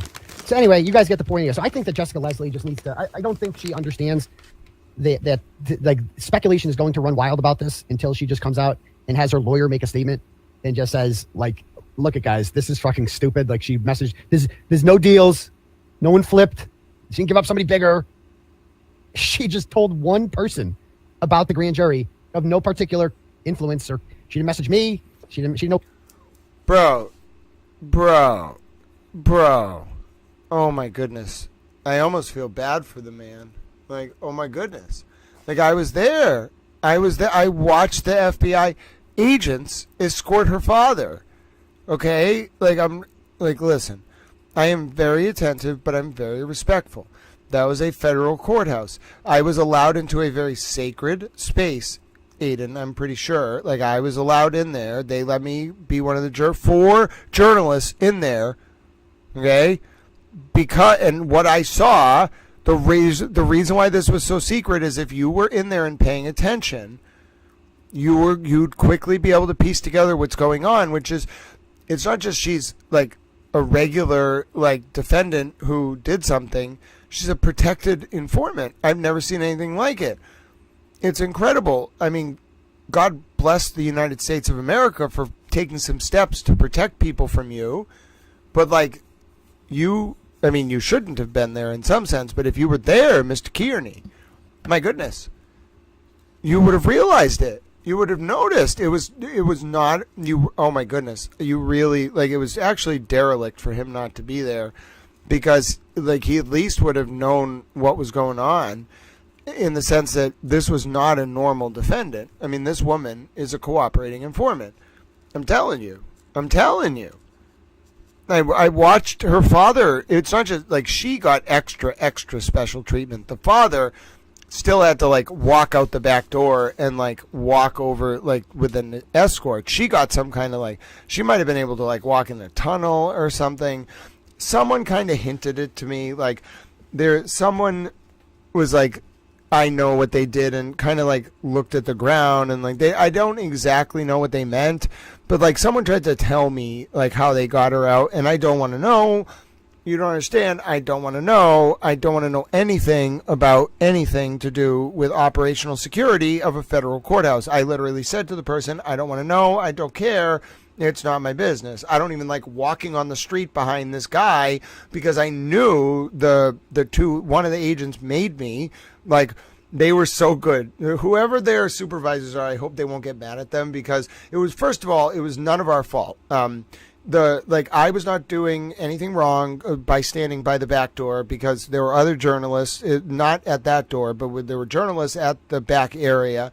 And there was one journalist like right at the back corner, like 30 feet from us. So we were all in the same place. Like 7 of the cameras were at the front door. I was at that point at the back door. Another journalist was like 30 feet away at the corner, like looking towards the front door, but also looking at the back door. Okay. Now the back door and the front door are very far away. It's like maybe 400, 500 yards from the back door to the front door. And the back door is not a fucking door. It's like a single, I showed you the image earlier. It's a single fucking gray panel, like door in a like brick wall. Okay, it's like nestled in a little like enclave. Okay, I was standing there. All right, I 100% watched this man get escorted by 2 federal agents. Okay, and just because that's where I happened to be standing, I went out of my way not to like ask him questions. I didn't bother him. I didn't say a single word to the father. I just watched him because I wanted to see if she was going to come out of the building. She never came out of the damn building. And then I watched I'm not going to give any physical descriptors because I love America. I watched one person who I knew to have been in the courtroom. Okay, clearly an FBI agent. And then another man, okay, who I'm not going to describe, just say man, walk that father down a street on a public sidewalk, okay? I and another journalist were standing around, okay, and we saw them, so I just walked down the sidewalk, okay, as I am like I was like 150 feet from them, okay? I was not like following. I did not want to like stand and ask them questions. I just wanted to see where they were going, and I was not going to go into where they were going, which was a parking garage or something. I just wanted to see where they were going. They were on a public street. So they walk, and then as they're like 150 feet in front of me, this was the most impressive thing I've ever seen. They turned, and they only had like a millisecond because they turned and then they were in the parking garage. In that millisecond, the male agent looked over and made me. But at that point, he knew that I made him too. And I didn't really. I thought he was the guy's uncle. But like I knew something was weird. Then, and this is the part they didn't notice, and I think they did, like they kind of knew, but they just let me like do my thing. But I was standing on the public street, like across from the parking garage, just standing there. And then I saw the 2 agents. This is how I knew there was only one exit of the building, because if they were worried about this, they would have found another exit of the parking garage. They walked out of the parking garage, okay, and then that's when I put it all together, because they didn't come out with the father. I was like, oh my God, those are FBI agents. Holy fuck. And then that's when I made them. And by that point, they were already walking away from me. And I was like, thank God listen, they did their job. I'm not going to do anything about this. I didn't even share the picture of the father. I don't want anything to do with this. Like, God bless them for protecting those people. Then I walked away. Then maybe I told the media, like, okay, I saw the father go that way. You have a right to try to find out where the grand juror, the defendant is. But I don't know. All right. And I don't think they ever found her. I think she was long gone by then. Beautiful tactical op, though. They use those cameras around there so well. I just want to applaud whoever ran that op to get that juror out of that courthouse today. Incredible. Incredible. Magnifique. I know they must have monitored. Like, we are journalists. We know what we're doing.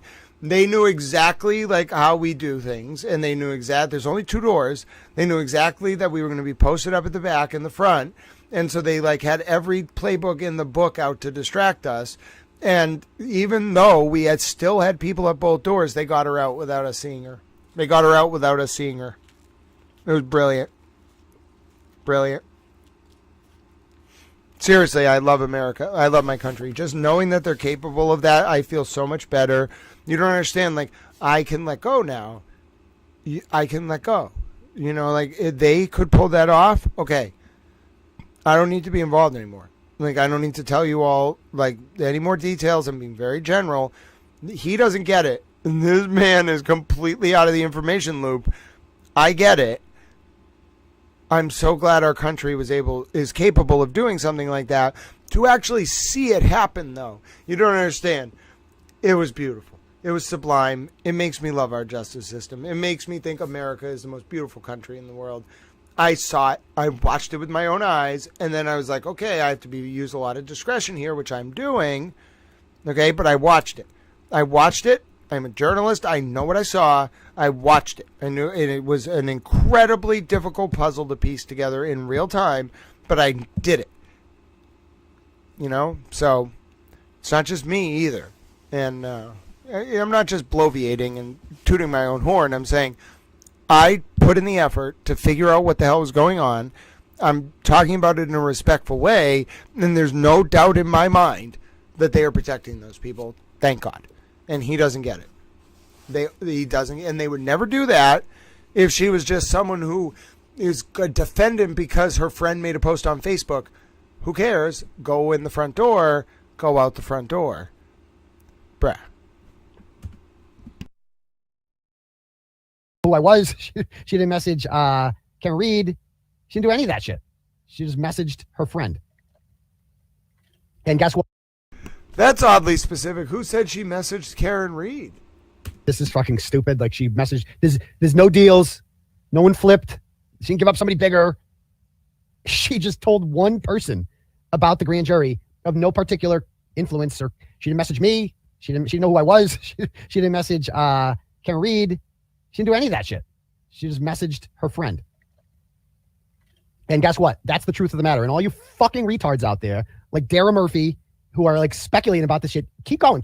I urge you to keep talking, because you're going to get the receipts on this one. And I am going to rub it in your fucking face like you've never had anything rubbed in your face before. And for the rest of your fucking life on the internet, we are just going to constantly remind you of that time you went full retard on the internet for a couple weeks there. And I told you. Famous last words. I fucking told you. I wouldn't. You know, in the judicial context, literally people who are like, watch what's going to happen in like the way he's doing it without actually knowing all the details, like famous juridical last words. Lie to you. I told you, as a matter of fact, I swear on everything sacred to me. That is the whole truth of the story. Jessica Leslie messaged. Bro, you didn't even get the facts right. You missed like 4 of the basic facts. You didn't even get the like how she left the courthouse correct. Like you thought she took a plea today. Like, you don't know anything about what's going on, and I think it's kind of glorious. Like, there's a saying in politics, but it's really true in life. If you're not on offense, you are on defense. Okay? And this man is on defense. Like, this, he has gone from reporting on things, like, to, like, being the subject of being cut off from the flow of information, which means you're the target, in my opinion. A friend, and that's it. That's the only person that she messaged about this. That's it. And you can spend all day speculating online like a fucking retard, or you can trust Daddy. Whatever the fuck you want to do. My record speaks for itself. It's immaculate. So let me read Sean of the Gulf's post. Unusual federal treatment, he posts. Reports emerging from... Wait a minute. You admitted to misleading people about his contact with Karen Reed. In the Joe Moakley Federal Courthouse today. Full damage control mode, Peggy. You're right. Reports. Sources confirm that FBI agents escorted Jessica Leslie, the former grand juror now facing charges tied to the unauthorized release of federal grand jury information, through secured back entrances in private parking areas, bypassing the main public corridors altogether. So Sean has sources that saw FBI agents escorting Jessica Leslie.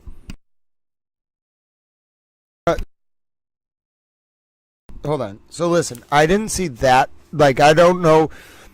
I wish Sean, I didn't talk to Sean, but I wish he wouldn't report it that way, because, listen, and this is how you can tell this is serious. That's basically what they were hinting at, okay? Like, I talked to someone who clearly knew what they were talking about. It wasn't from the courthouse, but it was someone who had been around for a long time. And they said to me, like, I know how they got them out. And then they looked down, and I understood what that meant. like there's parking under the courthouse. Okay, you don't have to say that. Why do you have to fucking say that? Do you understand? I understand Sean is making a point to Aiden, which is like she was brought out like the way a judge would be brought out, bro. Like the judge doesn't just park in the building. They probably have like a parking garage next door and there's like something under the building. Have you ever wondered if maybe like the Norfolk Superior Court and the Registry of Deeds and the District Court, ever wonder, maybe there's tunnels? The government likes tunnels, bro. You can't like do anything to people in a fucking tunnel. The government likes tunnels, all right?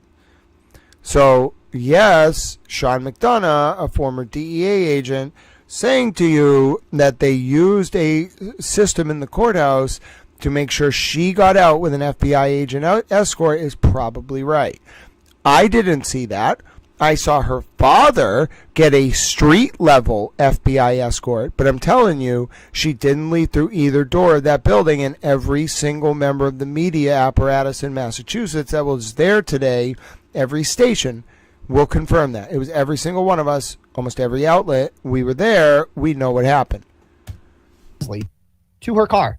And none of them took a picture of it, of course. None of them took a fucking picture. I know as a matter of fact, an undeniable fact, and I am going to prove this. I have a source. I have the best source you could possibly have in this shit. Okay? That this is completely untrue. She was not escorted to her car by FBI agents. That is a complete and total. So, again, it doesn't matter what a source tells you. Like, literally, I just want to be very clear. It doesn't matter what a source tells you. We are journalists, okay? There are a lot of us. You're talking about every major network, okay? Every single one. 9 cameras, multiple reporters. We know how to cover 2 fucking doors. Okay, we also know how to talk to each other. We all covered the 2 doors. She didn't leave from either door. Furthermore, I am telling you firsthand that this man, her father, was escorted to a parking garage by 2 FBI agents.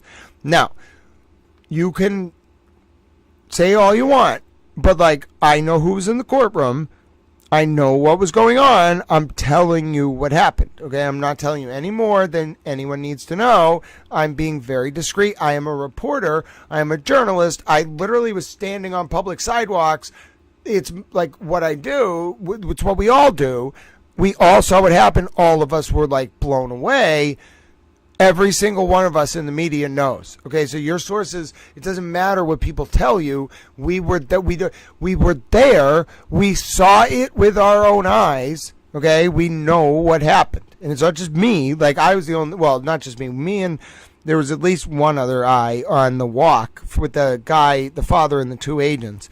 But we all know that she didn't come out either door. Okay, we know. All right, I'm just telling you, we know. Lie. It came from Sean of the Gulf, so you should probably assume it's a lie. Okay, but you don't have to trust me. I don't give a fuck if you trust me or not. It means nothing to me if you trust me or not. Right? You're going to see. You're going to see. And you just remember this. Remember this. Look at how confident I am saying this. Something's going to come out about this. Okay, again, people can come out and say things like, "Oh, I saw this person doing this," or whatever. Or I heard someone tell me this. First of all, it won't matter. You weren't there. Okay, an anonymous source could say anything, all right? But it's not just one member of the media. It's all of us. We are not dumb. We know what we're doing. Okay, so no matter what your people tell you, when you have the media in person at both doors posted up, it doesn't matter what you say. Like, we are going to trust what we saw with our own fucking eyes. She didn't go out of the building through either door. The father, in turn, at least 2 of us know, got an escort by 2 people, one of whom was in the courtroom, and very clearly they were FBI agents. So yes, why would they just escort the father? Okay, clearly when they were bringing the defendant, the cooperating witness, in my opinion, to her car, they would escort her too, just not on a public street. Why? Because they don't want you to know what she looks like, Aiden. And I bet if you went to that courthouse, you probably wouldn't have been allowed in the courtroom because they weren't going to let you find out what she looks like. Hello? I am 1,000% certain of it. I know it is a fact. I know the date it's going to come out. I know exactly when this is coming out. And you're going to look fucking retarded. You're going to look like the fucking idiot geriatric boomer. Okay, so what's ridiculous is, again, if what you're challenging is his statement that she got escorted out of the courthouse in a way that was abnormal, no, nothing is, like, yes, you could release some anonymous source saying something, but nothing will ever come out about that will counter what 9 different cameras and 5 journalists saw today. You don't understand. Like, you don't understand. There was a courtroom sketch artist there. It was very serious. We knew it was serious. We took it serious. They like literally made it clear to us by virtue of her not coming out either door that this was serious. Like, he's panicking. He's in damage control mode, and he's still got no more than 7,000 viewers because he's got nothing new to say. That you are, McDonough, you fucking fraud piece of shit. Go back to the fucking Gulf where your ass belongs. Back to obscurity. No one's listening to you. I fucking buried you about 8 months ago. I took out my fucking shovel. I dug a hole. Bro, your view count. So first of all, you're basically getting close to like Kate Peter level views now. All right. And I'm not saying my channel is anything special on YouTube. We just have a very tight-knit community here that likes to chat. But like, I would say my X views, like, okay, we know that on X, I think we beat the country of Qatar one day. But my point is, like, you're only, like, Aiden, you are at, like, Kate Peter level views. You're barely at 7,000 live views total during the stream. That's a third of what your average was, like, 3 months ago, okay? And you're screwed, okay? So it's not, like, Sean's influence is only going to go up. Like, Sean was right not about the Karen Reed and John O'Keefe case. I want to be clear. I don't believe he was right about that. But I believe he was right about a lot of stuff. Like you, I believe he was right about you, Aiden. I believe he was right about the Birchmore stuff. I believe he was right about a lot of stuff, just not the John O'Keefe and Karen Reed case. I don't get why. Maybe he's friends with Karen. I don't know. Listen, I don't know Karen. Maybe if I met Karen, she would like cast some spell over me and be like, Grant, you must understand, like, I didn't do it. And I'd be like, no, Karen, I think you did it. You know what I'm saying? But, like, some people, I feel like they meet her and she just has this, like, Medusa-like quality. I don't know. She tried those Manson lamps on me. I was like, get that shit out of here. You don't understand. My soul's a fucking, like, fortress. Like, good luck, bro. She knew. She didn't try that again. But anyway, I don't understand, and I don't mean to insult Sean. I just don't care. Like, I don't get why, like, Karen's a big deal. And I also don't understand why people are so insistent that either because they believe Karen Reed is guilty, that means the Norfolk DA's MSP unit can do no wrong in any other cases. That's ridiculous. I also don't understand why people who think Karen Reed is innocent have to also think that the Norfolk DA's MSP unit does everything wrong all the time. That's like splitting. It's like very traditional black and white thinking. That's like very bad thinking. That's not logical. It doesn't make sense to me. Life is shades of gray. People aren't all bad or all good. I bang my head off the wall sometimes because I just don't understand how all of this happens. You know, it just blows my mind. All right, let's continue. And I threw your old boomer geriatric fucking ass in that fucking hole, and I buried you once and for all. You can try to... You're burying yourself, bro. I think the only people who watch you now, like some people hate watch you, I think, which isn't really healthy. But I think the only people that really watch you are, like, maybe you have, like, your small group of people, like, whatever. But it's, like, you know, a smaller and smaller circle. And some people are watching for entertainment, you know, to watch you spiral. But, like, you're not breaking anything. You're not really a relevant cultural force. Like, I don't want to tell you, like, some of the stuff the journos were saying today. You know, I don't think that would make Aiden... I think Aiden would be concerned about, like, what they know about what's coming, you know. And that's just what they have heard from their sources. Who the hell knows who they are talking to? They're real journalists. They know what they're doing. I'm a towel and a journalist, but mostly a towel. Climb out of that hole all you want. I'm just going to keep throwing more dirt on it. Get back in your hole, McDonough. He goes on to say, she was shuttled in and out of the court via access points, typically reserved for high-value cooperators. I mean, listen, he might be right because whatever, like, she didn't even come in the front door. And I've never heard of this. I've heard of ambulatory transport to the courthouse. Sean might be right, is what I'm saying. I've heard of ambulatory transport. I've heard of someone being under arrest and taken in the Sally Port. I've never seen, like, what they did today. I don't know what it is. Protected witnesses or individuals under threat, not ordinary defendants. Ooh, let's be clear. This level of accommodation is not standard for someone simply accused of gossiping about a CDL scandal. Ooh, something doesn't add up. What else did she leak? And who is she really protecting? Oh, the truth. But of course, Jessica Leslie doesn't go online. Like, she's like not on Twitter. She's not seeing any of this shit. So she has no idea the online speculation about her right now. Like none. That's not the vibe I got. That's not the vibe I got. No. She looked back to see which four of us were allowed in the courtroom. She did. I think she might have known who we were. I don't think she knew who Abby was. But she knew John Hall. I don't know if she knew... I think she did know the woman from the Globe. I don't want to forget her name. Murphy. Miss Shelley Murphy. I think she knew Miss Shelley Murphy, and I don't know if she knew me or not. She did kind of like look at me for a few seconds.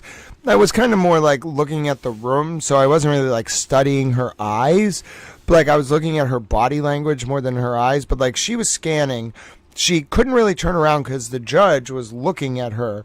But like at certain points, the judge, like while her lawyer and the prosecutor were talking, the judge was just typing away, being a little super towel judge, you know, federal judge, like multitasking. You should see federal judges. They're so efficient when they're up there. Like this judge didn't like go to her chambers. She like sat there while we were in court, and we were expected to sit there like this while she did her work. It was great. I was having the time of my life. She knew I was having a great time too, so she was happy. The judge, like when the judge sees someone in the audience who like likes the process and is like respectful, oh, they're so happy. The judge, like I was sitting there just beaming that we all had to just sit there and watch the judge work. I loved it. But anyway, so back to the Leslie, Jessica Leslie. So she's sitting there, and she's very, like, she's sitting 2 feet flat on the floor, and she's like this, and at a certain point she was hunched, but then she kind of sat up, and she wanted to look at the media, but she could, like, when you're sitting in this chair, like, it is a big chair. I don't know.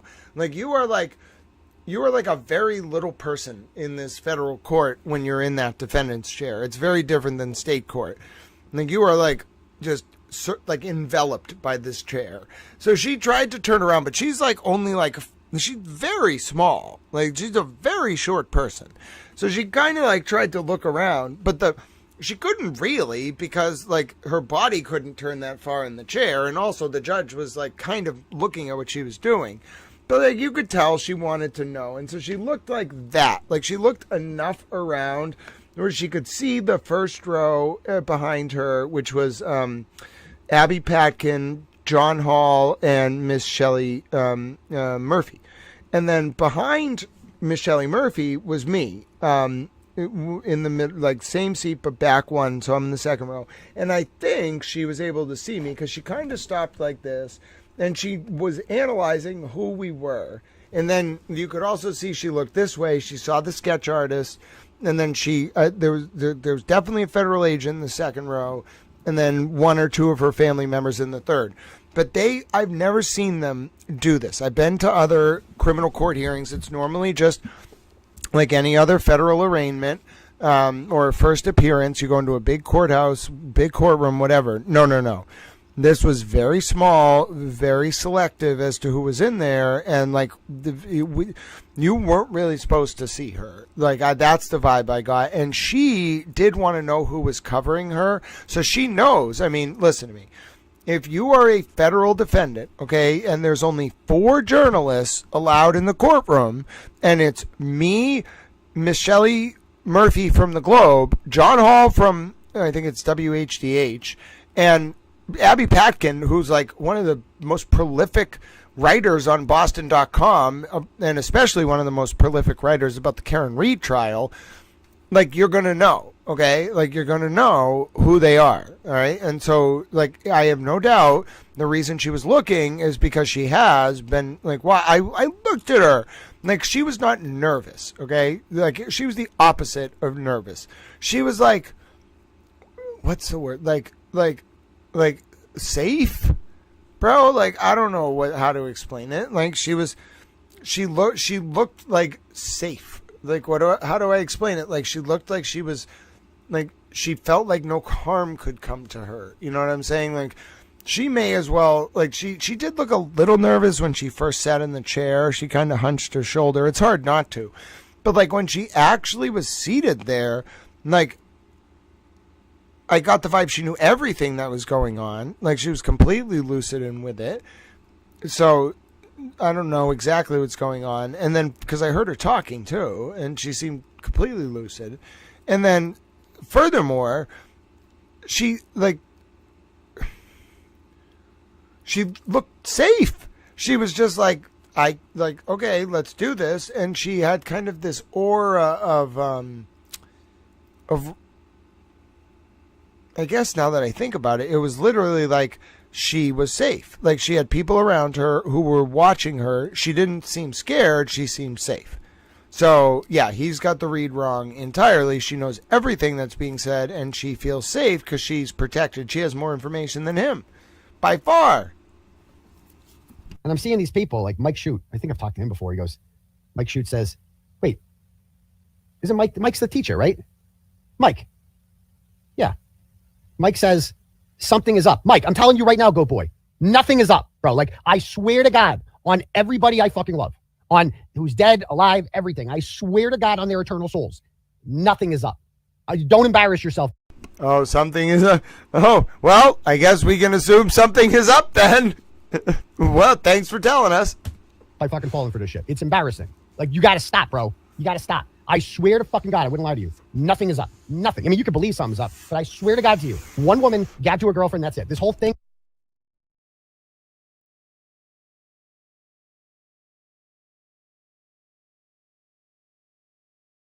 Sean in the Gulf Road about an escort he's losing control of the narrative is what I had just said. This is fascinating. He's losing control of the narrative, and it's literally driving him out of his mind.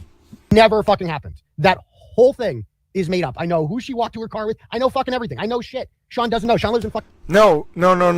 Listen, regardless of what you were told, Aiden, you don't know, okay, because we were there. Right? Like, that's why this is not going to work, because you don't understand. Like, we were literally posted up. It was not a light, like, media presence, and we know how to monitor the doors. Like, we have shared resources in the sense that, like, there's 40 of us. Maybe there was only like 14 today, but like, we know what we're doing. We're there. Some of those guys have worked in news for like 40 years, the cameramen, the reporters, whatever. So like, bro, like, no, you don't know, and nothing you say will matter. Like, that was a lot of money down there. Like, you don't understand how much those networks pay to put those people down there. You think the networks are just going to accept, oh, well, Aiden Kierney said that she walked to her. Are you fucking kidding me? Every single reporter down there, every single cameraman is going to, like, completely counter your narrative because it was their job to get the image. And they didn't get it because they weren't allowed to because she didn't walk to her damn car. In Tampa or some shit, right? He doesn't live here. He doesn't know fucking anything. He's got no sources. He just makes shit up, right? Stay on the hunt, Sean. We need answers. Did these people miss this whole thing? We are all watching. Oh, God. Spilling the tea. Oh, yeah. Love it when you spill, Sean in the Gulf. I'm a little confused on which grand jury. Was it the CDL or Karen Reed? Oh, my God. Oh, my God. What else? I'm thinking it's more about who she gave this information to. No, JC Marie, you fucking retard. She gave this information to her friend. To her friend. One person. That's it. That's the story. That's the whole fucking story. Are you listening, stupid? Are you fucking listening? Are you fucking listening? You can believe me now, or you can believe me when the receipts come out in about 2 weeks. How about that? Oh, I thought you were going on vacation. That's a convenient time to go on vacation. Where are you going on vacation for? What do you mean? Don't you want to get to the bottom of this?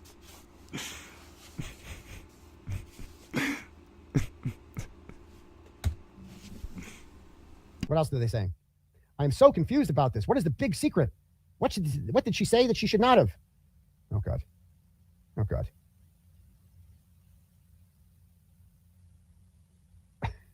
Like, this is a crime. Somebody said, somebody goes, so Dot says, so there's a woman named Dot. She goes, I'm so confused about this. What is the big secret? What did she say that she should not have? And then Mark Mahoney says, she's not supposed to say anything at all. Nothing about the grand jury. She's instructed regarding the beginning and typically reminds periodically. It is a crime to speak about anything that goes on in a grand jury. True. It is actually a crime, right? But the fact that she got 1 day in jail kind of shows how unserious they're taking this. No. The sentencing recommendation was, it was a level 10 offense, okay, which is 6 to 12 months, okay? 6 to 12 months in federal prison. She got 1 day for reasons that are, as of yet, unclear. Okay.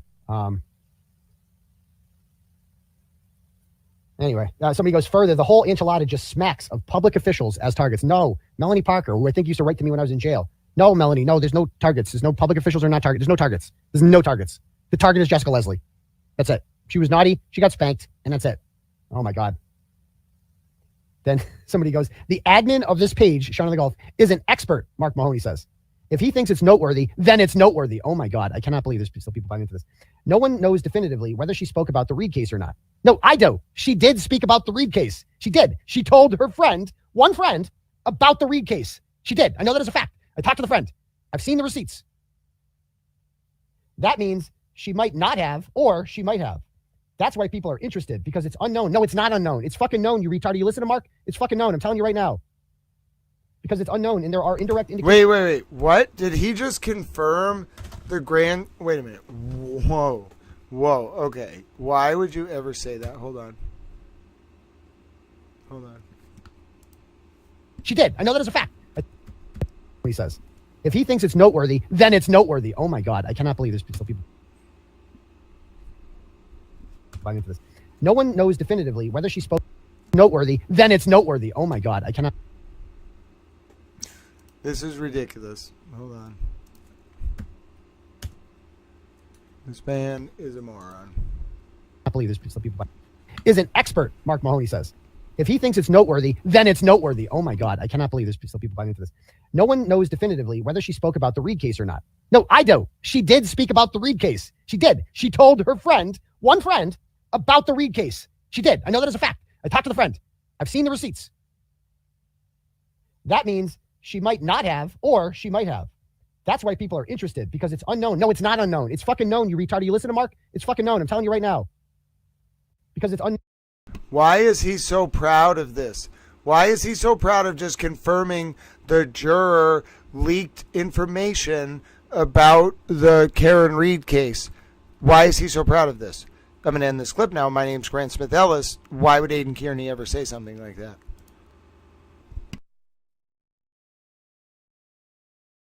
Known, and there are indirect indications that she might have. Some people find that interesting. Oh, my God. Okay. Let's see what else we got. So Sean of the Golf says, the back channel, all caps. The B is capitalized and C is capitalized. Like, this is like proper nouns. The back channel confirmed. He's got a back channel now. He's got 5 guys in the back channel. The back channel confirmed the FBI escort from an eyewitness at the rear of the courthouse. Ooh, the back channel. Somebody goes, what is a back channel? And it's Sean of the Golf's new YouTube channel. Oh, he's got a new YouTube channel. Oh, God. Oh, God. Yeah, everything's coming up, Sean. Everything's coming to McDonough. Hold on, little towels. Hold on. It's back. It's back. It's just frozen. You'll still hear the sound. Leslie disclosed the names of various witnesses appearing before the grand jury and the substance of their testimony and other evidence presented to the grand jury. Yes, she did do that. She disclosed all of that to her girlfriend.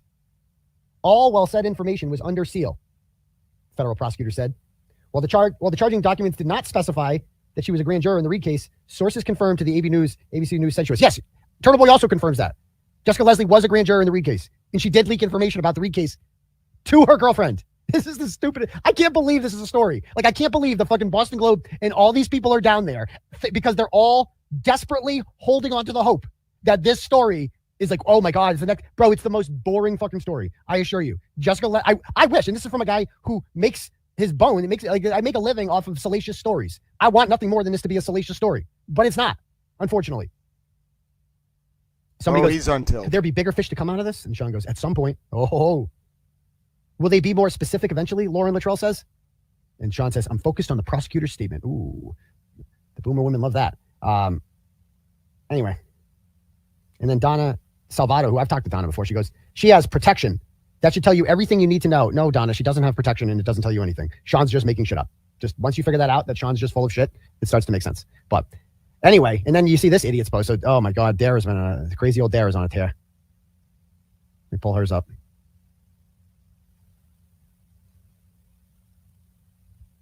I'm going to try to unfreeze it. Hold on. I'm going to try to unfreeze it.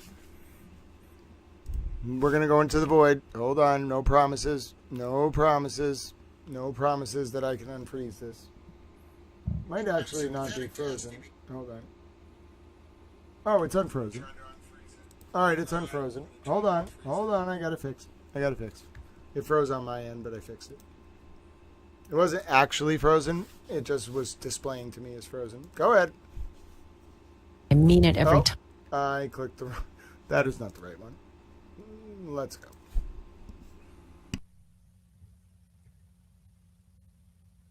All right, so here's her rant today. Let's see what she's working with. During a very brief hearing today in Moakley Federal Court in Boston, Jessica Leslie agreed to plead guilty to one felony count of contempt for leaking secret grand jury material about the Karen Reed case to unknown parties. They're not unknown to me. They're not yet unknown. So this is a lie. This is what's called a lie, Dara. They're not yet unknown. They're very known by me. And it's not parties, plural. It's one person. She sent this to one person, and it's all in the discovery. You're going to see. According to the U.S. Attorney's Office, Leslie leaked information. Oh, it is still frozen. All right, hold on. I got a plan. I am a towel. I'm going to try to change it. Oh, that didn't work. All right, this is frustrating. Hold on. What about this? Is that whole thing just frozen? Oh, this is very frustrating. All right, hold on, little towels. Hold on. All right, we'll just listen to the audio for a second. Hold on, I don't want to restart. About the identities of witnesses and the substances, other testimonies between August of 2022, that's before the Reed thing even happened, and March of 2024. So she was gabbing about this for a while.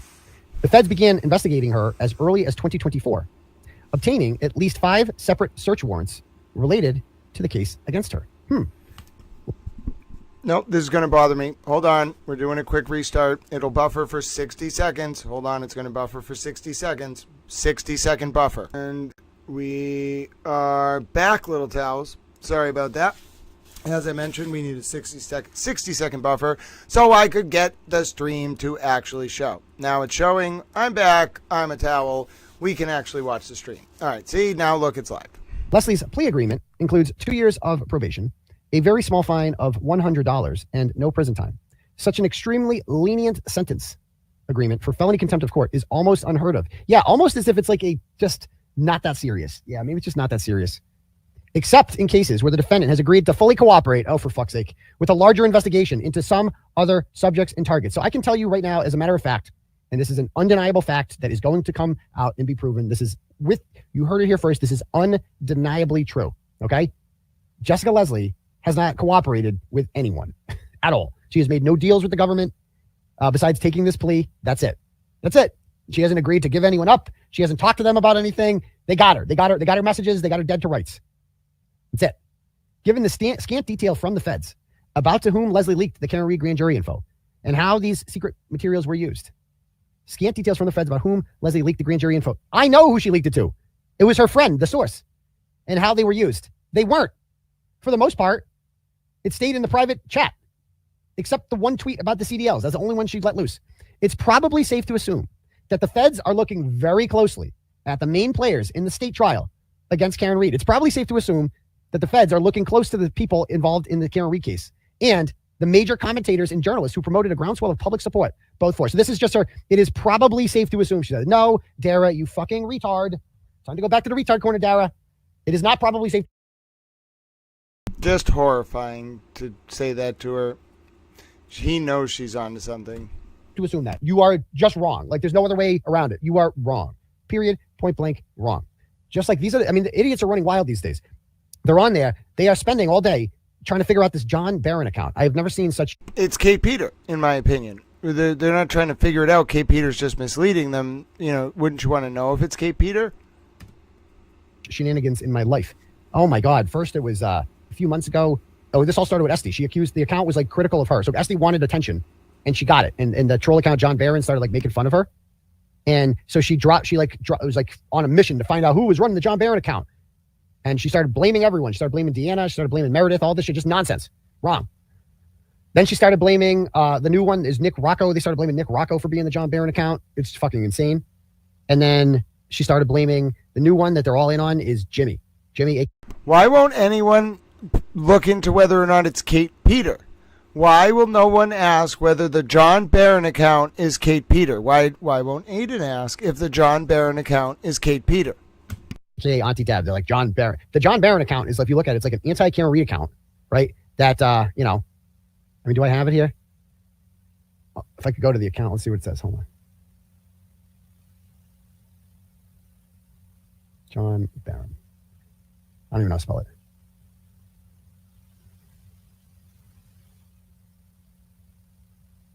Anyway, I can't even find it. Oh, actually, I think I found it over here.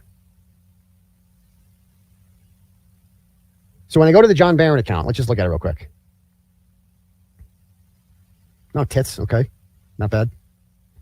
Oh, there's Jason Broyles, okay.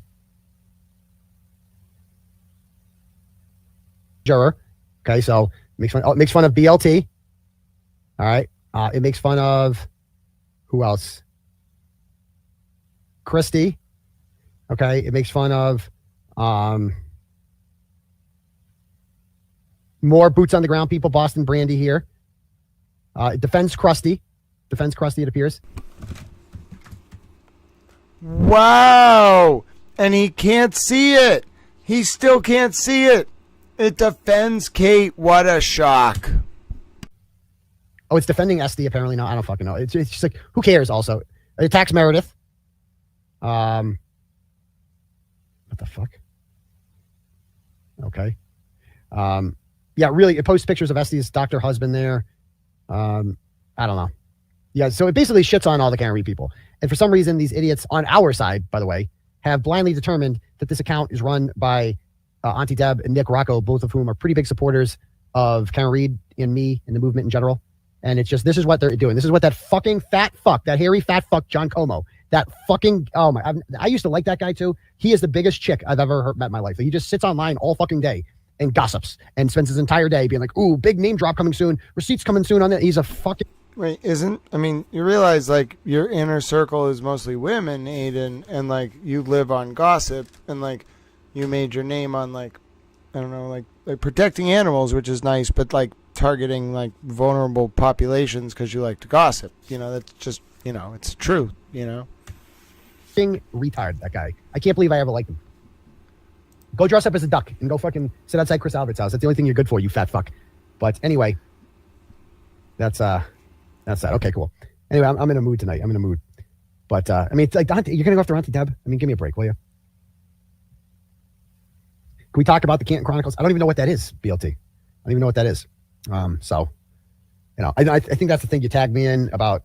Yeah, I guess Lucky Loughran is doing an interview. We're speaking of John Como, because apparently they know each other personally, and he's going to do an interview with him. Cool, good for him. That's all I got. It's like, you know, I don't have a problem about. It's like, it's a free country. Go on whoever shows you. You know what I mean? I don't own Lucky Loughran. Good for him. I'm glad he's getting the word out there. I'd love to have Lucky on my show sometime, and maybe I will follow up with him after the vacation, and have him on my program, on my YouTube presentation. You know, I'd love to have him on here to talk about that. But you know, it's like obviously it would be a lot more viewed if he came on my show. But wherever he wants to go on, you know, go on. I'd love to have Lucky on sometime. So, but I certainly don't own Lucky, and you know, it's like he's a free man in a free country, and he's free to go on whatever program he wants. The most important part about Lucky Loughran is he's a hero who, you know, could have been bullied into silence like a lot of other cowards are, like Steve Scanlon, that pussy, that fucking loser. If I ever see that fucking guy, oh my god. But well, so wasn't Lucky the guy that Aiden Kierney wrote an article about on the same day that he went to meet with Karen's investigators? You know, sounds like a pressure tactic almost. You know, that you can imagine that's pretty concerning. I could imagine that people would be concerned by that. Let me listen to this clip I recorded. Hold on one second. No one knows definitively whether she spoke about the Reed case or not. No, I do. Okay, I got the clip I wanted. But he didn't. He just told the truth. He did this crazy thing like Nicholas Barrows, where he just got up there and he just told the truth. And he was not going to be bullied, and he was not going to be scared, and he was not going to be shamed or humiliated or anything like that. So love Lucky. Hope he tells his story. So there's that. All right, cool. Anyway, back to, what was I going to say? Let me read some turtle chat, shall we? Let me find it.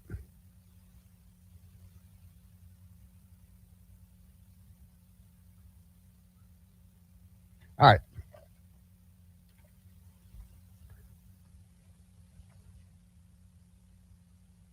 Got a bunch here I got to bang on. Hold on. All right. Melanie J sends $10 and goes, Dr. Daddy, what are your thoughts, if any, audiobooks? Yeah, what are your thoughts, if any, about audiobooks versus reading books? Any thoughts on To Kill a Mockingbird in audiobook? Read by Sissy Spacek. I don't know who that. Who's Sissy Spacek? I don't even know who that is. I need an opinion from my sex cult leader. So bad. I am your sex cult leader, Melanie. Never forget that. But I've never listened to a book on tape in my life. I'm old school. I like reading books. I like reading books at the beach, and just like to relax. And so I'm definitely not a books on tape guy. If that answers your question, so thank you. Next up, Suzanne sends $10. Goes, Doctor, I'm glad you're finally taking a vacation Saturday. Can you do a Friday night show instead? I need my weekend daddy fix. Probably not, unless something big comes up. Probably not, but you'll get your daddy fix when I get back. Thanks. Asser and Fish sends $50 and goes, listen, Turtle, awesome interview with Melanie the other day. Did I hear? I'm glad you guys liked the interview with Melanie. That was great, man. That was great. And take note, anybody who wants to do the interview. It's like, it wasn't a great interview with Melanie because I was doing anything different. I was the same person I was on every single interview, but it's just a matter of listen to the things she asked me. It's like, those are the things that she went places no one has gone before. She started asking me about my divorce. And what else? She asked me about really interesting shit that nobody asked me before. There's got to be something that you're interested in, like that. Think about when you do an interview, think about what do I want to learn from this person? And what does my audience want to learn from this person that they haven't talked about before, and don't necessarily just stick to your script of your questions that you've written out beforehand, go with the flow, see, based on your answers to things, go with that too. It was just such a natural 3-hour conversation that went back and forth between the two of us. It was just so, I got to say that's, kind of a nice change of pace. If he could, he will never be able to do this, but it's too late. In my opinion, the ship has sailed on him entirely. But if he, there's something, he knows how to talk. He talks a lot, and he's a natural in front of a microphone. But bro, if you just did that more often, I don't think people would have as much of a problem with you. You know what I'm saying? If you just did that, if you were just here's how to give a good interview, whatever. You don't have to make it all the time so toxic. I know some of your viewers like that, but what you're doing now is clearly not working. Look at your numbers. Analytics tell the story. So I don't know what to tell you. He's going to go away from this mode in a second, but that would probably be better right now than this, than what you've been doing for the past 40 minutes. He's been doing natural. It was just two people talking, and but it was questions. It was a question and answer format, and it was just all good, interesting questions. So I think that's why the Melanie interview went so well. Last night I went on Making Law Simple, and there was a lot of cooks for sure in there. But it was an interesting format with the Legos. We built. If you guys didn't watch it, we built Legos. I made a police thing. I made this last. All right. So listen, I told him he's got to be respectful of damn Legos, or he's gonna hurt that guy's feeling. Look at, he's holding up the fucking Lego. He's holding up the fucking Lego.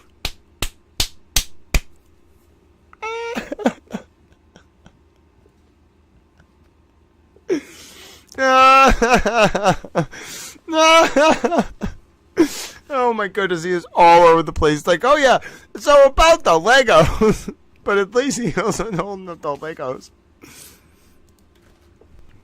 It took me 3 hours to make this, and but we were all doing, So it's just chill out, just have a good time, ask some interesting questions, and you'll get some interesting answers, So I think that's why the Melanie interview was so good, So it goes on to say, did I hear correctly? You're an Eagle Scout. Yes, I am an Eagle Scout. Something we both have in common. Nice song idea. A parody of Stan by Eminem as sung by Krusty and the Fake Victim as they become increasingly unhinged over you. That's actually not a bad idea. If we could do a parody of that of each of them. Well, you did say that you loved Lindsay, right? So I don't know, bro. We'll maybe make a little song. I don't know. You can be the Lindsay Buckingham in the song. Maybe Fleetwood Mac. What was that great song? Stevie Nicks likes to look into Lindsay Buckingham's eyes sometimes when she sings it. I think it's more appropriate if a song is made about you, not with AI. That's such a low-level Kate Peter thing. I love AI when it's done well, like Bossy Texas Chick, but I don't like when it's just generative AI where the lyrics are just general. Like, if you're going to do an AI song, all right, at least do it like Bossy Texas Chick, where it has customized, like, very personalized lyrics. The AI songs that like get put out about Aiden or the people put out about other people, they're just so bad. Some of them are really bad. I know a lot of people like them, but they don't have that touch. They don't have the personal touch of a song. All right, Bossy Texas Chick is the closest I've ever seen. All right, like 85%, it's basically a song. But most people, it's just this like hodgepodge of like lyrics about someone they don't like, and then that's their music video. And I'm like, all right. Like, come on. Like, where's the personal touch? Them or combined with one. That's actually the perfect song for that. And a bonus question: when you taught history, did you have a favorite part of history to teach? I definitely answered that on one of the programs I was on. I forget which one. World War II. I think it was last night. World War II and the Civil Rights Movement. Those are my favorite parts of history to teach. So there you go. All right. Okay. So I'd love to like ask him questions like so. Generally, when the 6th Army was encircled at Stalingrad, did you think that the order to hold Stalingrad till the last man was kind of like a manifestation of Operation Barbarossa's kind of destiny? Or did you think like the advance on Moscow like may have actually stood a chance?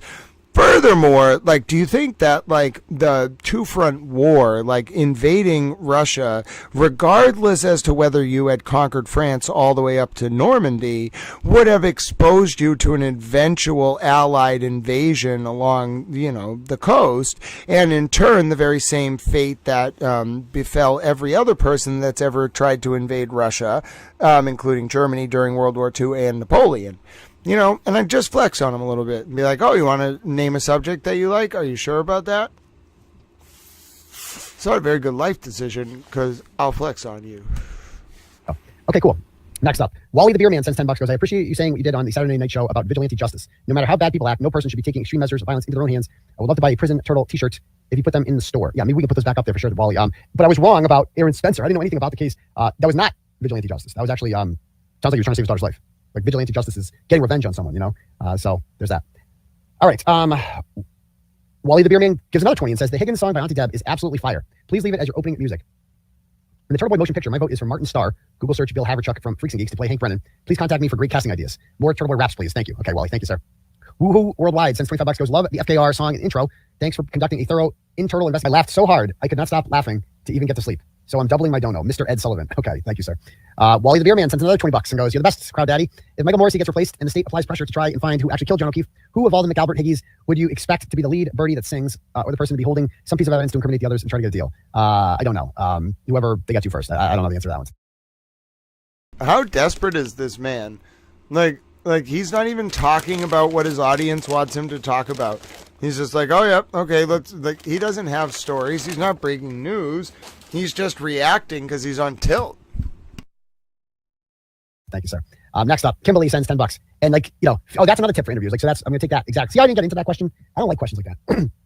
Right. You know what I'm noticing? This is a very big news moment. And he's lost control of the narrative.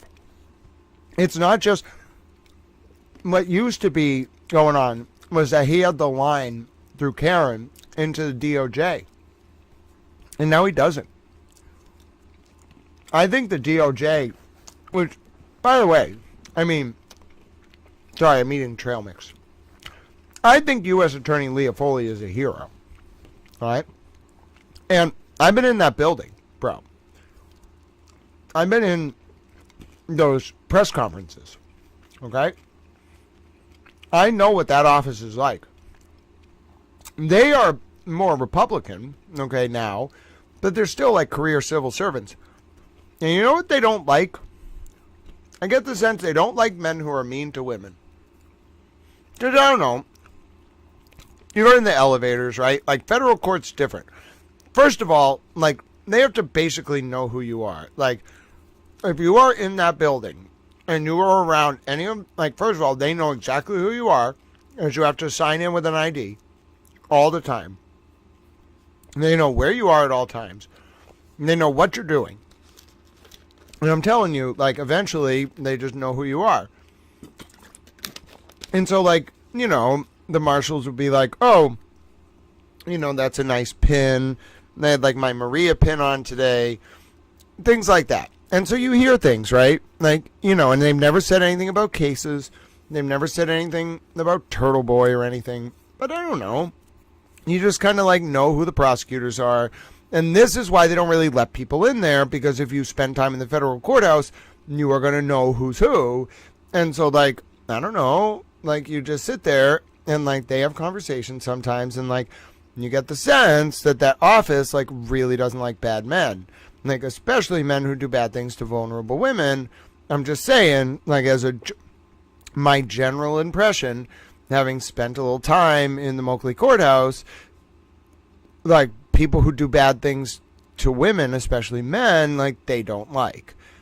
So, you know, like, I don't know what to tell you. This man, like, I don't know what to tell you. And, like, you know, I don't know. Whoever they got to first. I don't know the answer to that one. So thank you, sir. Next up, Kimberly sends $10. And, like, you know, oh, that's another tip for interviews. Like, so I'm going to take that. Exactly. See, I didn't get into that question. Oh, that's what I was saying. I was saying, so look how he's acting. He's not really breaking anything. He's out of the information loop. He's just kind of talking. It's very interesting. I don't like questions like that. I don't like hypotheticals about, like, who do you think would squeal first? It's not fucking happening. So I don't fucking, you know what I mean? Or what do you think happened inside the house? I hate that question. I fucking hate that question when people ask that. What do you think happened in that? I don't fucking know. You tell me. John went in and he fucking got killed. Okay? I don't really care what happened inside that house. You fucking killed him. What does it matter what way they killed him? What the fuck does that matter? Seriously, what does that matter? All of them are guilty of murder because he was killed inside that house and they covered it up. Period. Point blank. That's it. Nothing else matters. It doesn't matter who fucking pushed him. It doesn't matter who delivered the fatal blow. It doesn't matter. All right. So no one is talking about that at all. No one is talking about Who cares? that. Who cares? He went in that. Kim sends $10 and goes, I actually thought the MLS Lego collab was one of the top 5. I love seeing you in that light. My question is, what are your thoughts on the ex-cesspool receipts about the Esther Reed parody account? So I have not seen that at all, other than I think Jennifer Altman did admit to being behind the account. Was one of the people behind the account? I don't fucking know. So other than that, all I see is online speculation, and guess what? I don't care. I don't care. Who cares who's behind the account? It's funny. I did the account. Fine, I'll just say I did it, okay? Will that make everybody happy? I did the whole fucking thing. I did the whole thing. I made it, and that shit was fucking funny, wasn't it? You laughed. You fucking laughed. I did the whole thing. It was all me. Now what? Who gives a fuck who's behind a funny parody account? Like, seriously, who gives a fuck? He's trying to protect narrative. Thank you, because that shit was hilarious. That was the funniest parody account I've ever seen, ever. Besides maybe the Pleasant one. I don't know. It's up there, though. All right, next. Sarah sends $10. Goes, hey, Doc, the Lego and MLS was fun last night. I wonder if Lego makes a build-your-own dildo set. You could send it to Krusty. She can build it and then go fuck herself. That's a good one. I like that. Thomas Autonomous Anonymous sends $5. Goes, Krusty, just give us Morrissey. Yes, please do. LTL Media sends $25. Goes, Doc, keep up the good work. Oh, by the way, Sean in the Gulf is still a cuck. There we go. Absolutely. Thank you, LTL, my dude.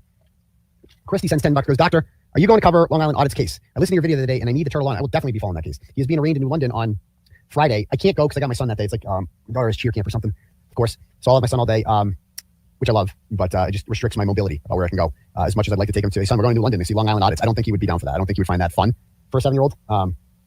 Yeah. Okay. Let's see. All right. Or it's just not a priority for Aiden. I just want to say God bless you to Natalie B. Thank you for your support. You are our dear Natalie B. I'm just a little towel.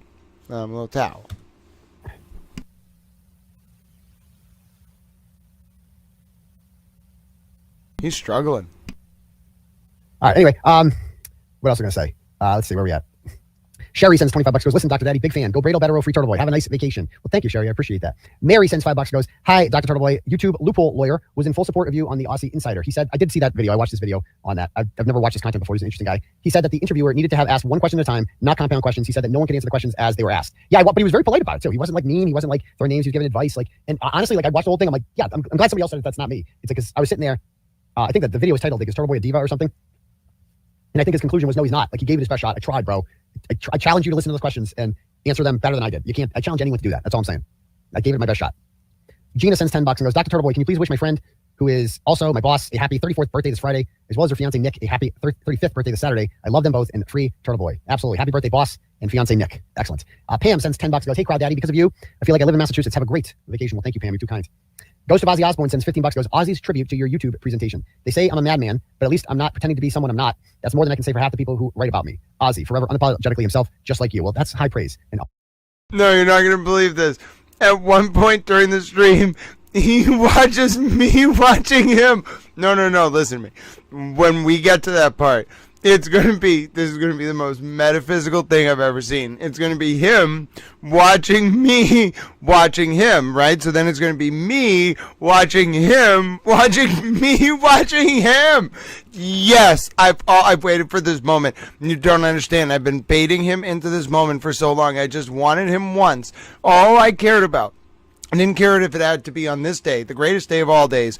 All I wanted this fucking man to do was put up a clip of me analyzing him, so it could be him analyzing me analyzing him, and then I could analyze him analyzing me analyzing him. That's like a Kantian recursive metaphysical dream. Somebody tell James Joyce I may as well be Vico. In short, this is going to be amazing. R.I.P. Ozzy Osbourne. Okay, this is a long one. $10 from SD Not Read. I'll read what I can, but I may not agree with some of your politics, but I like you overall and support your right to exercise your 1A. That said, please consider this constructive criticism. Your reporting on Miles King seems unfair. Okay, let's see where this goes. All of Proctor's cases require serious skepticism. True. I don't know if King is guilty or innocent. He's guilty. But I do know you and Karen Reed weren't the first people to be framed by police. Bro, stop right there. We can get into this. Miles King is not Karen Reed, okay? It's a unique situation. Karen Reed's innocent because the facts show she's innocent. Miles King doesn't have, they got video of him everywhere going to and from the murder scene. Oh, and also he's like a degenerate piece of shit, gangster rapper who glorifies guns and violence. And oh yeah, he was arrested outside that same guy's house 2 years earlier with a loaded gun inside a stolen fucking car. Okay, enough. I understand Michael Proctor's a piece of shit. It doesn't mean all bad guys are fucking innocent. It doesn't. He's a bad dude. Brian Walsh is a bad dude. These are fucking bad dudes. Okay, and that's the danger of what Michael Proctor did to Karen Reed is that because he fucked up the Karen Reed case so bad, all these bad dudes could walk free. Oh my God, that guy is as guilty as sin. He's got rights. He's got a right to a trial and all this shit, 100%. But don't tell me. That's what's outrageous about this is that he's guilty and he might get away with it. That's outrageous. Here, where the government actors have demonstrated a pattern of framing defendants, the King case deserves a critical eye. Oh, I looked at it. I gave it a critical eye. I looked up and down the charging documents just like I did with Karen Reed. He's guilty. He shot Marquis Simmons. He did it. In broad daylight, too, by the way. They got him on 1,000,001 fucking cameras. Oh, and by the way, the man's dying words, the dead guy's dying words, was Miles King did it. That's his fucking, the dead guy ID'd him. That's his longtime rival. Okay, he fucking did it. He murdered him. Stop it. Defendants deserve the presumption of innocence, especially with the crooked government actors involved, but it seems like you rushed Judge King. Oh, there was no rush. This was a thorough review. He may not be the perfect victim to rally behind because he's not. The person he killed is a victim. Stop it. But that doesn't mean he's guilty. Oh, he's guilty. Your skepticism of the state police is what earned you the trust of many of your supporters, myself included. It would be nice to see that here too. Well, let me tell you something, okay? Right? Doesn't mean I can be as skeptical as I want of the state police. You know what I'm not skeptical of? Video evidence. You know what they didn't have in Karen Reed's case? Video evidence. They did the exact opposite. The doctor in that case actually did his job. He got video evidence of everything. They didn't doctor that stuff. I challenge you to read the charging documents in this case and tell me how he's fucking innocent. I swear to God, these people. Thank you for the $10, but that was a stupid comment. Hello Kitty sends $25 and goes, did you ever announce something or somewhere you will be going? You hinted previously that it was in a state you haven't been. Yeah, it's annoying me because my contact with this is giving me the runaround and is like, oh, you can't announce it yet. It's like, I told her, I'm like, I'll give you fucking another week, then I'm just fucking announcing. I don't give a shit. I'm not playing these fucking games. These people jerking my chain around. I've been like, I'll announce it soon because I'm so sick of this shit. And I gotta tell her that, like, homie, don't play that. I don't play like that. All right. It's like, I'm not one of these people who just dick around for a couple months. Like, if I'm fucking invited, I'm fucking invited. I'm announcing. I'm not doing this shit. Anyway, next up, Tracy sends $10 and goes, wishing your town of Holden and my town of Walpole the best of luck in the Massachusetts Little League playoffs this weekend in Beverly. Yeah, the Holden Little Leaguers did well again. I saw it. My 8-year-old is a T-ball failure, but I love to watch the road to Williamsport. Go get them, boys. Yes. Okay. How about that? Brittany sends $10 and goes, I hope you have a great trip to the beach. I don't live anywhere near a beach, so I haven't been. The motion KP showed in her video was about Proctor's text messages, so she is wrong again. Congrats on getting Olivia on your team. I have no idea she was an attorney. She's not an attorney at all, to be clear. She's a data analyst for us, so there's that. Donna sends $10 and goes, I don't care if Esther Reed is Meredith or Jen or Deanna. It's me. It doesn't change the fact that Esty is a shit person and did all of the things that the Esther Reed account posted. The account is fucking brilliant. Can you ask her to start tweeting again? I'm having Esther Reed withdrawals. Yes. Whoever's behind the Esther Reed account, feel free to go at it again. Who gives a shit who you are? Right? Let's go. Joe Ellen sends $25 and says, hashtag free Turtle Boy. Well, thank you very much, Joe Ellen. Morgan sends $10 and goes, ever notice that every police chief in a murder investigation will say in a press conference to the alleged suspect that they're trying to find, we will find you and you will be held accountable. Wouldn't that technically be witness intimidation since the suspect is a potential witness who could testify and that could cause them emotional distress? Yeah, totally could. Totally could. That shows how dumb the law is. It needs to change. I mean, you could also argue that like the whole process of being indicted and charged can cause you emotional distress. So every defendant is undergoing emotional distress, every single one. And every single one of them is, a potential witness in their own case. So there's that. All right, let me read some cash apps here. Scott sends $5. Okay, this is inappropriate. I'll just read it because he sent it to me. And he goes, how many times a day did you jerk off in jail? I mean, you paid $5. I have to read it. How many times? For starters, I had a camera in my room. It was horrible. Like I had I'm on film the whole fucking time. Because you're an ad That said, you have to get creative. Okay, so it's not like it was far less than on the outside. Far less. Like there's like, first of all, there's no internet. There's no like Pornhub or anything like that. There's no sexting, right? There's nothing. It's all up. Everything that's up here. That's it. That's all you've got left is what's up here. Okay. And you're on fucking video. Like you gotta get real creative in there, right? And so, and I'm not doing it in the shower either. That's nasty. Walsh probably fucking jerks off in there. I shower in the same fucking thing as Walsh. No, I'm not doing that shit. No. But it's weird that a dude would ask that question. Scott, what the hell? Okay. All right. So anyway, okay, that was a question I wasn't. What? I mean, I'm just baffled. I don't know what to say to that. Thinking I was going to get asked tonight, but I was. Okay. And that's the only cash up I think we have tonight. Okay, so far. So, all right. I'll refresh the rest later. If you guys want to have your messages read out loud to the class, click at the link at the top for Turtle Chat, or you can cash at me at $ Uncle Turtle Boy. Let me start here with this whole Miles King thing. All right, before we get into what happened with Lally. Oops. All right. The lead investigator was Proctor, and I talked about this in Can't Cover Up, part 58. I detailed how differently Proctor investigated the murder compared to John O'Keefe's murder. He was meticulous in obtaining surveillance footage, blah, blah, blah. They knocked on doors. I mean, just read the article if you haven't already. But I just searched the keyword video in the charging documents. Detectives traced Mr. Simmons, the victim's travels on moped from Mr. Waller's home through Mattapan into Milton from video from a residence on Blue Hill Ave in Milton. So they went to some guy's home, got video surveillance footage there, right? Is he just going to observed the black Mercedes with dark front wheel rim traveling northbound and turning right onto Belvoir Road at 6:02? Wait, all he's going to do is the Lally hearing? Oh, this is stupid. So they got within 20 seconds. Hold on. Really? He's only going to do the Lally hearing? Front of 67. That's it? He did Oh, kill he's John got the car. nothing. They would have been able to get angles of that video of that car all over the place. He's got nothing. In the days and weeks following the shooting, investigators retrieved security camera video from various businesses on the Washington Street. I think he's just going to watch the Lally hearing with him. Police reports and other documents which have not previously been turned over to the defendant, despite the age of... Oh, he's literally just watching the Lally hearing with them. Wow, he's got nothing. He's done. Washed up. Put a fork in him. And he's done. Wait a minute. This is the part we wanted. This is the part that people came to see. Ali, go at Michael Morrissey and go at Michael Proctor. Like, everybody should be destroying Michael Hold Proctor. on, you ready for this? On the stand as much as possible. Are you ready for this? So, Are you ready for this? Michael Proctor's going to take the stand again. We have not seen the last of Michael Proctor. He will be on the stand on August 5th. That is going to be must-see TV, dude. And he's not a witness in anything anymore, you know? I can't wait. Can I ask him questions outside of court? Because I have some questions. I have some questions for Michael Proctor. Is he going to get like a police escort to his car? Is Hardman going to be back? The Hardo Patrol going to be back? You know, come on. I just want to see you analyze. We'll see. Come on. But all right, cool. Let me read some turtle chats here. Let me go back to the turtle chats. No, that's not what the people want to see. The people don't want to see the turtle chats. Oh yes. Wait a minute. Oh God. Wait, I love it. Grant's watching me right now. Let's watch. Yes. It's him. FBI escort from an eyewitness at the rear of the courthouse. This is the greatest thing that's ever happened in my entire life. Oh God. Everything's coming up, Sean. Everything's coming up. Hold on. Hold on. Leslie, oh, it was when it froze. The grand jury and the substance of her testimony and other evidence presented to the grand jury. Yes, she did do that. She disclosed all of that to her girlfriend. All while said information was under seal. Federal prosecutor said, maybe I'm watching. Why is it frozen? I'm watching myself. Oh, I'm watching Towel watch myself. Now I'm watching. You guys are watching me. Hold on. Watching Towel watch me right now. Okay, wait, now you're watching me watch him watch me watch him. Yes, this is the greatest moment of all time. Oh, there is nothing that could make me happier. I can't tell you how much joy this brings me.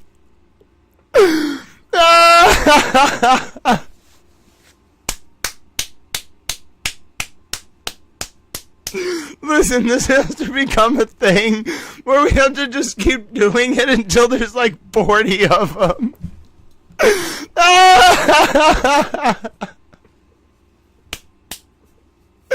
This is the greatest thing I've ever seen. Listen, with everything going on, this is what the world needs right now. The world needs to come together over this beautiful, recursive, metaphysical, Hegelian, Joycean motif. It is an interwoven, overlapping, historical, recursive circle of the most glorious nature. Listen, this is what we need in the world, all right? I'm sorry the government has to pay attention to this, but this is glorious. I am having the most fun right now.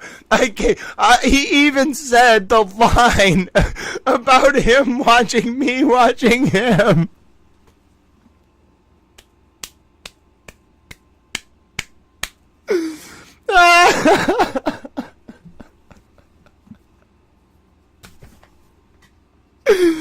Oh, this is such a wonderful moment.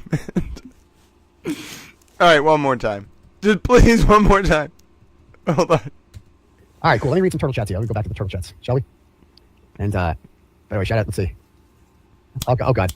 You want to watch Grant? Grant's watching me right now. Let's watch Grant watching me. He's like, the back channel confirmed. He's got a back channel now. He's got 5 guys in the back channel. The back channel confirmed. The FBI escort from an eyewitness at the rear of the courthouse. Ooh, the back channel. He goes, what is that back channel? And Sean goes, new YouTube channel. Oh, he's got a new YouTube channel. Oh, God. Everything's coming up, Sean. Everything's coming up, Gunner. Hold on, little towels. Hold on. It's back. It's back. It's just frozen. Leslie disclosed the names of various witnesses appearing before the grand jury and the substance of their testimony and other evidence presented to the grand jury. Yes, she did do that. She disclosed all of that to her girlfriend. All while said information was under seal. Federal prosecutor said, maybe I'm watching. Why is it frozen? I'm watching myself. I'm watching Towel watch myself on my show. So you guys are watching me, watching Towel watch me right now. And this is what entertains you people. Well, the documents did not.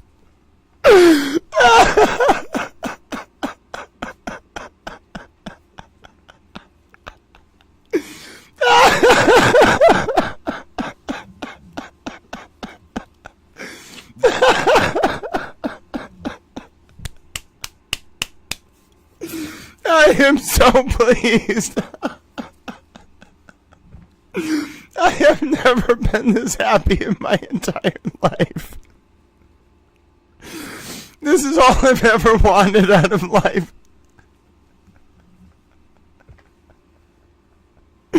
This is the most beautiful moment. I can't tell you how much I appreciate this. I am crying tears of joy.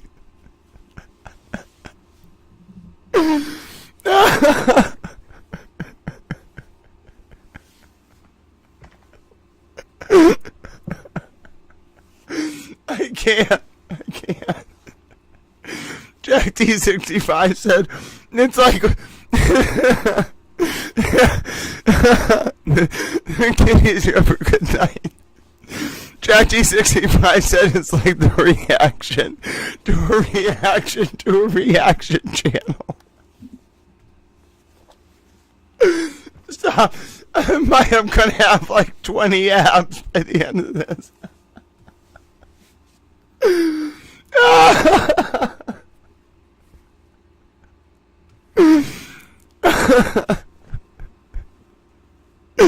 We did it.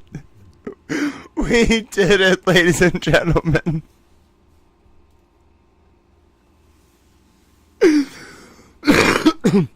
Oh, goodness. Listen, I need a second to compose myself.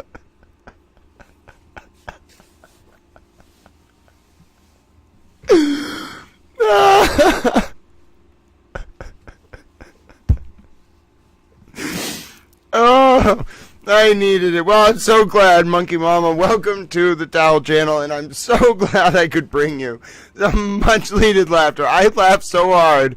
I think I now have 20 towel abs. You don't understand. It was starting to hurt. I was laughing so hard, I was basically doing crunches. Oh, that was great. The special guest. Oh, that was so great. Oh, ladies and gentlemen. Oh, goodness. Look at him. At least he finds it endearing. All right. Feel safe because nothing's happening to her. Because she text messaged her friend. And that's... All right. Hold on. Hold on. Come on. I want to find the part where he was actually... She looked like... All right. So she first sat in the chair, she kind of hunched her shoulder. It's hard not to. But like when she actually was seated there, like I got the vibe she knew everything that was going on. Like she was completely lucid in the bit. So I don't know exactly what's going on. And then because I heard her talking to her, and she seemed completely lucid. And then furthermore, she looked safe. She was just like okay, let's do this. And she had kind of this aura of what? I guess how protected. She had more information than him. Or perhaps Grant Towel. She feels safe because. So yeah, he's got the read wrong entirely. She knows everything that's being said, and she feels safe because she's protected. She has more information than him. Or perhaps Grant Towel.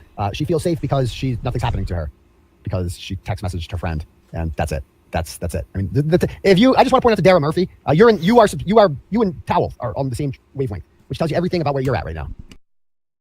Yeah, she knows someone who was recruited by the DOJ antitrust section and didn't go through with it. You don't. Or, I'm seeing people. Why don't you says, hey, I don't. I said this is fascinating. He was holding. You're muted, Grant. All right, just this isn't the fun part. Where is him talking? That's literally people who are like watching, reporting on things, like being the subject, or being cut off from the flow of information.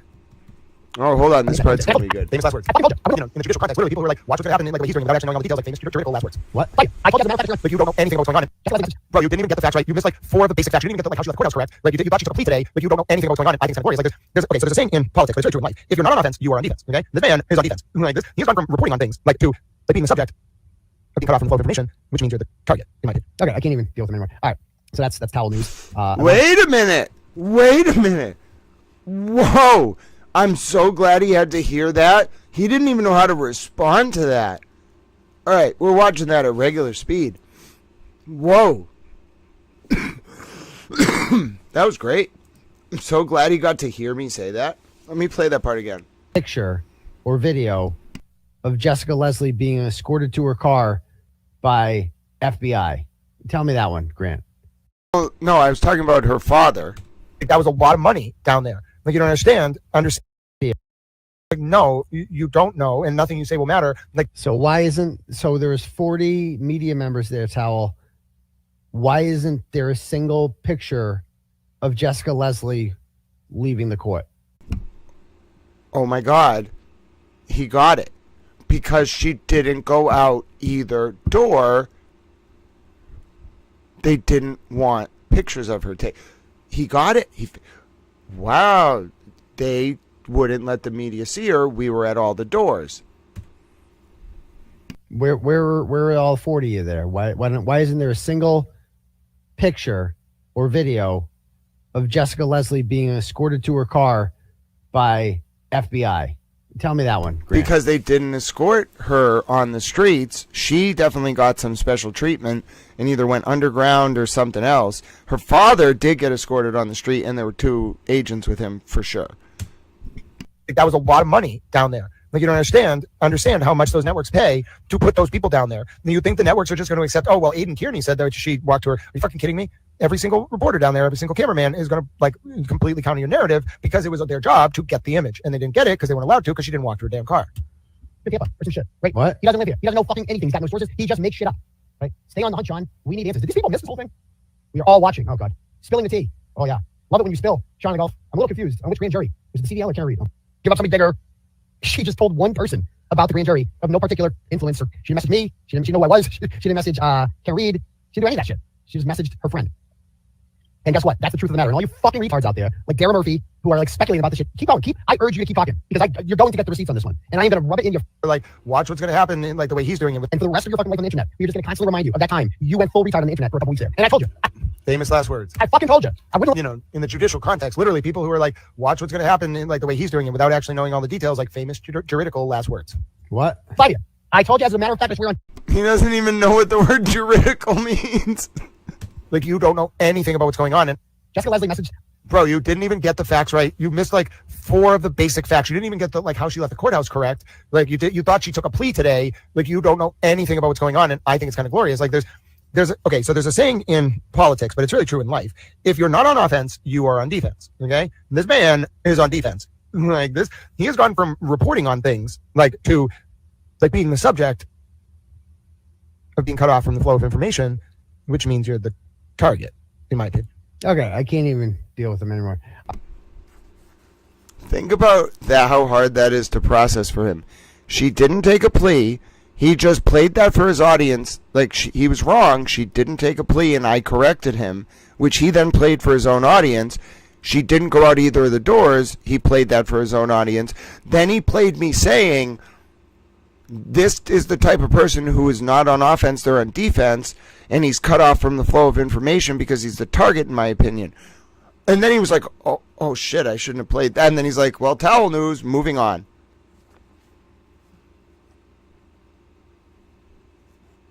That's fate.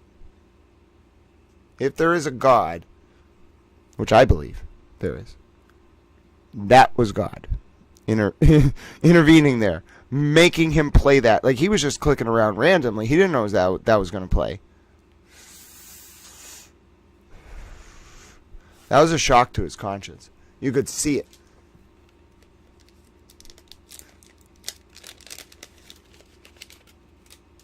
I'm smirking. Listen, I'm smirking. Do you understand?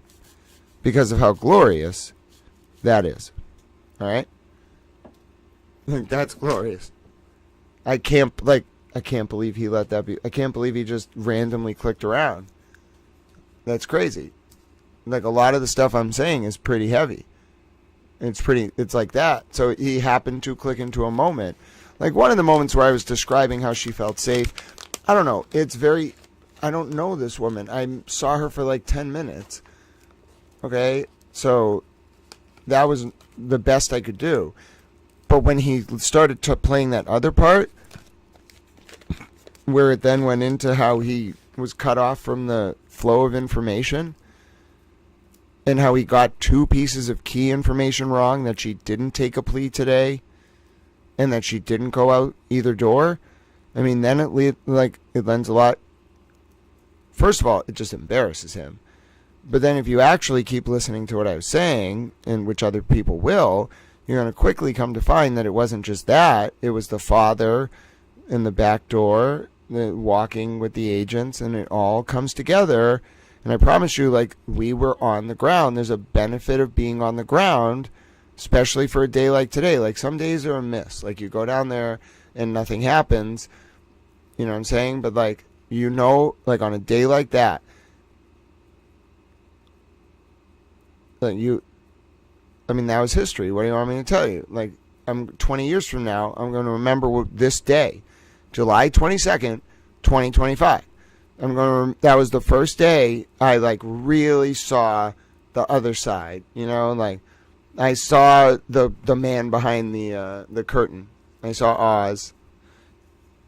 I liked what I saw. I'm not gonna lie. Like, okay, all right, I can vibe with that a little bit.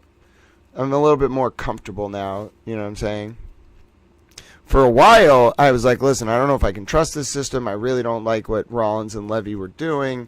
Like, this is just really crushing my dreams. Like, why would I ever want to work within a system like this? But today, oh goodness, today of all days, I'll never forget this day. And for it to close with this was like a gift. Like, to get that, like, not just the, like, gentle kind of, like, metaphysical part, which, by the way, he enjoyed. I don't care what you say. Like, he liked that moment, and it's even more funny that then I got the, like, additional layer of being able to comment on him doing it in real time. Of course, he knew that was going to happen, which is even more funny. But then for him to play that specific clip of me, like, you know what I'm saying? Like, it's glorious. Like, I don't care that much that I was the one that delivered it, but, like, his audience needed to hear that. All right? I'm sorry. His audience needed to hear in that moment exactly that clip. They needed to hear he was wrong about the plea deal, and they needed to hear that he was wrong about her going out the back door. Because neither of those two things happened, and it just showed that he doesn't know what he's talking about, like, and they're going to know. That, like, no wonder his audience is decimated. Like, that critique was pretty stinging. In the sense that, like, yeah, you're out of the information loop, which means you're target, in my opinion. And, like, he was like, oh, shit. Like, shit. Like, that's a fucking sentence. Yeah, no shit, it's a sentence. I know how to talk.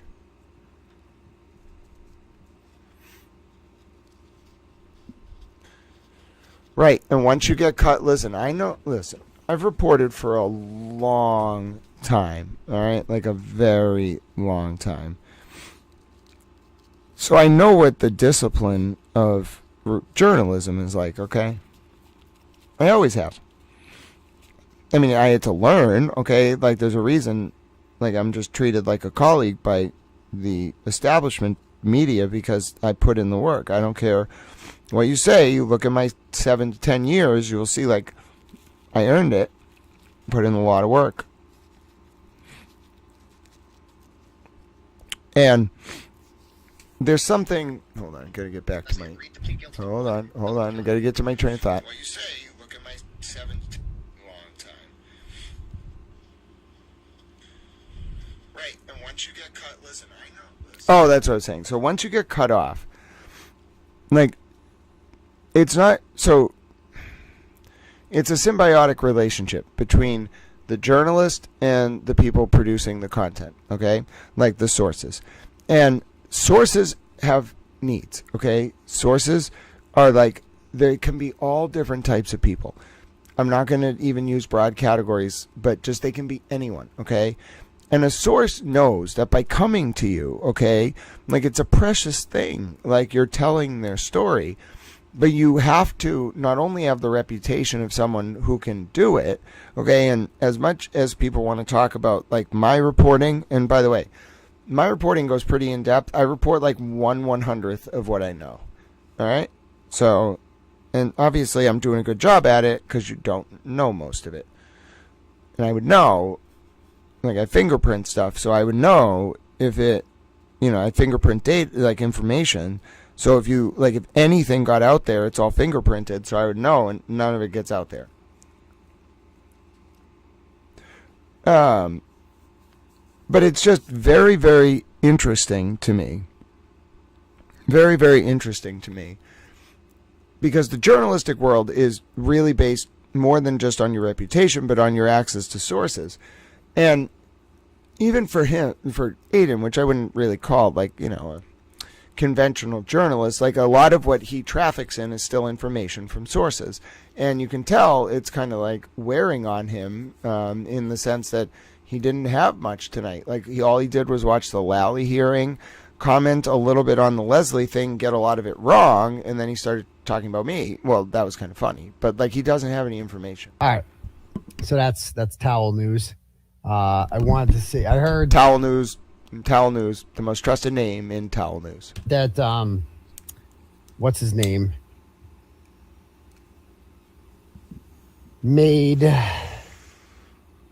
She made bad legal takes again. Okay. Let's see what. Oh, Towel Mom. Listen. Towel Mom is Towel Mom, all right? By the way, shout out to the 72 Rumble Rats we have over there. Nice to see you guys. Keeping it real. All right. No, wait.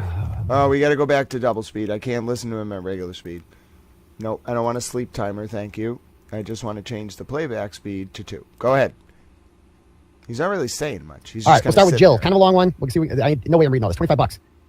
Gotta keep it brief. Dear Dr. Don Daddy, I've seen you looking great in purple a lot lately, so I'm ready to change my vote. Lunchbox Lally on the stand is this week's cringe kiss cam video. He just wants a ham Sammy and a smoke. Hilarious, blaming Proctor for everything. What do you think will happen if she gets 4,000 blank pages asking for a friend? Okay. I don't know. But yes, I don't know what'll happen if she gets 4,000. I don't know. So thank you. I'm glad you like me in purple. I appreciate that. Sam D sends $10. Goes, unless you work for the feds, please stop posting as if you do. Exactly. If Leslie was cooperating, her plea agreement would include 5K 1.1 info, and it does not. The leniency of her sentence has nothing to do with cooperation, and it happens every day in federal court. Dara, Sean, Kate, and the trolls sound dumber with every passing day. Exactly. Lunchbox Lally sends $25. Goes, billions about ready to come out of the treasury. Cha-ching. Jen Davis sends $10. Goes, I'm sorry if this was explained, but did Meredith press charges on Sam Nagel for touching her? I'm new in trial 2 and just saw the CF McCarthy's video for the first time, and wow, just wow, they are animals. I'm glad you saw that for the first time. No, she did not press charges on Sam Nagel for touching her, but Jill Daniels and Jim Ferris were charged for assaulting me. Jill Daniels touched me. I have a shirt that said. Well, you know what's weird? So, like, I don't understand. I don't know if this was like when they were in Canton or something. Like, there was some, like, I don't know. Like, I'm not a cruel person, right? But, like, Meredith was definitely, like, trying to pick up boys in Canton one night, like, apparently. And, like, it's like, okay, that's cool. I don't give a shit. Like, whatever, bro. But, like, you're going to go to Canton. You're going to, like, someone who's, like, tormented that town. Both of you. And then you're going to, like, have a fight in public. Not like him and Meredith weren't, like, physically fighting. They were just having, like a couples fight. And then Meredith, you are going to go into a Canton bar. Like, be in a Canton bar, turn around, apparently, and then, like, talk to people. Like, I think there's a picture of this, okay? Like, why would you do that? Like, all of you. Like, it's just ridiculous. And then you want to talk about, what was he talking about there? Oh, like, what happens when you go into Canton? Like, as if, like, you know, you're, like, both of you, like, walk on air. Like, no, come on. Like, everyone is just a regular human. And, like, it's this sanctimonious bullshit. And we're like, oh, where's the, like, I'm so much better. Nobody's better than anyone else. Like, it's ridiculous to weaponize people's behavior Like, and the problem is, like, good people don't actually do that to other people. You know, like even with Meredith. Meredith has said terrible things. I'm sure Meredith runs like 47,000 accounts. I bet she has, using hyperbole. I bet she uses spreadsheets. Okay? Like, she's a genius analytical mind. But, like, she said terrible things. I still feel bad. Okay? When there are things that I could report. I just don't. Okay? Why? Because I'm not an asshole. All right? I'm trying to prove to people that, like, you can do it differently. Okay? You don't have to do that just because you have information. You don't have to be a fucking sanctimonious asshole. Everybody's a human. Okay? Like, that's what needs to come out of this. Like, that was really toxic. Like people walk around like their fucking shit doesn't stink. It's fucking ridiculous. It's sanctimonious bullshit.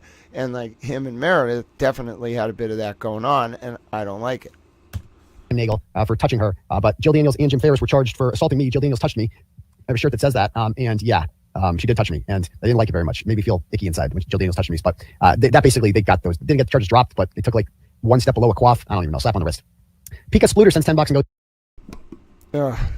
Isn't Krusty the John Barron account? The writing style is similar, especially the overuse of quotation marks. I don't care. May sends $10, goes, hi, Turtle Boy. I'm a 68-year-old Nani, and me and my grown daughters love listening to you. Oh, hi, Nani. I live in Holden, near the Wong. Oh, nice, the Wong Dynasty. I had a dream we were dating. Wow, that turtle chat's all over the place. Nani. So Nani is 68 years old. She loves the Wong, the Wong Dynasty. It's the Chinese joint that we have in Holden, and she dreams of dating me. So that's nice. So keeping it fresh there, Nani. All right, love to see it. So thank you. Thank you very much. All right, next up. Pika sends, no, your other one. Leah sends $10 goes, Grant is literally live streaming your show as we speak and commentating. For fuck's sake, they're obsessed with you. Anyway, Free Turtle, yeah, they do this I mean, that's how you know that you matter. You know, that's how you know that you matter and they don't, is that they just, whatever I say on the show the trolls watch every single second of it. They clip it, they're going to post it tomorrow. They can't get enough of me. And, that's not, so first of all, you didn't call me a troll when you were analyzing what I said, because that's not what I'm doing, and I don't watch most of your content. In fact, since the end of the trial, I wasn't paying attention to his streams at all. If you notice, what prompted me to start analyzing him was as soon as that stuff dropped about the grand juror, because I knew it was a bump. I was like, that's a bump. Because I watched I know what media leaks look like, okay? I know, like, what a real approved op looks like, in my opinion, all right? Like, I know what it looks like. So ABC News, The Globe, and Fox News Digital all get confirmation about this juror and leaks related to the Reed case, okay? All of them. Right when a very vague information drops, come on. You know what I'm saying? So, like, I'm not trolling him, and he knows that. Like, I don't gratuitously do this. Something's going on. I'm attuned to it, and, like, you know what I'm saying? So the other people that clip him, like, it's mostly, like, just to mock him. I'm not doing that. This is very important. I have a feeling in years, months, decades, whatever, like, some of this will be very important for the historical record, because, like, you know what I'm saying? I just feel like things play out in real time. People don't realize, so they're making a historical record. This is a very unique situation. I would like to comment on it. Like, if it were just him doing some random show, I probably wouldn't be interested, but it's in the context of wider developments. And this is, like, analyzing someone is like jazz. It's as much about what is being played or said as what's not being said. And you can get a lot from what this man's talking about right now, like a lot. They seem to think I'm going to be going down. It's just not going to happen. It's not going to happen, guys. I did the 60 days. You got me. You found some lying whore that would make some shit up about me, and that's it. You ran out of lying horse. There's no. Okay, first of all, why did you say you love her?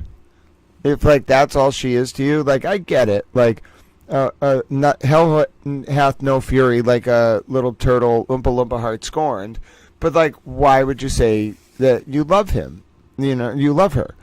Like, it's more like, why can't you just come out and say what, like, I think is fair, which is that, like, okay, she is, like, most people cannot accomplish what Lindsay accomplished. So, like, why can't you just come out and say, like, it's impressive, like, it didn't work, okay, you know? It's hard, it hurts, but, like, don't you want her, like, to flourish? Like, why would you want her to, like, wither? You know, it's so, like, possessive. Who cares? Like, it's about her, not you, right? Like, I believe that if it actually was love, which I'm not sure he even understands, then it doesn't matter how he feels in it. Like, it's about her flourishing, so let her go. Isn't there a song about that? You know? But I don't know. Like, it's about, and like, it's flourish. I don't think he understood it, but he said it, and he was scorned. And it's not about her being a bad person. It's that she's a wonderful person, and he can't, like, possess her. That's why I think he won't come out and say, in my opinion, like, the truth, which is she's a wonderful person. It's just she didn't want him. That's, like, humiliating. Imagine if what he had to stand up there and say was like, hey, this woman, like, basically, like, almost got Karen in trouble and, like, revealed a bunch of information because I trusted her too much, and then she didn't want me. Like, that's humiliating. He's not going to say that, but that's what I believe happened. Like, it's clear.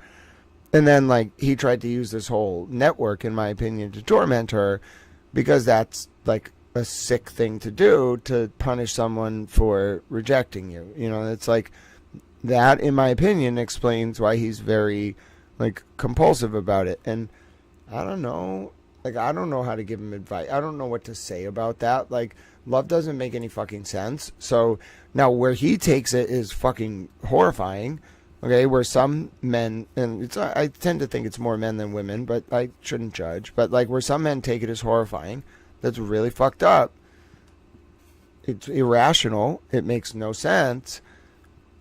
It's just purely vindictive, like, heartbreak. And, like, I think heartbreak is an actual physical thing that occurs. Like, I think it, like, rips at, like, the functioning of serotonin and dopamine and whatever, and oxytocin in the brain. It, like, cuts it off.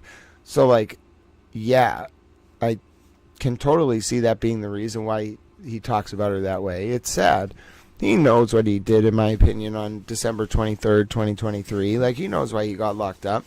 Karen told him not to go. His lawyers told him not to go over her place. He went there anyway, and it was a bad life decision. And I don't know. But he can't own up to it now. He's pot committed. He could be down to, like, no viewers. He'd still be pot committed because of his pride. It's kind of sad, in my opinion. One more lying horse to make shit up about me. So there's that. All right, next up. Kimberly sends $5 and goes, no need to read out loud. I actually love that you, let's see. Yeah, okay. Got it. Okay, cool. Thanks. No need to read out loud. Sorry, I tried to do another turtle chat with better content, but didn't go through. I want to tell you that my great uncle was awarded Silver Fox, one of a few in the world. He was also knighted, though I'm not sure your opinions on that. I think it's pretty special. Please don't lose your special. You are unique, and your style is important as evidence already. Okay. Stay special, Daddy. Much love and respect. Well, thank you very much. I appreciate that, Kelly. Amanda sends $5, goes, Daddy, your show makes my night. Please give a shout out to my best friend and future boss, Heidi. Thanks for all you do. Enjoy your vacay, and watch out for decorated dudes while you're down there. Oh, we're way on the opposite end of the KB. And says, they bury me. Hashtag free Walshy, free Turtle Boy, besters, and fuckles. So fantastic. Tell him I'm getting bored in the first place. Exclusively unable to see it that way. But he just got, you know, it is what it is. So thank you very much. The cape, I love it. Let's go. Mr. Meathook sends $10 and goes, you'll never be able to. No, I already read that one. Adrian sends $6 and goes, are you okay today? I'm great. Thanks for asking. Nicole sends $10 and goes, hey, Daddy, have a great time on your well-deserved vacation. FYI, still waiting on my calendar. LOL, and a picture of the Intimidator. God bless. Well, sorry, Nicole. I can't send you any pictures of the Intimidator. I've done enough of that already, quite frankly. It's gotten me in a lot of trouble. So, but, you know, search the web. I'm sure it's out there somewhere. So just, I know a couple people who got pictures of it. But one is a guy named Mike Gaffne. If you ask him for pictures of the Intimidator, he's got a whole fucking collection. Trust me, that guy is obsessed with me. I've never seen an obsession like the one that Michael Gaffne has with yours truly. No, Gaffney's Gaffney has said some horrifying sexual things about Lindsay, too. I sometimes wonder, you know, like, about Gaffney and Kate Peter. Like, you know, they're both a little weird, you know, and they're both a little weird looking, you know what I'm saying? That I've just grossed myself out. I'm sorry. I didn't mean to do that. All I wanted to do was say hi to Colleen Henry and Buck, and then because Colleen Henry's here, we have to do a pause because you know it's coming, ladies and gentlemen. Yes. Oh God. I need to, like, palate cleanse my brain.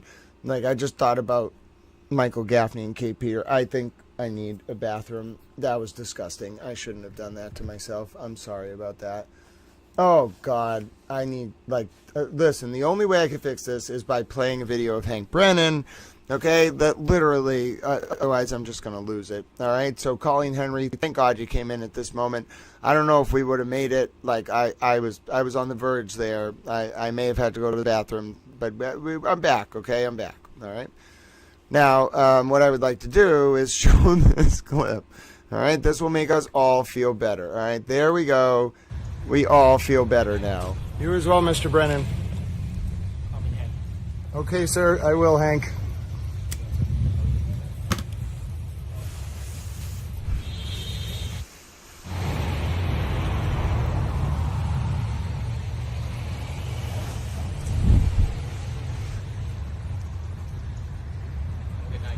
You as well, Mr. Brennan. Oh, no. Other way around, Jack D65. Also, Steph, listen, there's no way in hell, like, no matter what that man does, in terms of the person I don't know if that's who you were saying was offering to be nice. Nope. Like, he has said some of the most horrifying sexual things I've ever seen about, like, named victims in criminal cases. That's horrifying. All right? So, and we're not talking about Aiden Kierney. So, but we did get to see the Call Me Hank clip.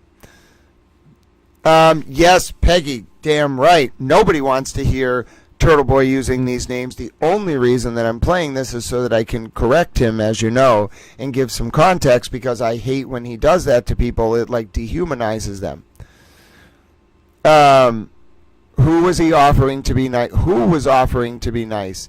Right, DJ, he never shows the super chat. Steph, who was he offering to be nice to? I don't know. Was it who would made the offer, Steph? Turtle Boy? Yes, sunken grave as a soap dispenser. It is incredibly important. All right, so hold on, Steph. Who made an offer to KP to be nice? Oh, well, Gaffney's always been nice to Kate Peter. They're, like, very good friends. It's weird. You know, that's what I was saying. Oh, Steph, don't do this to me. I don't want to be thinking about that again. Yeah, oh, we made it to midnight. God bless Jack D65, ladies and gentlemen. Wait, what $100? Why is okay? So Gaffney and Kate are friends, Steph. They are very good friends. Oh.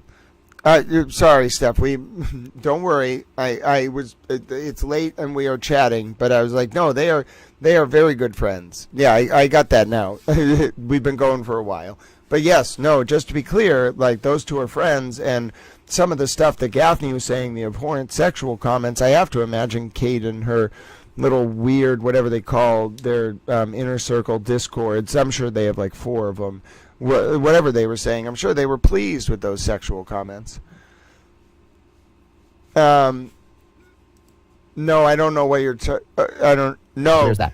No, Steph, wait a minute. Hold on. Just, I guess, you know, it's very vulgar, okay? But I probably should show it to you guys, because I don't know if you see this Michael Gaffney man, but he says terrible, terrible things, okay?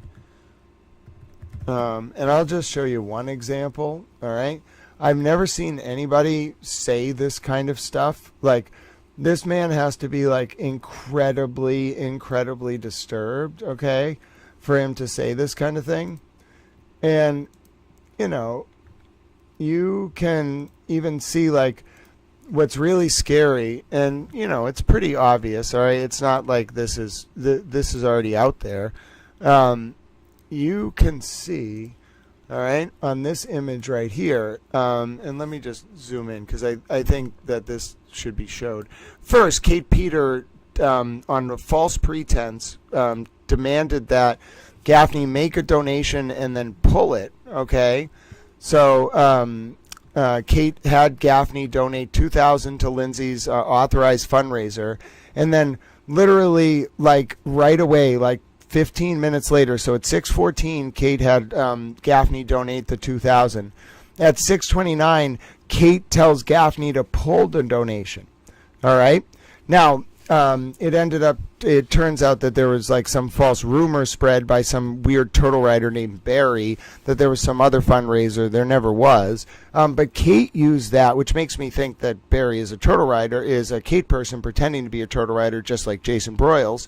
And Christy, and they're all really Kate people. But anyway, then on the right, okay, you can see that Michael Gaffney made a comment. Would any of you like to read that comment? Now, this is a man that, you know, apparently, like, goes out there and talks about how he defends vulnerable people and likes to do that kind of thing. Is that the type of comment you think that a person who defends the vulnerable would make? Do you see what that comment says?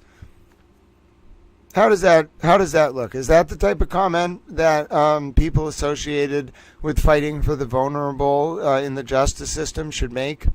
What do you think, folks? Is that the type of comment that people like that how do you feel about that comment? You know, we were talking earlier about how people can be a little bit chauvinistic and disrespectful towards women, and you have to wonder why, you know, Kate Peter or anyone would tolerate this kind of behavior. All right, so I want you to just take a look at it. You know, tell me how it makes you feel. You know, are you comfortable with it? Right? Is that the kind of thing that should be heralded, supported? Personally, I don't think so. You know, but I think we should have to confront it. We should have to look at it. You should have to see, you know, this. Perhaps some of you like this person. You should have to see the type of words they use. You know, you should have to look at them. No, yep, I think Steph is concerned, and right. All right, Steph, I think I've made my point here. Steph, I have made my point. I will move on. And that's all I wanted to do. Just wanted to make my point to Steph. I have made my point. Steph's like, okay, Grant, I see you have raised a legitimate concern. I will bring this to the towel circle. Well, the towel circle is just us, Steph, but you know, we've brought it to the right people. You know what I'm saying? All right, let's continue. I'm not making light of that. I just want some of you to look at that. All right, next up. Some kind of lawyer or something. He's friends with Kate Peter, Jack D65. Don't worry, Steph. Glad I could show it to you. He's friends with Kate Peter, the woman who used to work with Aiden Kierney. Leslie sends $5. Goes, love the interview with Melanie. Will you be in court for the Sean Paul Reyes hearing? As I said earlier, I have my son that day, so probably not, but maybe I can get a sitter. Well, I was going to say this earlier, like, he would make time if it were a Karen Reed hearing, so if you really, listen, if he's really going to try to get the support from Long Island Audit, like, you're going to have to actually go, because, like, if you want Long Island Audit's platform, he's going to know whether you go or not. I don't know. I mean, I don't support, like, Long Island Audit, but tactically, if I were in Aiden's position, like, if I needed a big platform to support me, and, like, but think about it, the fact that he has to put in legwork to get big platforms to support him, that's not a good sign. Okay. A lot of talk about the intimidator there. Okay. All right. Anyway, Adam, Lally, and the Brady Bunch sends $25. Goes, Rosemary Scapiccio is a total badass, and I see why you wanted her to represent you. Exactly. That hearing really showed how much of an underrated piece of shit Adam Lally is in this whole saga. You have a great legal team, but I would have loved to watch her tear Tully a new asshole in your case. I hope you enjoy your vacation. Well, thank you very much. Suze Annie sends $25 and goes, enjoy your vacation. Get away from it all. We'll miss your shows nonetheless. Well, thank you, Suze Annie. Martin sends $10 and goes, when can we hear the court audio of Kate Peter pleading guilty? Oh, good point. I should get that. Absolutely. Scott Hayes, my guy Scott Hayes, sends $50 and goes, fuck Marion Ryan and the corrupt DAs in Massachusetts. Yeah, Scott is the guy. Scott is was charged with. Was he charged with attempted murder? Scott Hayes, Newton charges. Okay. Oh, they're going to be dismissed, the charges. Yeah, he was charged with I forgot what the original charge. Assault and battery with a deadly weapon, and pleaded not guilty. So it's a crazy video. He was at a pro-Israel rally in Newton, and some Hamas guy across the street starts rushing at him and just attacks him like point blank on camera and jumps on him. It's like the most open cut self-defense case ever. He shot him, and then he saved his life afterwards too. And yeah, the whole thing was just, and he was charged. It was outrageous charges. So it looks like the charges against Scott are going to be dropped as of September. So as it should be. So thank you, Scott. Appreciate that, sir. Glad to hear that worked out.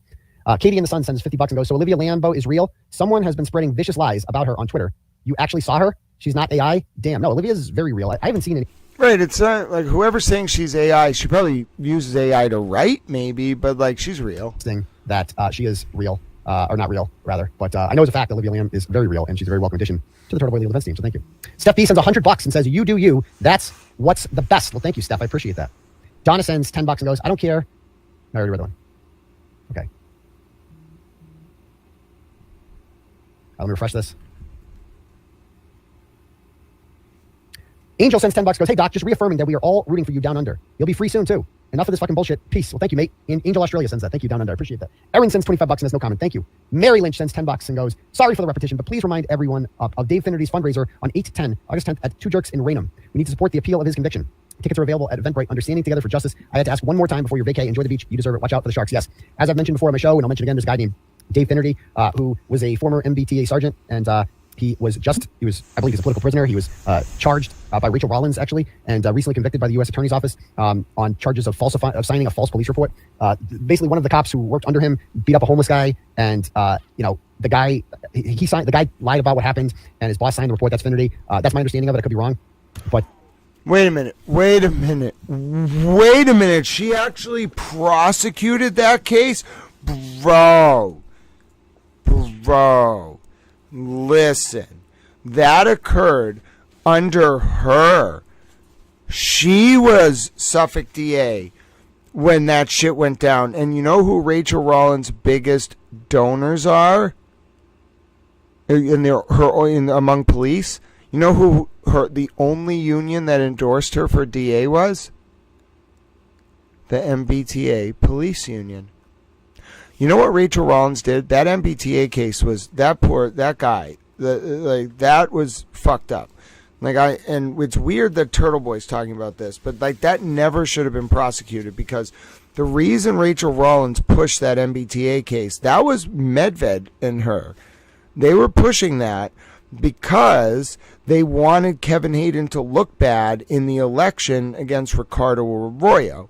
Now, Turtle Boy has known Rachel Rollins since at least the 2020 Senate primary, 2021 or 2020 Senate primary between Joe Kennedy Jr. and Ed Markey, because Rachel Rollins, the hyper-liberal for some reason, was coordinating with Turtle Boy to send a right-winger named Rayla Campbell to Joe Kennedy Jr. events. And then all of a sudden, right after Markey wins his primary, warding off a potential primary challenge against Joe Biden by Joe Kennedy Jr., who, if he had won that Senate primary against Markey, Joe Kennedy Jr. would have gone on a very similar trajectory to his uncle, I believe, who was, this is Joe Kennedy Jr., so JFK was his uncle. JFK went from the 10th District congressional seat in Massachusetts to the Senate seat, okay? Joe Kennedy Jr. would have gone from the 4th District, which is now held by Jake Auchincloss, up to JFK's old Senate seat, and easily challenged for the presidential primary in 2024. You got to get foreign policy experience in the Senate, conventional wisdom, to run for president. So Rachel Rollins then was very close to the Biden White House. That's actually one of the reasons she got caught by the DOJ, OIG, and forced out of office. She went to a fundraiser on U.S. Attorney time with a U.S. Attorney vehicle and staff member driving her, got caught, and also got caught interfering in the Suffolk DA primary to replace her between the more moderate Kevin Hayden and the more progressive Ricardo Arroyo, who supported Rollins' policy. Arroyo got hit by an October surprise on August 19th, 23rd, and 25th of 29th of 2022 in the Globe about very serious allegations of sexual misconduct by former girlfriends of Arroyo. So to salvage the election, Rollins tried to get a pretextual federal probe launched into Hayden about this MBTA case.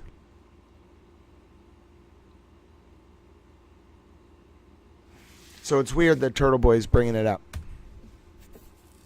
The guy who did the beating of the homeless man served nothing. He got no punishment whatsoever. And not arrested, not charged, whatever. Because they flipped him and turned him against Finity for some reason for signing that. It's fucking insane. It's really horrible. He's got like 2 kids. You know, and that actually may be a combination of 2 cases, because as far as I recall, this is weird. I got to look more into this. As far as I recall, this is a separate incident, because the initial incident that led to Rollins going after Hayden and Arroyo was about like an off-duty, but it did involve like a gun. So maybe it's the same incident. It involved like an off-duty like interaction, like between cars. I don't remember one of the people being homeless, but it does make me wonder, like, why was Rachel Rollins involved with any prosecutions, or her office, related to the transit police, who, like, that's a whole clusterfuck in and of itself. FBI raided his house while his kids were home. It's fucking horrible. Like, horrible. So, absolutely. Thank you, Mary. Mimi sends $100 and says, a little extra spending money for your vacation with the kids. Have fun. Well, thank you, Mimi. You're very kind, and we will definitely spend that on lobster rolls and ice cream. Thank you. Blessed Mom from Texas sends $25. There's lots of love to you and yours, Aiden. Have a great vacation, well deserved. I think in due time your charges will be dropped. Just my feeling, the Commonwealth is coming fast, and I love it. Award-winning journalist isn't a crime. Well, thank you. Thomas, Autonomous Anonymous, sends $5. and says guilty count. Krusty 1. Okay, a plea isn't really a conviction. I like food. Well, all right, I guess cool. it is. Why don't we? You know what I want? We know we should watch some more of. We're gonna watch some bits and pieces. My trial, my not guilty trial. We got a little more through it, and I want to watch some more of this. So we're not going to watch any of that at trial, all. My not guilty trial. We're going to not watch any of that at all because that was Kate Peter being extremely malicious. Oh, this is so weird. It looks like he used the edited image again. So that is definitely an edited image of Lindsay because I caught she was up on the Zoom for a little bit. So it seems like Aiden also is a little bit jealous of how she looks. Maybe Meredith is, but yeah, that image is definitely edited. It seems like they're a little jealous that she's kind of skinny and how her face looks. So they edited the nose. They tried to make her look like puffy around the belly. No, she didn't look like that at all on the Zoom, and it's really interesting that they did that because I think it's kind of telling in some sense how jealous not only Aiden is, but the women around him are of Lindsay. And you know what? It's a little weird, to be that jealous of someone because, Aiden was with them and, they're a little bit, what's the best way to describe it? Better looking than you. Listen, I know there are some girls in Turtle Boy's harem who, they're doing okay. But most of them, troglodyte is a very generous word. All right, I'm being nice. You've done terrible things to children, some of you. So I'm being nice when I call you troglodytes. But you're over the hill. All right, a lot of you. She's not. Come on. You're jealous. You know it.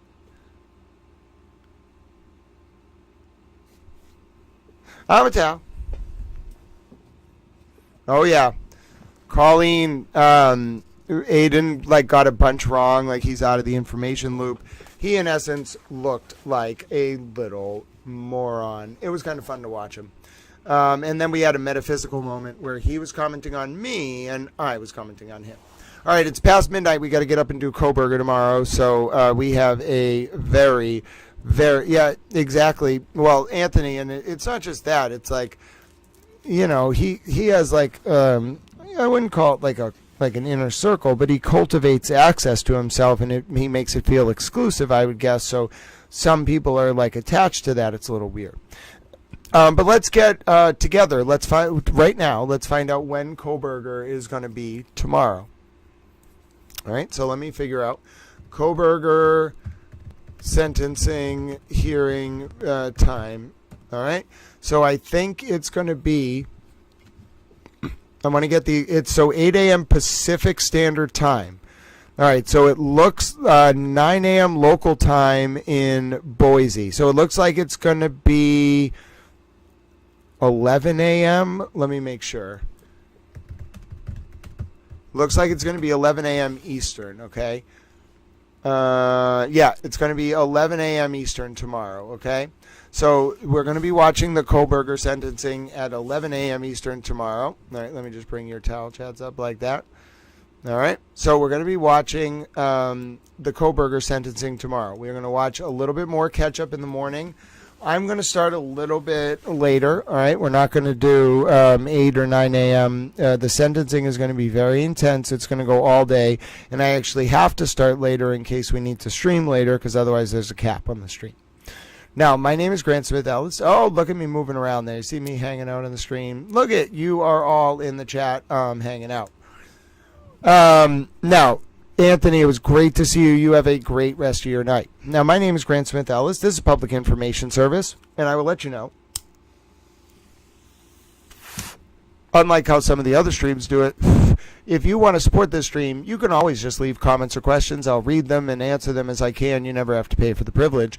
But there is a way that you are able to support this stream. So you heard a little bit there about why Lindsay Catani is wonderful and why Turtle Boy has been going after her. If you want to support her, you can find the link. Did you know you can go to givesendgo.com/GEFJ4. So G as in Gamma, E as in Epsilon, F as in Frank, J as in Jakarta, the number 4. All right. And then that will allow you to support Lindsay Catani. That would make Tal very happy. Yes, Jack D65, you're a super towel. But yes, don't worry about towel, okay? You want to help towel, that's great. But if you want to support Lindsay Gattani, that would be amazing, and you can do so via that link. Now, if you want to support Little Towel, there's a way to do that as well.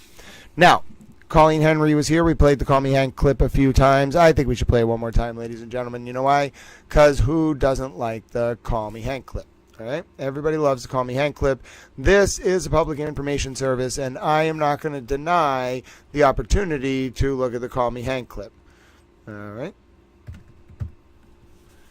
It's literally illegal, ladies and gentlemen, to deny Colleen Henry and Buck a Call Me Hank clip.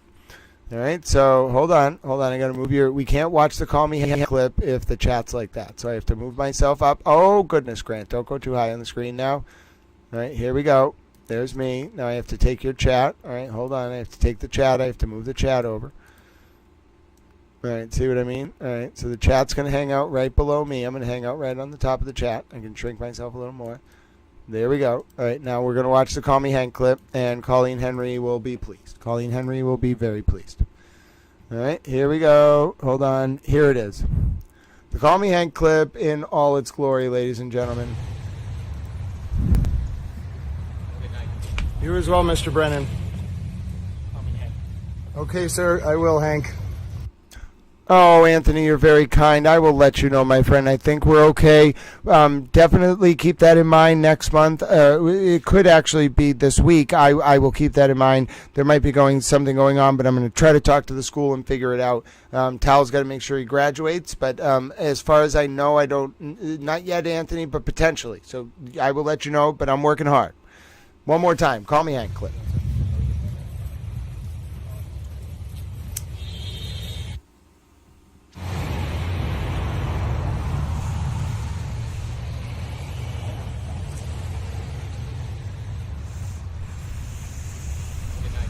You as well, Mr. Brennan.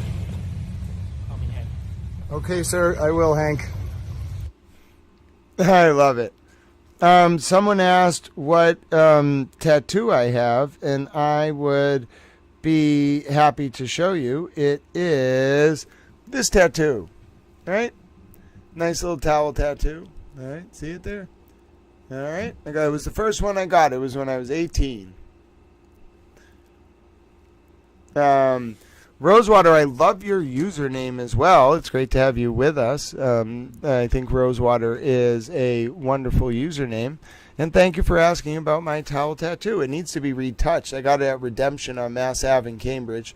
The color of the tattoo is kind of faded, but I've had it for a while. I really like it.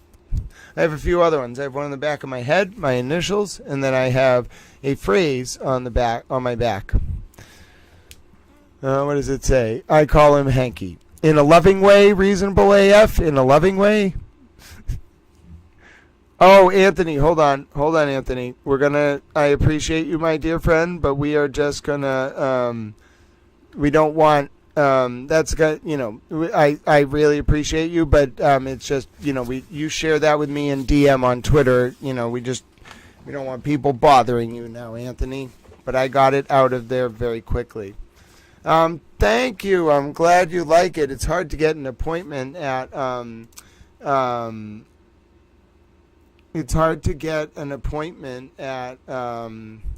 what's it called? Redemption, where I got it. It took about 6 months, but I was thrilled. Oh, reasonable AF. I love your username then, as long as you are a fan of Hank Brennan. And Anthony Barton, by the way, obviously I didn't remove your message maliciously. My dear friend Towel loves you very much. It was just to protect your privacy. So,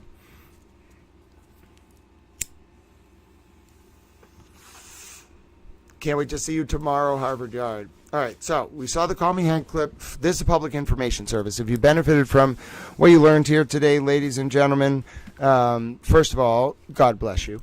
Thank you so much for being with me. This service is designed to educate, inform, and entertain the public, such as to engender cogent public discourse and ward off the usurpation of our representative forms of government worldwide. As a result, I'm very grateful to so many of you for being with me today. Hello, Theodore Bagwell. It's great to see you. Thank you so much for trolling. All comments like that help the stream, even if we remove them before they ever get seen. Oh, absolutely. God bless you. Thank you for understanding, Anthony. And you know we DM all the time, my dear friend, so God bless you. You are so appreciated. Jack D65 is like, great, are you sure? Like, your next live's going to start at like an hour. You better get some rest. That's interesting, Peggy. That is an interesting theory. All right, so I do need to get rest if we're going to be up tomorrow and see each other. Steph Towel, it was great to see you. Peggy Towel, Colleen Henry, and Buck, I'm sending you super towel hugs. Anthony, super towel hugs. You know how much I love you, my dear friend. Can't wait to talk to you soon. Jack D65, you are a super towel. I love your super towel. Call me Hank Shirt. You're a super towel. Reasonable AF, welcome to the super towel chat. You now have a wrench, and you are part of our blue wall. Great to have you with us. Who else? Rose Water, thank you so much for your compliment, and welcome to the super towel chat. Colleen Henry, Natalie B, it was so great to have you with us today, my friend. You are loved and appreciated. Who else did I see in there? Oh, I saw DJ. You are a super towel DJ. Thank you so much. You are part of the late night crew. Always appreciated when we get to hang out. Chris, it was great to see you. Thank you so much for hanging out on the late night show. And it was so great to catch up with you, my dear friend. I wish I was more active. We're going to have to message more often. I'm just falling behind on my inboxes. Monkey Mama, it was great to welcome you to the honorary Super Towel Fold. I hope you enjoyed your blue Super Towel wrench. Kitties, 1993, you are a super towel. It was great to see you today. Elizabeth Lander, you as well. Thank you so much for sticking around. Tatabug is a Tatabug, ladies and gentlemen. It was great to see Tatabug. Ola, I am so glad you were here. I love your picture that you have in the profile, and also I think they did warn about this. I'm gonna have to look up Revelations 2. Hold on. You can't if we're gonna cite the Bible. You know I'm gonna have to look it up, ladies and gentlemen. So let's see, what is Revelations 2? I'm the type of person who will look up a quote from the Bible if I see it in chat, even as we're saying goodnight. And it is, whoever has ears, let them hear what the Spirit says to the churches. The one who is victorious will not be hurt at all by the second death. And I love it. And that is the New International Version to the church in Ephesus. That's at least the first part of it. And I really like that quote. So thank you so much, Ola. I'm going to take a screenshot of that so I can remember. Your analysis is important, Peggy. Who else do we see here? Monkey Mama. And, oh, goodness, it was so great to see so many of you. And I also want to say a super towel thank you to Natalie B. Thank you so much for supporting Towel Channel. Jack D65, you are a super towel. Thank you so much for supporting Towel Channel. Jew Drops, thank you so much for supporting Towel Channel. And Jack D65 again. That was all the way earlier today, my friend. All right, well, if you've been on Towel Channel for a while, ladies and gentlemen, you know exactly how we're going to end. First of all, let me just make sure. Oh, hello, Truth Over Bias. I'm so glad I got to see you. No insults, indeed. Colleen Henry is on the prowl. Thank you, Truth Over Bias, for spending time with us. Oh, yes, that's a wonderful emoji, Rosewater. I love it, and I love your profile picture. Hope you spend some more time with us soon. Now, if you spend time on this channel, you know that we end the same way every single day, which is to say, ladies and gentlemen, if you learned something today, if you've enjoyed spending time here, if you found some friends here, if you like trivia, if you enjoyed the analysis, the insights, you know there's a way you can pay it forward, right? You know that you can do small acts of service rooted in unconditional love and compassion. It can be something as simple, ladies and gentlemen, as donating to homeless veterans. So long as there is one veteran in the United States of America that is homeless against their will, we have failed. Ladies and gentlemen, we have failed as a society. We have work to do, and you can help today by donating to help homeless veterans. You could also consider donating to animal shelters run by veterans. You see what I'm saying? Help the animals, help the veterans, everybody's happy.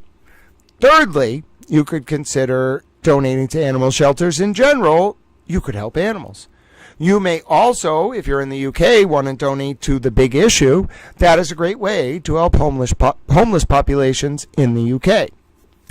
Furthermore, you could even do something as simple as smiling at someone on the street, maybe reaching out to a friend or family member you haven't heard from in a while.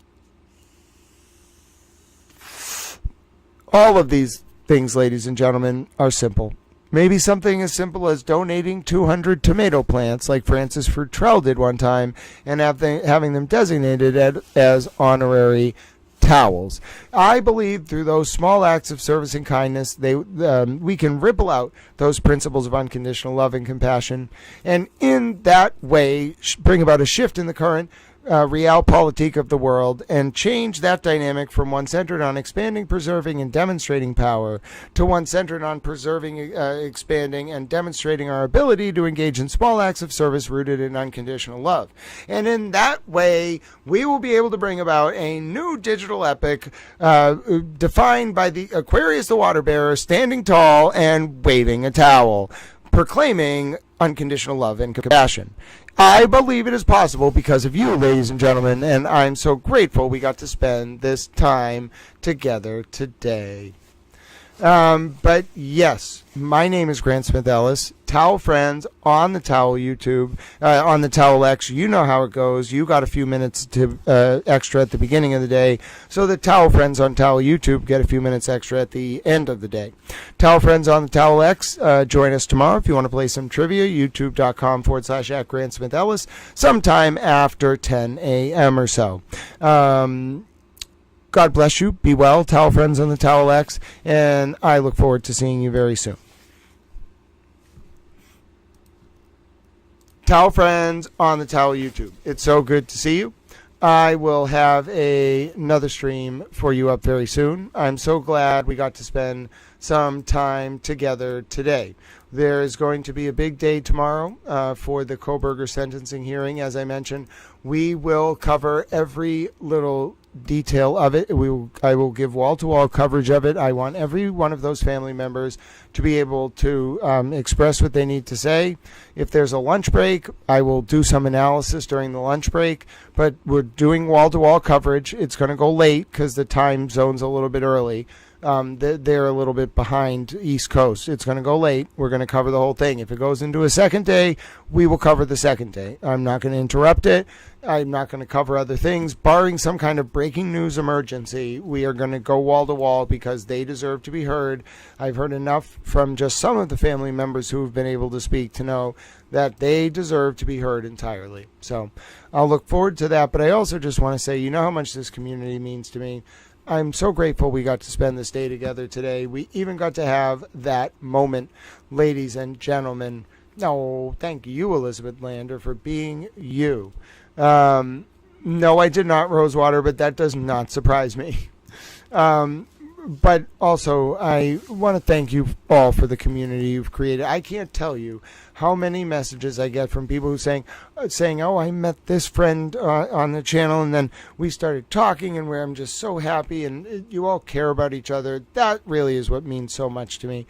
Yes, the public information service is centered on engendering cogent public discourse, but more so than anything else, ladies and gentlemen, it's about fostering the bonds of community that will hopefully help us all continue to have hope in a better tomorrow. In that regard, I am setting up tomorrow's stream for right now. All right. It is the Kohberger sentencing stream. I'm going to set this up. I think we're going to aim for, let's say about 10:30 in the morning. All right? That'll give me some time. No, let's go for 10. All right? No, 10:30. It'll give me a little bit of time to get us ready. All right? And then we will do wall to wall, and we're going to have a long day. And I think it's an important day. And I appreciate every single one of you for spending this day with me today. And I want to, again, I cannot emphasize, even though I was putting the stream up, and it might be midnight, it doesn't matter. I could be tired, it doesn't matter. I appreciate every single one of you for spending the time with me and for the compassion you show to each other and also to Little Towel. So, God bless you, Towel friends. I'm exhausted. It's almost 12. It's past 12:30 a.m. here. I should get some sleep. But I want to let you know I do have the stream chat link for tomorrow, and I've dropped that for you there. So my name's Grant Smith Ellis.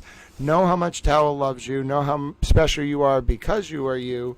And I'm so grateful that you've all found each other and that we found each other. It means a lot to me. And I hope that it's brought some meaning to your life as well. And in that regard, God bless you, Towel friends. Be well until 9 hours or 10 hours from now. My name's Grant Smith Ellis. I'm a Towel. God bless you, friends. Until next time, which is literally later.